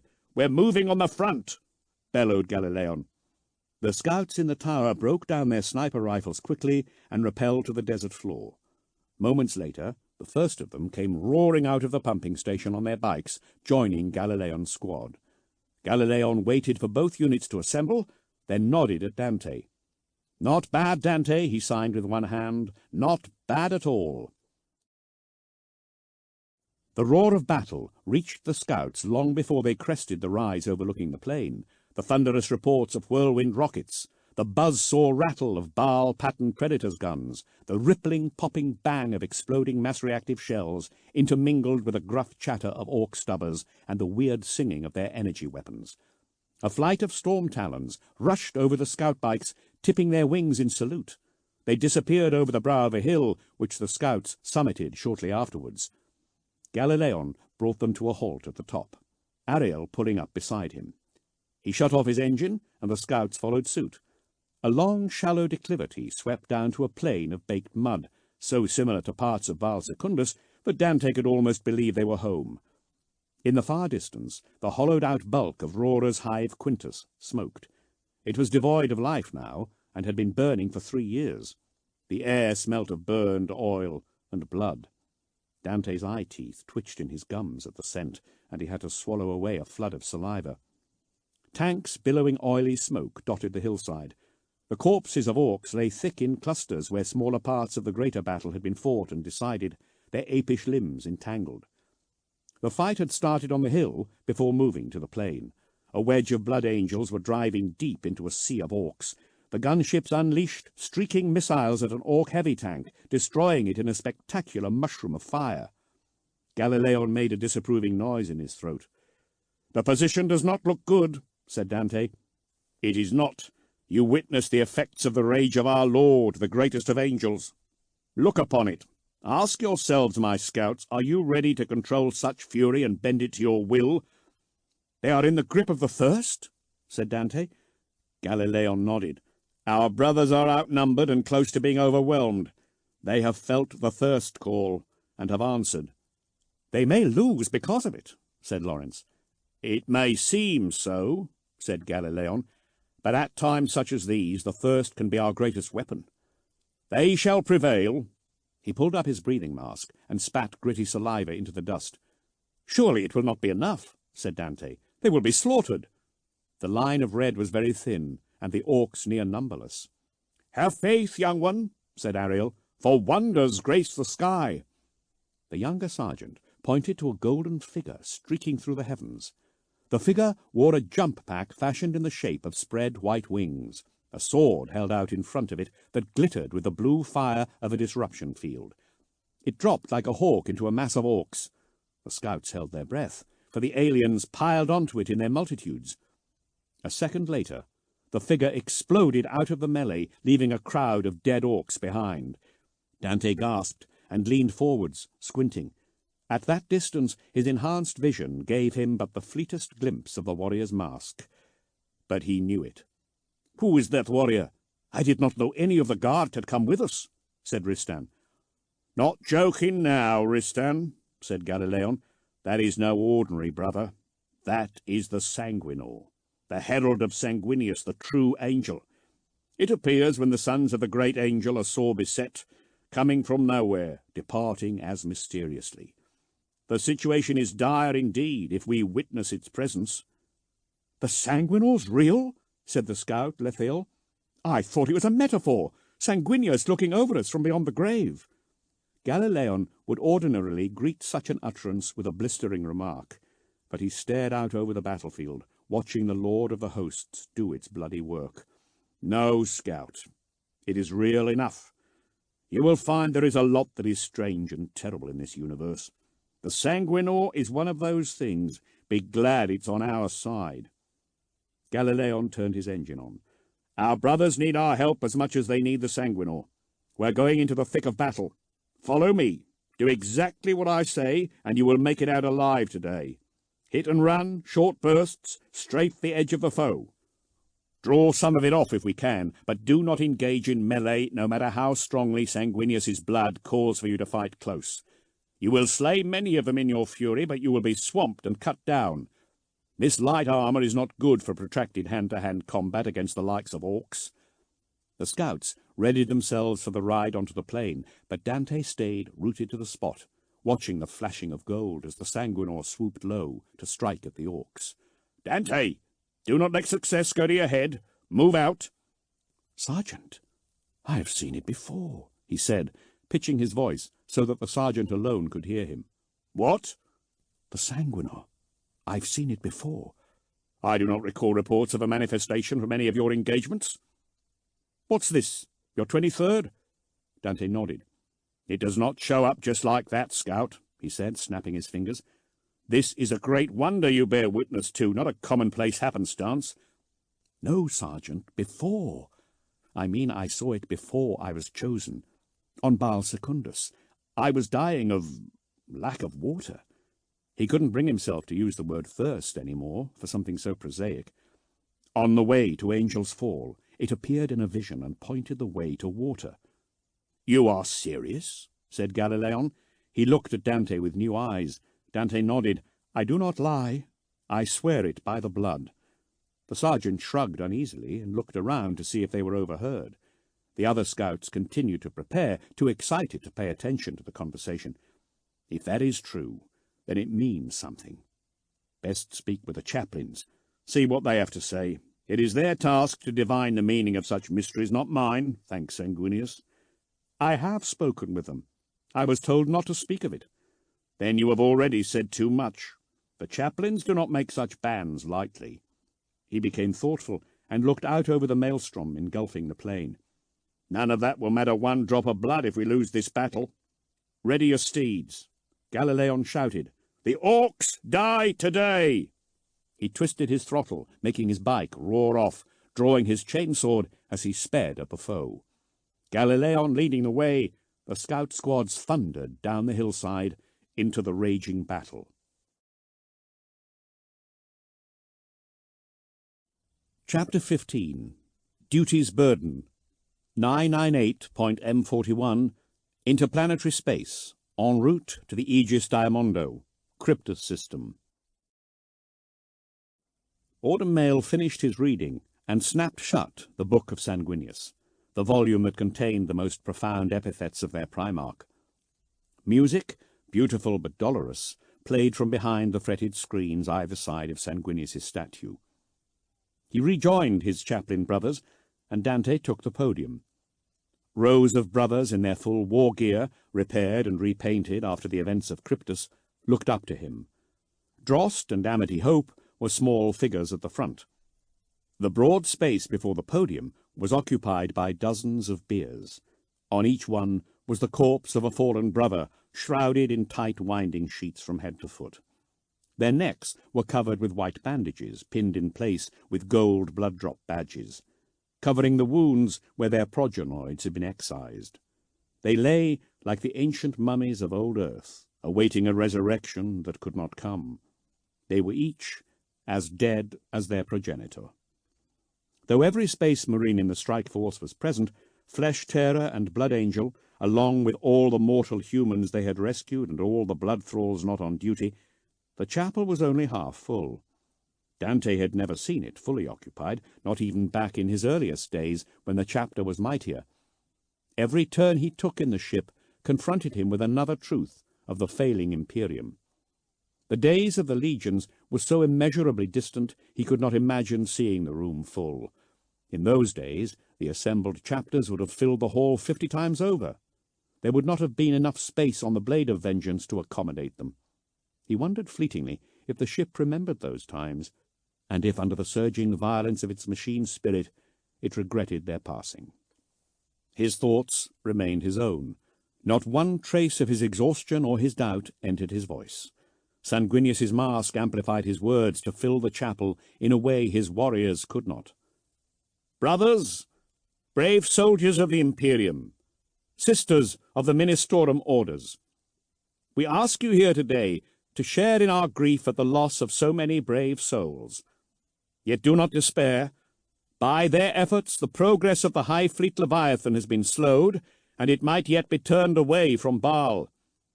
We shall never relent in our defiance, not until every last drop of Sanguinius's blood has been spilt from our veins. He looked down at the list of names before him. The tragedy of the losses at Cryptus gnawed at him. He was empty inside, tired beyond comprehension. War no longer fired his soul. If he could, he would lay down his burden and depart into the trackless wastes of the galaxy. But he could not. "We remember Brother Sergeant Fariel," he intoned, "Sergeant of Squad Fariel, Tactical Squad, 2nd Battle Company, hero of the Dyrian Purge, master sculptor, beloved by his brothers, respected by his captain, slain upon Eros, securing our victory. Brother Fariel." He held out a hand to the first corpse. Blood-thrall beer-bearers went to the slab Fariel rested on, and lifted the board bearing his corpse high onto their shoulders. The names were in no order, the intention not to raise the deeds of any brother over another. They were equal in death by dint of dying. Differences in rank no longer mattered. "Brother Moria, Specialist Weapons for Squad Arias, Tactical Squad, 2nd Battle Company, a fine shot and calmer of machine spirits, accomplished poet. Brother Moria." Again he lifted his hand. 4 more blood-thralls came forwards and lifted up the corpse. The list went on and on. Slowly but surely the chapter emptied of the dead, and a small weight was added to Dante's burden. He came to the name of ancient Cassor, slain on Asphodex fighting alongside Carleon. Dante's memory was no longer perfect. There is only so much information a man can hold in his mind, enhanced or not. But he could recall the loss of every man he had ever fought alongside, their triumphs and failures, their habits, their faces, and their prowess. How many Cassors had he known? Cassor was the name of the dreadnought. Kesalon had been his original name, unbeaten until cut down by the Eldar. There was another Cassor, obliterated by the demon Scarbrand at Pandemonium. He remembered both men, their lives separated by 100 years. 4 more warriors named Cassor he could bring to mind that he had known personally. Their deeds ran into each other, preserved in Dante's recollections. Then there was the Cassor who had given his name to the machine when first it was activated. There were others in the records. It was of no consequence. The blood was all, Sanguinius's sacred vitae, and it had been spilt in tragic abundance. Ancient Cassor of the Death Company, who died his 2nd death in the service of the Emperor. Ancient Cassor, who was Kesalon before his first death. Sergeant in the 2nd Company in life. Sword champion. Thereafter, in his first death, the fury of the blooded. Many foes fell to his blade. Now he is Cassor no more, and he is Kesalon again in the 2nd death. May his deeds be remembered under both his names. The corpse he gestured to was smaller than the others. Dante remembered his first death well. The captain had been cut in half and left to die. Sheer will kept him alive long enough to be interred in the dreadnought. "He died his 2nd death, honourably," said Dante. His departure from the ritual made the chaplains and sanguinary priests look at him in curiosity. "He was defiant to the end, as we shall all be." He pulled himself back before he could reveal the true nature of his feelings. The body was taken away. The next name awaited his utterance. Many others followed. When the last of the names were spoken and the bodies taken away, Dante bid his guests good-bye, and went with his captains and his priests of red and black to lay his men to temporary rest. Marmoreal silences greeted the blood angels as they entered the sepulchre of the fallen. Marble shelves waited for the bodies of the dead to carry them home to Baal, where they would be interred with the heroes of the ancestors. That could be decades hence, and the sepulchre of the fallen was chilled to 100 degrees below zero to preserve their mortal remains for their burial. Carbon mists curled around their feet. The party did not have far to go down the shelves. The catacombs were mostly empty. The blade of vengeance had been at home often in Dante's reign, for Baal had been threatened several times. The shelves stretched off in frozen quietude, with spaces for more bodies than there were space marines in the entire chapter. Dante waited in silence as the warriors were laid into their niches. Audiobooks and Corbulo carried out their brief ceremonies over each one, whispering words into ears that could not hear them. The bodies were sealed beside heavy glass screens that fogged immediately. Frost spied the gold of Dante's armor by the time they had finished. Ice cracked from the joints as he moved. "It is done, my lord," said Audiobooks. Dante nodded in acknowledgment.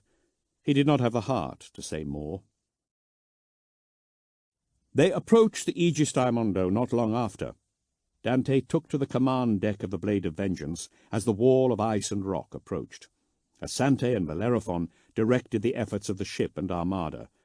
Most of the other officers had dispersed among the fleet to their own vessels and companies, leaving Dante to contemplate the barrier with Corbulo and Mephiston. The area was free of Tyrannid vessels. Occasional activity around the gunnery stations preceded the thrum of energy discharge or the muted rumble of a solitary cannon, barely audible over the constant vibration of the ship as it pushed its way through the void. Weapons fire grew rarer and eventually stopped. The Aegis Daimondo was a field of ice that filled the ship's oculus and displays, an uncountable number of objects tinted a rose-pink by the light of the red scar. The ices were compressed to unimaginable density by temperatures that somehow exceeded absolute zero. It was a total barrier to Imperial shipping. Anything that attempted passage was frozen out of existence. The Aegis's presence forced a risky in-system warp exit. The resources of the Cryptus system had been so vast that the inevitable losses had been regarded as acceptable. It had been hoped that it would provide an uncrossable barrier to the Tyranids. The deployment of any military force to Cryptus at all evidenced unusual foresight on the part of the High Lords. The Aegis had not stopped the Tyranids, nor had the military. Cryptus was dead, locked into its frozen tomb, as Dante's warriors were preserved in the sepulchre. Planetoids of superfluids and exotic ices resolved themselves from the mass of objects. According to Drost, the High Fleet had passed through, freezing over with a protective sheath of ice and emerging alive despite its organic nature. If the likes of the Aegis cannot halt the Tyrannid advance, nothing can stop them, Dante thought, but kept his misgivings to himself. "How is it possible, my lords, that the Tyranids breached the Aegis?" he asked instead. Corbulo answered first. "The physical explanation is thermal regulation of the Tyrannid vessels, but their output would have to be equal to that of a dwarf star. Vessels warmed by fusion reactors have frozen solid, killing every soul on board. The Tyranids do not appear to produce their energy this way. Mere biochemistry could not have warmed them enough. They are dormant as they travel across interstellar space, where the temperature is low, but still greater than that of the Aegis. My opinion is that they should never have woken from their hibernation after passing the Aegis. There is no physical explanation for what they accomplished." "The metaphysical explanation, my Lord of Death?" asked Dante of Mephiston. "The whole of the red scar is shot through with anomalous phenomena, my lord. There is the touch of the warp upon the Aegis especially, weak, but enough to pervert the natural order of the material realm. Perhaps the shadow of the hive mind afforded some additional protection. Its blanketing of the warp may have divorced the Aegis from whatever cools it so, allowing them passage." "That makes some sense," said Corbulo. "Testing of the regions they breached would have to be undertaken to prove your hypothesis." "Such work is for the adepts of the Adeptus Mechanicus, not for we blood angels," said Mephiston. "The Aegis did not stop them. We must find another way. That is all we need to know." "My brothers," Asante said to them from the command podium, "we approach the thermal tunnels." "All ships prepare to follow these exact coordinates," said Bellerophon, voxing the captains of the fleet. For a while the fleet slowed, rearranging itself from broad battle formation into a column headed by the Blood Angels, with the Flesh Tearers as rear guard. The Aegis was now directly before them, a boundless field of eerily still objects. It looked like the messy space of objects that mark the borders of most star systems, but Dante could feel the supernatural chill of it through the warding of the ship's shields and hull. Asante ordered the hololith lit. A cartolith of the passages through the Aegis showed dull orange on blue-white. There the rules of reality held sway, and the void was the temperature it should be. "Helm, engage on my mark," said Asante. The blade of vengeance slid like a dagger into the field, moving past giant rocks and balls of dirty ice. The thermal passage looked like every other part of the Aegis. One mistake would see them all frozen for eternity. The temperature of the command deck fell. Clouds of steam issued from every unshielded mouth. Dante's cooling systems reduced their efforts, allowing the reactor strapped to his back to warm him. But it was a feeble heat, as if someone were holding a warm coal a foot away from his naked back on a winter's night. Warning runes blinked on his faceplate display. Temperatures tumbled away. The ship's ventilation system roared as it pumped warm air onto the command deck, but it could not lift the chill. An equilibrium was struck. The ship laboured hard to keep its fragile occupants alive in the face of this cosmic anomaly. The unnatural cold reached out to kill them. Without the thermal tunnel, death would have been inevitable. Asante ordered the ship to accelerate. "What is your estimation for emergence, brother Captain Asante?" asked Dante. "We will be through in 9 hours, my Lord Commander," he said. "Inform me when we break out of the system," he said, and departed the command deck. He had promised Arofeo that he would sleep. So sleep he would. Dante slept little away from Baal. There was always too much to do, too many decisions that had to be taken, and the actions of his underlings to be overseen and reversed if necessary. Thousands of souls looked to him for guidance. Billions more depended on his protection. His Space Marine's physiology kept him alert. Sleep did little for him. Only with respite in the hall of sarcophagi could he restore his soul. Ultimately, he was human and needed to sleep, else he would never have agreed to Arofeo's request. When the message came, he was twitching on his ornate bed, enmeshed in dreams, awash with blood. Armies of traitor legionaries marched across the faces of burning worlds. The traitor Primarchs led their twisted legions upon the path of blood, and the screams of trillions of human beings shook the fabric of reality. The universe rippled. Hosts of demons poured from bleeding cuts in the sky. Brazen bells, thick with dripping verdigris, told doom, doom, doom. Dante was surrounded on all sides. Overhead a giant face manifested, leering down at him with a certainty of triumph. "Horus!" gasped Dante. A giant clawed hand reached down to pluck him up and crush him. "My lord!" Arofeo's voice was muffled by the hellish tumult. "My lord!" Small hands shook his arm. Dante came awake all of a sudden. Still ensnared in the horrors of his dream, his hand shot out and grabbed Arofeo by the throat. His teeth bared, his face flushed. His gifts pushed his system into battle readiness. "My lord, please! It is I!" Arofeo's arthritic fingers pried unsuccessfully at Dante's crushing grip. Dante's fangs pricked at his lips. The blood thrall's pulse thrilled under his fingertips. "My lord, please!" The crushing pressure at Arofeo's throat released. The Lord Commander's face cleared. Arofeo staggered back. Dante leapt out of his bed and went to his equerry's side, steadying Arofeo with hands that moments before had tried to choke him to death. "My servant!" Remorse choked Dante. I am sorry. Have I harmed you? My dreams have been dark of late. Are you hurt? Look at me." Arofeo sagged against a couch. Dante grasped his face gently and turned it from side to side. The wrinkled skin of Arofeo's neck was discolouring. "How long did I sleep?" demanded Dante. "You have slept not 7 hours, my lord. I obey your command, as you asked." "Then we are not free of the Aegis, Diamondo. Forgive me. You have done your duty well. I am out of sorts." "I understand, my lord."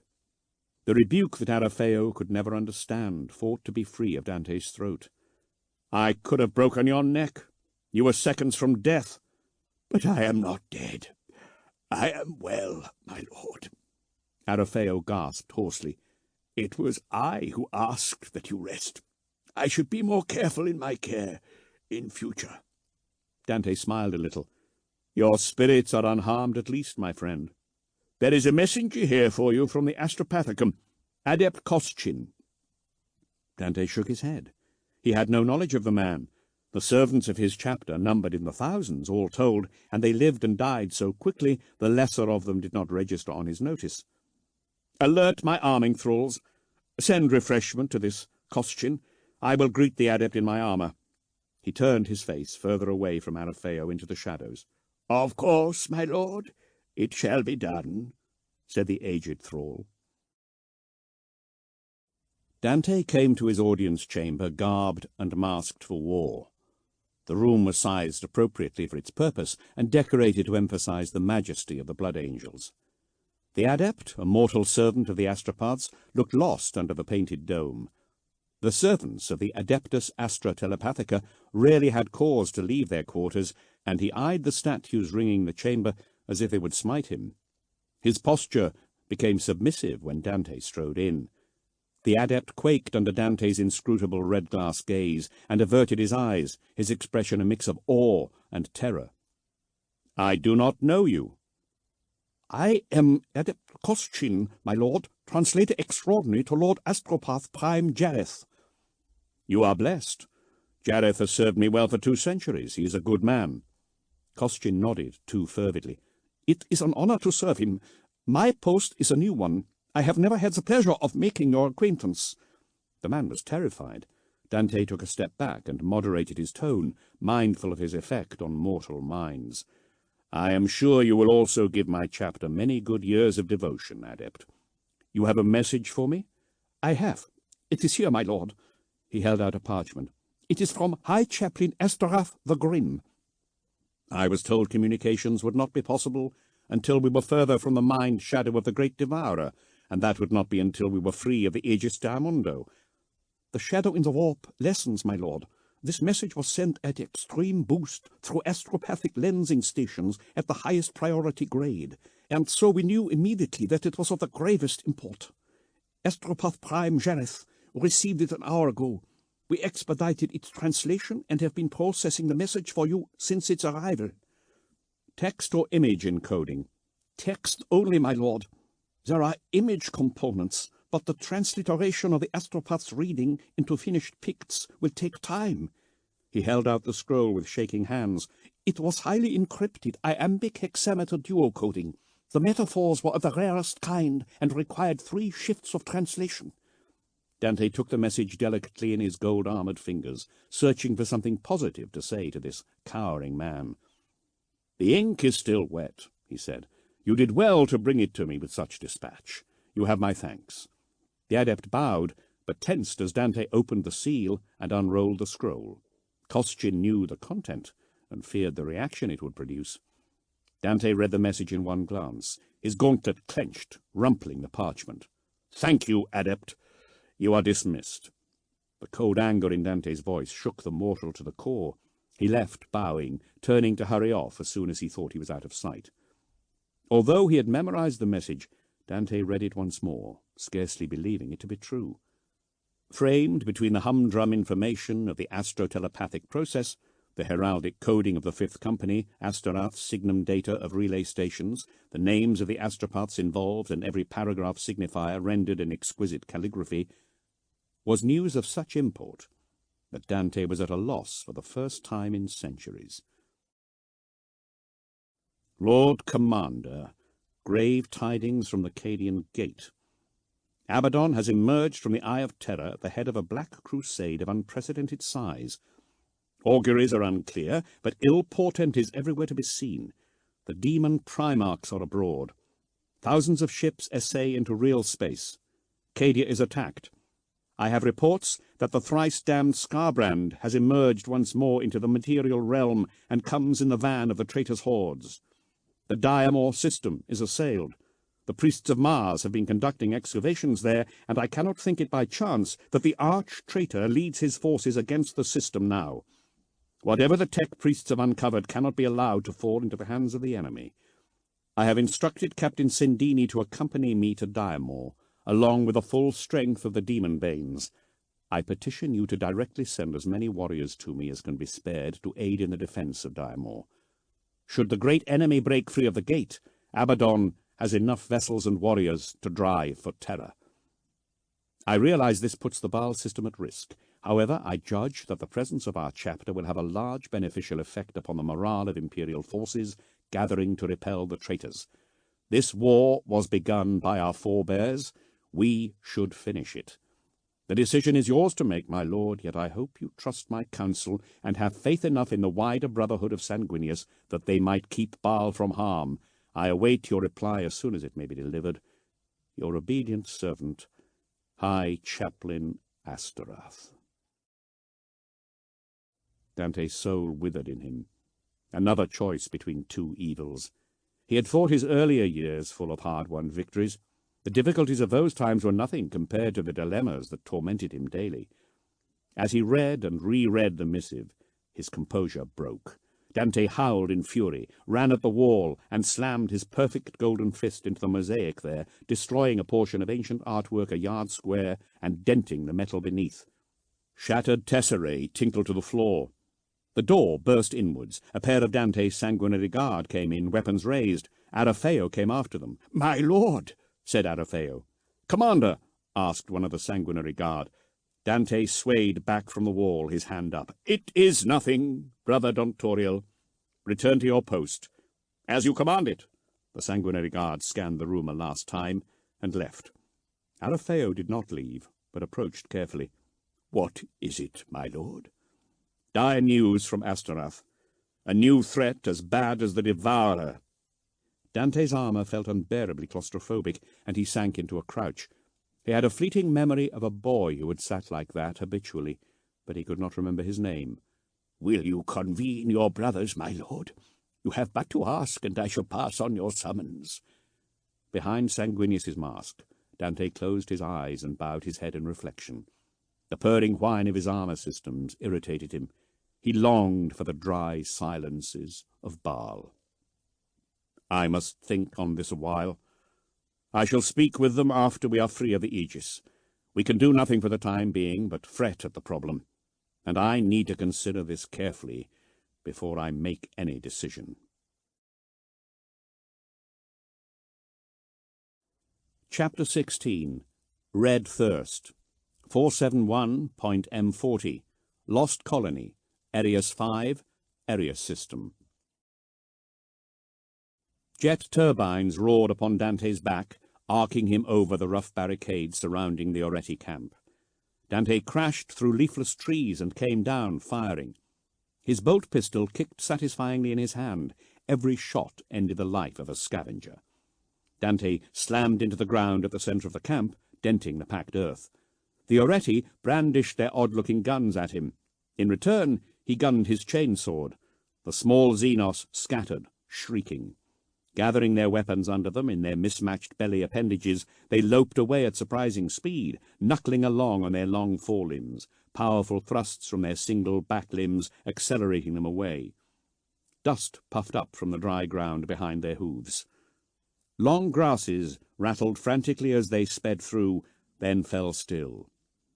Dante scanned the sparse woodlands. The Xenos had supposedly overrun the colony of Arius, but they seemed too few in number to have done so, and the planet looked undisturbed for decades. His helm overlays revealed nothing. The Oreti had gone. Jump packs howled as Lorenz landed next to him, Ristan coming next. Giacomus, Arvin, and Sergeant Basilius completed their squad.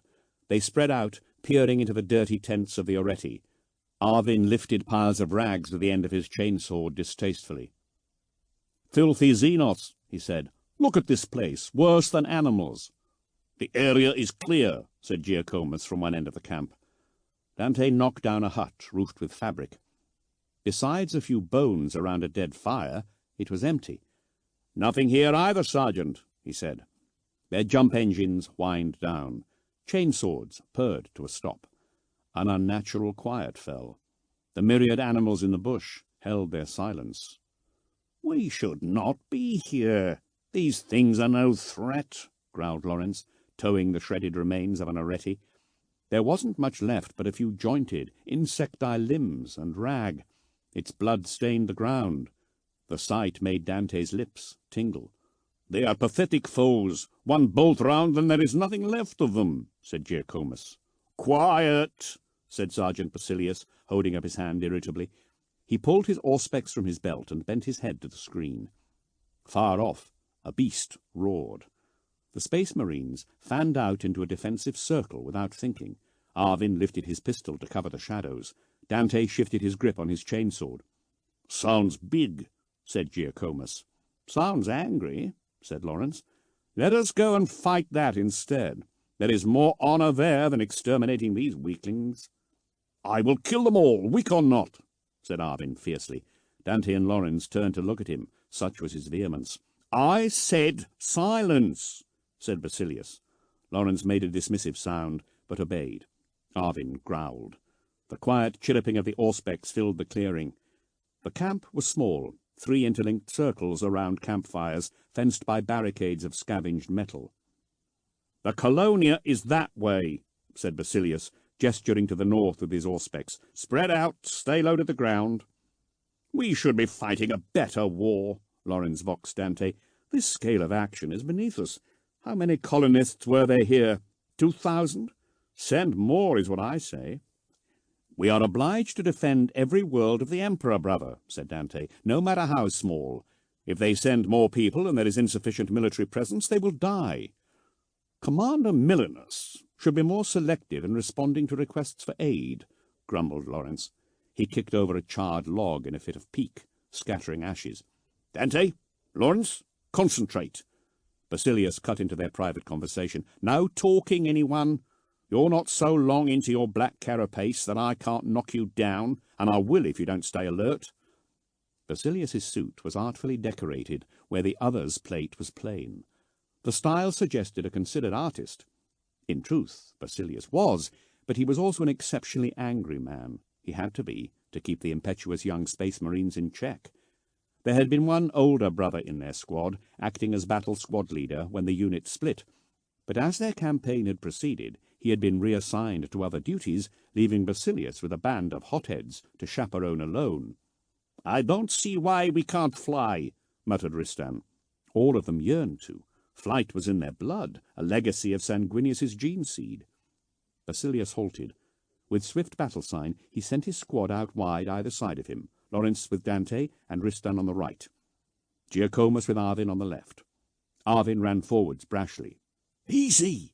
voxed Basilius. Runes blinked up on Dante's faceplate as Basilius took temporary control of the display. A cartograph overlaid the view through his lenses.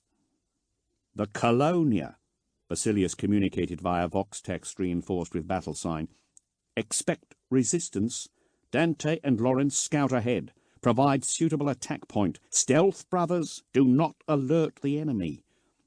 Dante and Lawrence signalled their affirmatives and stole forwards, sharp orange grasses rasping on their power armour.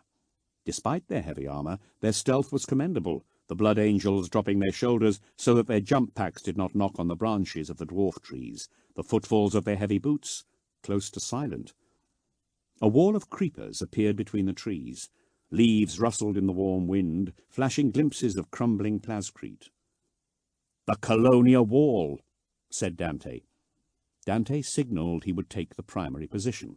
Lawrence nodded, took shelter by the earthen spires of some communal creature's nest, and covered his brother with his pistol.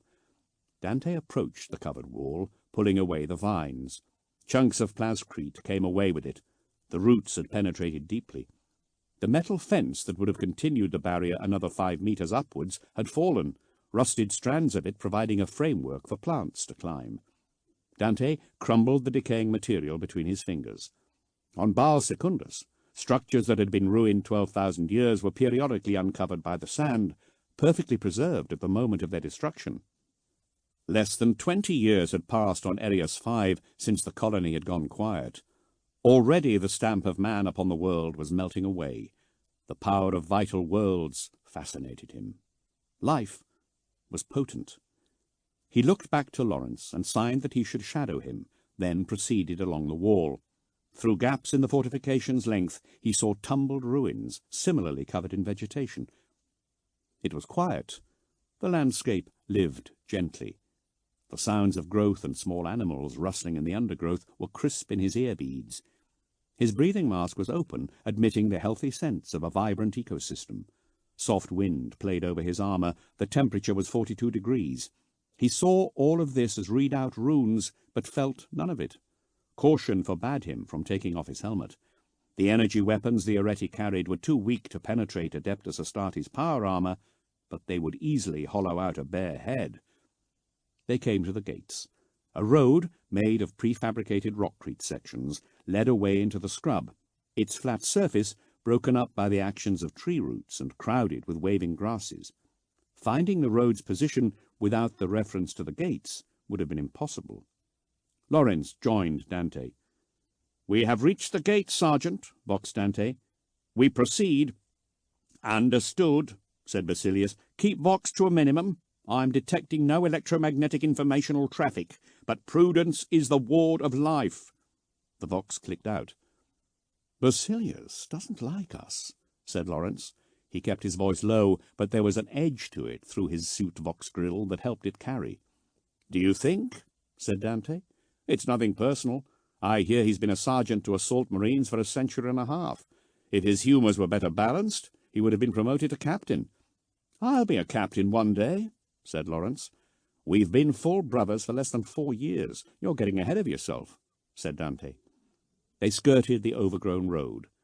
Avians cawed from their roosts in the wrecked Colonia buildings. The rusting hull of a Taurox military transport blocked the road. Dante pointed to blast damage in its side. "That's heavy projectile weaponry damage. The Areti didn't do that." "How do you know?" said Lawrence, leaning around the tank and tracking his pistol across the terrain.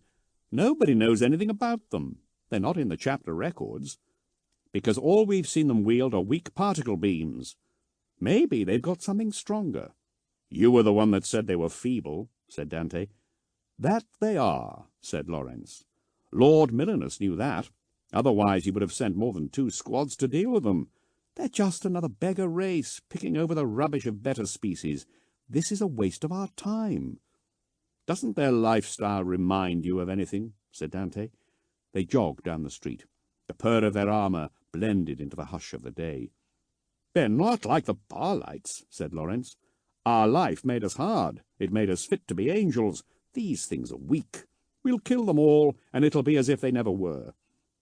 The Colonia was laid out to a standard settlement pattern dredged out of an STC. A grid of streets with designated areas for industry, governance, and habitation. Neatness was inherent to its conception. "Hard to believe a hive world can spring from a seed like this," said Dante. "Maybe they all start out like this. Some must. But this seed died on stony ground. There will be no human domination here for some time," said Lawrence. Dante took a deep breath of the fragrant air. Such clean atmosphere, free of the taint of chemicals. He had recently visited his first hive world, and beneath inculcated indifference, found it profoundly shocking. He struggled to regret the colony's failure. "The centre." With his bolt pistol, Dante gestured to the crumbling edifices of administratum buildings. "I see something," said Lawrence. "There." Dante caught a flash of movement darting across the street. Lawrence raised his gun and sent a spray of bolts shooting after it. "By the wings of our Lord, I missed the little creck," said Lawrence angrily. Without warning, he wrenched his chainsword from his belt, ignited his jump pack, and flew down the street. The silence of the ruined town shattered. "Wait!" shouted Dante, but Lawrence was frustrated, and his blood was up. He landed, sending up a spray of powdery rockcrete from the road, and charged around the corner, firing. The fizzing pop of Areti weapons welcomed him. Dante opened full vox channels. "Basilius, this is Dante. I have found the rest of the Areti crew. They're in the Colonia Center. These coordinates." He sent a data squirt from his suit's cogitator. "Hold and wait for reinforcement," voxed Basilius back. "Negative, Sergeant. Lawrence is engaged. I am following." Not wishing to receive the inevitable order to wait, Dante ignited his jump engines. He welcomed the push of them as they lifted him from the ground. So powerful the thrust tugging at his shoulders and waist. His annoyance at Lawrence vanished in the roar of turbines. Both his hearts pumped hard. The anticipation of combat fired the gifts of the Emperor, flooding his system with synthetic hormones. The flight from Angel's Leap 10 years ago was nothing to jumping into combat. By the time he landed, his teeth were clamped hard together in a wild grin. He jumped again, daring to burn the pack's limited fuel reserves to attain something close to true flight. With consummate skill, he swerved around the moss-draped statuary of a building shell and landed in the town's centre. The Oretti had laid out large sheets of fabric in the square. Upon them, the components of deconstructed machines were set out neatly. Such work suggested the creatures were not aware of the destruction of their scows in orbit, or maybe they were, and this salvage had been intended for a defensive purpose he could not divine. It was pointless trying to second-guess Xenos. They were, by their nature, unknowable and contemptible. Lawrence was embattled on the plaza. Dozens of Oretti were firing on him from windows. Their energy slashes scorched his armor around his head, turning the yellow of his helmet brown and black. There were larger things in combat with him, 3 beings twice the height of a space marine. They had the same overall shape as the lesser Oretti, 2 long forearms, a stumpy limb tail, and an array of specialized limbs on the chest.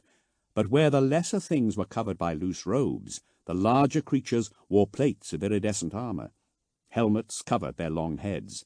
They brandished a variety of pistol-type weapons with their chest arms that discharged particle beams.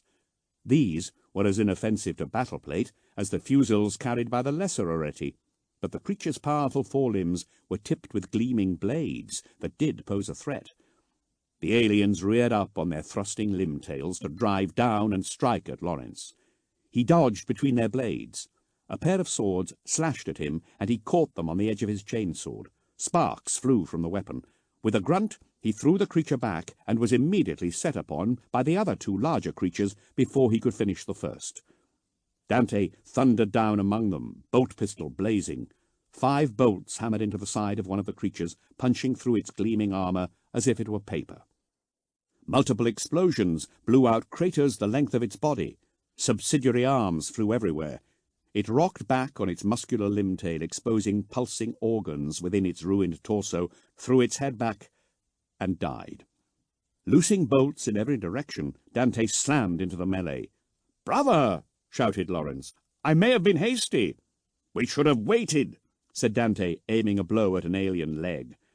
The Space Marines twisted around each other until they were back to back, facing 1 creature each. He meant to chastise his squad mate, but he was joyous. He did not mean what he said. Who would want to wait when battle beckoned? "What by the pits of Baal are these things?" said Lawrence. "Warrior forms? The little ones could be the males and the big females, or vice versa. Does it matter? They're all trying to kill us." Dante raised his gun. A knock from a limb blade sent his shots wide and jarred it from his hand. Anger seized him at the affront to his war gear. Taking up his chainsword, he roared and threw himself forwards, beating back the alien with a flurry of violent blows. Lawrence ducked a blade that hummed as it parted the air. "These are the females?" he shouted. "Ha! I like this better. Their women fight properly." Jump packs roared. Arvin slammed into the middle of the fight. If Dante felt fury, it was nothing to Arvin's rage. "Kill them! Kill them!" he shouted. Dante advanced on the retreating alien, but Arvin knocked him aside. "This is my kill! I will deliver the killing blow!" he shouted. Though furious that his prize had been stolen, Dante was wary at Arvin's tone, and stood back. The others landed around the melee, peeling off into the buildings. Roofless halls echoed to the reports of bolt guns, the squealing of aliens, and chainsword song. The volleys of particle beams decreased dramatically. In less than 3 minutes, the aliens were dead. Lawrence had dropped his female. Arvin's was dead, and he would not stop hitting it over and over again, flinging sprays of blood and ground-up meat up the walls. "It is dead, brother! Come away!" Dante touched Arvin's shoulder. Arvin rounded on him and punched him in the face with the spiked guard of his sword, cracking his helm lens. Dante staggered back. Arvin raised his weapon over his head and roared incoherently. "He wants to kill me," thought Dante. "Stop him! Pin him down!" Basilius was shouting. His brothers joined their cries of alarm to the sergeant's, but their voices sounded distant, something from a fading memory. Dante was preoccupied by Arvin's sword swinging down in a heavy overarm blow. Time seemed to slow. Dazed, he raised his weapon to meet Arvin's. Their blades met, teeth shattering, and time resumed its normal pace. The force of the blow staggered Dante. Arvin had the strength of a man possessed. "Stop him! Stop him!" shouted Basilius. Another blow hammered down on Dante. The chains of both blades ground together again. Arvin's unspooled onto the floor. Dante's jammed up the drive unit, causing the motor to ignite. Dante threw the weapon aside in time to catch Arvin as he jumped. Dante grabbed him, bringing them both to the ground. "How dare you! You take me away from my prize, my kill, my soul tally!" Arvin's combat discipline had gone, and he scrabbled at Dante's head like a madman. Dante could not retaliate effectively. He was struggling to stop his helmet being torn off. "Get off him!" shouted Lawrence. He locked his arm around Arvin's shoulder, but was thrown back. He returned. Riston grabbed Arvin's other arm. Giacomus grasping the stabilization vents on his backpack. Together they hauled Arvin off Dante and threw him down. Arvin lumbered to his feet, ready to attack again.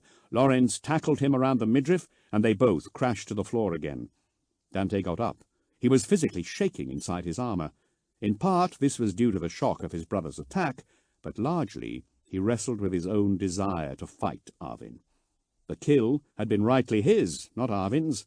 His brother's temerity infuriated him. His heart pounded, his vision tunneled. Arvin bucked and shouted under the weight of Lawrence and Giacomus. Reeling, Dante turned away, battling his rising bloodlust. He made himself concentrate on his suit, running through the post-battle checklist. "Focus, focus, the first grace," he whispered. "Be respectful of your battle gear," he said. His breath was hot in his helmet. "Be mindful of your armor. Restraint, restraint, restraint." A shudder ran through him. So powerful his armor whined oddly as it sought to match the movement, and his neural jacks tugged in their sockets. "My weapons," he said. He had lost his bolt pistol and his sword. He went to retrieve both, whispering calming mantras as he did so. As he picked up his wrecked sword, he noticed one of the Areti females lived. Its back stump leg was twisted back on itself. One of its forelimbs was broken, the other hacked off at the elbow, leaking purple vitae. The nest of lesser limbs around its chest moved weakly. Dante levelled his gun at its long face. Multiple eyes blinked at him. "Peace, peace," it said in musical Gothic. "Take our salvage. We say for you these things," said the Areti, gesturing with bleeding manipulators at the neatly arrayed machinery. "We leave, no harm. This dead world, we think, but not dead, is yours. We mistake, we go." "Why did you attack us?" said Dante, and was surprised at the snarl in his voice. "We not attack. You attack." Dante's gun wavered. Feelings of disgust and hot rage battled with those of pity. This was a Xenos, an implacable enemy of man by its very nature, and yet it pleaded for mercy. Mercy was the third grace. He stared it in the eye. It held its arms up pleadingly. It was terrified. Dante dropped his weapon a fraction. The rest of his brothers were occupied with their raging comrade, but Arvin saw Dante hesitate. "Kill it! I will kill it! Let me slay it! Let me drink its blood!" raged Arvin. He attempted to get at the wounded alien, dragging Lawrence and Giacomus with him. Basilius slammed Arvin in the chest, knocking him off balance so that Lawrence and the others could subdue him. The sergeant ripped off his helmet. "Arvin, calm yourself," he ordered. "All of you, focus." "Sergeant, this one lives. It calls for clemency," said Dante. Basilius looked back. Savagery had replaced dignity on his face, contorting it into something wild. His eyes were bloodshot and his fangs extended. "What are you doing, Dante? Kill it! It is Xenos! It does not deserve to live! Do not hesitate!" Dante levelled his gun at the thing's head. The eyes arrayed on its long face widened. He couldn't stand the sight of its fear. Before he knew what he had done, he had obliterated its face with a shot from his gun to save himself from looking at it. The remaining few eyes shut slowly, and the corpse curled in on itself. "Keep him down," ordered Basilius. He walked away from the ranting Arvin and activated the vox pickup at his neck. "This is Basilius. The Areti are dead. I have no indication of any more nearby. I doubt they were responsible for the disappearance of the colonists, but they have stripped the Colonia of all useful materials. By their profaning of the Emperor's world with their unclean tread, they earned death. Send extraction for us now. I declare this world cleansed. I will append the report to the Departamento Colonia, suggesting a heavier military presence for the next settlement attempt." Arvin was still raging, his strength taxing the 3 space marines trying to hold him in place. "Arvin, brother, it is us! Why do you fight?" shouted Lawrence. He was panicking. A warrior fearless in the face of the foe, he was frightened by Arvin's loss of control. "Let me go!" bellowed Arvin. "I shall crush their corpses, set their maimed bodies about this place. They will know fear. I will destroy them all." "Emperor's throne," snarled Basilius. "He will not calm. Hold him still," he said. Basilius took out his combat knife and went to the dead Areti. "What ails him?" said Lawrence. "It is the rage. The black rage has him," said Giacomus. "It is not the rage.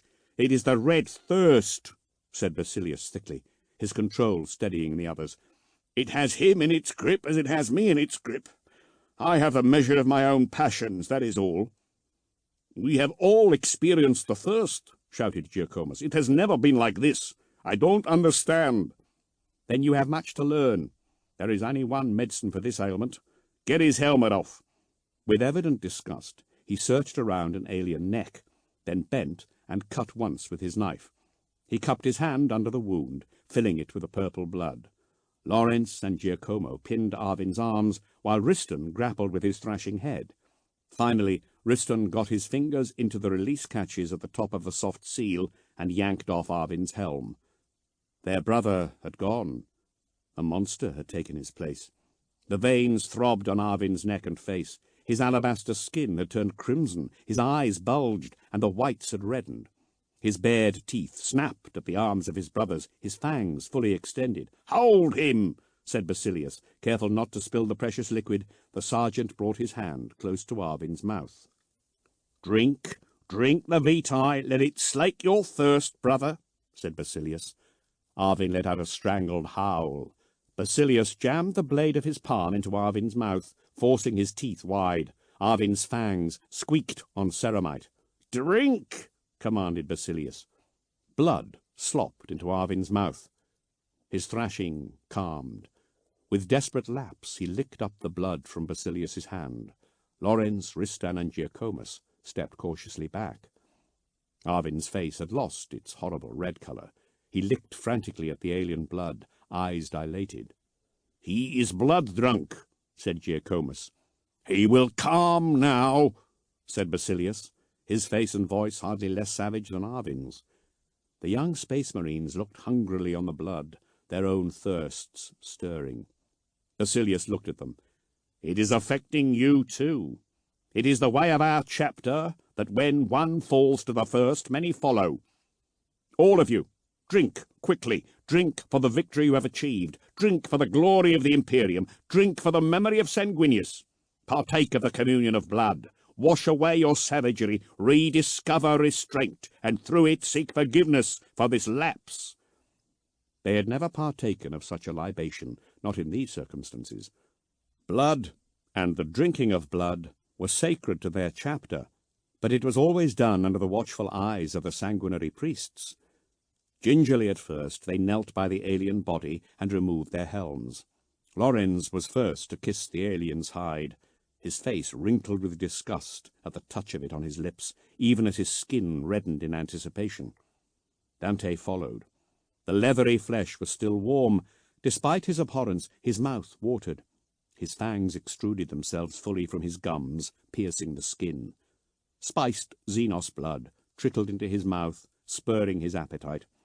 With increasing need, he sucked at the wound, dragging in mouthfuls of the stuff. Fragments of alien memory spilt through his mind as he drank of its soul, his omophagia snagging bits of the dead creature's life. He knew the Areti then. They were wanderers, their world dead. They had never been numerous, and were in the twilight of their kind. He felt their sadness and their pain. They were not aggressive creatures, but carrion feeders, living off the leavings of the galaxy. Dante did not care. Blood was all there was. Their sorrowful story was submerged in a tide of red. He tasted the creature's death. Its fear broke the hold of the thirst over him, and he snatched his head back. Dante took a long, shuddering breath. He blinked, back in himself again. The stolen life of the alien coursed through his body, and he saw his fellows with clear eyes. Giacomus lapped blood from the ground. Lorenz sucked at its arm. Ristan had his face buried in the creature's chest, like a beast puppet the teat. What have we become? He wondered. But the thought was fleeting in the face of the thirst. The smell of vitae had his mouth watering. His reason retreated, and he returned to the corpse. There was blood to be drunk. Mercy be damned. Chapter 17. Black Rage. 518.M40. Holywell Hive. Tobias Holt. Holt System. This is Dante, requesting urgent support. We're cut off. Laziel was a dead weight on his arm. His armor streaked a wetter red from his brother's wounds. Dante pushed him on. His brother stumbled, his ragged breathing amplified by his vox grill. A power-armored figure stepped into the end of the corridor, its defaced iconography streaked with rust and undercity filth. Dante fired one-handed and shot its hearts full of bolt rounds. The mass reactives blew, their explosions contained by the renegade's armor plating, and he fell down dead. "This is Dante! Can anyone hear me?" He moved on, dragging Laziel to his feet, glancing back over his shoulder. More traitors were filling the corridor. Bolt rounds crackled off broken sheets of plasteel hanging off the walls. Several whined off his armor. One exploded on his plastron, the detonation making the battleplate shiver. "Laziel, get up!" shouted Dante. He fired back at the traitors, emptying his bolter at them. I can't," he said. He sagged against the wall. The renegades advanced, guns up through the cramped corridor. Their pauldrons scraped rust from the decaying walls. Small flies swarmed around yellow lumens set into the ceiling. A sense of dankness prevailed, though they were high in the atmosphere of Tobias Holt, well above the oceans. Dante braced himself, but the traitors did not fire. "They want our gene seed," Dante snarled. Anger rose up in him. The pounding of his hearts became war drums. Before he could consider his actions, he was running at them, chainsword growling. He slammed into the first, rocking the fallen angel back on his feet. "Traitor! Traitor!" he yelled in the Space Marine's face. The warrior was knocked back, contacting with his fellows. A combat knife scraped a bright furrow across Dante's chest eagle. Dante elbowed his foe hard in the face, cracking his retinal lenses and staggering him further. The Purge, they called themselves, once loyal, now filthy acolytes of the god of plague. Their armor was painted green around the greaves and shoulders, black elsewhere. He reversed his chainsword and drove it point first through the traitor's chest. Blood fountained over him as the warrior died. Dante wrenched his weapon free. The traitor following the slain renegade fired at Dante. Bolts exploded on his armor. Warning runes flashed all over his display, but he paid them no heed. The traitor Space Marine continued firing at Dante until his chainsword took the warrior's hand and gun off at the wrist. He took his blade and sawed up lengthways through the enemy's helm. Black blood spurted from his ruined respirator grill. Dante sprang forwards off the corpse, kicking a second foe hard in the leg, denting his armor and sending him off balance. Then he decapitated him. His sword snagged in the traitor's armor, and so he threw himself at the third warrior, screaming incoherently. The red thirst rose up through him, drowning his soul in a tide of bloody rage. His weight bore the traitor down, his hands locked about his neck. He buried his fingers in the vulnerable joint, pushing so hard his hands pierced metal soft seal and flesh alike. The traitor smashed at Dante, making his faceplate display fizz, but he did not relent. With a final crushing grip, he choked the life from the traitor and tore his helmet off. The warrior looked not so different to Dante. his face distorted in the same transhuman way, although he lacked Sanguinius's beauty. Dante wondered what Primarch had given this creature its gifts. It enraged him that supposedly loyal Adeptus Astartes would turn to chaos. His fangs slid from his gums. He wished to feast on this thing and steal the secrets of its mind. He opened his filters preparatory to removing his helmet. The rotten stink of the traitor's blood stopped him. It smelt rancid. Dante stood back, his thirst receding, but not quenched. It could never be quenched. He went to the struggling Lazial and dragged him up again. "Come on," he said. "We have to keep moving."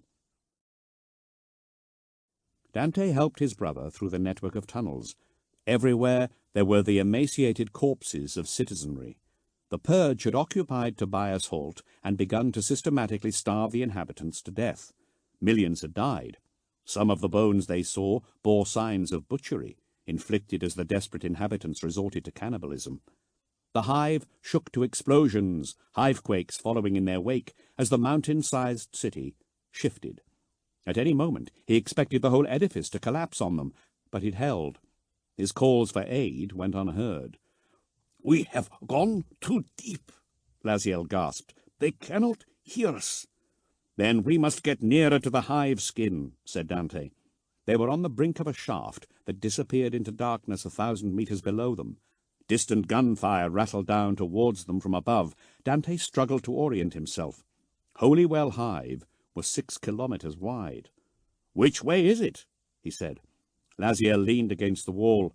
His armor leaked blood and machine fluids in equal amount. The breaks in his armor were sticky with foaming shock gels. He wheezed painfully. Dante suspected at least one of his lungs had been punctured. "Ask her," said Lazial. He pointed. Dante spun around. His bolter came up to aim at a wraith-thin girl in a dirty grey smock. He lowered his gun. "Little one, we are the angels of the Emperor. We seek a way out. Can you help us?" She came forwards fearlessly. She was around 12 Terran years old. Dante hoped that was old enough for her to tell the difference between loyalist and traitor. "Food," she said. Dante nodded and knelt. Slowly, so as not to scare her, he took a ration biscuit from his belt. "We were given these to give to you, so you would not starve," he said. She snatched it from his hand, tearing its plastic package open with her teeth. She wolfed it down. Her threadbare dress blew against her, showing ribs made prominent by hunger. "You know we're here to save you. We are not like the others." She nodded. "You are the Red Angels. Father says you are good. Come this way," she said. Dante stood in relief. Still his thirst surged, but for now it was under control. He suffered thoughts of him ripping the girl's throat open and drinking her dry, but he discarded them, and they had no effect on his comportment. "See," said Lazial as Dante grabbed his arm, "we must trust to those we protect to help us. With her aid, we will rejoin the Legion." Dante froze. "Legion, brother?" "Our chapter," said Lazial muzzily. "Our chapter." Lazial's voice slurred. Dante hoped from pain. The alternative was too terrible to consider. They went up obliquely through manufactory districts emptied by deliberate starvation. Factory dormitories stood silent, the bones of the dead shrouded by dust. They were moving away from the sounds of battle, and a deep quiet fell on the hive. Lazial became stronger and needed Dante's aid less and less, but his confusion grew. Dante faced a dilemma. He needed to signal his comrades, but if Lazial was succumbing to the black rage, then disaster beckoned. The girl darted into a crack. Dante peered after her. She had gone into the fabric of the hive via a fault line in its wall. Stalactites, orange with ferric compounds, hung from the ceiling. She stopped and beckoned to him. He examined the passage. Although tall, it was only just big enough for him to get into. He pushed Lazial in first. "The palace will hold," said Lazial. "You will see." "Lazial, stay with me, please. Remember who you are." "I am Brother Lazial, and you are Brother Dante," he slurred. "That's right. I am Dante. Now crawl. Stay focused on the present. The memories of our father reach for you. Resist them. Yes, he muttered. I see them. I know, Dante. I will not fall. I swear. The passage cut into a proper access way, although one long disused. The girl led them down this to a recently patched door. 2 sentries waited outside, stick-thin from starvation, clothes filthy and threadbare. Nevertheless, they were vigilant, and fell to their knees when they saw the blood angels emerge from the dark. "My lords," one said.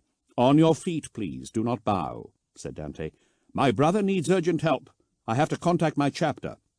The men nodded. One rapped on the gate. "Open! Open!" he called. The gates swung wide. Another corridor, broken by barricades, led a short way before turning sharply right into another set of gates. Ragged men stood up from their firing positions to gape at the demigods in their midst. Dante ignored them, dragging the semi-conscious Lazial with him. The second gates opened into a large, galleried factory filled with people. They lay on makeshift beds and crammed every square inch between giant steel presses. They crowded the catwalks running across the width of the hall and sat in groups on balconies. Everywhere he looked, there were people. The warm fug of close human life hit the Space Marines. So much life, so much blood. Lazial stirred. Dante's worry grew. Saliva filled his mouth. "Who is in charge here?" Dante said. Many of the crowd knelt in supplication and made the sign of the Aquila, but they parted wide to let the Space Marines through. "Father," said the girl, running to a heavily bearded man. Like all of them, his cheeks were hollow and his eyes sunken from the lack of food. He embraced his daughter and approached the Space Marines. "I am Segeles, factory headman. I am in charge by the assent of my citizens. We are grateful to see you. The Emperor truly protects. We see that now, eh, brothers and sisters?" He shouted out to the room. A chorus of tired "Ayes" came back.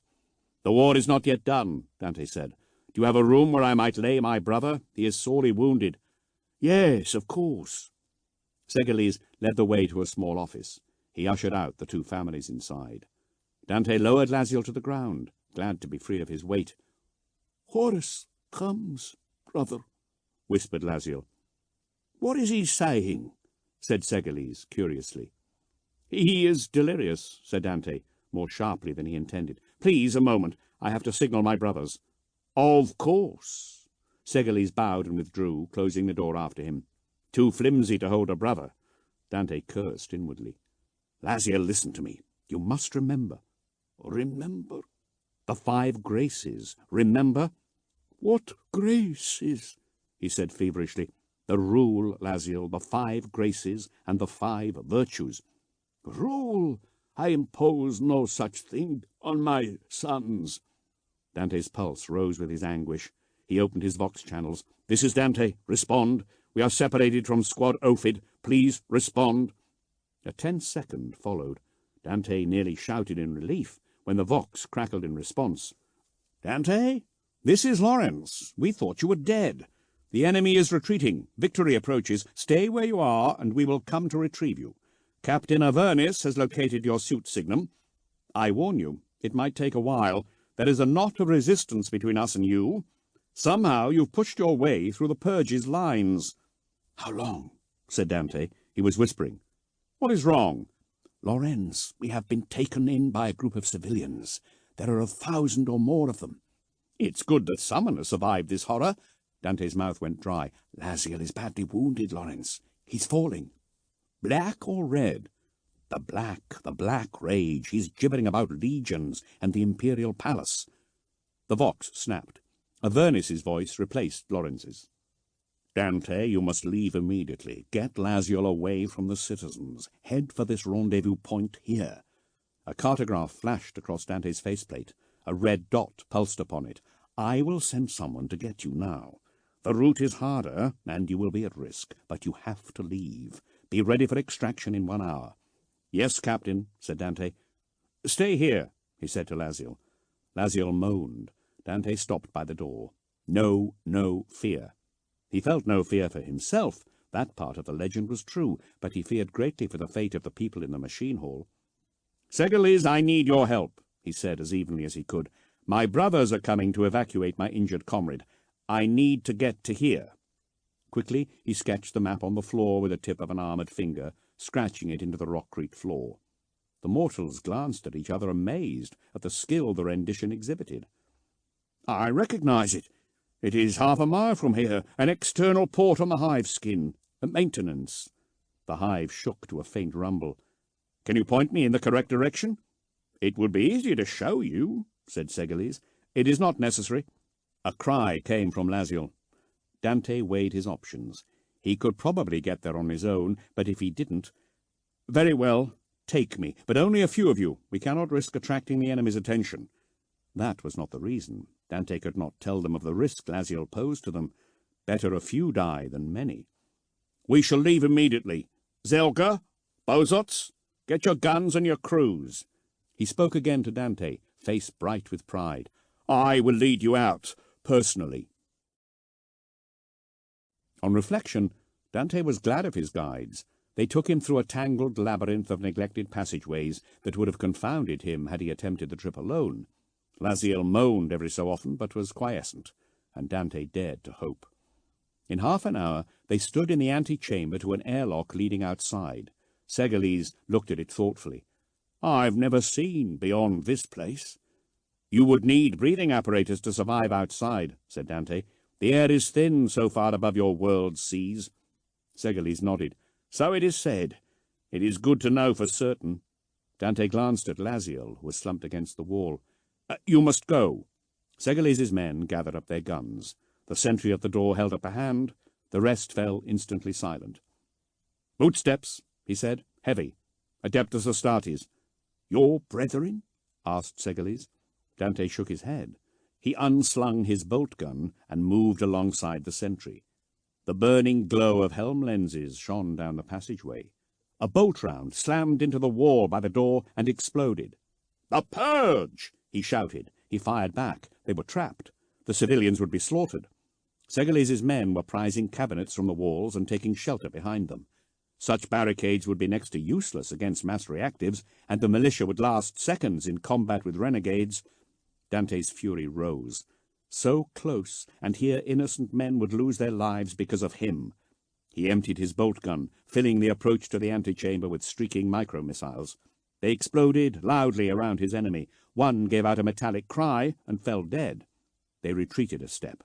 "Are they falling back?" asked the sentry. More men joined them around the door. "Get back," said Dante. Too late. A rocket streaked down the corridor, exploding on the outside of the door. Dante was flung backwards. He slammed down and tumbled over, crushing a man under the weight of his armor. The men who had guarded the door with him were splashed all around the entrance. The smell of burned meat and blood flooded Dante's nostrils. He tried to seal his helm, but it was malfunctioning. His ears rang. He glanced round at scared faces, at men firing guns that could not hope to penetrate space marine armor. They had come there for him, to aid him and his brother. Figures moved down the corridor. Unreasoning fury overpowered Dante's reason. He surged to his feet, sword in hand, and ran howling at the purge. Bolt rounds blew all over his armor. The insistent peeping of warning runes became a clamor. He crashed into the traitors, sword hewing the first down. His bolt pistol ended the next. Knives jabbed at him, hammered by transhuman strength into the ceramite of his battleplate. Swords bounced from his pauldrons. Hands grappled with him, but Dante could not be stopped. He slew them, smashing their treacherous bodies down. His helmet was wrenched away, and his senses were flooded with blood, its color, its smell. His rage built until he was a killing machine. From there, it was a short step to a warm, wet world, rich with the scent of iron. The thing that was Dante receded, leaving an unguided weapon in its stead. His last foe fell, and he pounded back into the antechamber. "Lord Dante?" asked Segeles. He took a step backwards, horrified by the bloodshot eyes and extended fangs of the Blood Angel. Howling incoherently, Dante attacked. The world became a confusion of screams and hot red blood pouring down his throat. There was a flash of gold. A mightier angel than he stood before him.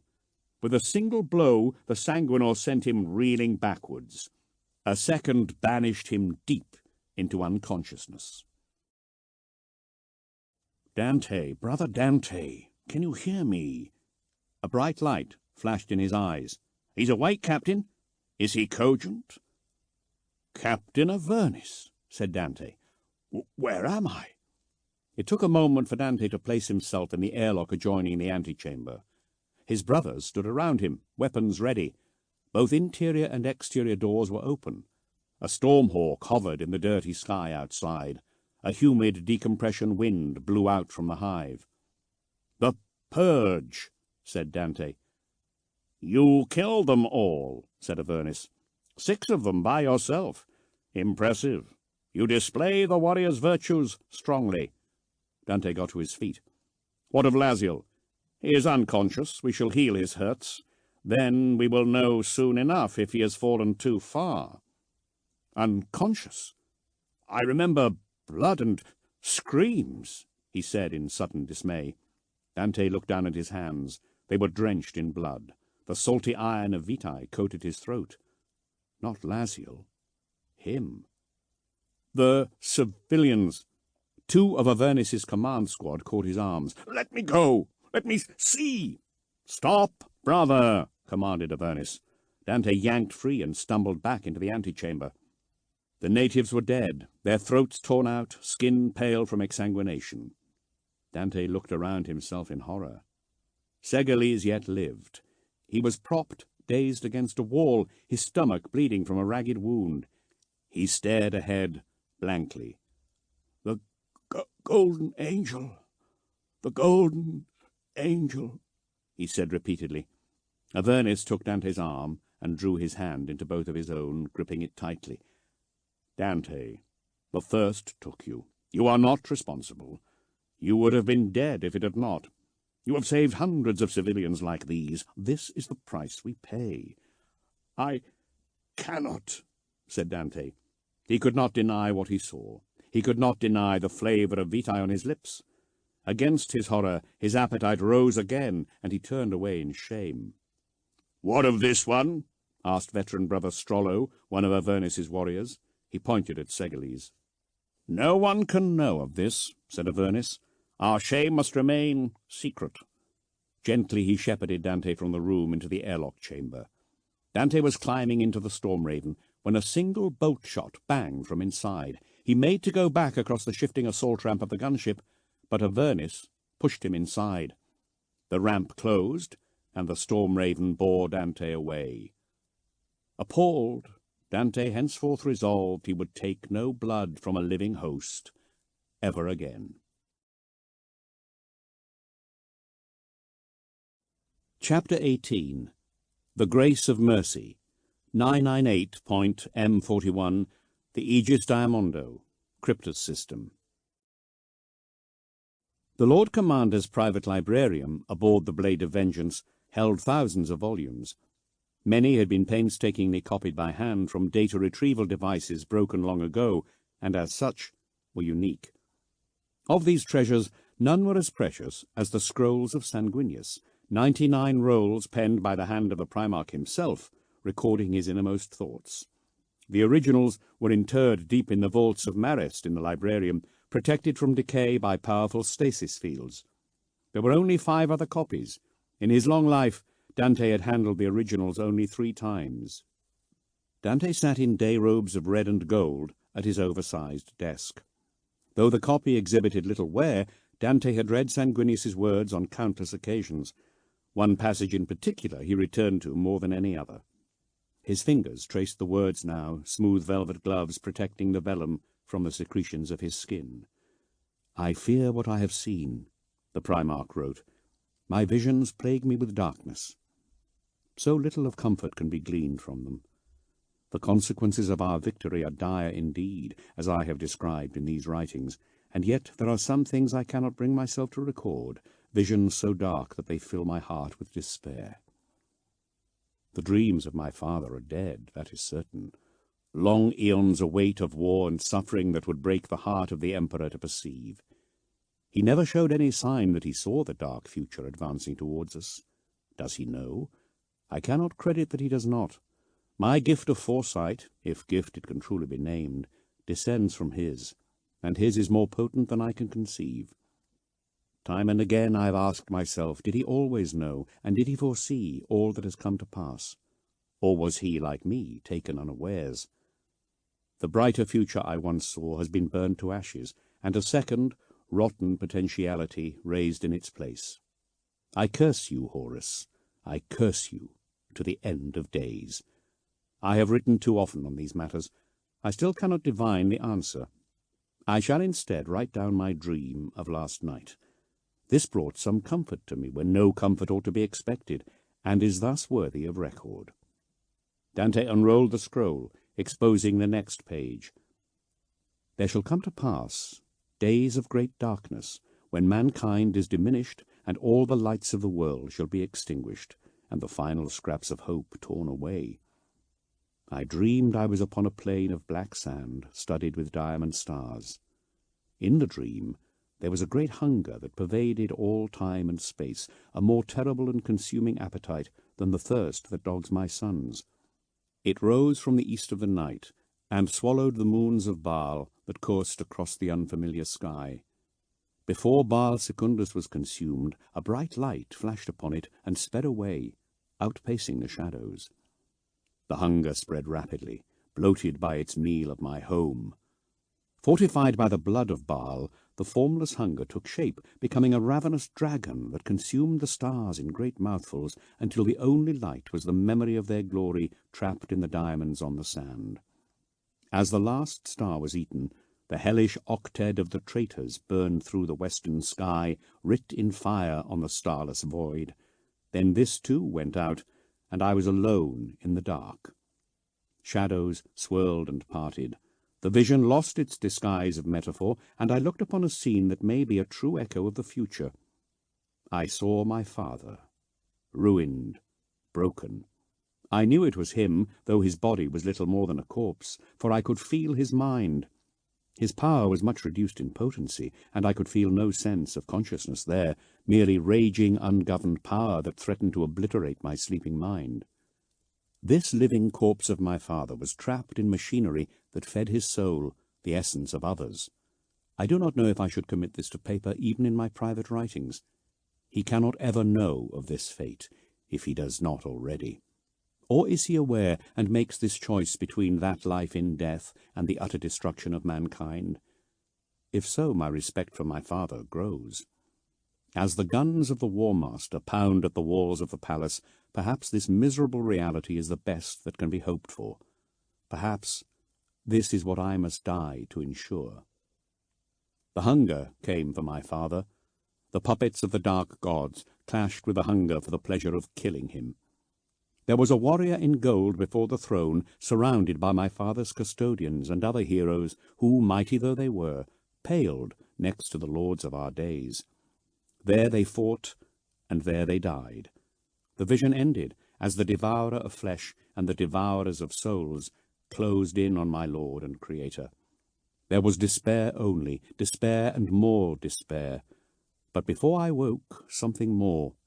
I sensed stirring in the warp, and the touch of my father, his mind made anew, and the knowledge that all might be well. As I am fated to, so too did this golden warrior lay down his life to protect my father. The precious seconds he bought with his blood could change everything, or they could change nothing. Maybe the vision is false. I pray the future is mutable, and so it has proved in the past. All but the moment that draws near, the reckoning when I must face my brother. That I cannot avoid.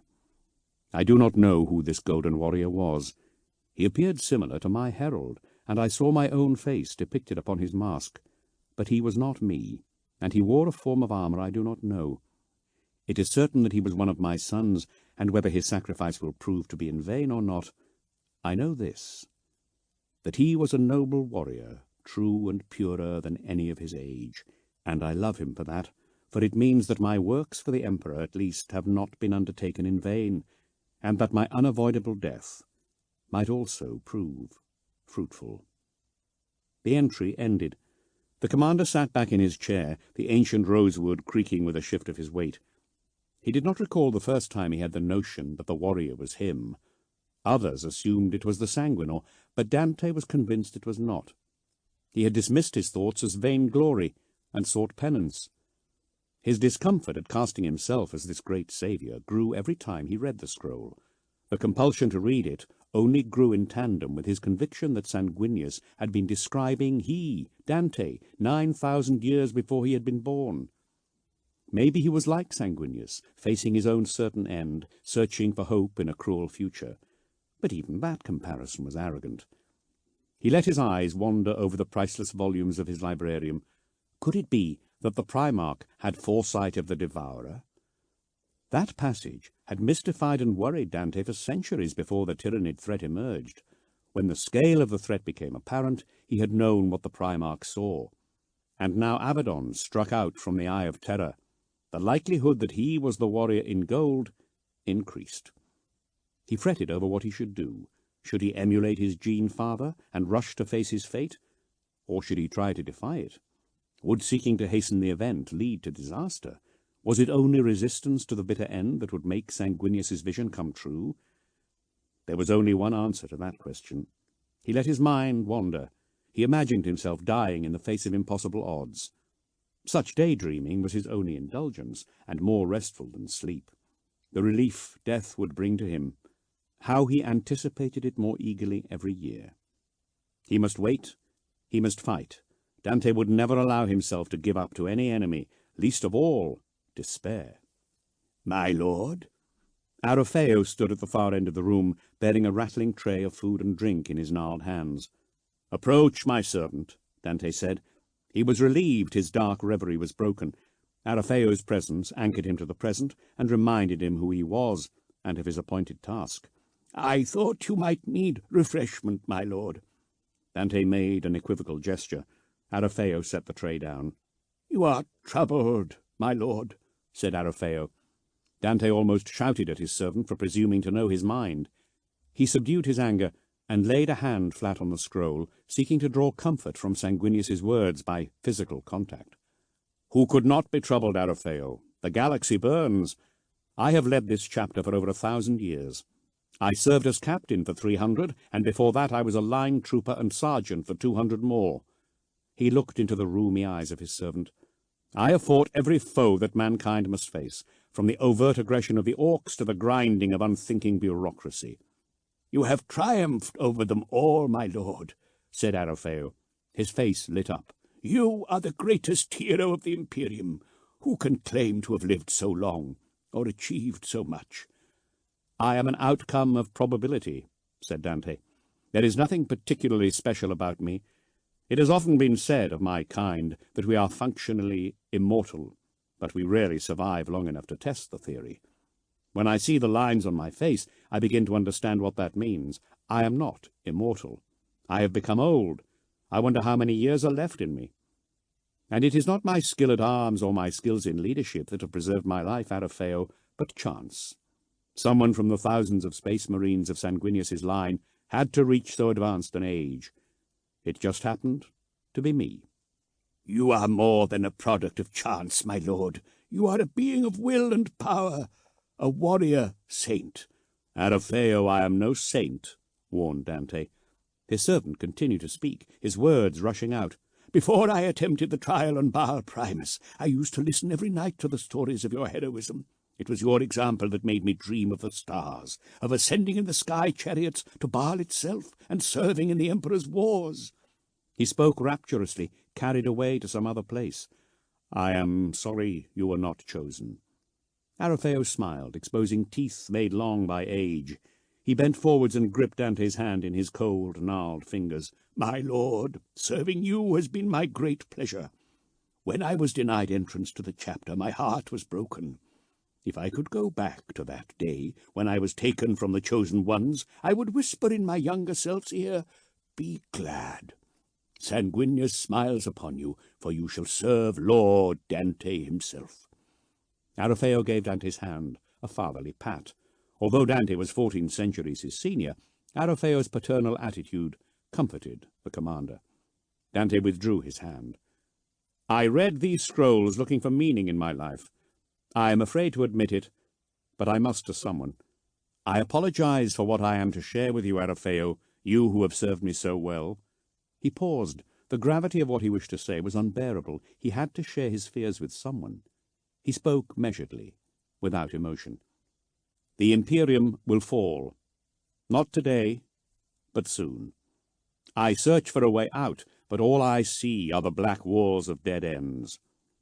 Great victories were once mine, and confidence, and a certainty in a better future. How like Sanguinius I must have been," he said ruefully. "My triumphs have become tarnished with the knowledge of certain defeat. Has all I have done been for naught? I have slain creatures that are not of this reality, Arafeo. I have faced the curse of the chapter and kept my soul free of its taint. All my life I have striven to serve not only the Imperium, but humanity. To be a blood angel is to immerse oneself in blood and death. My salvation is to defy it, to turn death upon itself in the name of life. This chapter has come close to total destruction 3 times in the last 3,000 years. During the Ghost War, at Callius, at Sicoris. Every time we come back, every time the winged blood drop has flown from the standards of full 10 companies again." Arafeo nodded in mute sympathy. "I understand, Arafeo, that I must be a hero for humanity. They must look on the golden mask of Sanguinius and know he is there with them as they die, or worse, in the name of terror. This is my role in life, to pretend to be something I am not. I allow my legend to grow beyond all measure of truthfulness. I allow men to think me infallible and potent beyond my means. I embrace it gladly for the service it gives mankind, but although I am mighty and wise, and of the Adeptus Astartes, I am just a man. Under my armour beats a human heart alongside the one gifted me by the Emperor. No man is isolate. All need company and companionship. This is why I share my thoughts with you. I apologize for my indiscretion, but I cannot keep my own concerns hidden from everyone. They will crush me." "I understand," he said softly. "I am sorry to have raised these fears in you while you are at rest. But know you are never alone." "I am never at rest," said Dante bitterly, "and I am forever alone." Cowed, Arafeo departed. Dante barely noticed him leave. The chapter master returned to his reading. Confessing his fears to his equerry had done nothing to lessen them. He felt ashamed. He should not burden a mortal with such knowledge. By naming an evil he had given it strength. The words of the scroll seemed to swim, and he bowed his head. A cry sounded deep in the stacks. Dante leapt to his feet. "Arafeo? Arafeo! Are you all right?" A soft moan answered him. Dante strode past book stacks and scroll cases, went by towering crystal racks. The scent of blood reached his nostrils before he found Arafeo hot and vital in the dusty atmosphere of ancient knowledge. Arafeo was kneeling on the ground, holding his wrist. The librarian was so quiet that Dante's enhanced hearing had no trouble picking up the weak, erratic beat of his servant's heart. Blood dripped onto the carpet. Dante hurried to him. Arafeo smiled. The smell of blood flooded Dante's nostrils, arousing his thirst. He grabbed his servant's hands and held them up. He had cut his wrists, his life fluid flooding from long vertical slits running from his hands to elbows. "Arafeo! Arafeo!" he cried. "What have you done?" A smile, slow as spilt blood, spread across the equerry's face. "Master, it is time I left you." "Not now. Hold on, my friend.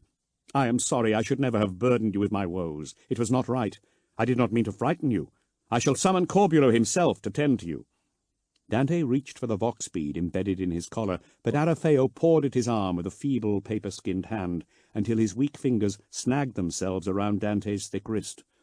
Dante was horribly conscious of the thick blood slipping around between their skins. "My lord, please do not. I am not frightened. You did no wrong. The Emperor is calling me to his side.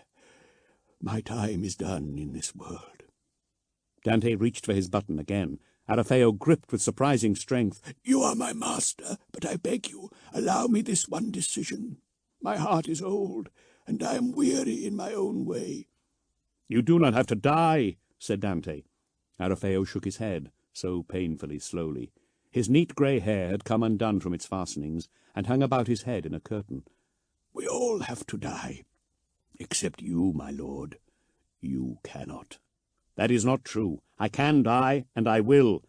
"Yes, my lord," breathed Arafeo, "but you must not yet. While you live, while the golden mask of Sanguinius is seen on the battlefields of this awful era, you can make a difference. My lord, do not give up." Arafeo swooned. Dante caught him. Cradling his servant, he smoothed the old man's hair. "I am weary, Arafeo, and worn down by ennui, but I cannot give up. I never shall, I swear. While I breathe, I shall fight, and no man shall know what troubles me again." Arafeo closed his eyes, happily. "That is good. You are hope, even if you feel little yourself." "But why kill yourself? I do not understand." "You do, my lord, though you say you do not. I have one last request." "Name it, and it shall be yours, Arafeo." "Take my life, my lord. Drink my blood. Grant me one last boon. Give me the angel's kiss. This is why I have chosen to die now, so that you can take on the strength in my blood, so much greater than that in my body, and rise anew. Let me die, knowing I have served you one final time. I offer my life to you, so that so many others might live." Weakly, he held up his bleeding wrist towards Dante's face. "I will not." Dante moved back. Blood ran in rivulets and soaked into the carpet. "I have served you a long time. You have not known the taste of vitae from a living vessel for as long as I have known you." "Longer," said Dante. His teeth were extruding from his gums against his will. His blood rushed around his skull. "I made an oath for myself never again to drink living blood." "Then you must break it. To drink the stuff of life is the curse of the angels, but you need it. You are weak without blood. You are so old. I am dying anyway. Take it from me. Become strong." "This should not be," said Dante. "I refuse." He recoiled. Arafeo's blood covered his hands. He wanted more than anything to lick it off his skin. "Then you go back on your word." "You use my honor as a weapon against me," said Dante. His resolve was dying. His fangs dug into his jaw. His face flushed. "There is no other weapon that might harm you," said Arafeo with a dry chuckle. He grimaced. His hands clenched. "Please, I do not have time. This blood of mine I bequeath to you. Drink your fill. Restore your strength for the wars to come." He stared into Dante's eyes fiercely. "Now!" Again, Arafeo held his wrists up to his lord.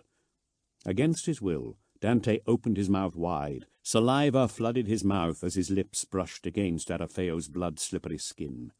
Arafeo gave a little moan as Dante's needle-sharp teeth slid into his wrists. Dante gulped greedily at the man's blood, feeling its warmth flood his body, a rich, raw tingling that spread from his heart to the tips of his limbs. With the flow of vitae came a rush of emotion from the dying man.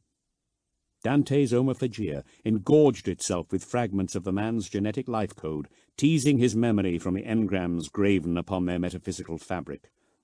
A hard childhood, like his own, a brief moment of glory in making his way to the place of challenge, crushing disappointment as the sanguinary priest's testing device chimed angrily and flashed red. A ray of hope as he was sent to join the blood thralls, a moment of indecision when he was given the choice to return home or go to Baal, a choice revisited thousands of times in a life of grinding servitude. Arafeo swooned and toppled over. Dante followed, his mouth fixed to his servant's arm. Arafeo's life was tedious and short and wholly lacking in glory, but his memories were suffused throughout with his sense of privilege at working for the chapter, a satisfaction that what he did was necessary and appreciated, a service to the emperor as important as wielding blade and bolter, and a genuine love for his master. Dante wept as he drained the man of life. In the last iron drops of blood to slide down his gullet came Arafeo's gratitude. Adafeo's heart fluttered under Dante's hand, and stilled. The Lord Commander sat back on his heels, leaving one hand on his dead servant's chest. With the other he wiped the mixture of blood and tears from his face. Adafeo's eyes were open, and though the soul light had gone from them, his final expression was one of happiness. A complex mix of emotion coursed through Dante, satisfaction from his feeding, sorrow for his servant, revulsion at his thirst, and, most difficult to quantify, shame that he could not live up to the way Adafeo had seen him. He was calmer. The weight of years sat more lightly on his shoulders. He felt his skin tighten, and the lines that marred his face shallow.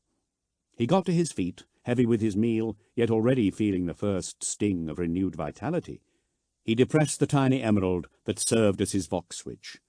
"Grenius," he said, summoning his master of household, "Adafeo has left us.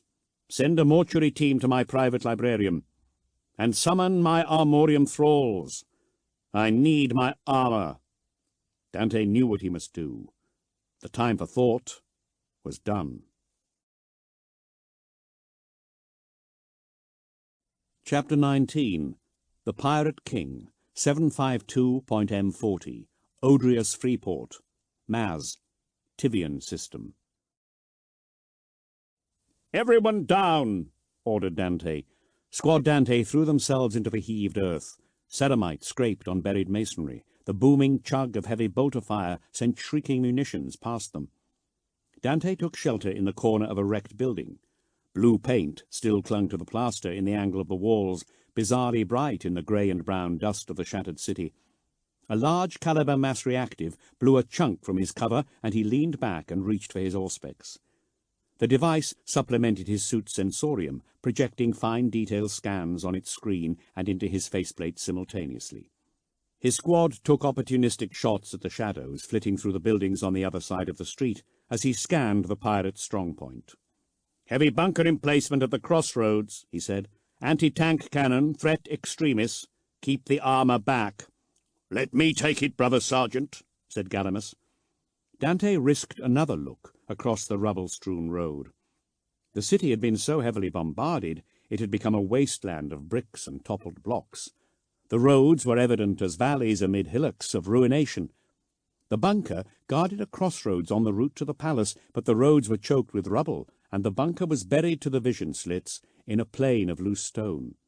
Dante looked from Gallimimus's position to the bunker. The heavy-weaponed trooper was in a poor position. "Stay where you are. They will bring you down before you have a chance to fire." Gallimimus nodded at him and slid back a little on his knees, the green glow of his plasma cannon lighting the wreckage around him. "Squad Dante, stand ready for assault," ordered Dante. A cry sounded over the squad voxnet. Brother Thoriel's signum rune flickered. "Thoriel, I have a crack in my armor, Sergeant. It is sealing. I will be fine," said the warrior. It was not unknown for his men to fight on when they should head back for treatment, so Dante checked the truth of Thoriel's statement, bringing his status runes to the top level of his layered data screed. Thoriel's vital signs held steady. His armor blinked from amber to green again as its sealant systems closed the breach, sealing it from the environment. "Lawrence," he called. "Dante," replied his friend. "You are in charge. I need to call in an artillery strike." Dante switched channels to the company vox. "This is Brother Dante. Captain Avernus?" There was a pause. The vox jumped as another responded. "This is Duvali, Dante. No one's heard anything from the captain for 10 minutes. There is an interference pattern over the western quadrant where he led the 3rd and 4th squads. The Freeborn are jamming his communications. Then they are more stupid than we thought if they think that will stop us.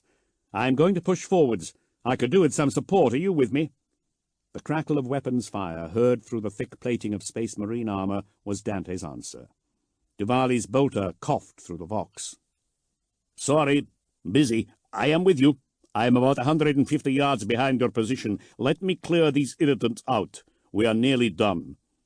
Dante peered out from the ruin. He snatched his head back when his movements drew another burst of fire from the heavy bolters of the bunker. "Advance along the left," he said, forced to shout. Gravel pinged off his armor. "There's a large rubble mound round the stump of the bell tower." "I see it, brother." "Stand ready to provide covering fire." I cannot discern if there is anything beyond the bunker, so this might be all we have to deal with here, but it will be good to have you watching our backs." Another crackling eruption of fire. Shouts of triumph echoed in Duvali's helmet. His vox cut out for a second. Dante waited for him to return. Sorry, taken by surprise. That is the last of them. We are moving up in support. Sanguinius, guide us." Duvali's feed went dead. Dante ran through his vox codes for the armory net. "Brother Havriel, can you hear me?" "The armory listens, Brother Sergeant." "I need a whirlwind strike on this position." He adjusted the knobs of his auspex, homing its targeting matrix onto the bunker. "You will not be able to bring up the armor unless we deal with it. They have some kind of large-bore cannon in there." "I am able to oblige immediately. Whirlwind strike incoming." A fraction of a second later, whirlwind rockets screamed into the ground from the smoky sky. Multiple explosions detonated yards from their position. Dante huddled back into the isolated corner until they were done. He poked his head out. Smoke billowed from the bunker's vision slits. The cannon barrel jutted impotently at the sky. No bolt rounds responded to his appearance. "Duvali?" "I am in position," voxed Duvali. "Brother Damiano has a fine shot lined up on the bunker." "Very well. Let us finish this." "Squad, Dante!" bellowed Dante. "Forward! For the Emperor! For Sanguinius!" his warriors responded. They rushed up from their cover, blood-red armor shedding sheets of dust. They roared through their vox grills. From the stump of the bell tower came a storm of bolt shots. The ruby stab of a las cannon blasted through the air, vitrifying the dust, swirling through the ruins into a glittering fall. Dante was at the bunker first, bounding powerfully forwards. He kicked open the door, sending an avalanche of brick shards inside. He ducked within. A freeborn corsair came out of the rear firing room, blood running down his dust-caked face. Dante shot him before he could bring his autogun up, blasting his viscera all over the wall.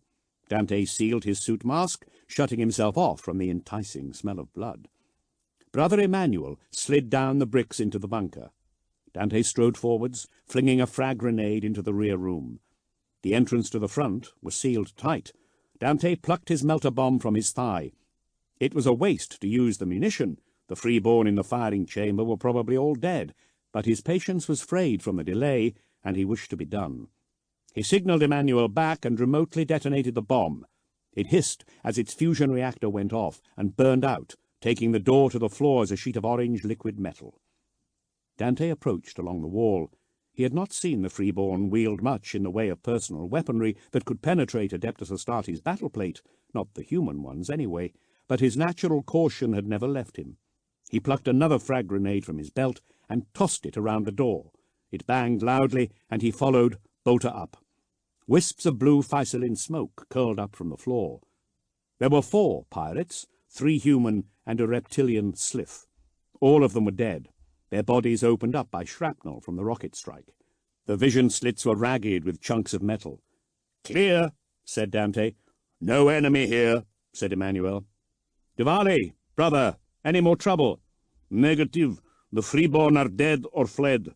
I count about 15, mostly men, a handful of Eldar."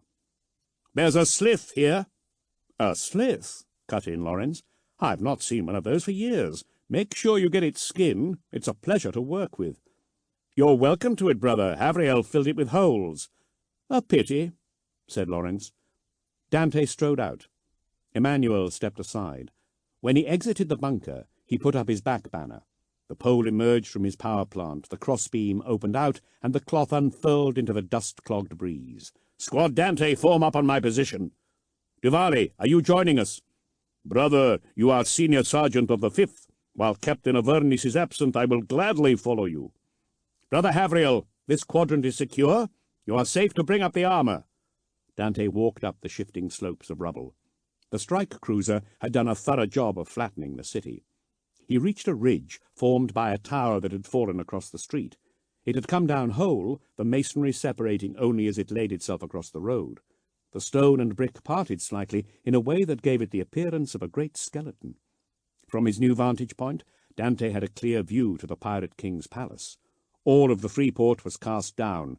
The smell of corpses rotting under the broken buildings grew stronger every day. Only the palace stood, protected by its shimmering void shield. Beyond, green oceans glimmered. "This world will make a fine addition to the Imperium," said Lawrence, as he joined Dante on the pile of rubble, "once it is pacified. This nest of pirates has had its day. The time of the freeborn is done," said Dante. "So shall all suffer who defy the Emperor of mankind." "Well said," said Lawrence. "A shame we had to devote a demi-company to clearing it out." The howling thrum of grav motors overhead made them look to the sky.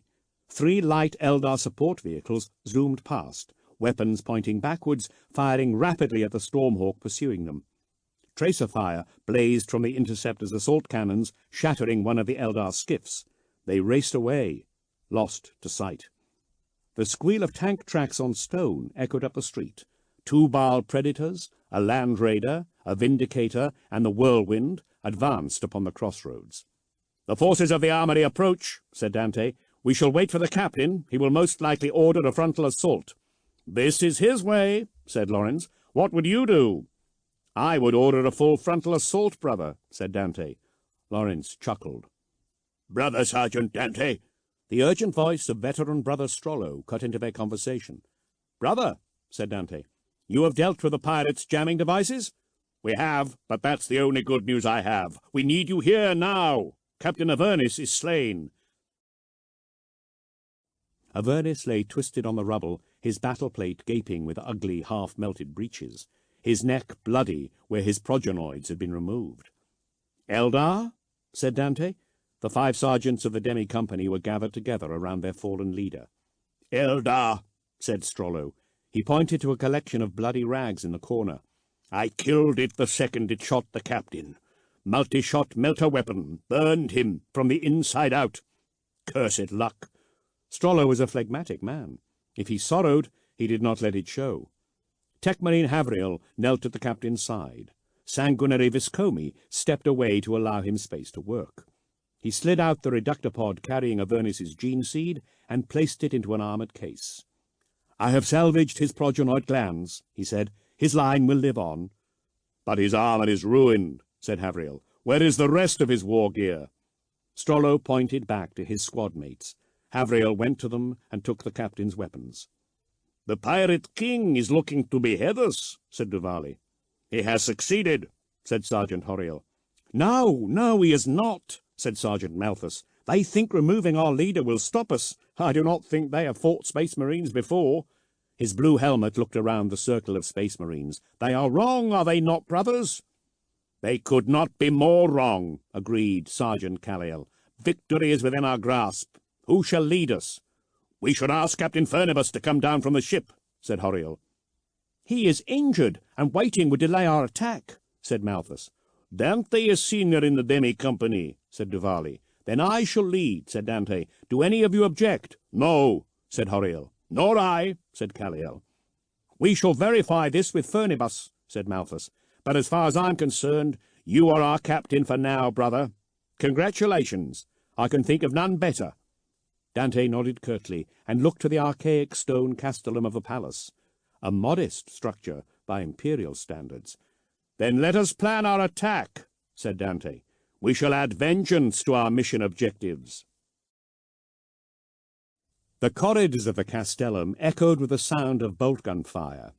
They were narrow, wide enough for only one Space Marine to walk, so Dante went at the forefront of his squad, his bolter spewing explosive death at anything that dared show itself.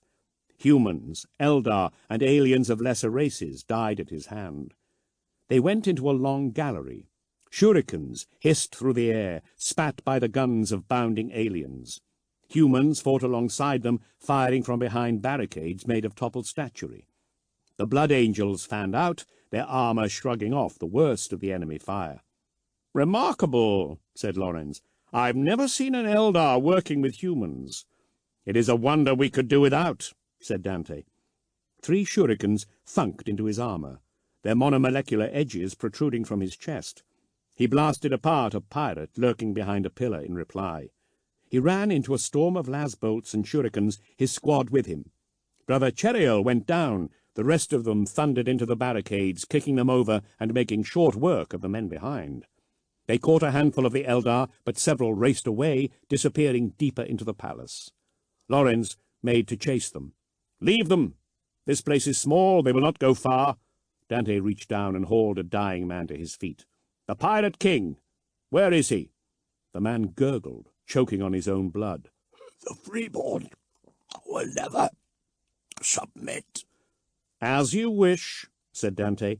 He broke the man's neck with a twist of his hand and dropped the corpse. "We'll try the throne room. These Xenos are arrogant enough that he's probably sitting in there waiting for us. Brother Gallimus!" The squad heavy weapon trooper moved to the front. "Sergeant, stand by me. Prime your weapon." "Yes, Sergeant," said Gallimus. "Ortiel, bring your flamer up. Cleanse the room as we pass. Do not stint on your fuel. I do not care if we burn this place to the ground. This ends today." The Pirate King was indeed in the throne room. He lounged in his throne, sipping at a tall glass of purple wine. His angular alien face teetered between boredom and anticipation. When Dante entered, he unhooked his legs from a throne arm and saluted with his glass. "Hail to you, angel of blood," he said in mellifluous Gothic. "I am Prince Heleneth, the so-called Pirate King. Welcome to the heart of my kingdom, all that is left of it, alas." The Eldar made no move. Dante scanned the room for hidden threats. His helm outlined possible hiding places for weaponry. False color highlighting flickered off as it discounted them one by one. "Oh, there's no need for that," said Heleneth, guessing what Dante was doing. "I didn't bother fortifying this room. It didn't really seem necessary. I reasoned, and I do like to think quite a lot, and excuse my conceit, I am rather good at it, that by the time anyone got this far, a laser array or lance hidden behind the paintings wouldn't do me much good. Besides, such alterations would destroy the character of this castle. It is so delightfully crude." He waved his arm at the dark stone walls, showing them off. Squad Dante filed into the chamber, crowding it with their blood-red forms. At a command from Dante, they levelled their guns at the alien, their slides racked back in mechanical unison.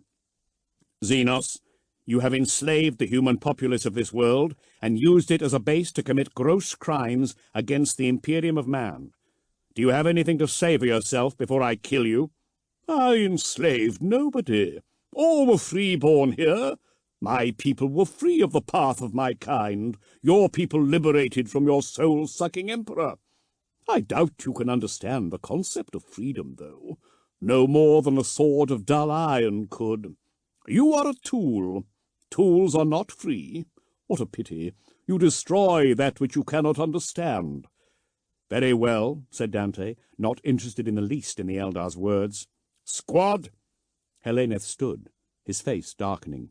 "You think you can kill me. Your arrogance almost matches that of the Eldar. They could not contain my ambition. You will fare no better. This world was a haven. Look at how many kinds of creatures lived here in harmony. Do you not think before you destroy?" "They were all thieves," said Dante. "And why should they not be? The galaxy gave them nothing." The Eldar smiled wickedly. "It is the duty of the weak to take from the strong, so they themselves may be strong. The strong dislike to be dispossessed, so it is good to make people see things from the other side. Life is too precious to experience from one standpoint alone." He looked at Squad Dante. "Though I suppose my philosophy falls on deaf ears here. You engineered creatures were never particularly flexible of thought." He took another sip of his wine. "Your ships are taken. Your city is levelled," said Dante. "Your followers are dead. You do not appear overly concerned. I know your kind, Xenos. You do not care. This is a game to you." Prince Heleneth shrugged. "Perhaps.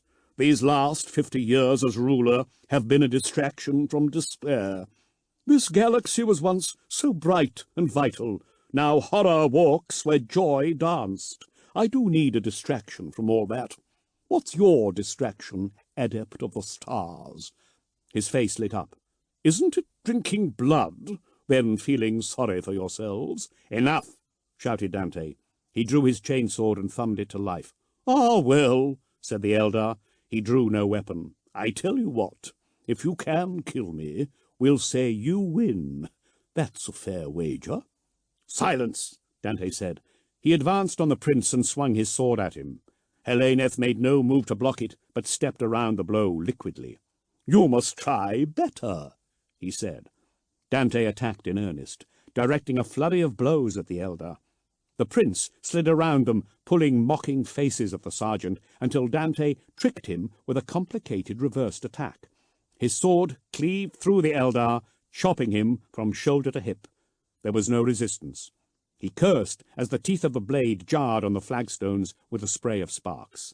Heleneth shattered into 1,000 dancing pieces of light that recoalesced. The Eldar mimed a choking death and swooned to the floor. Then sprang to his feet and bowed. "This has been most edifying, but I must bid you farewell, Sergeant Dante." "Fire!" roared Dante. His men opened up on fully automatic fire. Dozens of bolt rounds streaked past him, the frantic candles of rocket burn lighting up the dim chamber. The bolts smashed into the walls, blasting rock splinters everywhere. Heleneth stood in the middle of the firestorm, his laughing outline breaking apart and reforming as bolts rushed through him. The Space Marines' magazines ran out. They clattered on the floor as the warriors ejected them from their guns and slammed fresh ammunition home. Dante held up his hand. "Cease fire!" He stormed over to the throne and kicked it over. The wood broke on the floor. He kicked it to splinters as he hunted for a projection device, but found none. "Search the chamber," he commanded. "Short-range hololith doppelganger. He can't be far away." The Space Marines ripped tattered tapestries from the floor, prized stones from the wall, smashed out the windows, and ripped up the floor. In minutes, the chamber looked as if it had taken a direct hit from heavy artillery. "Spread out. Check every chamber," Dante said. He ran for the roof, scraping his stabilization jets on the walls of a narrow spiral staircase. He emerged onto a primitive roof, sheathed with lead. Isolated gunfire crackled in the ruins, but the battle was over. "There's no sign of him," voxed Lawrence. Dante growled deep in his throat. Later, after the company's standard was raised on the parapet of the ancient keep and victory proclaimed, Dante searched one final time, but no trace of the prince was to be found. Before they left, they demolished the keep. Chapter 20. Lord of the Fifth Host. 753.M40, the Arx Angelicum, Baal system. The Council of Bone and Blood met to choose Avernus's replacement. A convocation of the chaplains and the sanguinary priests, only they had the right to select the captains of the chapter. Dante waited on their judgment. He stood upon the high parapets of the Arx Angelicum, looking out over the desert. Both moons were in the sky. Baal Primus waxed full, Baal Secundus at half. A chain of black craters marred the surface of Baal Primus. Every time Dante saw that, he was reminded of his father and the stories he used to tell of the taking of Balin's necklace. His recollections of life before were fading 300 years on, but those that remained were precious to him. The dunes of Baal receded to the limit of his vision, timeless in their ever-changing movements. They were always different, but forever the same. He learned early in his life as a blood angel that Baal had always been a world of deserts with precious little life. The moons, though, they were a different story.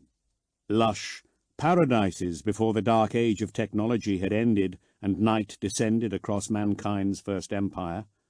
War between them had reduced their landscapes to ashen desert and toxic waste. Home, he thought. What is home? As a boy, it was Baal Secundus. As a man, it is the Arx Angelicum. As a human being, it is Terra. He wondered if all men felt the shiftless sense of dislocation he felt, and if men were ever meant to travel the stars at all. His encounter with the pirate king made him thoughtful. The Eldar had ruled a large part of the galaxy for millions of years. Their technology was strange, but advanced. They had a highly developed sense of the aesthetic, and yet there was one living in comparative squalor for amusement, surrounded by creatures most of its kind despised. He had seen the Eldar's worlds. He could appreciate the beauty of the things they made. He drew strength from mankind's superiority. The Eldar had not recovered from their fall. The Emperor had lifted men high again. They were the true masters of the galaxy. Unbidden, his eyes rose to the moons. If mankind is so wise, a treacherous voice whispered, why did Sanguinius leave the moons as wastelands when he could have restored them? Leaving one's own people to suffer so that their strife-hardened children might be recruited, is that the action of an angel? Dante shook the thought away. It was the way it was, because it had to be that way. A cool wind blew over the dunes. Streamers of sand undulated from the crests of each, the banners to the desert's imperceptible march. 400 miles to the north was the remains of the greatest city on Baal, buried in the sand. A colony of the moons in the era of mankind's supremacy, it had died when Secundus and Primus had turned on each other. On buried streets preserved under impacted sands were the bones of millions of people. He had seen them, where the indecisive movements of the dunes covered and recovered them. He bowed his head. Sanguinius, he thought, guide me. Through the link I share with you, help me be the best that I can be. Thoughts blank, head bowed, he let the wind tug at his robes and carry his sense of time away, until he felt a presence beside him. He looked up with a start. Staring at him, his golden mask carved with sorrow, was the Sanguinor. Dante blinked furiously, but the golden figure remained. It reached out a golden hand and rested it upon Dante's shoulder. Well-being flowed from the herald of Sanguinius into Dante. Heavy with melancholy though it was, it steadied him. "Sergeant!" Reality blinked. The Sanguinor was gone. Another figure in gold stood behind him, Brother Demetrian of the Sanguinary Guard. "The council has gone into recess, brother." "Have they reached a decision?" said Dante. Demetrian shook his head. "I have not come to deliver their verdict to you. Captain Malofale wishes to see you." As Malofale received Dante in his private chapel, Dante tried to guess, not for the first time, what he looked like. The brothers of the chaplaincy never removed their helms in front of any but the captains, chapter-master, and sanguinary priests. To the brothers of the line they were aloof, mysterious figures, and yet Malofale had taken it on himself to mentor Dante, and Dante had come to regard him as a friend. "Brother Dante," said Malofale. He occupied the skull throne before the chapel altar. "Lord Malofale." Dante bowed. Malofale gestured to a ewer of wine and silver goblets, beautifully engraved by the chaplain's own hand. Surprisingly, the images on them were all of life, not of death. "Take wine. You probably need it. Waiting is taxing on the nerves." Dante gratefully poured the wine and drank it down. "It would be good to share this with you," he said. "Perhaps you will soon." "The Council of Bone and Blood will make the decision tomorrow," said Malofale. "I am permitted to reveal my face to a captain, but we shall see. I have voted for you, Dante. You are a good commander. Your men find you inspirational. Your strategies are sound, and you exhibit the 5 graces and 5 virtues in much of what you do. I believe you to be suitable." "Thank you." Dante sipped the bitter wine. The grapes of Baal seemed to draw on the tragedy of the system. Little sweetness was found there. "Do not thank me. My judgment is founded on fact, not affection." "I saw the Sanguinor again," Dante said. Malofale sat forwards. "When?" "Bare minutes before I came here." "Where?" "Upon the Sanguis wall." "And what were you doing there?" "Taking the air, thinking," said Dante. "Did anyone else see him?" Dante shook his head. "Then how can you be sure it was there? The Sanguinor is a material being. If it was not seen, it was not there." "I saw it," said Dante. "I have seen the Sanguinor 4 times now, my Lord Chaplain. Every time it has appeared at some important point in my life. It saved my life on Baal Secundus. Sergeant Galileon, I am sure, more closely paid attention to my leadership training after Aurora. It pulled me from the depths of the red thirst on Tobias Holt, and now today it came to me on the wall. Malifale dipped his skull helm and took hold of his throne's armrests. Dante, do not speak of this before the judgment is delivered. But why? Should not this manifestation be recorded in the days of the Herald? It should, but you must be careful. We are noble servants of the Emperor, but our blessed status does not make us immune to envy. There will be those among the higher ranks who see your claims of these visions, but they are real, protested Dante. All solo experiences are claims, Dante, because subjective experience cannot be verified by anyone other than the observer, said Malifale patiently. Our chapter above others must be especially circumspect. Every brother has his visions. We cannot make decisions based on every one. We would tear ourselves apart. This is different. I believe you, but not everyone will. I advise caution, that is all. If you are to speak of your visitations, then in all other areas of your life you must be above suspicion. Suspicion of what? Demanded Dante angrily. We are an order of warriors, Dante. Do not be so naive as to think that others do not covet the position of captain, or would not resent you for taking it. But the choice of the Council of Bone and Blood is final, said Dante. Yes, and men's minds will be bound by that, but their hearts are another matter. We blood angels are creatures of great and terrible choler. Anger is too easily sparked from our souls. If you look like you are setting yourself above others, I am not. Do not interrupt me again, said Malifale firmly. Dante clenched his fists and breathed through his teeth. I am not impugning your honour, continued the chaplain. Others will not see this relationship you appear to have with the Sanguinor the same way as I do. They will see an ambitious brother who is desirous of high office. Dante began to speak, but Malifale spoke over his objection. There have been many examples throughout man's long history of people claiming divine intervention in order to grow their own power, often for what seemed like noble reasons.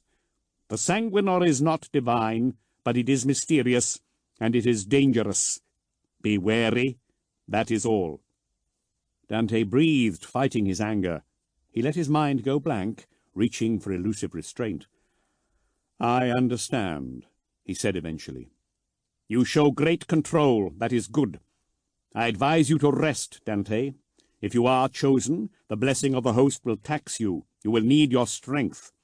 He stood from his throne and rested his armored hand on Dante's shoulder. Who knows? After tomorrow, we may be able to share a drink, after all. All lights were extinguished within the Arx Angelicum. The strength of the chapter present on Baal gathered in the Basilica Sanguinarum, mortal and space marine both. 1,000 blood thralls, 200 brothers, all the chapter's unassigned neophytes. They were helmless, but armed for battle. Dante felt naked among them, standing by the sealed door in naught but a pair of 3/4-length breeches. Bowls of glowing coals gave off pillars of red smoke.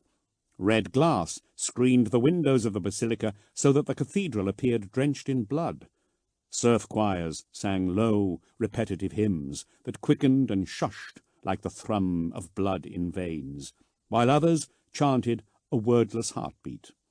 Blood scent was thick and coppery. The sound of blood, the scent of blood. Dante's mouth watered, and he became light-headed. A semicircle of thrones were arrayed in front of Sanguinius' statue. In them sat those chaplains and sanguinary priests currently on the home world. Their armour gleamed redly. Their helm lenses glowed in the low, ruddy light. High Chaplain Bethael stood. Of all his brethren, only he went unhelmeted, as was his right as their leader. "Brother Sergeant Dante," he called down the length of the basilica's aisle. His pale skin glistened, his teeth flashed eerily bright. "The Council of Blood and Bone has sat these long hours in deliberation. You have been judged worthy to lead your brothers in battle. Do you accept our judgment?" "I do," Dante shouted down the length of the basilica. "Will you undertake the pains of the blessing of the host?" Dante spoke clearly. "I will. If you falter, you will return to your squad. If you pass, you shall be made captain. Is this simple term acceptable to you, O brother of the blood?" "It is," shouted Dante. "Then come forward and face the kiss of steel." One member of every squad turned on the spot to face the isle. With a single movement, all of them drew their combat knives. The oiled rasp was as delicate as a breath. Dante walked forwards. He passed through the ranks of servitors, then by the hooded blood thralls singing their heartbeat song. A pair of cyber cherubim swept down from their eyrie in the vaulting, trailing his banner between them on chains. A herald seraph flew before them, chanting his name, "Dante, Dante, Dante." As he passed the first of his battle brothers, the one chosen for the honour of the blessing stepped out. "Accept this blessing of steel in the name of the host," he said. His knife flashed brightly in the red light, as if it were covered already in wet blood. The edge slashed across Dante's chest, opening up a long cut. Blood welled from it and ran down his body. The Space Marine stepped back and licked his knife clean. Another stepped out. "Accept this blessing of steel in the name of the host," he said. His cut was shallower, slicing into Dante's upper arm. Dante continued his footsteps, falling in time to the heartbeat chant. "Accept this blessing of steel in the name of the host," said another, and slashed at him. This blow bit deep, and Dante gritted his teeth at the pain. Despite the rapid clotting of his wounds, dripping blood left a trail behind him. It ran from his fingers and gathered between his toes, making the stone floor slick. Still, he measured his pace. Cut after cut came. The feeling of lightheadedness intensified. His thirst was aroused by the scent of his own fluids. He approached the council of blood and bone. "Kneel," commanded Bethael. Dante knelt in a puddle of his own blood. Already the last of the cuts were closing, and the blood ceasing its flow. His banner cherubim floated overhead. The herald seraph flew down to head height. "Lord High Chaplain Bethael," it said in a piping voice, "we present Brother Supplicant Dante, of Squad Dante, of the 5th Battle Company, the Demon Banes, for your judgment." It bowed its head and flew back to its roost. Bethael raised both his hands like wings. Sanguinary High Priest Tazael stood and unveiled the Red Grail, the most holy relic of the Blood Angels. The other sanguinary priests rose and undid their gauntlets. Tazael handed the Grail to an acolyte and cut his wrist, allowing 9 drops of blood to fall into the chalice. He went to each of the priests in turn, and they did the same, opening their veins with a small curved knife the shape of a claw. As the Grail was filled, Bethael put both hands atop Dante's head and spoke. "Brother Sergeant Dante," he intoned, "as you have not faltered today, do you swear never to falter in battle?" "I do so swear," said Dante. "As you have bled today, do you swear to bleed for our chapter in the name of the Emperor of Mankind and his Imperium?" "I do so swear." "As you have suffered the blessing of our brothers, do you suffer the blessing of command?" "I do so swear." "Do you swear to protect the weak and smite down their oppressors, to resist the thirst and rage so long as you are able?" "I do so swear." "And do you accept the judgment of the Council of Bone and Blood?" "I do." Dante's words echoed over the pulse hymn. The Grail was brought forwards. Dante tilted his head to the side. A nick was made in his throat. 9 drops of blood were added to the mingled vitae inside. The cup was full. "Then drink." The Grail was held to Dante's lips. He sipped at first, then gulped as the blood touched his tongue. His thirst swelled and his fangs slid from his gums, scraping on the metal of the Grail. He grabbed the cup and upended it, draining it dry. He blinked. The blood filled him with borrowed life. His senses sang. Never did he feel so alive as after sharing the sacrament. Quickly as it came, it ebbed. The blood began dying as soon as it left the veins of its hosts, and its refreshment was fleeting.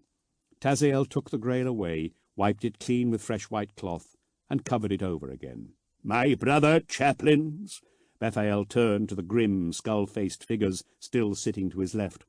Do you uphold the judgment of the Council of Bone and Blood, and the chapter council of which it is part and ruler of? Do you deem Brother Dante worthy of the direction of the Red Council in war?" "I, Chaplain Furnibus, so uphold the judgment," said the first, and stood. "I, Chaplain Verimus, so uphold the judgment," said the second, and stood. So it went on.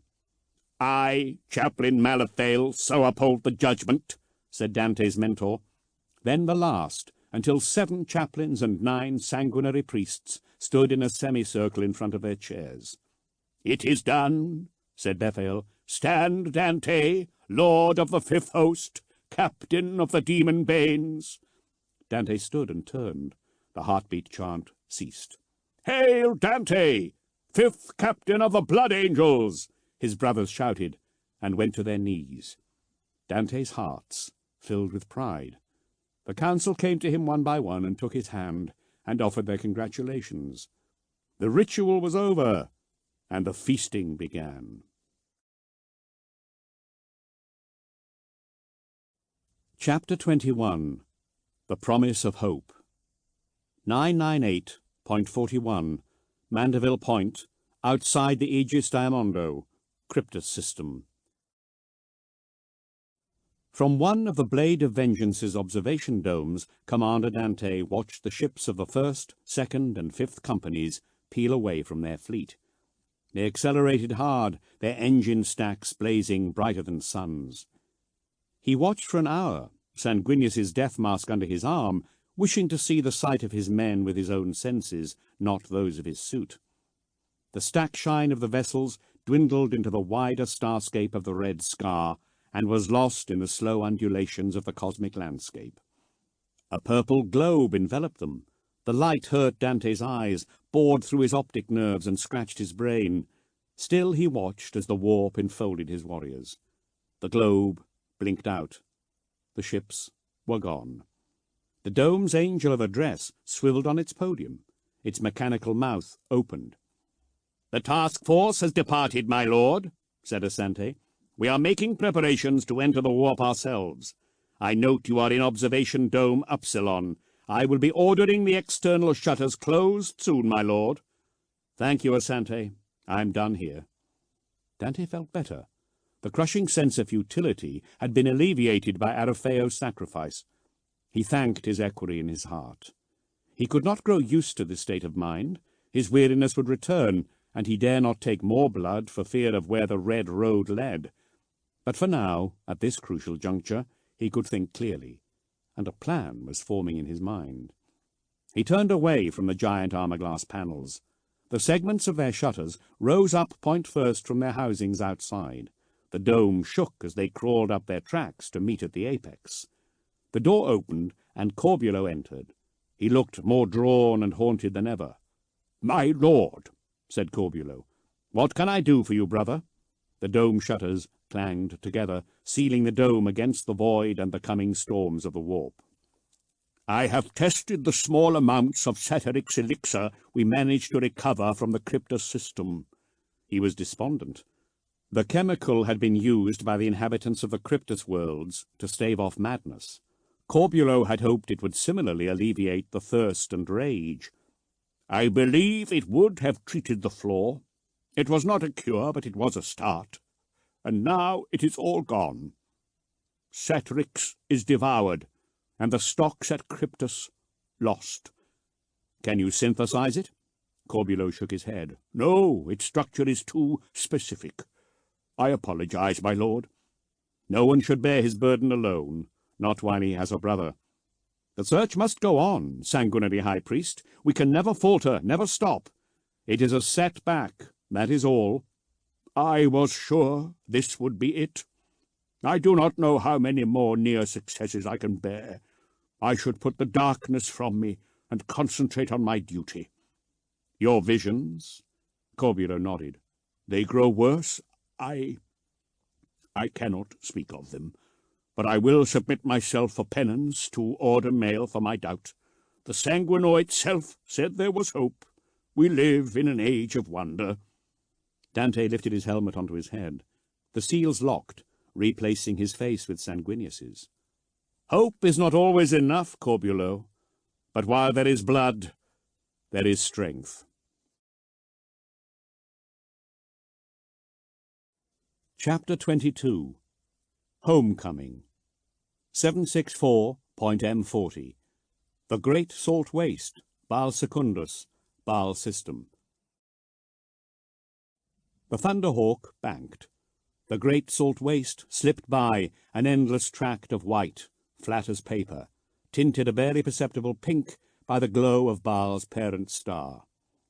It was hard to credit now, but until Dante had experienced artificial illumination and the colours of other stars, he had never seen true white. Every colour in the system and everything in the red scar beyond its bounds was polluted by the shades of blood. Something as big as the waste could not fail to impress, but its featureless nature undid the spectacle of its size, making it inconsequential. Human experience gave scale to all things. Without it, the enormousness of the universe, the size of its stars, the sweep of its oceans, the number of suns and of worlds and of men, were incomprehensible. So it was with the Great Salt Waste. It was both magnificent and nothing from the air. Dante watched the waste through the ship's auguries, sampled it through his sophisticated sensorium. He understood it now like he could not before, but he could never know it. No man could. Black shapes on the salt drew his attention, crawling beetle-slow over the land. "Brother Vulastin," he said. The servant of the armory, piloting the ship, turned to look at Dante, his rust-coloured armour a subtly different shade to the blood-red of Dante's own. "Put down there by the nomads," he said. "We are not due to stop here, brother captain," said the tech marine. "Our schedule demands we pass on to Celltown and edify the locals there. All must hear the call of the trial. There are youths in those roamers. They have as much right as any to be informed of their chance." "The salt clans are small and scattered," said Vulastin. "Few recruits will be found among them." In the communication station behind the pilot and co-pilot's seat, Lawrence laughed. "You evince the independence of the armory too strongly, brother. Do as the captain says." "He may be assigned herald and captain, but he has not ordered me to set down," said Vulastin. "I follow the direction of the master of the blade, and the schedule I have tells me to head next for Celltown." The tech marine looked to Dante to see if he would be ordered. Dante remained silent. "Do it for the Graces, you damn fool," said Lawrence. "The captain wishes to go home. He was one of those few recruits." Vulastin glanced at Dante. "As you wish, Sergeant." "Captain." He pushed the flight stick forwards. Engines howling, the Thunderhawk sped towards the caravan. They came in fast, landing before the lead vehicle. The caravan stopped abruptly. It was so similar to his own clan, Dante thought. There was the great hauler in the centre, not so impressive now he had seen void ships and the Arx Angelicum, and 3 dozen roamers. They looked like the one he had been born in. One could have been, for all he knew. The population spilled out of their homes, pointing at the ship. The men organized themselves into a loose phalanx, fingers ready on spring gun triggers. They were waiting when Dante strode out of the front of the Thunderhawk. The whole clan stood in nervous silence. Dante halted. The wind made his cloak and banner snap. Now he was there, he realized he had no clear reason for coming down and speaking. Was it nostalgia? Kinship? The people were so malnourished, stunted by hard living. They were dirty, the few parts of their exposed skin blistered with chemical and radiation poisoning. He was an angel, perfect. He felt no connection to them. He was disappointed and regretted his impulsive decision. Still, he had a task to perform. He would see it done. "Let it be known that the time of the duplus lunaris is nigh upon us," said Dante, his amplified voice roaring across the salt flats. 50 youths will be chosen and taken to the Arx Angelicum upon Baal, there to dwell with us in brotherhood and fight the wars that must be fought against the foes of man. If there be any here with the guile and the courage to attempt our testing, let him make his way to us at Angel's Fall, so that he might be judged among the rest. Angel's Fall is a long way from here, someone muttered in the crowd. He had his voice pitched very low, not knowing Dante's enhanced senses could hear. Dante rested his hand upon the pommel of his sword and surveyed the silent crowd again. There was nothing, no feeling, no sign of any kin. He scolded himself. What had he expected? To see his father come out to beg his forgiveness and protest his love? The man was long dead. Dante had no kin, but his battle brothers. He turned to go, but a boy burst from the crowd and ran towards him. His mother gasped and called him back. The men shifted unsurely. So this was what happened when you were confronted by your legends. Fear. But the boy was not afraid. He came right up to Dante, staring at him with wonder. Hesitantly, Dante turned again and looked down at him. Other children came forwards a little, shrugging off the protective hands of their parents, but no one dared come so close. "You are an angel, a servant of the great angel?" said the boy. "I am," said Dante. "There are stories of one boy from our clan who ran away to join them more than 100 years ago. Do you know him? Are the stories true?" "I know a man who was a boy," said Dante. "He ceased to believe in stories the day his mother was buried in the salt along with his brother who never had the chance to take a single breath in his life." "You know him?" The boy's eyes widened. "Is it true he sailed the seas of the void and battled dragons? Did his gifts give him wings and the power to run through the stars? Is it true that he became the Lord of Angels?" "Most stories are not true," said Dante. "But what this boy failed to grasp when he lost his belief is that in stories lies the essence of truth. In that way a fiction can sometimes be truer than fact." "Are you him?" Dante did not reply. The boy was undaunted. "They say I am brave. Could I become an angel like you, my lord? Is that possible?" Dante stared down at this wretched youth. He seemed far away, barely reaching Dante's waist.